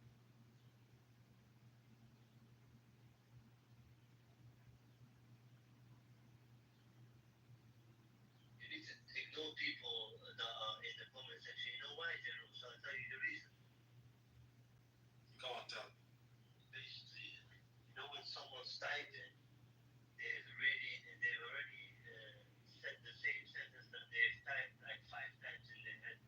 Do you get what I'm saying? So they've really carefully thought about what they say. And when they're here in the room, up here and talking, they have to talk directly and they cannot talk. So certain people, they can only be in the comment section. Because if you was to have a conversation with them in the real life, yeah, they would be grumbling. Like Aziz said earlier as well.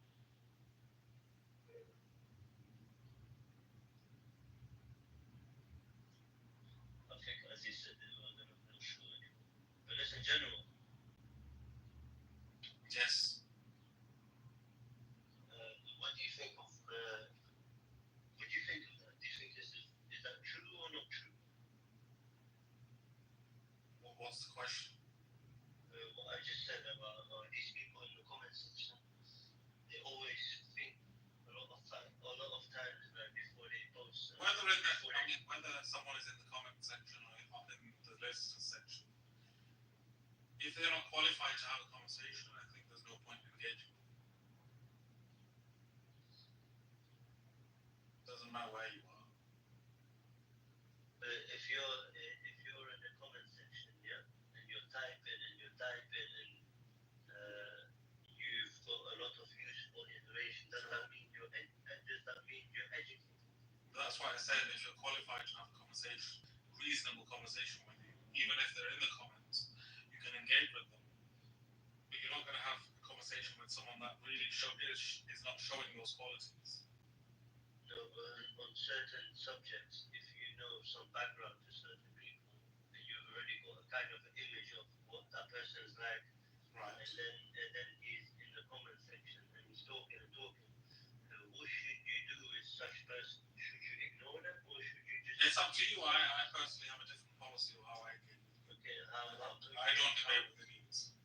Okay, so would you give someone time like that wants us all day in the comment section? Personally, I'm not sure. I would have to look at the individual's past exchanges. Let's say, for example, we take Daniel, for example. I don't engage with like him. Do you read his comments? Sometimes, if I have the time, yes. Look here, that's where you go wrong because you might be talking about certain things and then you might get distracted or by the comments. If I'm talking, I generally don't read the comments because I'm talking. I hardly read the comments, only if there's like, here's something good in the comments or something, or here's someone say something that there's something good in the comments, I will look.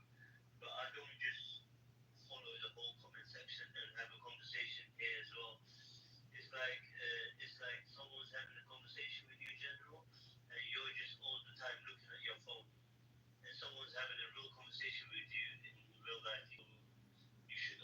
a clear head and just ignore people in the comment section and just deal with people directly.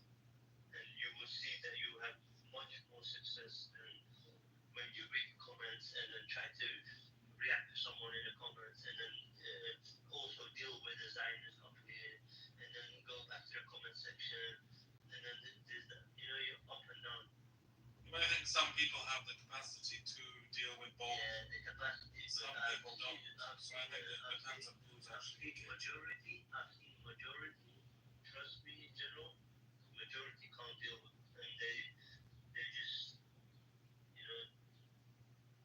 Everyone's the whole conversation goes most time. Like if you look at Brother Free here, he can take on, if there's 10 Zionists in the comments and 10 Zionists in the speaking section, he can take them all at once.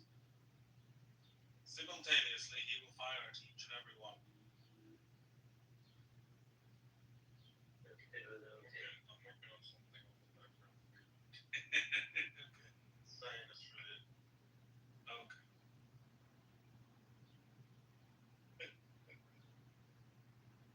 Zionist related. Have you guys seen the South Park episode about the coronavirus? No, it's not something I watch. It's the thingy. They said something about COVID related. It's basically there was a South Park. There's one episode in South Park. Put one person in the classroom and they kill him. And after that, the whole classroom, all the kids, they go, "Oh, why did you kill him?" And then the officer goes, "Oh, it was COVID related." Had he not, if he was injected, he could have, no one would have been infected, and his family would have lived. So that's why they killed him. It's COVID related.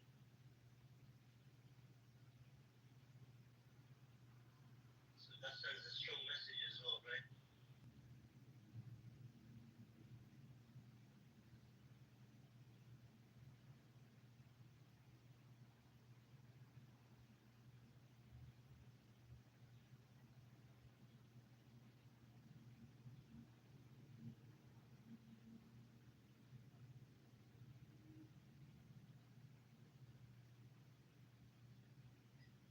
So, anyways, I think only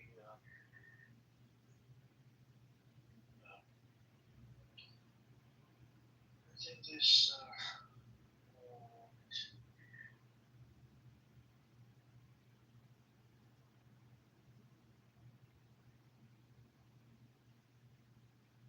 there you go.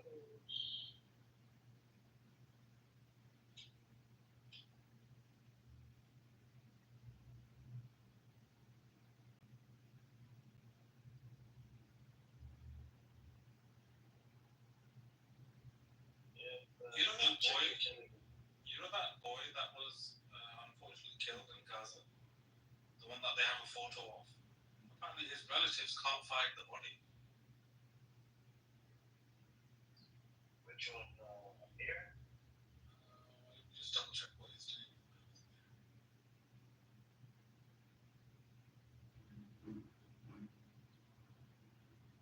Yeah, I'm here. He was killed at the Gaza aid sites.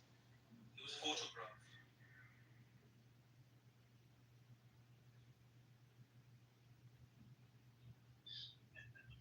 It's interesting.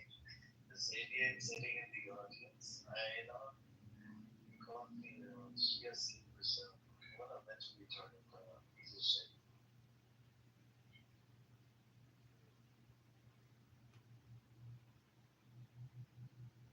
Is this that scumbag with 50 phones? Or is it someone else?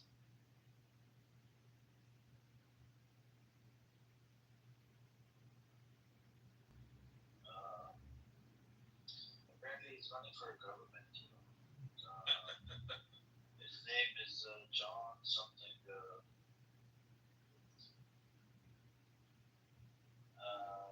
John Kaito receiver for fiscal responsibility, vaccine transparency, and truth. Yeah, he's Yeah, it says do not trust or vote for Darren Lahoud. That's his component. That means we've got to start supporting Darren. Darren what? Blackwood. Darren Lahoud is the opposite. I've got opposite. But the guy that supports it, his name is John Kitover. I don't really care about him. I care about his opponent.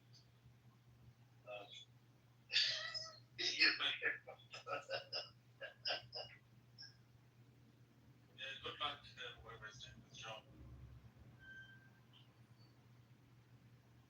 John, you're not gonna win it. You're just an idiot. You're mentally retarded. You know, you gotta do better than that. Just a piece of shit. You know. And wow. I guess he served in the military, huh, John? That must explain his the state of his mental health. Yeah, he's suffering from PTSD. He's a veteran. He's a veteran of what war? I don't know. Mentally retarded. He got an award as well. I don't know who gave him an award. He's got a whole bunch of bones on those, those tripods, right? And such a mentally retarded person that the way he records is just a stupid fucktard. So if there's one room running, right, he'll have a screen all open, right? And then he'll have other phones recording that one screen. What a piece of shit, he's dumbass.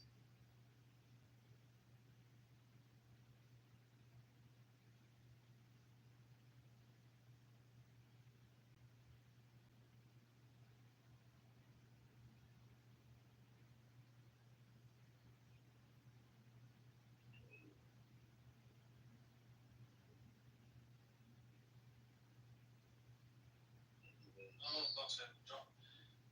I want the ballot here. John Kitover. So he's a candidate for this.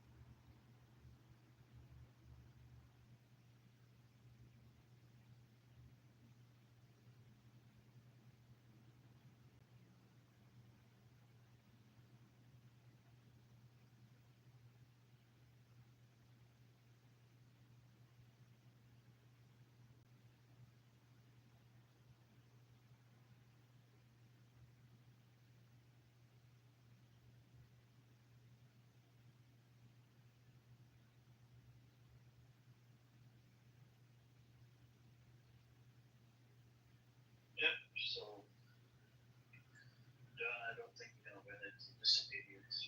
You know, are you mentally retarded, John? I think he is. I think we need to help John get through this whole thing with his future. He wants to be a politician.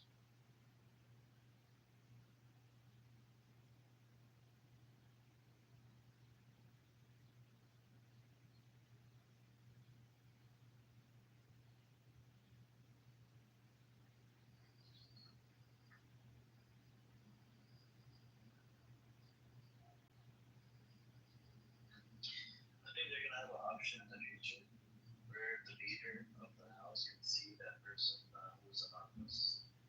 I hope so. Yeah. I think they should put an option where you can restrict anonymous listeners. Yeah, that would destroy his business. He makes money over how many followers you got? You got like 5 or 2 or 20 followers on YouTube. YouTube, fucking fucktard. And he was promoting, you want to make $2,500 just by recording videos and stuff. Wait, was that him? Yeah. I guess he has to finance his campaign somehow. Yeah, no, he said if you want to make $2,500 just for streaming these moves on YouTube, contact him. I'm not garbage son of a bitch.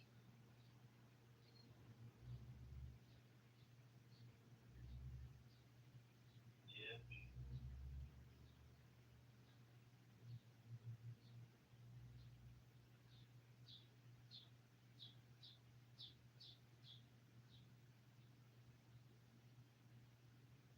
Oh, we're live.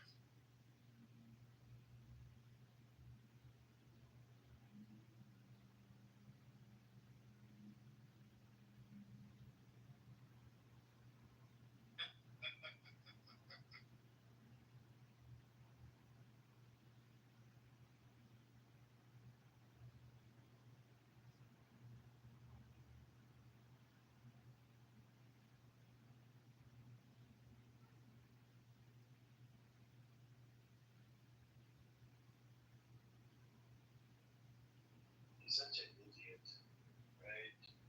He records it on one phone, and then he's got like 5 phones looking at that screen. Such a stupid. Hey, he's got studio cameras. Either phones. Are you happy? Are you happy? Yeah. Are you happy, John? John, you're mentally retarded. You need help, man. You go see a doctor. You know, maybe take your girlfriend with you. You know, and maybe she can help you get through this process. I know you like to record your girl as well, you know? And I'm sure she's probably mad. Did you record your girl as well? So we have a picture. I believe that's his girlfriend. That poor girl, what she has to endure in Jerusalem. This comeback. Do you think he beats her up because of his PTSD? He probably freaks out.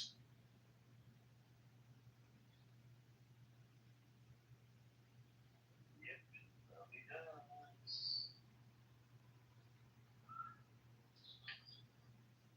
Well, it was,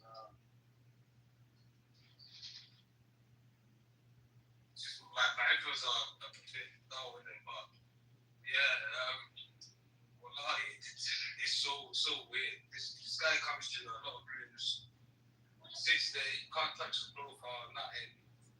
And if you don't like the Muslims, why are you sitting there for hours just listening? Just go through his reading room or something. I don't know, like. Yeah, but if he exposed the Israeli group, you know, the Zionist group. I will check your Telegram. It just makes no sense. If I No, it doesn't. If I didn't like somebody, I wouldn't sit with them for hours on end. Every single day. It's not just today. This is 80 years recurrence.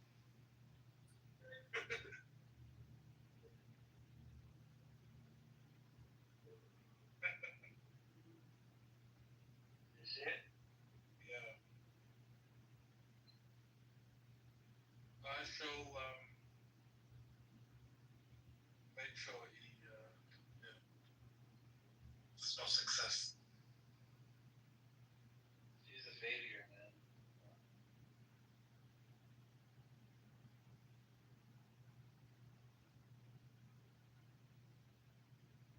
People get moved down after they leave and they come back. I don't know what the deal is. There's a There's a few glitches with the app. I think sometimes some people don't update their app as well. That is very true.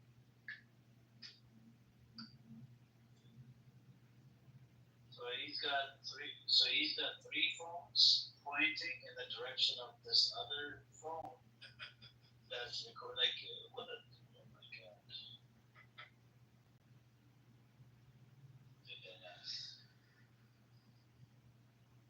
Yeah, Zionism attempted.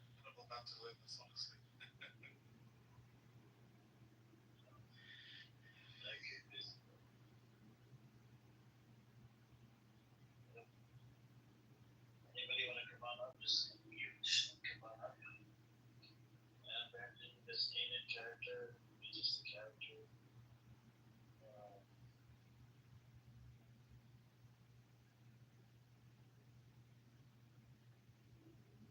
I mean, I just wanted to say one thing, brother.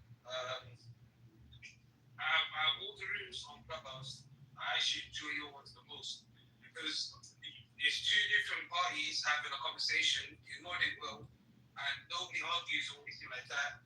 You know, and everyone gets their point across, and it's intellectual conversation. It's not one of these streaming parties or people swearing at each other from left to right. So, but that, well, I respect you highly for that. Well, thank you, Zach, for that. And it's look, everybody plays a role. Sometimes it does get huge. And, you know, at the end of the day, we're all human beings, and Zionists are not human beings, they're animals. So, you know, you're talking to animals. And it does turn into sometimes animalistic behavior, right? But it is what it is, and then some of these people are just like punching bags, especially the Zionists. And you know the guy that's down in the audience, he looks at me, he wrote on the YouTube that I'm a Shia sleeper cell. That's an idiot. Doesn't even know what a sleeper cell is. Fuck it. He's a dumbass. He's a dumb fuck. Yeah, that's what it is. But tell him at least tag me inside so I can get some recognition. He promotes it on different rooms that if you want to make $2,500 a month or $3,000 a month, you can make it by recording and streaming the rooms directly on YouTube. I don't even know how much money we're making right now. I checked, it's only one view. It's barely got 700 or 800 subscribers on the YouTube channel. And they all asked it. You know that even the Jewish community on the side, they kick him out. They blocked him, they blocked his other accounts. He keeps showing up. Imagine like your own people don't want you. And then you're sitting here attacking the people that would genuinely have conversation with you. They're like, they're just in limbo. That's right. Apparently he's got 30 phones. How are you able to afford 30 phones? It's crazy. You want to come up, Kilowatt, or anybody? We got Matt. Oh, Matt is mega. Matt, are you mad that didn't release the Epstein files? Matt must be mad. We need to release the Epstein files. A lot of mega people are going crazy.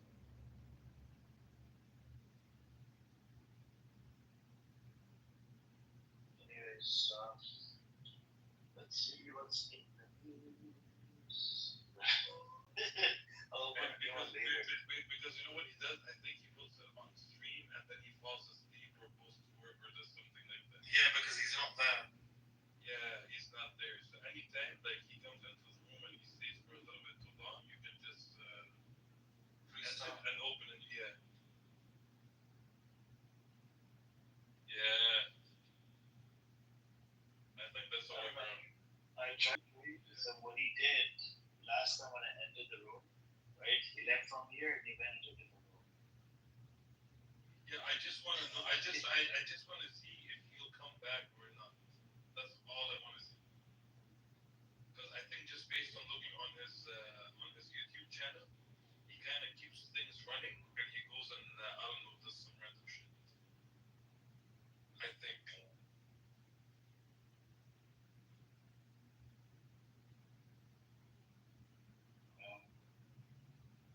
I don't know. I mean, Like it's not serving him anymore. He's look for you and come back to the new one. Yeah. He's not even a photo of the house. He's in how smart he is. This child is smart. See. Like, how do you record this? Like, you got one phone, right? And then you got 30 phones pointing in that direction. It's really retarded, bro. What the fuck is wrong with this dude? It's literally retarded, bro. Oh my god. Watch the Black Rap. Okay, watch the Black Rap. How do you watch it pretty quick? It's only 1 minute long. Watch it how the quality is. Watch it. Watch. Yeah, put the link in the chat. Just watch that on YouTube. Watch the quality. And that was done from an Android phone.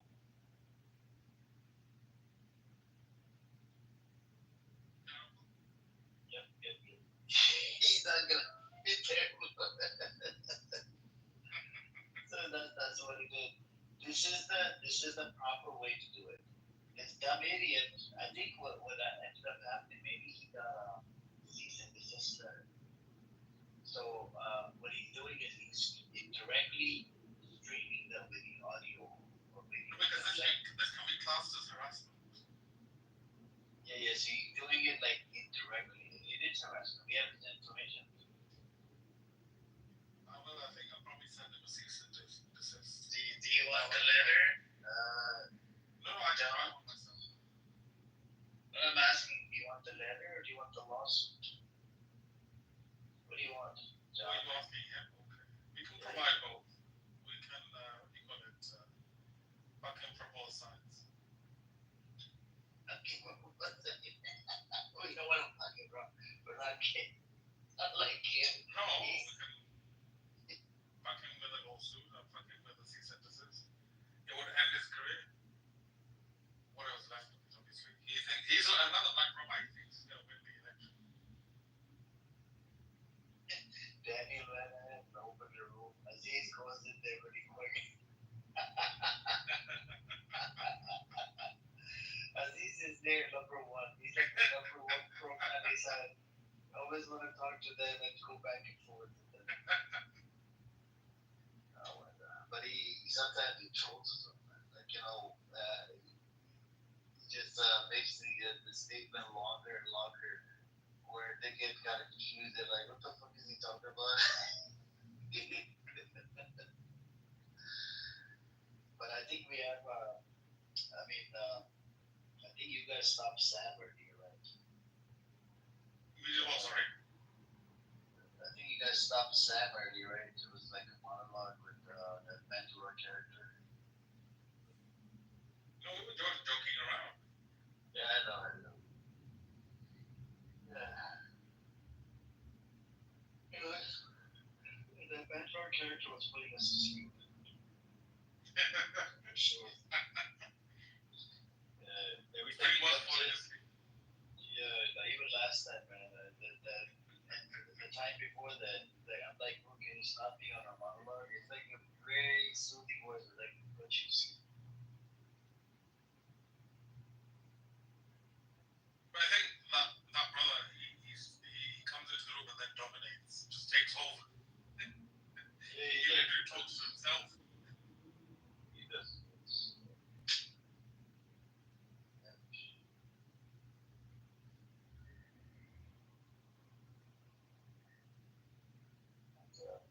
Anyways, I think free I'll probably end it, right? And I'll open a fresh new room later. Because I've tested it before free, where I ended the room and then he opened up, he showed up with another profile. And it was the room got big, right? The room was big, I ended the room. It was middle of daytime, around nighttime, around 5 o'clock. Right?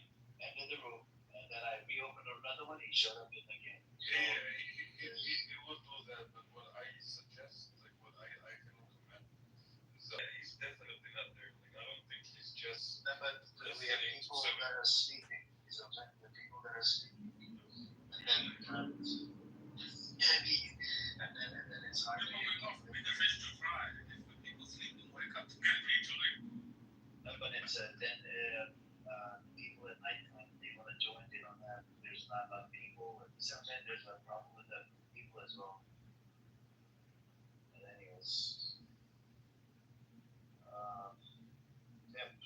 So I think this room has served its purpose, pissed off a lot of Zionists. A lot of non-Zionists got pissed off as well. And this was a good show today. I think we're gonna have a beautiful show tomorrow. And let's see. So take care, guys. Assalamu alaikum. And let's see if he shows up. Just keep watching the YouTube. If I hit the room, let's talk to you guys. Yeah, let's slap. Well, you didn't get up to the balance.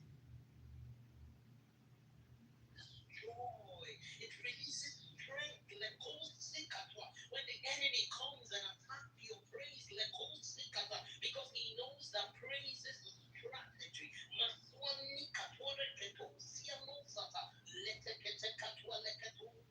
To stay in your victorious place, you have to praise. You have to be intentional about praise. Father, and I pray for everyone in the expressions, Lord. If our praise have ever been stolen, that we go a day or two without praising you.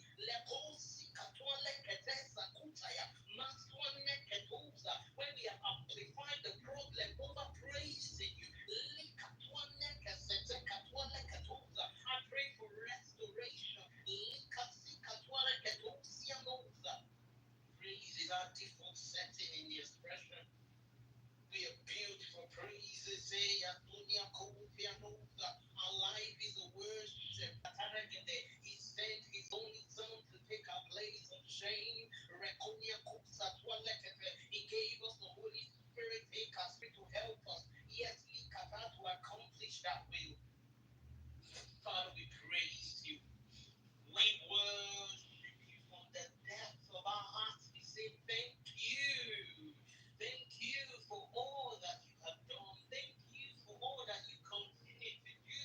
Thank you for answered prayers. Thank you for the prayers that you have said later to, because they would have destroyed us. Thank you for the problems that you allowed, so that you can build and develop the fruit of the Spirit and all of people.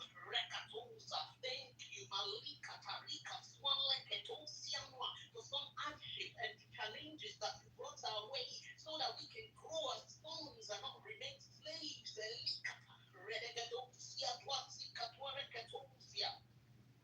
Father, we worship you. This morning I was meditating on the book of Genesis about Jacob. When before Jacob wrestled with the angel, wrestled with God, and his name was changed. Just before then, he was told that Esau, his brother, was coming, and that he was coming with 400 men. He was coming with 400 strong men. Maybe the fear that grips your heart is for you to wrestle. Is for you to wrestle so that your name will change. Is for you to wrestle so that you can break into the scripture that says all things you have been blessed with all spiritual blessings in the heavenly realm. It cannot remain in the spirit realm. That you will behold it while you're here on earth. So that you will see it with your eyes. Everything that God has promised you, it will not remain in the spirit. But Jacob had to wrestle. Maybe just what you are complaining about, God has allowed it so that you can wrestle with all urgency, so that you can praise God and say, the Bible says he woke up at night, so that you can start waking up at night, and worshiping God with it as a strategy.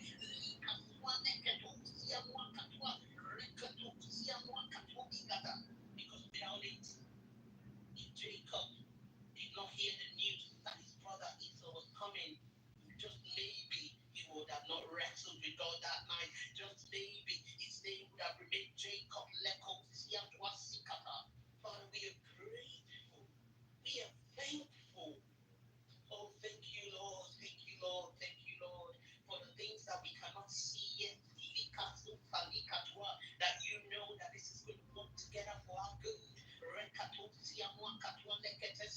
Looking away from all that will distract unto Jesus.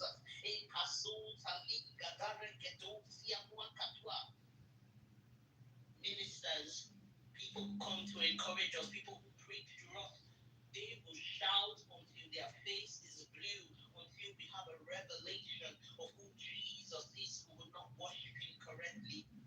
Until we have a revelation of what Jesus did on the cross, the weight of his sacrifice, we will not worship him correctly. We have the spirit of revelation, the spirit of wisdom. Ephesians 1:17-18. He says, I pray that God will impart unto each one of us the spirit of wisdom, the spirit of revelation, in the knowledge of him. Father, help me, help every one of your sons in the expressions, to have a revelation of who Jesus is.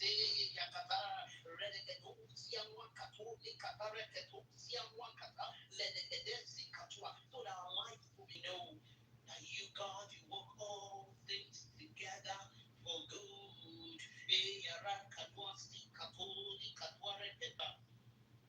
You can read Psalm 103. It says, bless the Lord, oh my soul, and all that is within me. Everything, Lord, everything is for your worship. My soul is for your worship. My body is for your worship.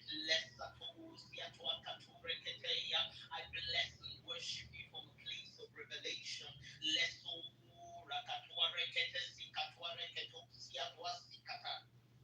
Bless his holy name.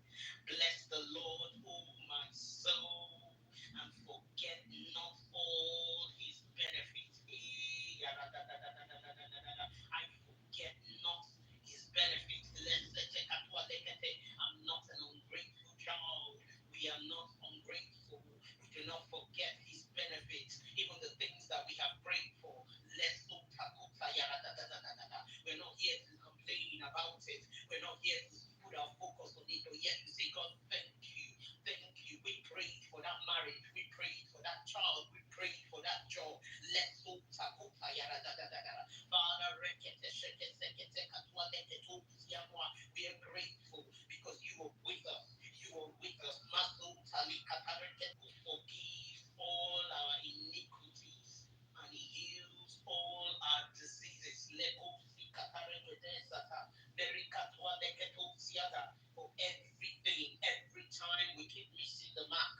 I don't think there's anyone on this call that does not miss the mark. There's no one here that I think is perfect. But God keeps forgiving us over and over and over and over again. He heals us. He heals our mind. He heals our body. He heals everything that concerns us. Our soul is being healed.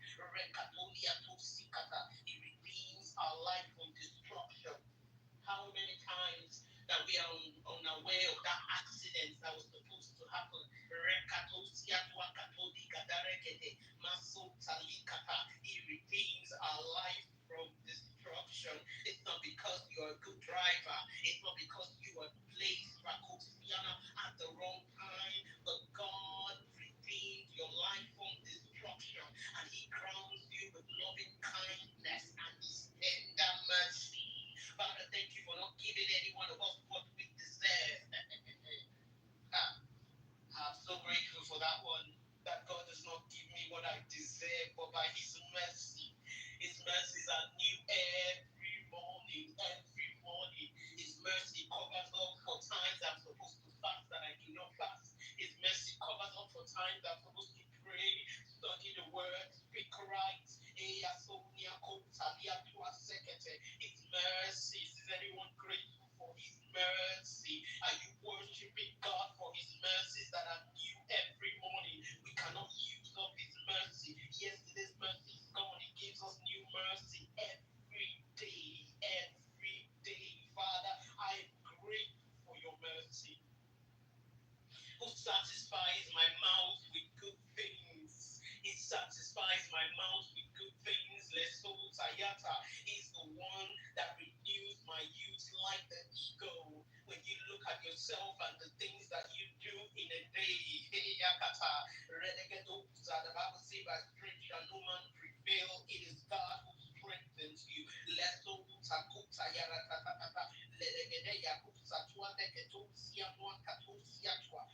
we are grateful. Father, we worship you. He said the Lord executes righteousness and judgment for all that are oppressed. The one who speaks on your behalf. He seeks to be the righteousness is executed for your sake. He says the Lord is merciful and gracious. Merciful, gracious, slow to anger, and is plenteous in mercy. Father, we worship you. We worship you. We worship you. We're just going to pray for our children right now.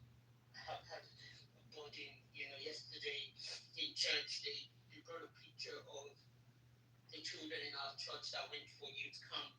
And for some reason, they were just celebrating and showing us how these children, the youth from 13 to about, I think, till 18, and the young adults as well, up to 30, and how they were worshiping God. And I started crying. I don't even know why, because it keeps coming to my mind that, there are still children out there here in the UK, not far away from the area where I live, right from when the school was coming to, when they were closing the school. There was an incident that really touched a lot of people. It was a school trip, and one of the boys that went on the school trip died. Now they don't know how this happened, because this is supposed to be a school trip where all the security checks have been done, the teachers are on guard and everything. And my child went on a school trip as well. My child was there, and just thinking about it, I'm like, God, if not for the mercies of God, because sometimes we're like, oh, they're okay, they're under this school security, but one child slipped off the net and did not come back on that school bus. And just recently, it's been like, during this holiday, we've been hearing a lot of news, not far away from me at all. A child who was run over by, he was trying it in the street, just looking at how it works. And one child, just walked past him, and he tested it on him, and that was the children. Father, thank you. I just want to, pray right now, and if you can come up, before I actually just confess over them, if you can come up and let's pray. Let's pray. It's bigger than just our children. Oh, my soul, Talita, that the children in our streets, the children in our nation, in our church, in the same school that our children go to. Oh, my Sakatwa, the place where our children work. Rika so Sayara, Dadadadwa, Erika Swaleketusa, please join me. Rekete Yara Katwa Leketusa, Yatwa Katwa, and his children are preserved. The children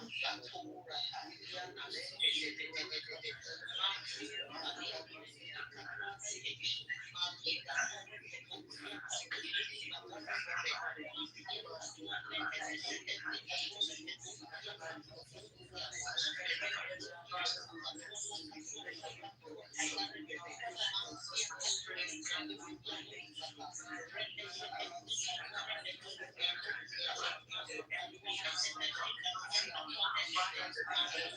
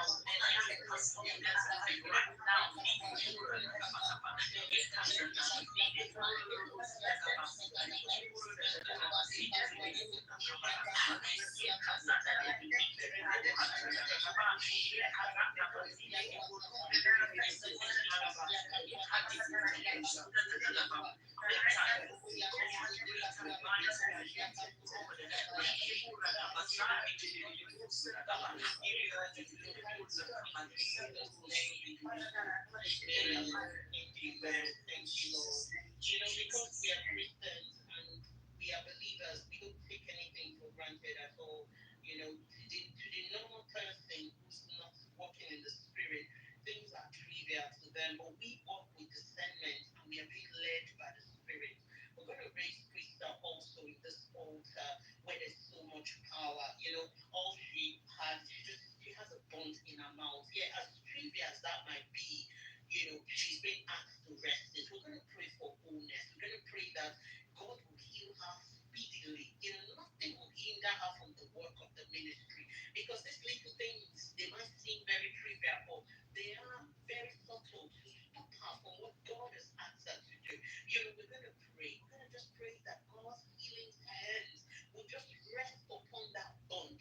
Masina kutalia rakasakatwa. Father, we present your daughter before you, and right now we decree and declare wholeness. Let those that are like the the Bible says that Jesus reconia because you give us all and because you have reconia swastika. Yasa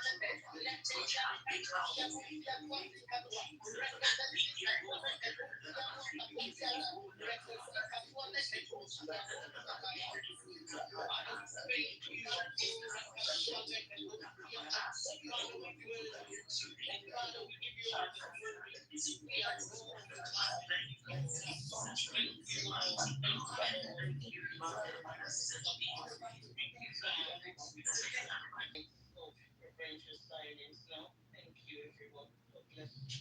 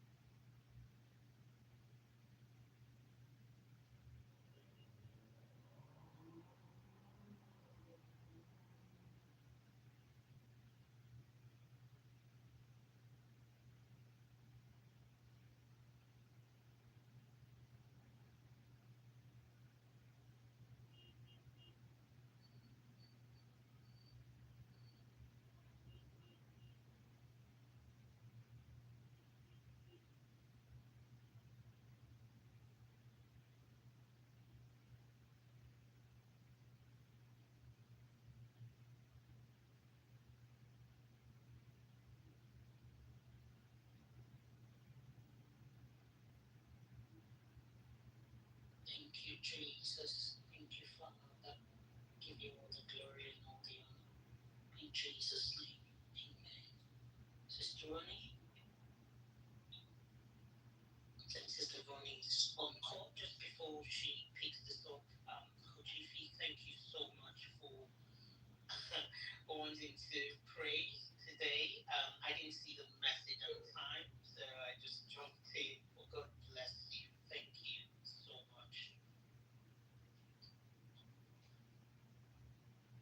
Okay, welcome everyone. We're going to welcome our new siblings, as we like to see. We'd like to roll out the red carpet of honor for you. If this is your very, very first time at the expressions, we like to just honor God and take the time to say thank you for joining us. And I'm going to bring you up on stage.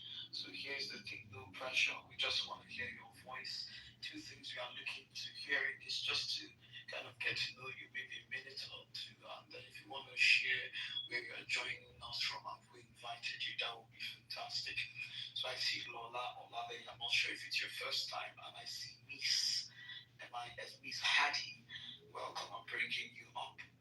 I'm bringing you up. Your voice is anointed, and whenever you speak, there's healing. So we want you to use your voice. Thank you, Tracy, for leading. Thank you, Kuchifani Chuku, for being on standby. God honor you richly. Thank you for all your prayers. So when you get the invitation, please just click on it. So if you want to come up on stage and unmute your mic, we can hear you. So we have Lola Olaleye worshiping with us for the first time. Welcome, welcome. And this person that says, is this an input or is it my own NHN? If it's not NHN, you cannot talk to NHN. NHN, you must come up and speak. Is this a everybody, let's start welcoming these precious women. Oh my God, Miss Hadley. So we have Lola Olale on the stage. Lola, this is the expressions. The expressions is an intercessory community, discipleship community. We have over 500 people in probably 20 countries. We just started with the desire to pray. Kingdom is prayer as a desire to pray, to have a place where God is serenaded, where there's a focus on discipleship, spiritual maturity, where there's rema without the drama, and we like to say where there's fellowship without blemish. And God just took over. So what you experience is what we do Mondays to Fridays, 6 a.m. Central Standard Time.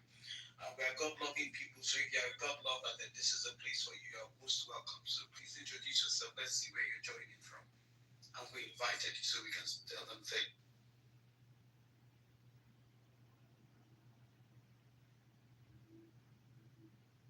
Lola, you just click the unmute button.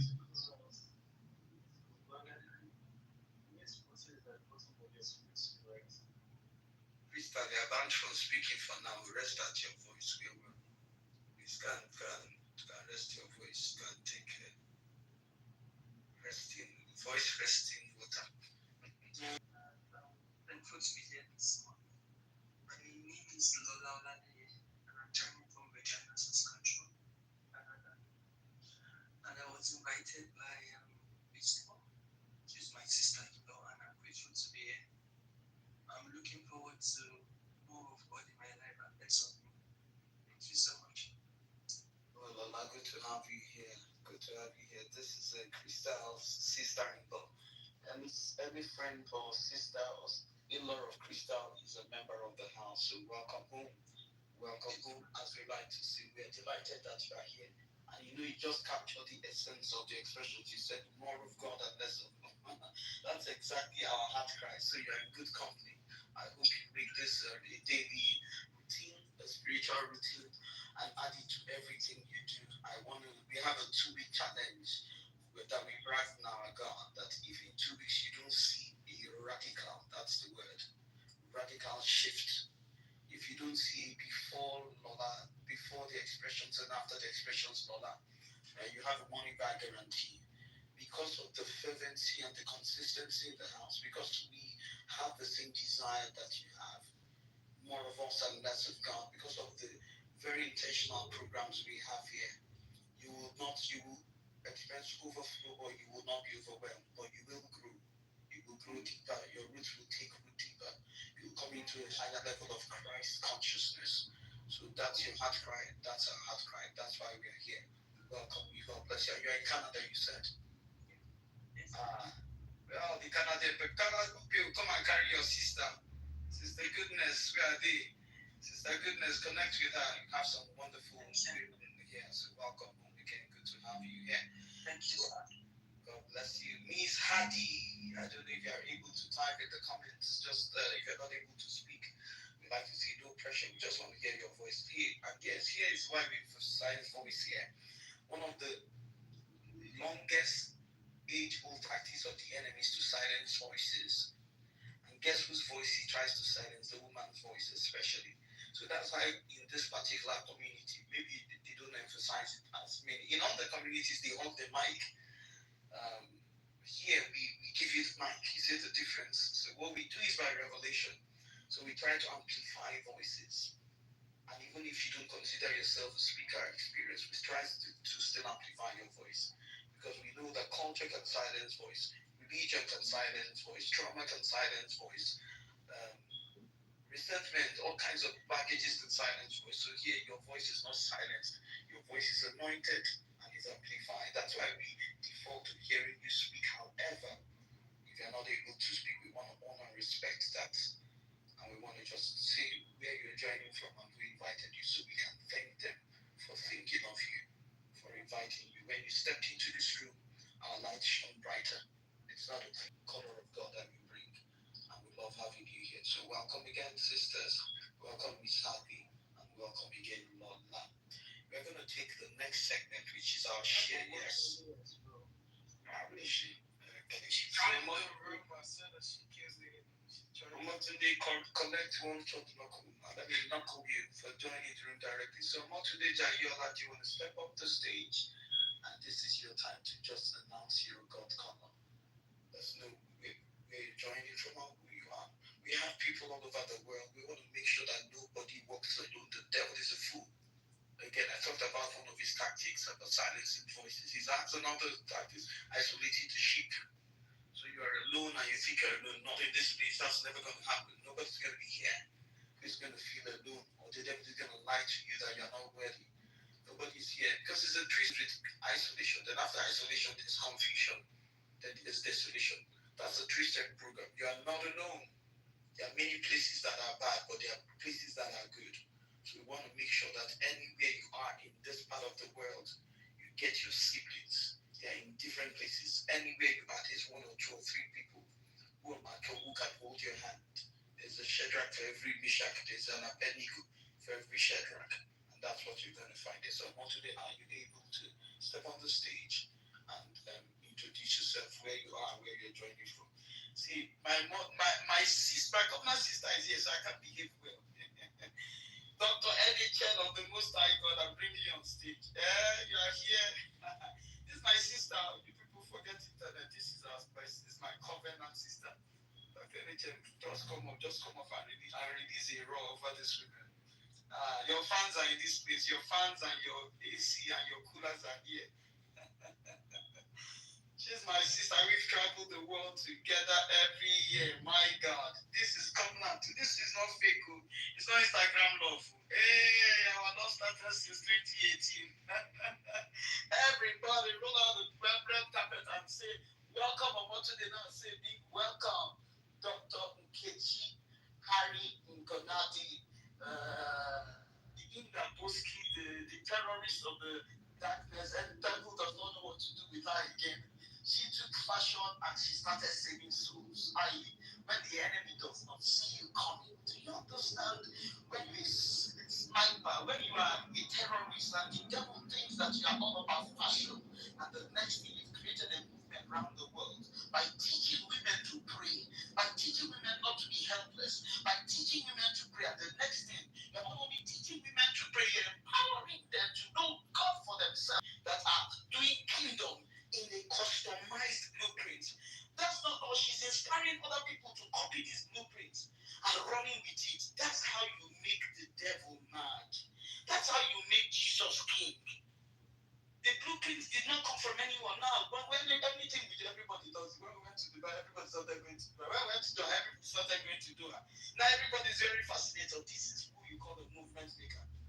much it is.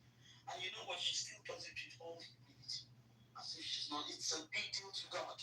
I was saying to yesterday, I was in church. We lost our matriarch, Pastor Mrs. Dodi Osteen, the father of the mother, Jewel Osteen. And her memorial is on Friday, August 7th. But yesterday was a celebration service. I said to myself, I know people don't like talking about death. Death is not mysterious. If you know who you are in Christ, death is not a big deal. We will all die someday. We're just hoping we fulfill purpose and live long and healthy. Yesterday in the church, about testimony about people being prayed for and getting their healing. Once I saw her obituary, they wrote a life of miracles. Dolores Dodi Austin. I said, this is how I want. Don't write painful exit. Don't write transition to glory. A life of miracles. From praying for people who got babies. She will pray for people at Walmart, at car park, praying for a car to start, praying for dishwasher. I said, this is what I want. A life of miracles. A life of miracles. This is what I want. I don't want any other thing. I want philanthropist, that's giver. Someone church planter who planted people as churches. That's what I want. The greatest affirmation to hear is, well done, thou good and faithful servant. Her son was preaching at a celebration service. Her granddaughter was singing. That's what I want. To have a legacy of hope and a legacy of righteousness. And that's what you are doing. That's who you are becoming. Somebody that people will say, this man taught me to pray. He taught me to pray confidently and inconfidently. We're glad you're here. Thank you. Omotunde, I'm sending another invite to you. NHM, please, can you come up for 1 minute? Just say a word. Your life is a curriculum to be learned. Anybody who teaches women to pray has given them the best. In spite of the resistance you've stood. How many years now? Almost 10 years. Her life is an example that you can don't fall for your excuses. This is a giant. She, housewife, doing fashion, and God gave her an impossible ministry. And the child will come and just talk to this woman. I don't even know what to say again. Honestly. So every time we make excuses, God will show us other women who received the same instruction and didn't make excuses. Look at your people, they're already testifying. She was a housewife in a full-time housewife role. And God said, do this. And she said, yes, Lord. And she's still a housewife. Can you tell you? I'm still a housewife. I'm still a housewife. But she will tell you, I'm still a housewife. And my business is still at the boys' quarter of our home. She goes to the clothes kings, clothes royalty. May your excuses become invalid today. May you see somebody inspire you to do what God asks you to do. Don't do what God asks you to do yesterday, tomorrow. Do it yesterday. So while God receives the image. Anything is saying that she's raising her hand. And we are bringing her up. Don't mind Clubhouse. You know how Clubhouse can do. I've invited her 2 times. Yeah, she's not able to come up because it's not allowing her. It's Clubhouse. Okay. NHN, let's do this. Clubhouse can be like that sometimes. If you can exit and rejoin, then I'll bring you back up because you must share something today. This woman, 2019, we traveled to Dubai. 2020, when the lockdown was happening, we all went online and still did the NHN yearly. We did online. 2022, we went to Turkey. 2023, we went to Singapore. 2024, we went to Doha. And now 2025, we are going to Doha, China. And she's still a housewife. I like to stress the housewife because that's where you say you don't have connection. I don't know, man. She's still a housewife. Okay, coach, she's back, but she's lost the red button right now. Oh, okay, fantastic. She's still a housewife. I don't know what story the devil is telling you this morning. There's a reason why you are seeing a cloud of witnesses to tell you will do what the work of God. You will do it. The life that you preached the gospel and my life changed. You prayed and my life changed. A life of miracles. A life of miracles. Okay. Awesome. So we will keep waiting till NHM comes.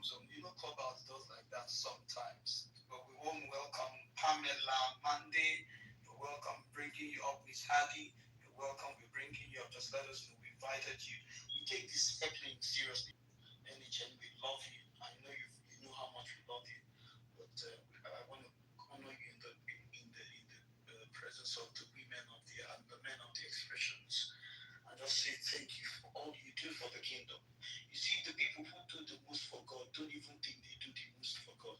They just feel honored to do it. So while we're waiting for Clubhouse to reset its brain and bring you up, Pamela, where are you joining from? And we invited you. Welcome home, Pamela. Good morning. I'm joining from the U.S. No one added me actually. I just ran into, I happened to be in Clubhouse and I saw the title expressions and I just felt inclined to join. But thank you for having me. So Pamela, where do you stay in the United States? I live in Atlanta. Come on now, Ranisa, your sister is here. So we have the tribe all over the world. We like to say welcome home. We want to make sure that you don't do life alone. You think nobody invited you. The Spirit of God brought you to this room. This is the expression. The altar. We take spiritual maturity seriously. We take pure fellowship seriously. You're going to have a sister to hold your hand. We are growing. We are praying every Monday to Friday, but that's not all. We do community together. We are learning every Thursday together. We have programs to grow you spiritually, emotionally, and to grow you in different areas of your life. You have a 2 week target. If you're not better, you have a money back guarantee. You will take your roots deeper in God, and your life will shine brighter. We have Ronisa in Atlanta, and I know she'll be reaching out to you. Welcome home, as we like to say. Why do we say welcome home? Because this is your father's house. You are God's choice daughter. So we say welcome home. Welcome, Pamela. Okay, I have Aaron and Miss Hattie. I think I have Aaron and Miss Hattie. Well, so we're going to take our shares, but we will hear from NH and God will make Clubhouse be repent. So let's raise our hands if you wanted to come up and share something. We normally have an open mic session. We believe that the enemy tries to silence voices, and here we try to amplify voices. So every day after we pray and after we listen to God, and we welcome our new siblings, we take the opportunity to share at least 2 or 3 shares. We want you to know that you can stand in your priesthood as a believer, and if God gives you something to say, we want to hear what you say. So we're going to take a couple of shares. I think we have Pastor Williams who wants to share. So we'll take Pastor Williams, we'll take Helen Jonathan. I think it was your birthday on Friday. Then we'll take anything whenever the clubhouse research itself. So Pastor Williams, please go ahead and share. I think you're up. Then Coach Ifeanyi Chukwu. Coach Ifeanyi Chukwu, let's start from with you. Please share. Then Pastor William goes next. And yeah, we'll take the share. Okay, so I just wanted anyone who doubts the ability of the Holy Spirit to speak. I just wanted to confirm that the Holy Spirit is not a host, and if you do not tap into listening to it, and I was like, oh, I'm gonna lead. Guess the passage that I prepared, Psalm 103, 1-9, which Tracy actually used the exact verses. The other thing that came to my mind while I was praying, pay for children. Mic drop. Then. Wow. There's always synergy with the Holy Spirit. The Holy Spirit is not a dot, it's not a fire, he's not a wind. He's God. He's God. He's God. He's God, and he's a friend. He's someone that you need to know. He's God. There's Father, there's Jesus, there's the Holy Spirit. He's not dove, he's not goosebumps. Those are some of the ways that we, experience him, when his presence comes into the room, but he's God. I want to encourage all of us to understand that the best coach, the best therapist, the best mentor, the best advisor you can have is the Spirit of God. He leads you to places and dimensions. You see the level of synergy happening here. That's what the Spirit of God does. That's what the alignment happens when we do it. I think it was your birthday on Friday. We prayed for you, we sang for you, we finished dancing, we wore as you know, we didn't see what's going on heaven. You have something to share. I'll be your mic and speak.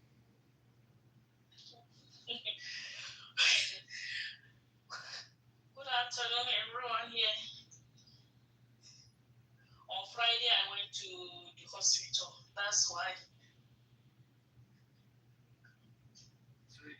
went to the hospital. What's going on with you? I went for follow up. Praise the Lord. Are you hearing me? We can hear you. Well, we prayed for you. We released a blessing. I hope you're able to catch it. I hope you felt all the love and all the blessings.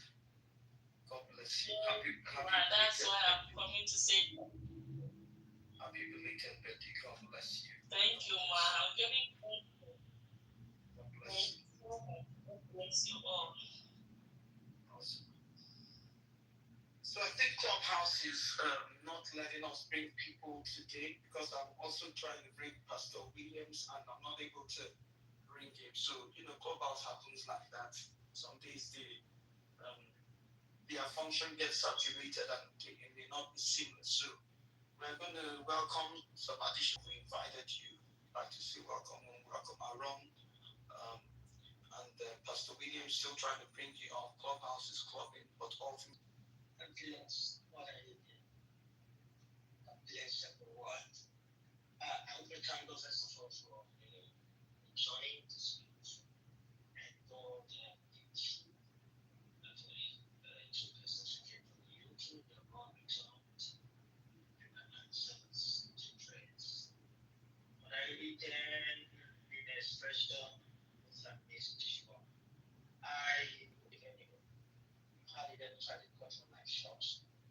Remember vividly, but I myself was and attempted suicide and wanted.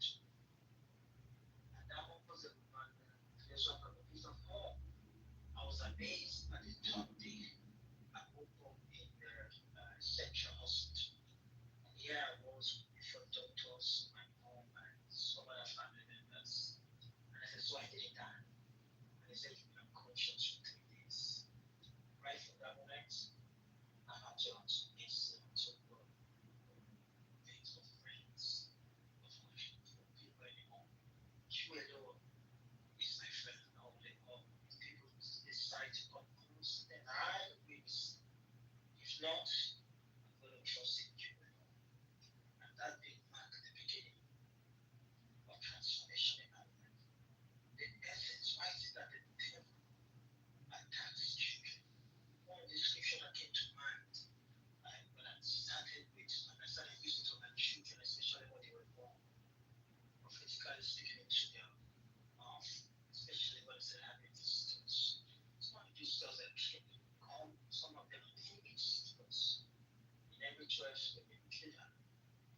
So I started praying the scriptures, 8 verse 2, it says, out of the mouth, babes and sucklings, has thou ordained strength because of thy enemies, that thou mightest see the enemy and the avenger. So children are ordained to silence enemy and the avenger. Even the sucklings, those are seeds sucking from the mother's breast, they stab in their tongue. God created every human power in the tongue. That means it causes even infants have spiritual power to shut down demonic activity. And this is why Satan fears and targets children. So that came to my understanding. When a child is born, the destiny is released from birth. The devil being the enemy of destiny launches this attack to abort God's agenda. And children are God's arrow against the future darkness. We have that Psalm 127 verse 4, one of my favorite scriptures. They are there to destroy this, to destroy this, the enemy target them to destroy their destinies before they manifest. So what happened in Exodus? In Exodus, so it's to recruit the next generation into darkness. This is what is happening. A lot of the kids, I talk to a lot of kids over there in America. I mean, this is not time to begin to talk to some of them, especially in the UK. My parents, they have to speak. They allow me some section to the kids, and some of the things I had, I'm not share with the parents because I had to answer.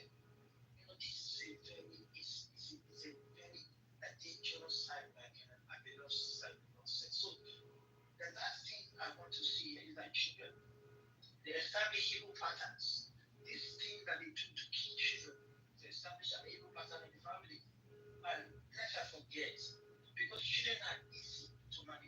are possessed, so he never was able to reach them. And we have in Mountain of Fire Miracles Ministries, we have compassionate deliverance. I need to tell you this, that when you see children manifesting in water, children, the kind of demons we cannot be to children.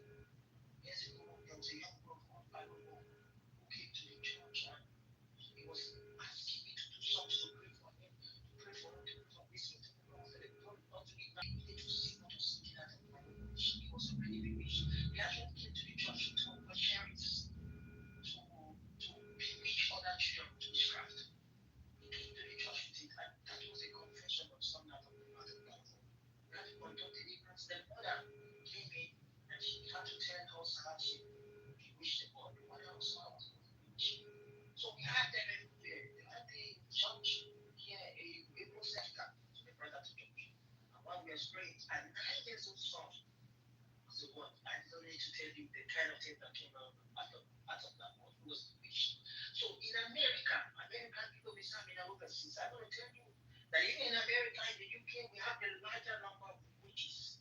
Because the witches in South Africa are there, the one in Nigeria are there, the one in Africa are there. The one they converge together are there. And that my prayer today is that Lord God will continue to protect our children. Their head will not be bewitched. In Jesus' name. Amen. Thank you. This is powerful. We need to catch this quickly.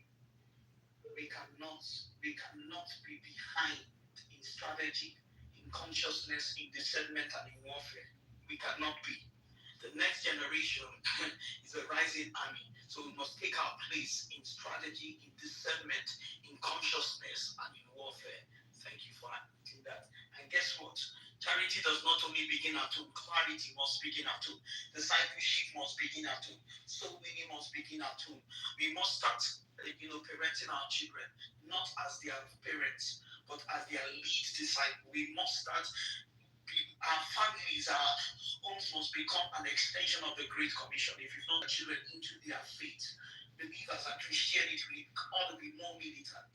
And militant is an inverted comma. We are not doing anything unorthodox or unethical. I'm just saying that we cannot autopilot, we cannot cruise control the gospel with our kids. You can't cruise control Christ with your kids. You have to know because you will teach them, you will model it. So we can't cruise control Christ. We must not autopilot our parenting. I just hope that they will be this lovely teacher by the hallway in their big school who will tell them about Jesus. If they can learn Cocomelon, they can learn Corinthians. I'm telling you. If they can learn Cocomelon, they can learn Corinthians. Yes. If they can go on their pilgrimage to, what's that place we go to Disneyland? They can go on a fast, they can go on a pilgrimage at home. Then you say, this weekend, no TV, I want us to learn about Jesus. Yes. If they can learn the series that they are not even supposed to be learning, let them sit with them and learn Jesus of Nazareth, watch Jesus of Nazareth, the age appropriate one. And no, it's not reserved for only Easter. They can watch it anywhere. They know too much. They are too intelligent. They are not surface, they are not casual. They know the lyrics of every other song. But teach them about hymns. Let them learn stanza 1, Amazing Grace. No. If they can learn AI, they can learn King James Version. We are lead disciples and we must be ahead in this call of strategy and understand that our children are our covenant responsibility. Thank you for sharing. So we did. So we have Sam, who is new Sam for course grant. I hope I pronounced your name. Welcome home, Sam. This is the expressions of prayer altar of God-loving, peace-loving, fervent women and men from different parts of the world. Sam, we invited you, and where are you joining us from? Please unmute your mic. Welcome home, Sam. I'm from the DC area. I was invited by Shamina, so I'm super excited to join. Sorry for being a little bit late. No apologies. You can always catch the replay. We like to say if you replay, then you can pray. So you have a team of wonderful women in the DC area. Shamina is such a sweetheart. See, anybody who can invite you to God's spaces is your friend. Anybody who can invite you to spaces where God is glorified, God is honored, the Bible is elevated, prayer is recommended. That person is not just your friend, it's your sister. So you have an entire DC sister now. There's Crystal, there's Virginia, there's Daniela, there's Dr. Michelle, there's Kaka. Like you have Pastor Eden. Excuse me, Coach. Sam Samantha is one of our celebration sisters. Hey! And your celebration sister is my sister. They want to celebrate celebration from the No. We're not separating. We're not separating. celebrations. Yes, you are a celebration. Well, I'm celebration global at this point, right? Welcome home, Samantha. Good to have you. Samantha, what do you do? I am in healthcare administration, so I work for my cousin currently, and I work from home, so that way I'm able to be with my baby. I have an 11-month-old son. He turns a year old later this month, but I work in healthcare administration. And what's the name of your son? His name is Matthias.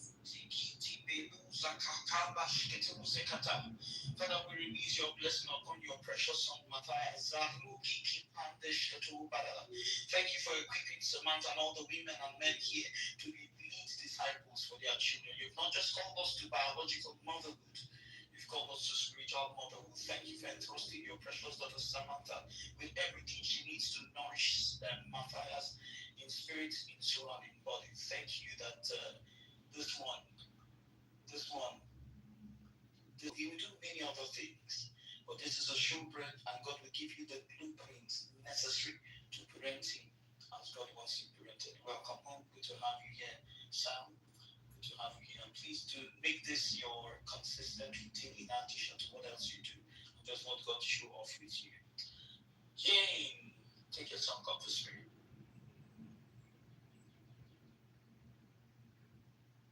Morning, Coach. Good afternoon, brothers and sisters. I'm trying to find it. But I just wanted to, for those, I wanted to say something about yesterday's 252. For the first time, for those that were not there, you missed a lot. And I know that Coach said you make an exception, just for yesterday. We were there for 3 hours. The Holy Spirit had got to the room. When I say he had got, he disrupted, like he always does. And there was so much healing in the room. We laughed, we cried. Oh my gosh. And it was amazing. So please, if you missed the 52 yesterday, your healing is waiting for you on the replay. It was amazing. And last night, I meditated on the notes I was able to take because it was just too good to writing notes. There was a lot of deep healing last night. Mother wounds, father wounds, all kinds of wounds were healed last night. So I woke up this morning that says, I need you. Oh, my man. I'm going to find a replay on YouTube. And one thing I wanted to say about Songs of the Spirit that I learned recently is that when you put a song in your spirit, a lot of times it's actually a bait in the spiritual realm. It's like God is calling you higher. If you really pay attention, the songs, the lyrics to our songs of the Spirit, before deliverance happens. So after deliverance happens, there's always restoration. So songs of the Spirit are actually clues that God is giving you to come up hither.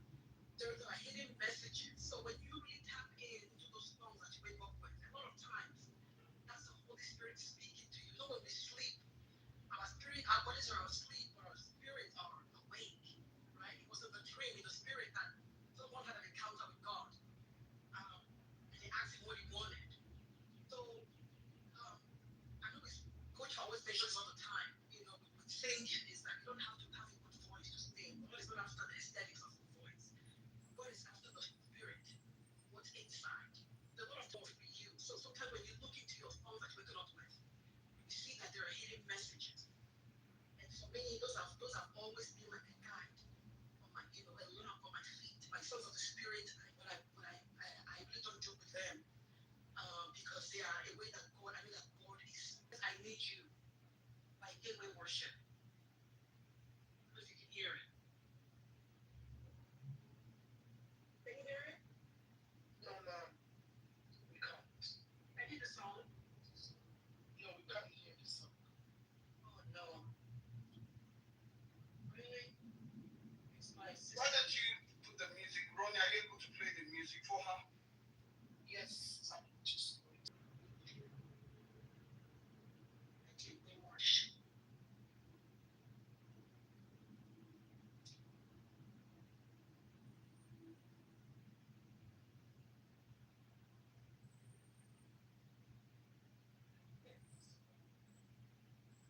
While we're waiting for that, Ruth, welcome home. I don't know if it's your first time, but I brought you up. If you want to just share where you're joining from and who invited you, I'm not sure. There are many routes here, so it's difficult. We have like 4 routes, so I wasn't sure if today is your first time.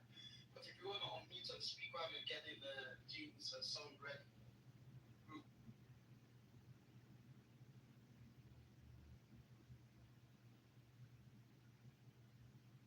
Ruth, are you there? Are you able to unmute your mic and speak? Okay. Ronnie's jeans and music ready? Yes, it is.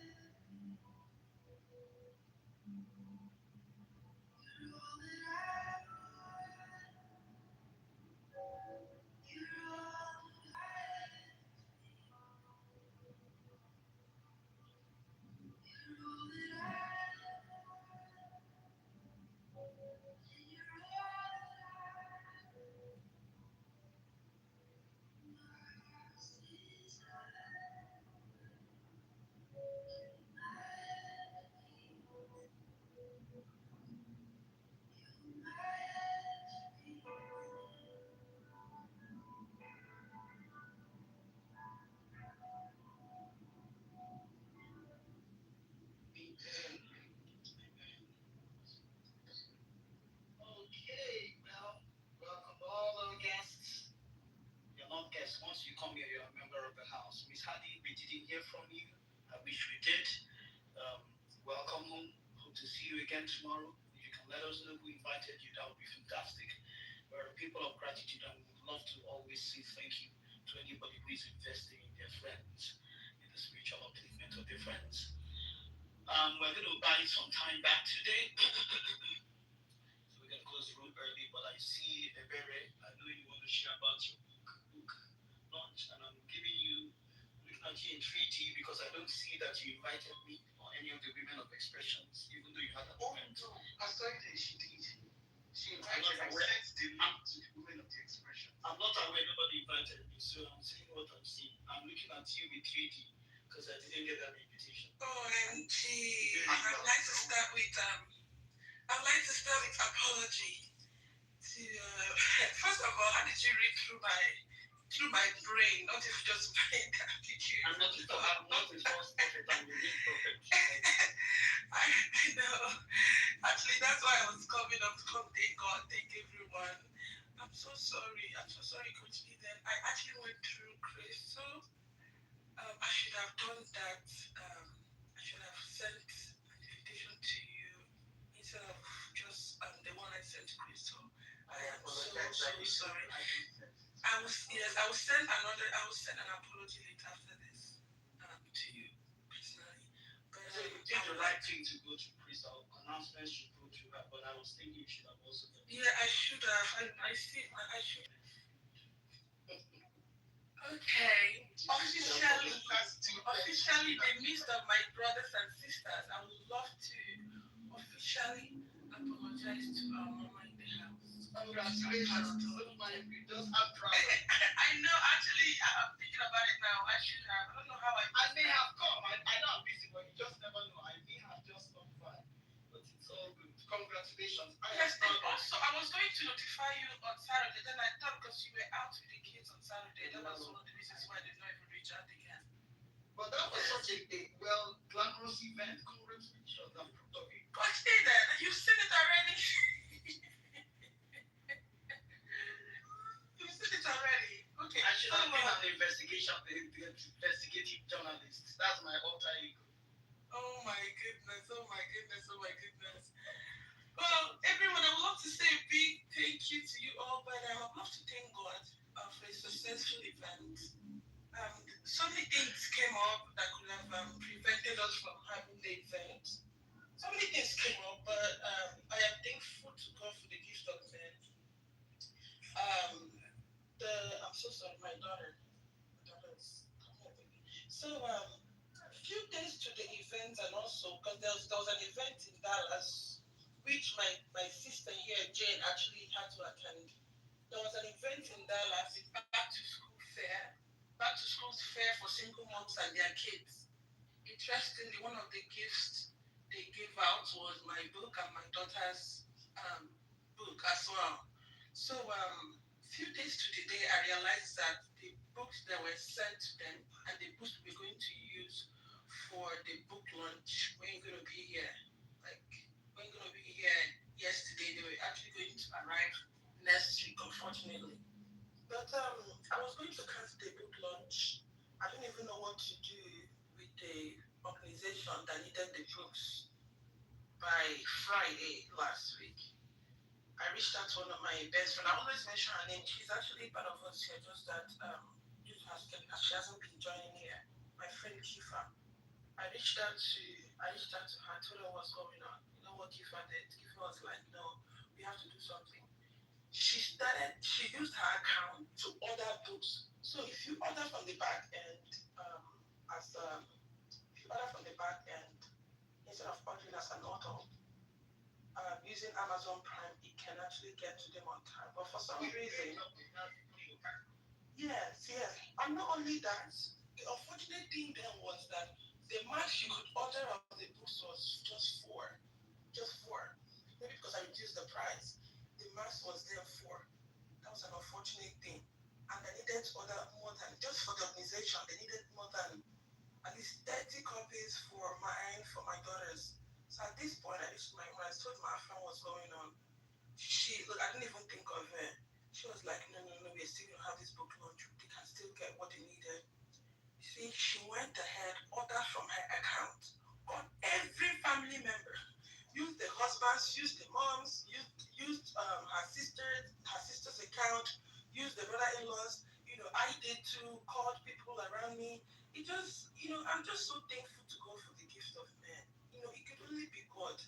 And every week we had books to use yesterday, and the organization had the books to use. They even spoke about it. I mean, I cannot believe how the book I wrote, the book my daughter wrote, is inspiring and helping people out there. Yesterday during our book launch, women that did not even know from the church where I had it done, Graceland Harvest Church, women that are not even close, like I never spoke to about the book, just that their friends sent the book to them to read. Some of the single moms there, they just came out to reflect on the book. Oh my God, a lot of them came out, said so many things. They even got me to the point I almost cried. People were just saying things, how the book touched them. So I'm just here to thank God that God is changing lives through me. And I'm also here to thank Coach Eden, because everyone remember back in June now, she and my sister Crystal told us that we had to complete our book by July 1st, I believe. So all those actually pushed the book out. So although I had released Healed and Whole, which I told everyone here, I'm not sure if you guys know also, I released another book called Still Becoming. It's a powerful tool, a powerful guide for Christian single moms. So all those books were available, published before the event. So I'm really, really, really, really, really thankful to God. Please, if you haven't gotten a copy, I would really love for you to get a copy and tell me what you think. I don't mind sending out the Still Becoming, which is a guide for single moms. So I would love to say a big thank you to everyone, and of course to God and to Jane, who made it to the event in Dallas. She was not just supporting or attending the event; she was also there to support me. She took pictures and everything. So I'm really thankful for this community. Thank you, everyone. I'm super proud of you. You said you couldn't believe that people were going to be blessed by the book. Something reminds me, you can't believe, when I can't believe it. When you co-created with God, you create a masterpiece. I mean, it may not be perfect, but it will be a masterpiece. So I can believe it. I'm not surprised. I can believe it. And please write this down. On the other side of your obedience are transformed lives. On the other side of any obedience is transformed lives. When you said yes to discomforting yourself to co-creating the book with God, you didn't know that your daughter's book will be some of the things. Your daughter's book was not in the plan. But when you say yes to God, you don't know how many other yeses you unlock. I'm proud of you. Well done. We'll get comments. Anybody who creates something here, as long as that thing is glorifying God and is done excellently, we will partner with you. We'll promote it. So well done. I am proud of you. Again, let me say, I believe it. In fact, I believe not only it, I believe you. Anybody here, I believe you. I believe you, I believe you, I believe you. I believe in what you've not yet created, and I want to please ask that you co-create with God. Do not say I am small. Do not say I am not ready. Do not say I am a child. Please co-create with God. On the other side of your obedience are transformed lives. People you will never know. People that will bring people, that will bring people, that will bring people. That's also the story of the expressions. I would never have met some of you. You would never have met some of you, us, if we didn't say yes to the expressions. And let me remind you again, it will not be convenient. If it's convenient, then it's not covenant. And that's not a soundbite, that's a wisdom child. Do not give excuses. Just do it honorably. It takes strength and sacrifice to do something well once so that you don't have to do it again. And just a word of, not caution, but just from somebody who's been writing for 15 years. Yes, actually been writing for over 20 years. If you are using any enhancers like ChatGPT and all this, please recognize that editing software picks them up. You can get inspiration from ChatGPT, but please don't let them write your book. It's going to be picked up as plagiarism, and it's not going to be authentic. I know some of us want to rush through our projects, but please let me kindly ask, have a skin in the game. There's an intelligence that is higher than artificial intelligence, as powerful and helpful as AI is. And that intelligence is SI, spiritual intelligence. Nothing can limit, can beat what your mind can conceive in partnership with God. So please don't abdicate SI for AI. Did you hear what I said? Don't abdicate SI for AI. Don't remove Holy Spirit intelligence, HSI or SI, for AI. When you AI is a prompt, but there is a higher than AI. Men created AI. God created a man. So please don't do what some of us we want to do. Just leave it and just no. Do the work so that your skill is in the game, so that he has your sound, he has your flavor, and he has the work with God. Use it as a tool. You're not a slave to it. It's a tool for you. It's not your driver. It's your passenger. It's not your driver. I'm bringing this encouragement because we have tools that we show when something is not authentic. Everybody will sound the same. Software can pick it up so that you don't do the work 2 times, please. There's a HSI, there's a spiritual intelligence that is infinitely higher than AI. Use these wonderful tools that men made, but there's a God that made the men who made the tools. So you are always better positioned when you begin with SI, spiritual intelligence, and just use AI as a prompt, as a guide, and as a help. God bless you. Don't stop co-creating. I think we've covered everything. Yes, he wanted to say something, Coach. Shamina, you're too funny. Well, good morning, everybody. God bless. God bless everyone on the expressions. Pastor Eden, I want to say thank you so much for the book of affirmation. It caught me off guard. Me, Josue, and Yo-Yo, we looked at each other when Shamina gave us the book, and she was like, "This is from Pastor Eden." We were like, "What is this?" But I signed it first. I personally for each of you. Yeah. God bless you, Shamina, for giving that to you. All I did was to sign and take the money. No, thank you so much. I appreciate it. I can't wait to start this journey reading it today. And thank you so much. I know last week I went missing in action, but this week we're back on it again. It's just to share it with you guys just a little bit. It's funny how we're back, but I was talking to Josue and Jen and my wife yesterday, and I was like, "No, we have to get back, guys. We can feel the disconnect, and I cannot get disconnected from my father because there's no way. He's the one who's brought me up, and he's the one I run to for everything. So thank you guys for the expression. Thank you." Say this real quick. So Elvis has the most beautiful voice. Like Elvis could sing the alphabet, he could sing the phone book, okay, and the glory of the Lord would come down. And let me tell you how far reaching you are, Coach. I mean, obviously you know that you are.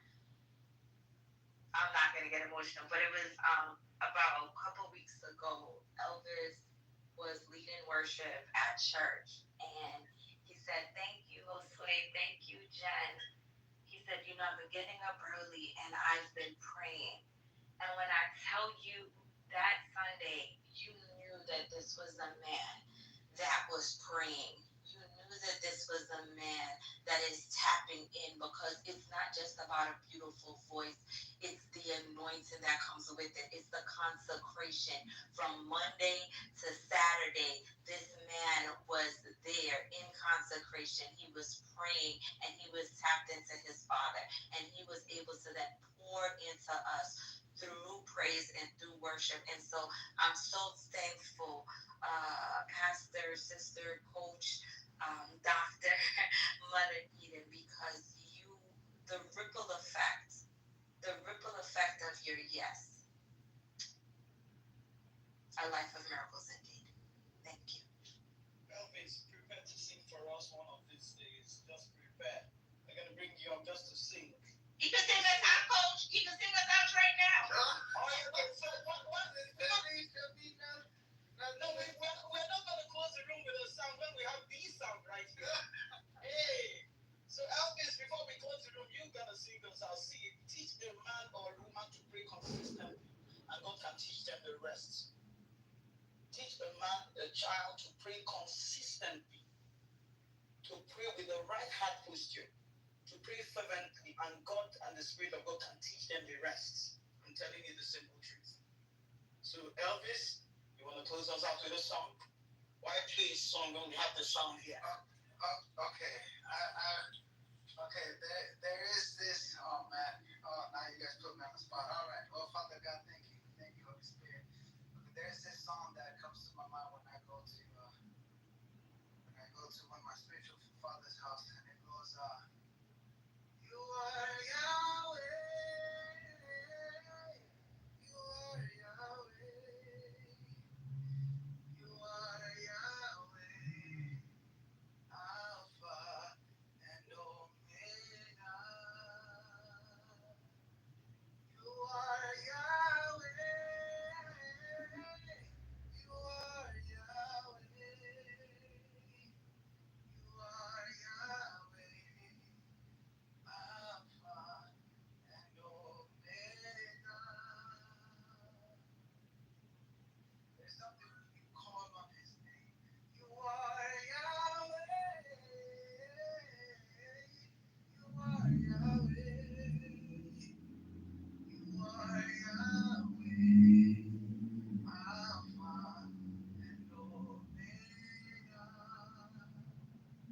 Jesus, you love me too much. Oh, come on now. Too much. Oh, too much. Oh, excess love. Oh.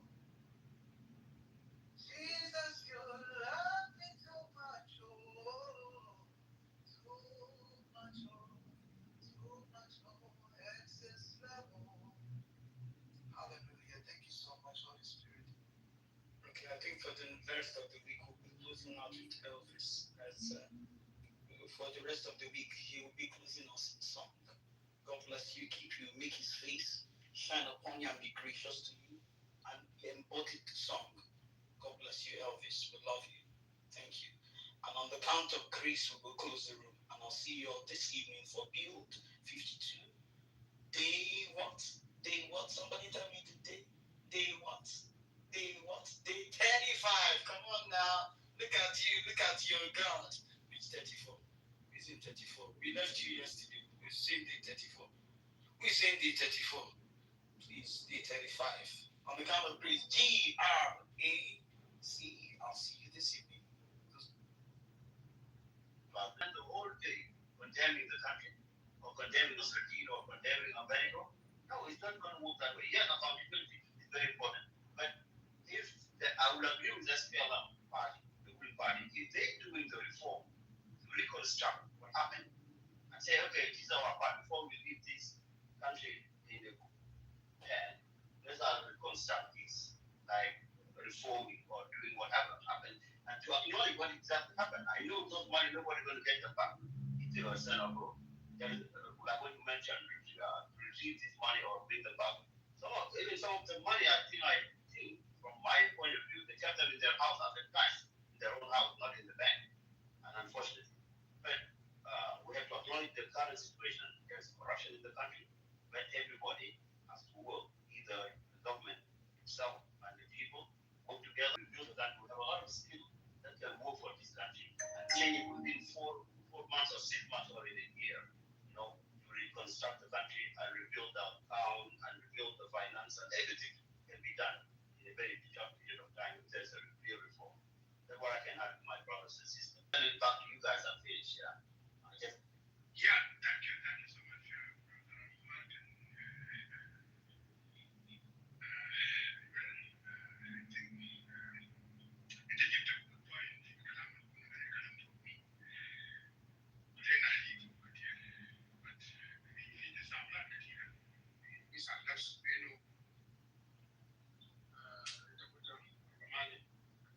They have not power in South Sudan.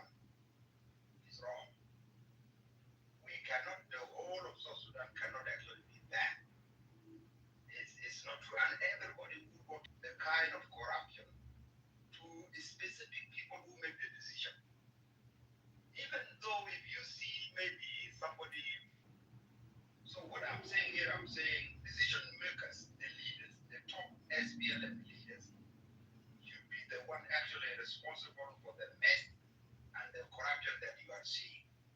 If people are affected, those who are working in the system,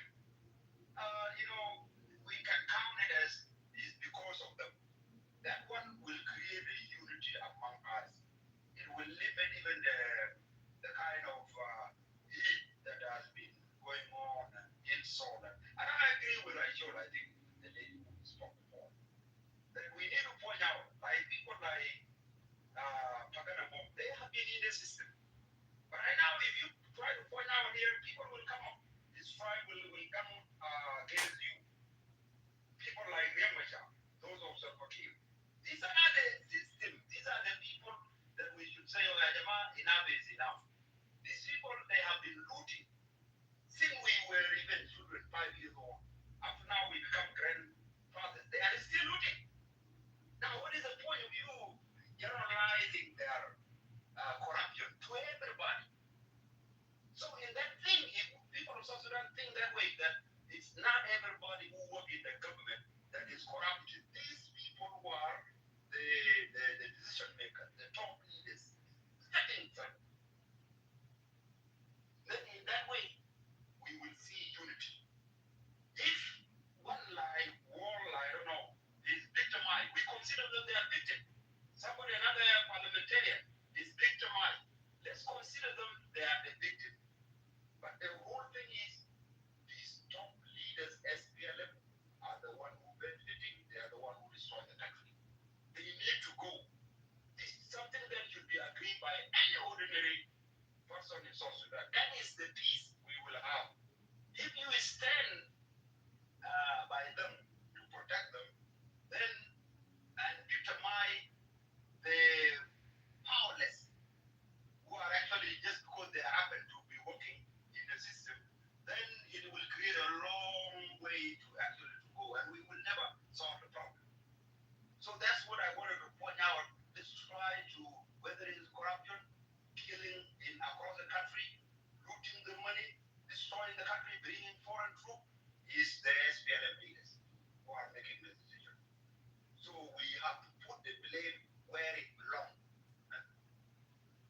So when I read the issue of parliament or the representative of the people of our nation, there are things that the president can do alone. Inside the parliament, there are lawmakers, and they are the voice of the people. Even they are problem of clean water, building school, roads, and health issue, and all those things, they can address it, and then can be air out to the people of South Sudan to understand how we are working together in the country. That's why I say they are voiceless. They don't represent the people. They are appointed here, they are there, but they just look like they engage in the dialogue of the deaf. We don't hear them. We don't see them. Because if you are the government, really, or if you are the president, or if you are a minister, I'm not going to address, I'm going to listen to them more than you, because there are roles that are given to them to represent the people. But I don't see that. That's why I brought up the role of the parliament. Maybe they let everything in the hand of the president. That's wrong. They should represent other issues that concern the citizen from daily life. Yeah, it goes on. You know the question here.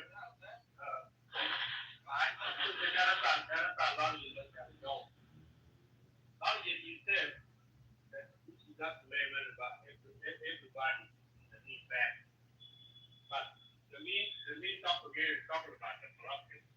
Those who lose the money. You see, Brother Wood accused himself without knowing. Wood said that he was the editor. He's the committee that added the finance. But when you are an editor, if you approve the money, you should have the paper, the pay sheet for that money that you approve. But it happened that Will does not have the pay sheet for the money that he approved. And instead, when he went back to do the editing, all the pay sheets were lost. There was nothing to find from the account. Now, how could you be the auditor and you don't have the paper? You should have your own, and then you can talk to the account happens, you should supposed to have two papers, one with you and one with the accountant. If the accountant fails short, that way you can blame him. But it happens that one does not have his own pay sheet and the other does not have his own pay sheet. So who to blame him?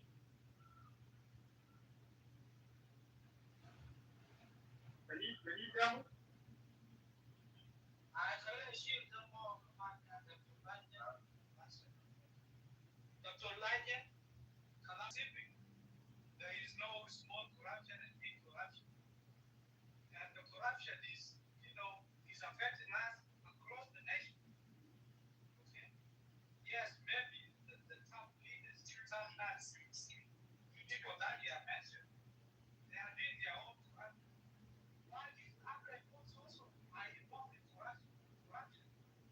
And you are here suggesting that we should not, talk about them or we should not blame. Okay? That is not fair, and that is not the way you apply the laws. And for you, that's what the president is absurd to think that we should punish some people that not punish and others, afterwards. So can you elaborate on that? Yeah, first of all, if you don't have a document and there is a corruption and there is no document, it means that that corruption also is not there, because how will you say there is a corruption and there are no document of that? So that means you are accusing that person without saying what is happening. The reason there is no document is because the decision makers in the SPLM, the leaders, the top leaders, they control the system, the parliament. No. One was not being accused. One is he's the one that is accusing people. So we should have the document, not those people who accuse. That's what I. Yeah, and that is what yeah, and I will agree with you. For somebody to accuse somebody, you must have a document to do this so that you can follow. But what happened in South Sudan, we don't have document because the system is being made personal. We can have ministry, but that ministry is just individual who is there with his own family. Then these people, how they come to power, or maybe they come to work. Sometimes you can appoint somebody because they are experts. Sometimes they are representatives. When I told you to do this, then you are not accountable to the people. You are accountable to me because it's me who brought you, not the people. So that parliament is not for us, not for citizens of South Sudan. It's for Salva Kiir. They only help him make decisions. It's not our parliament. But the people who are there, should we victimize them if Salva is doing corruption? No. We need to point out, okay, what Salva is doing, appointing you to the system is wrong. Making the corruption what he's making is wrong. So in that way, they will even see it. And that is why we are saying if we point the correct people who are doing corruption, then the unity will come. The problem is like earlier you think that you was part of the system, you work in it. Okay? To me, it would be wrong to criticize those who are still not in being permanent of yourself and come here and make yourself a name. You see, given that at some point you was involved in some correction, like we always talk about it here. If the corruption is still going on in Wilma now, be it appointing people or promoting people to new positions, that's when there is corruption. Okay? But instead of actually, I like the way people talk that because yes, talk in general terms. Okay? That called them social media bullies. All they do is, propagate things and make things look bigger and they are not part of the problem. And that is wrong. Okay? First of all, let us admit that there is a problem and that we need to be fixed. And that should be part of the problem.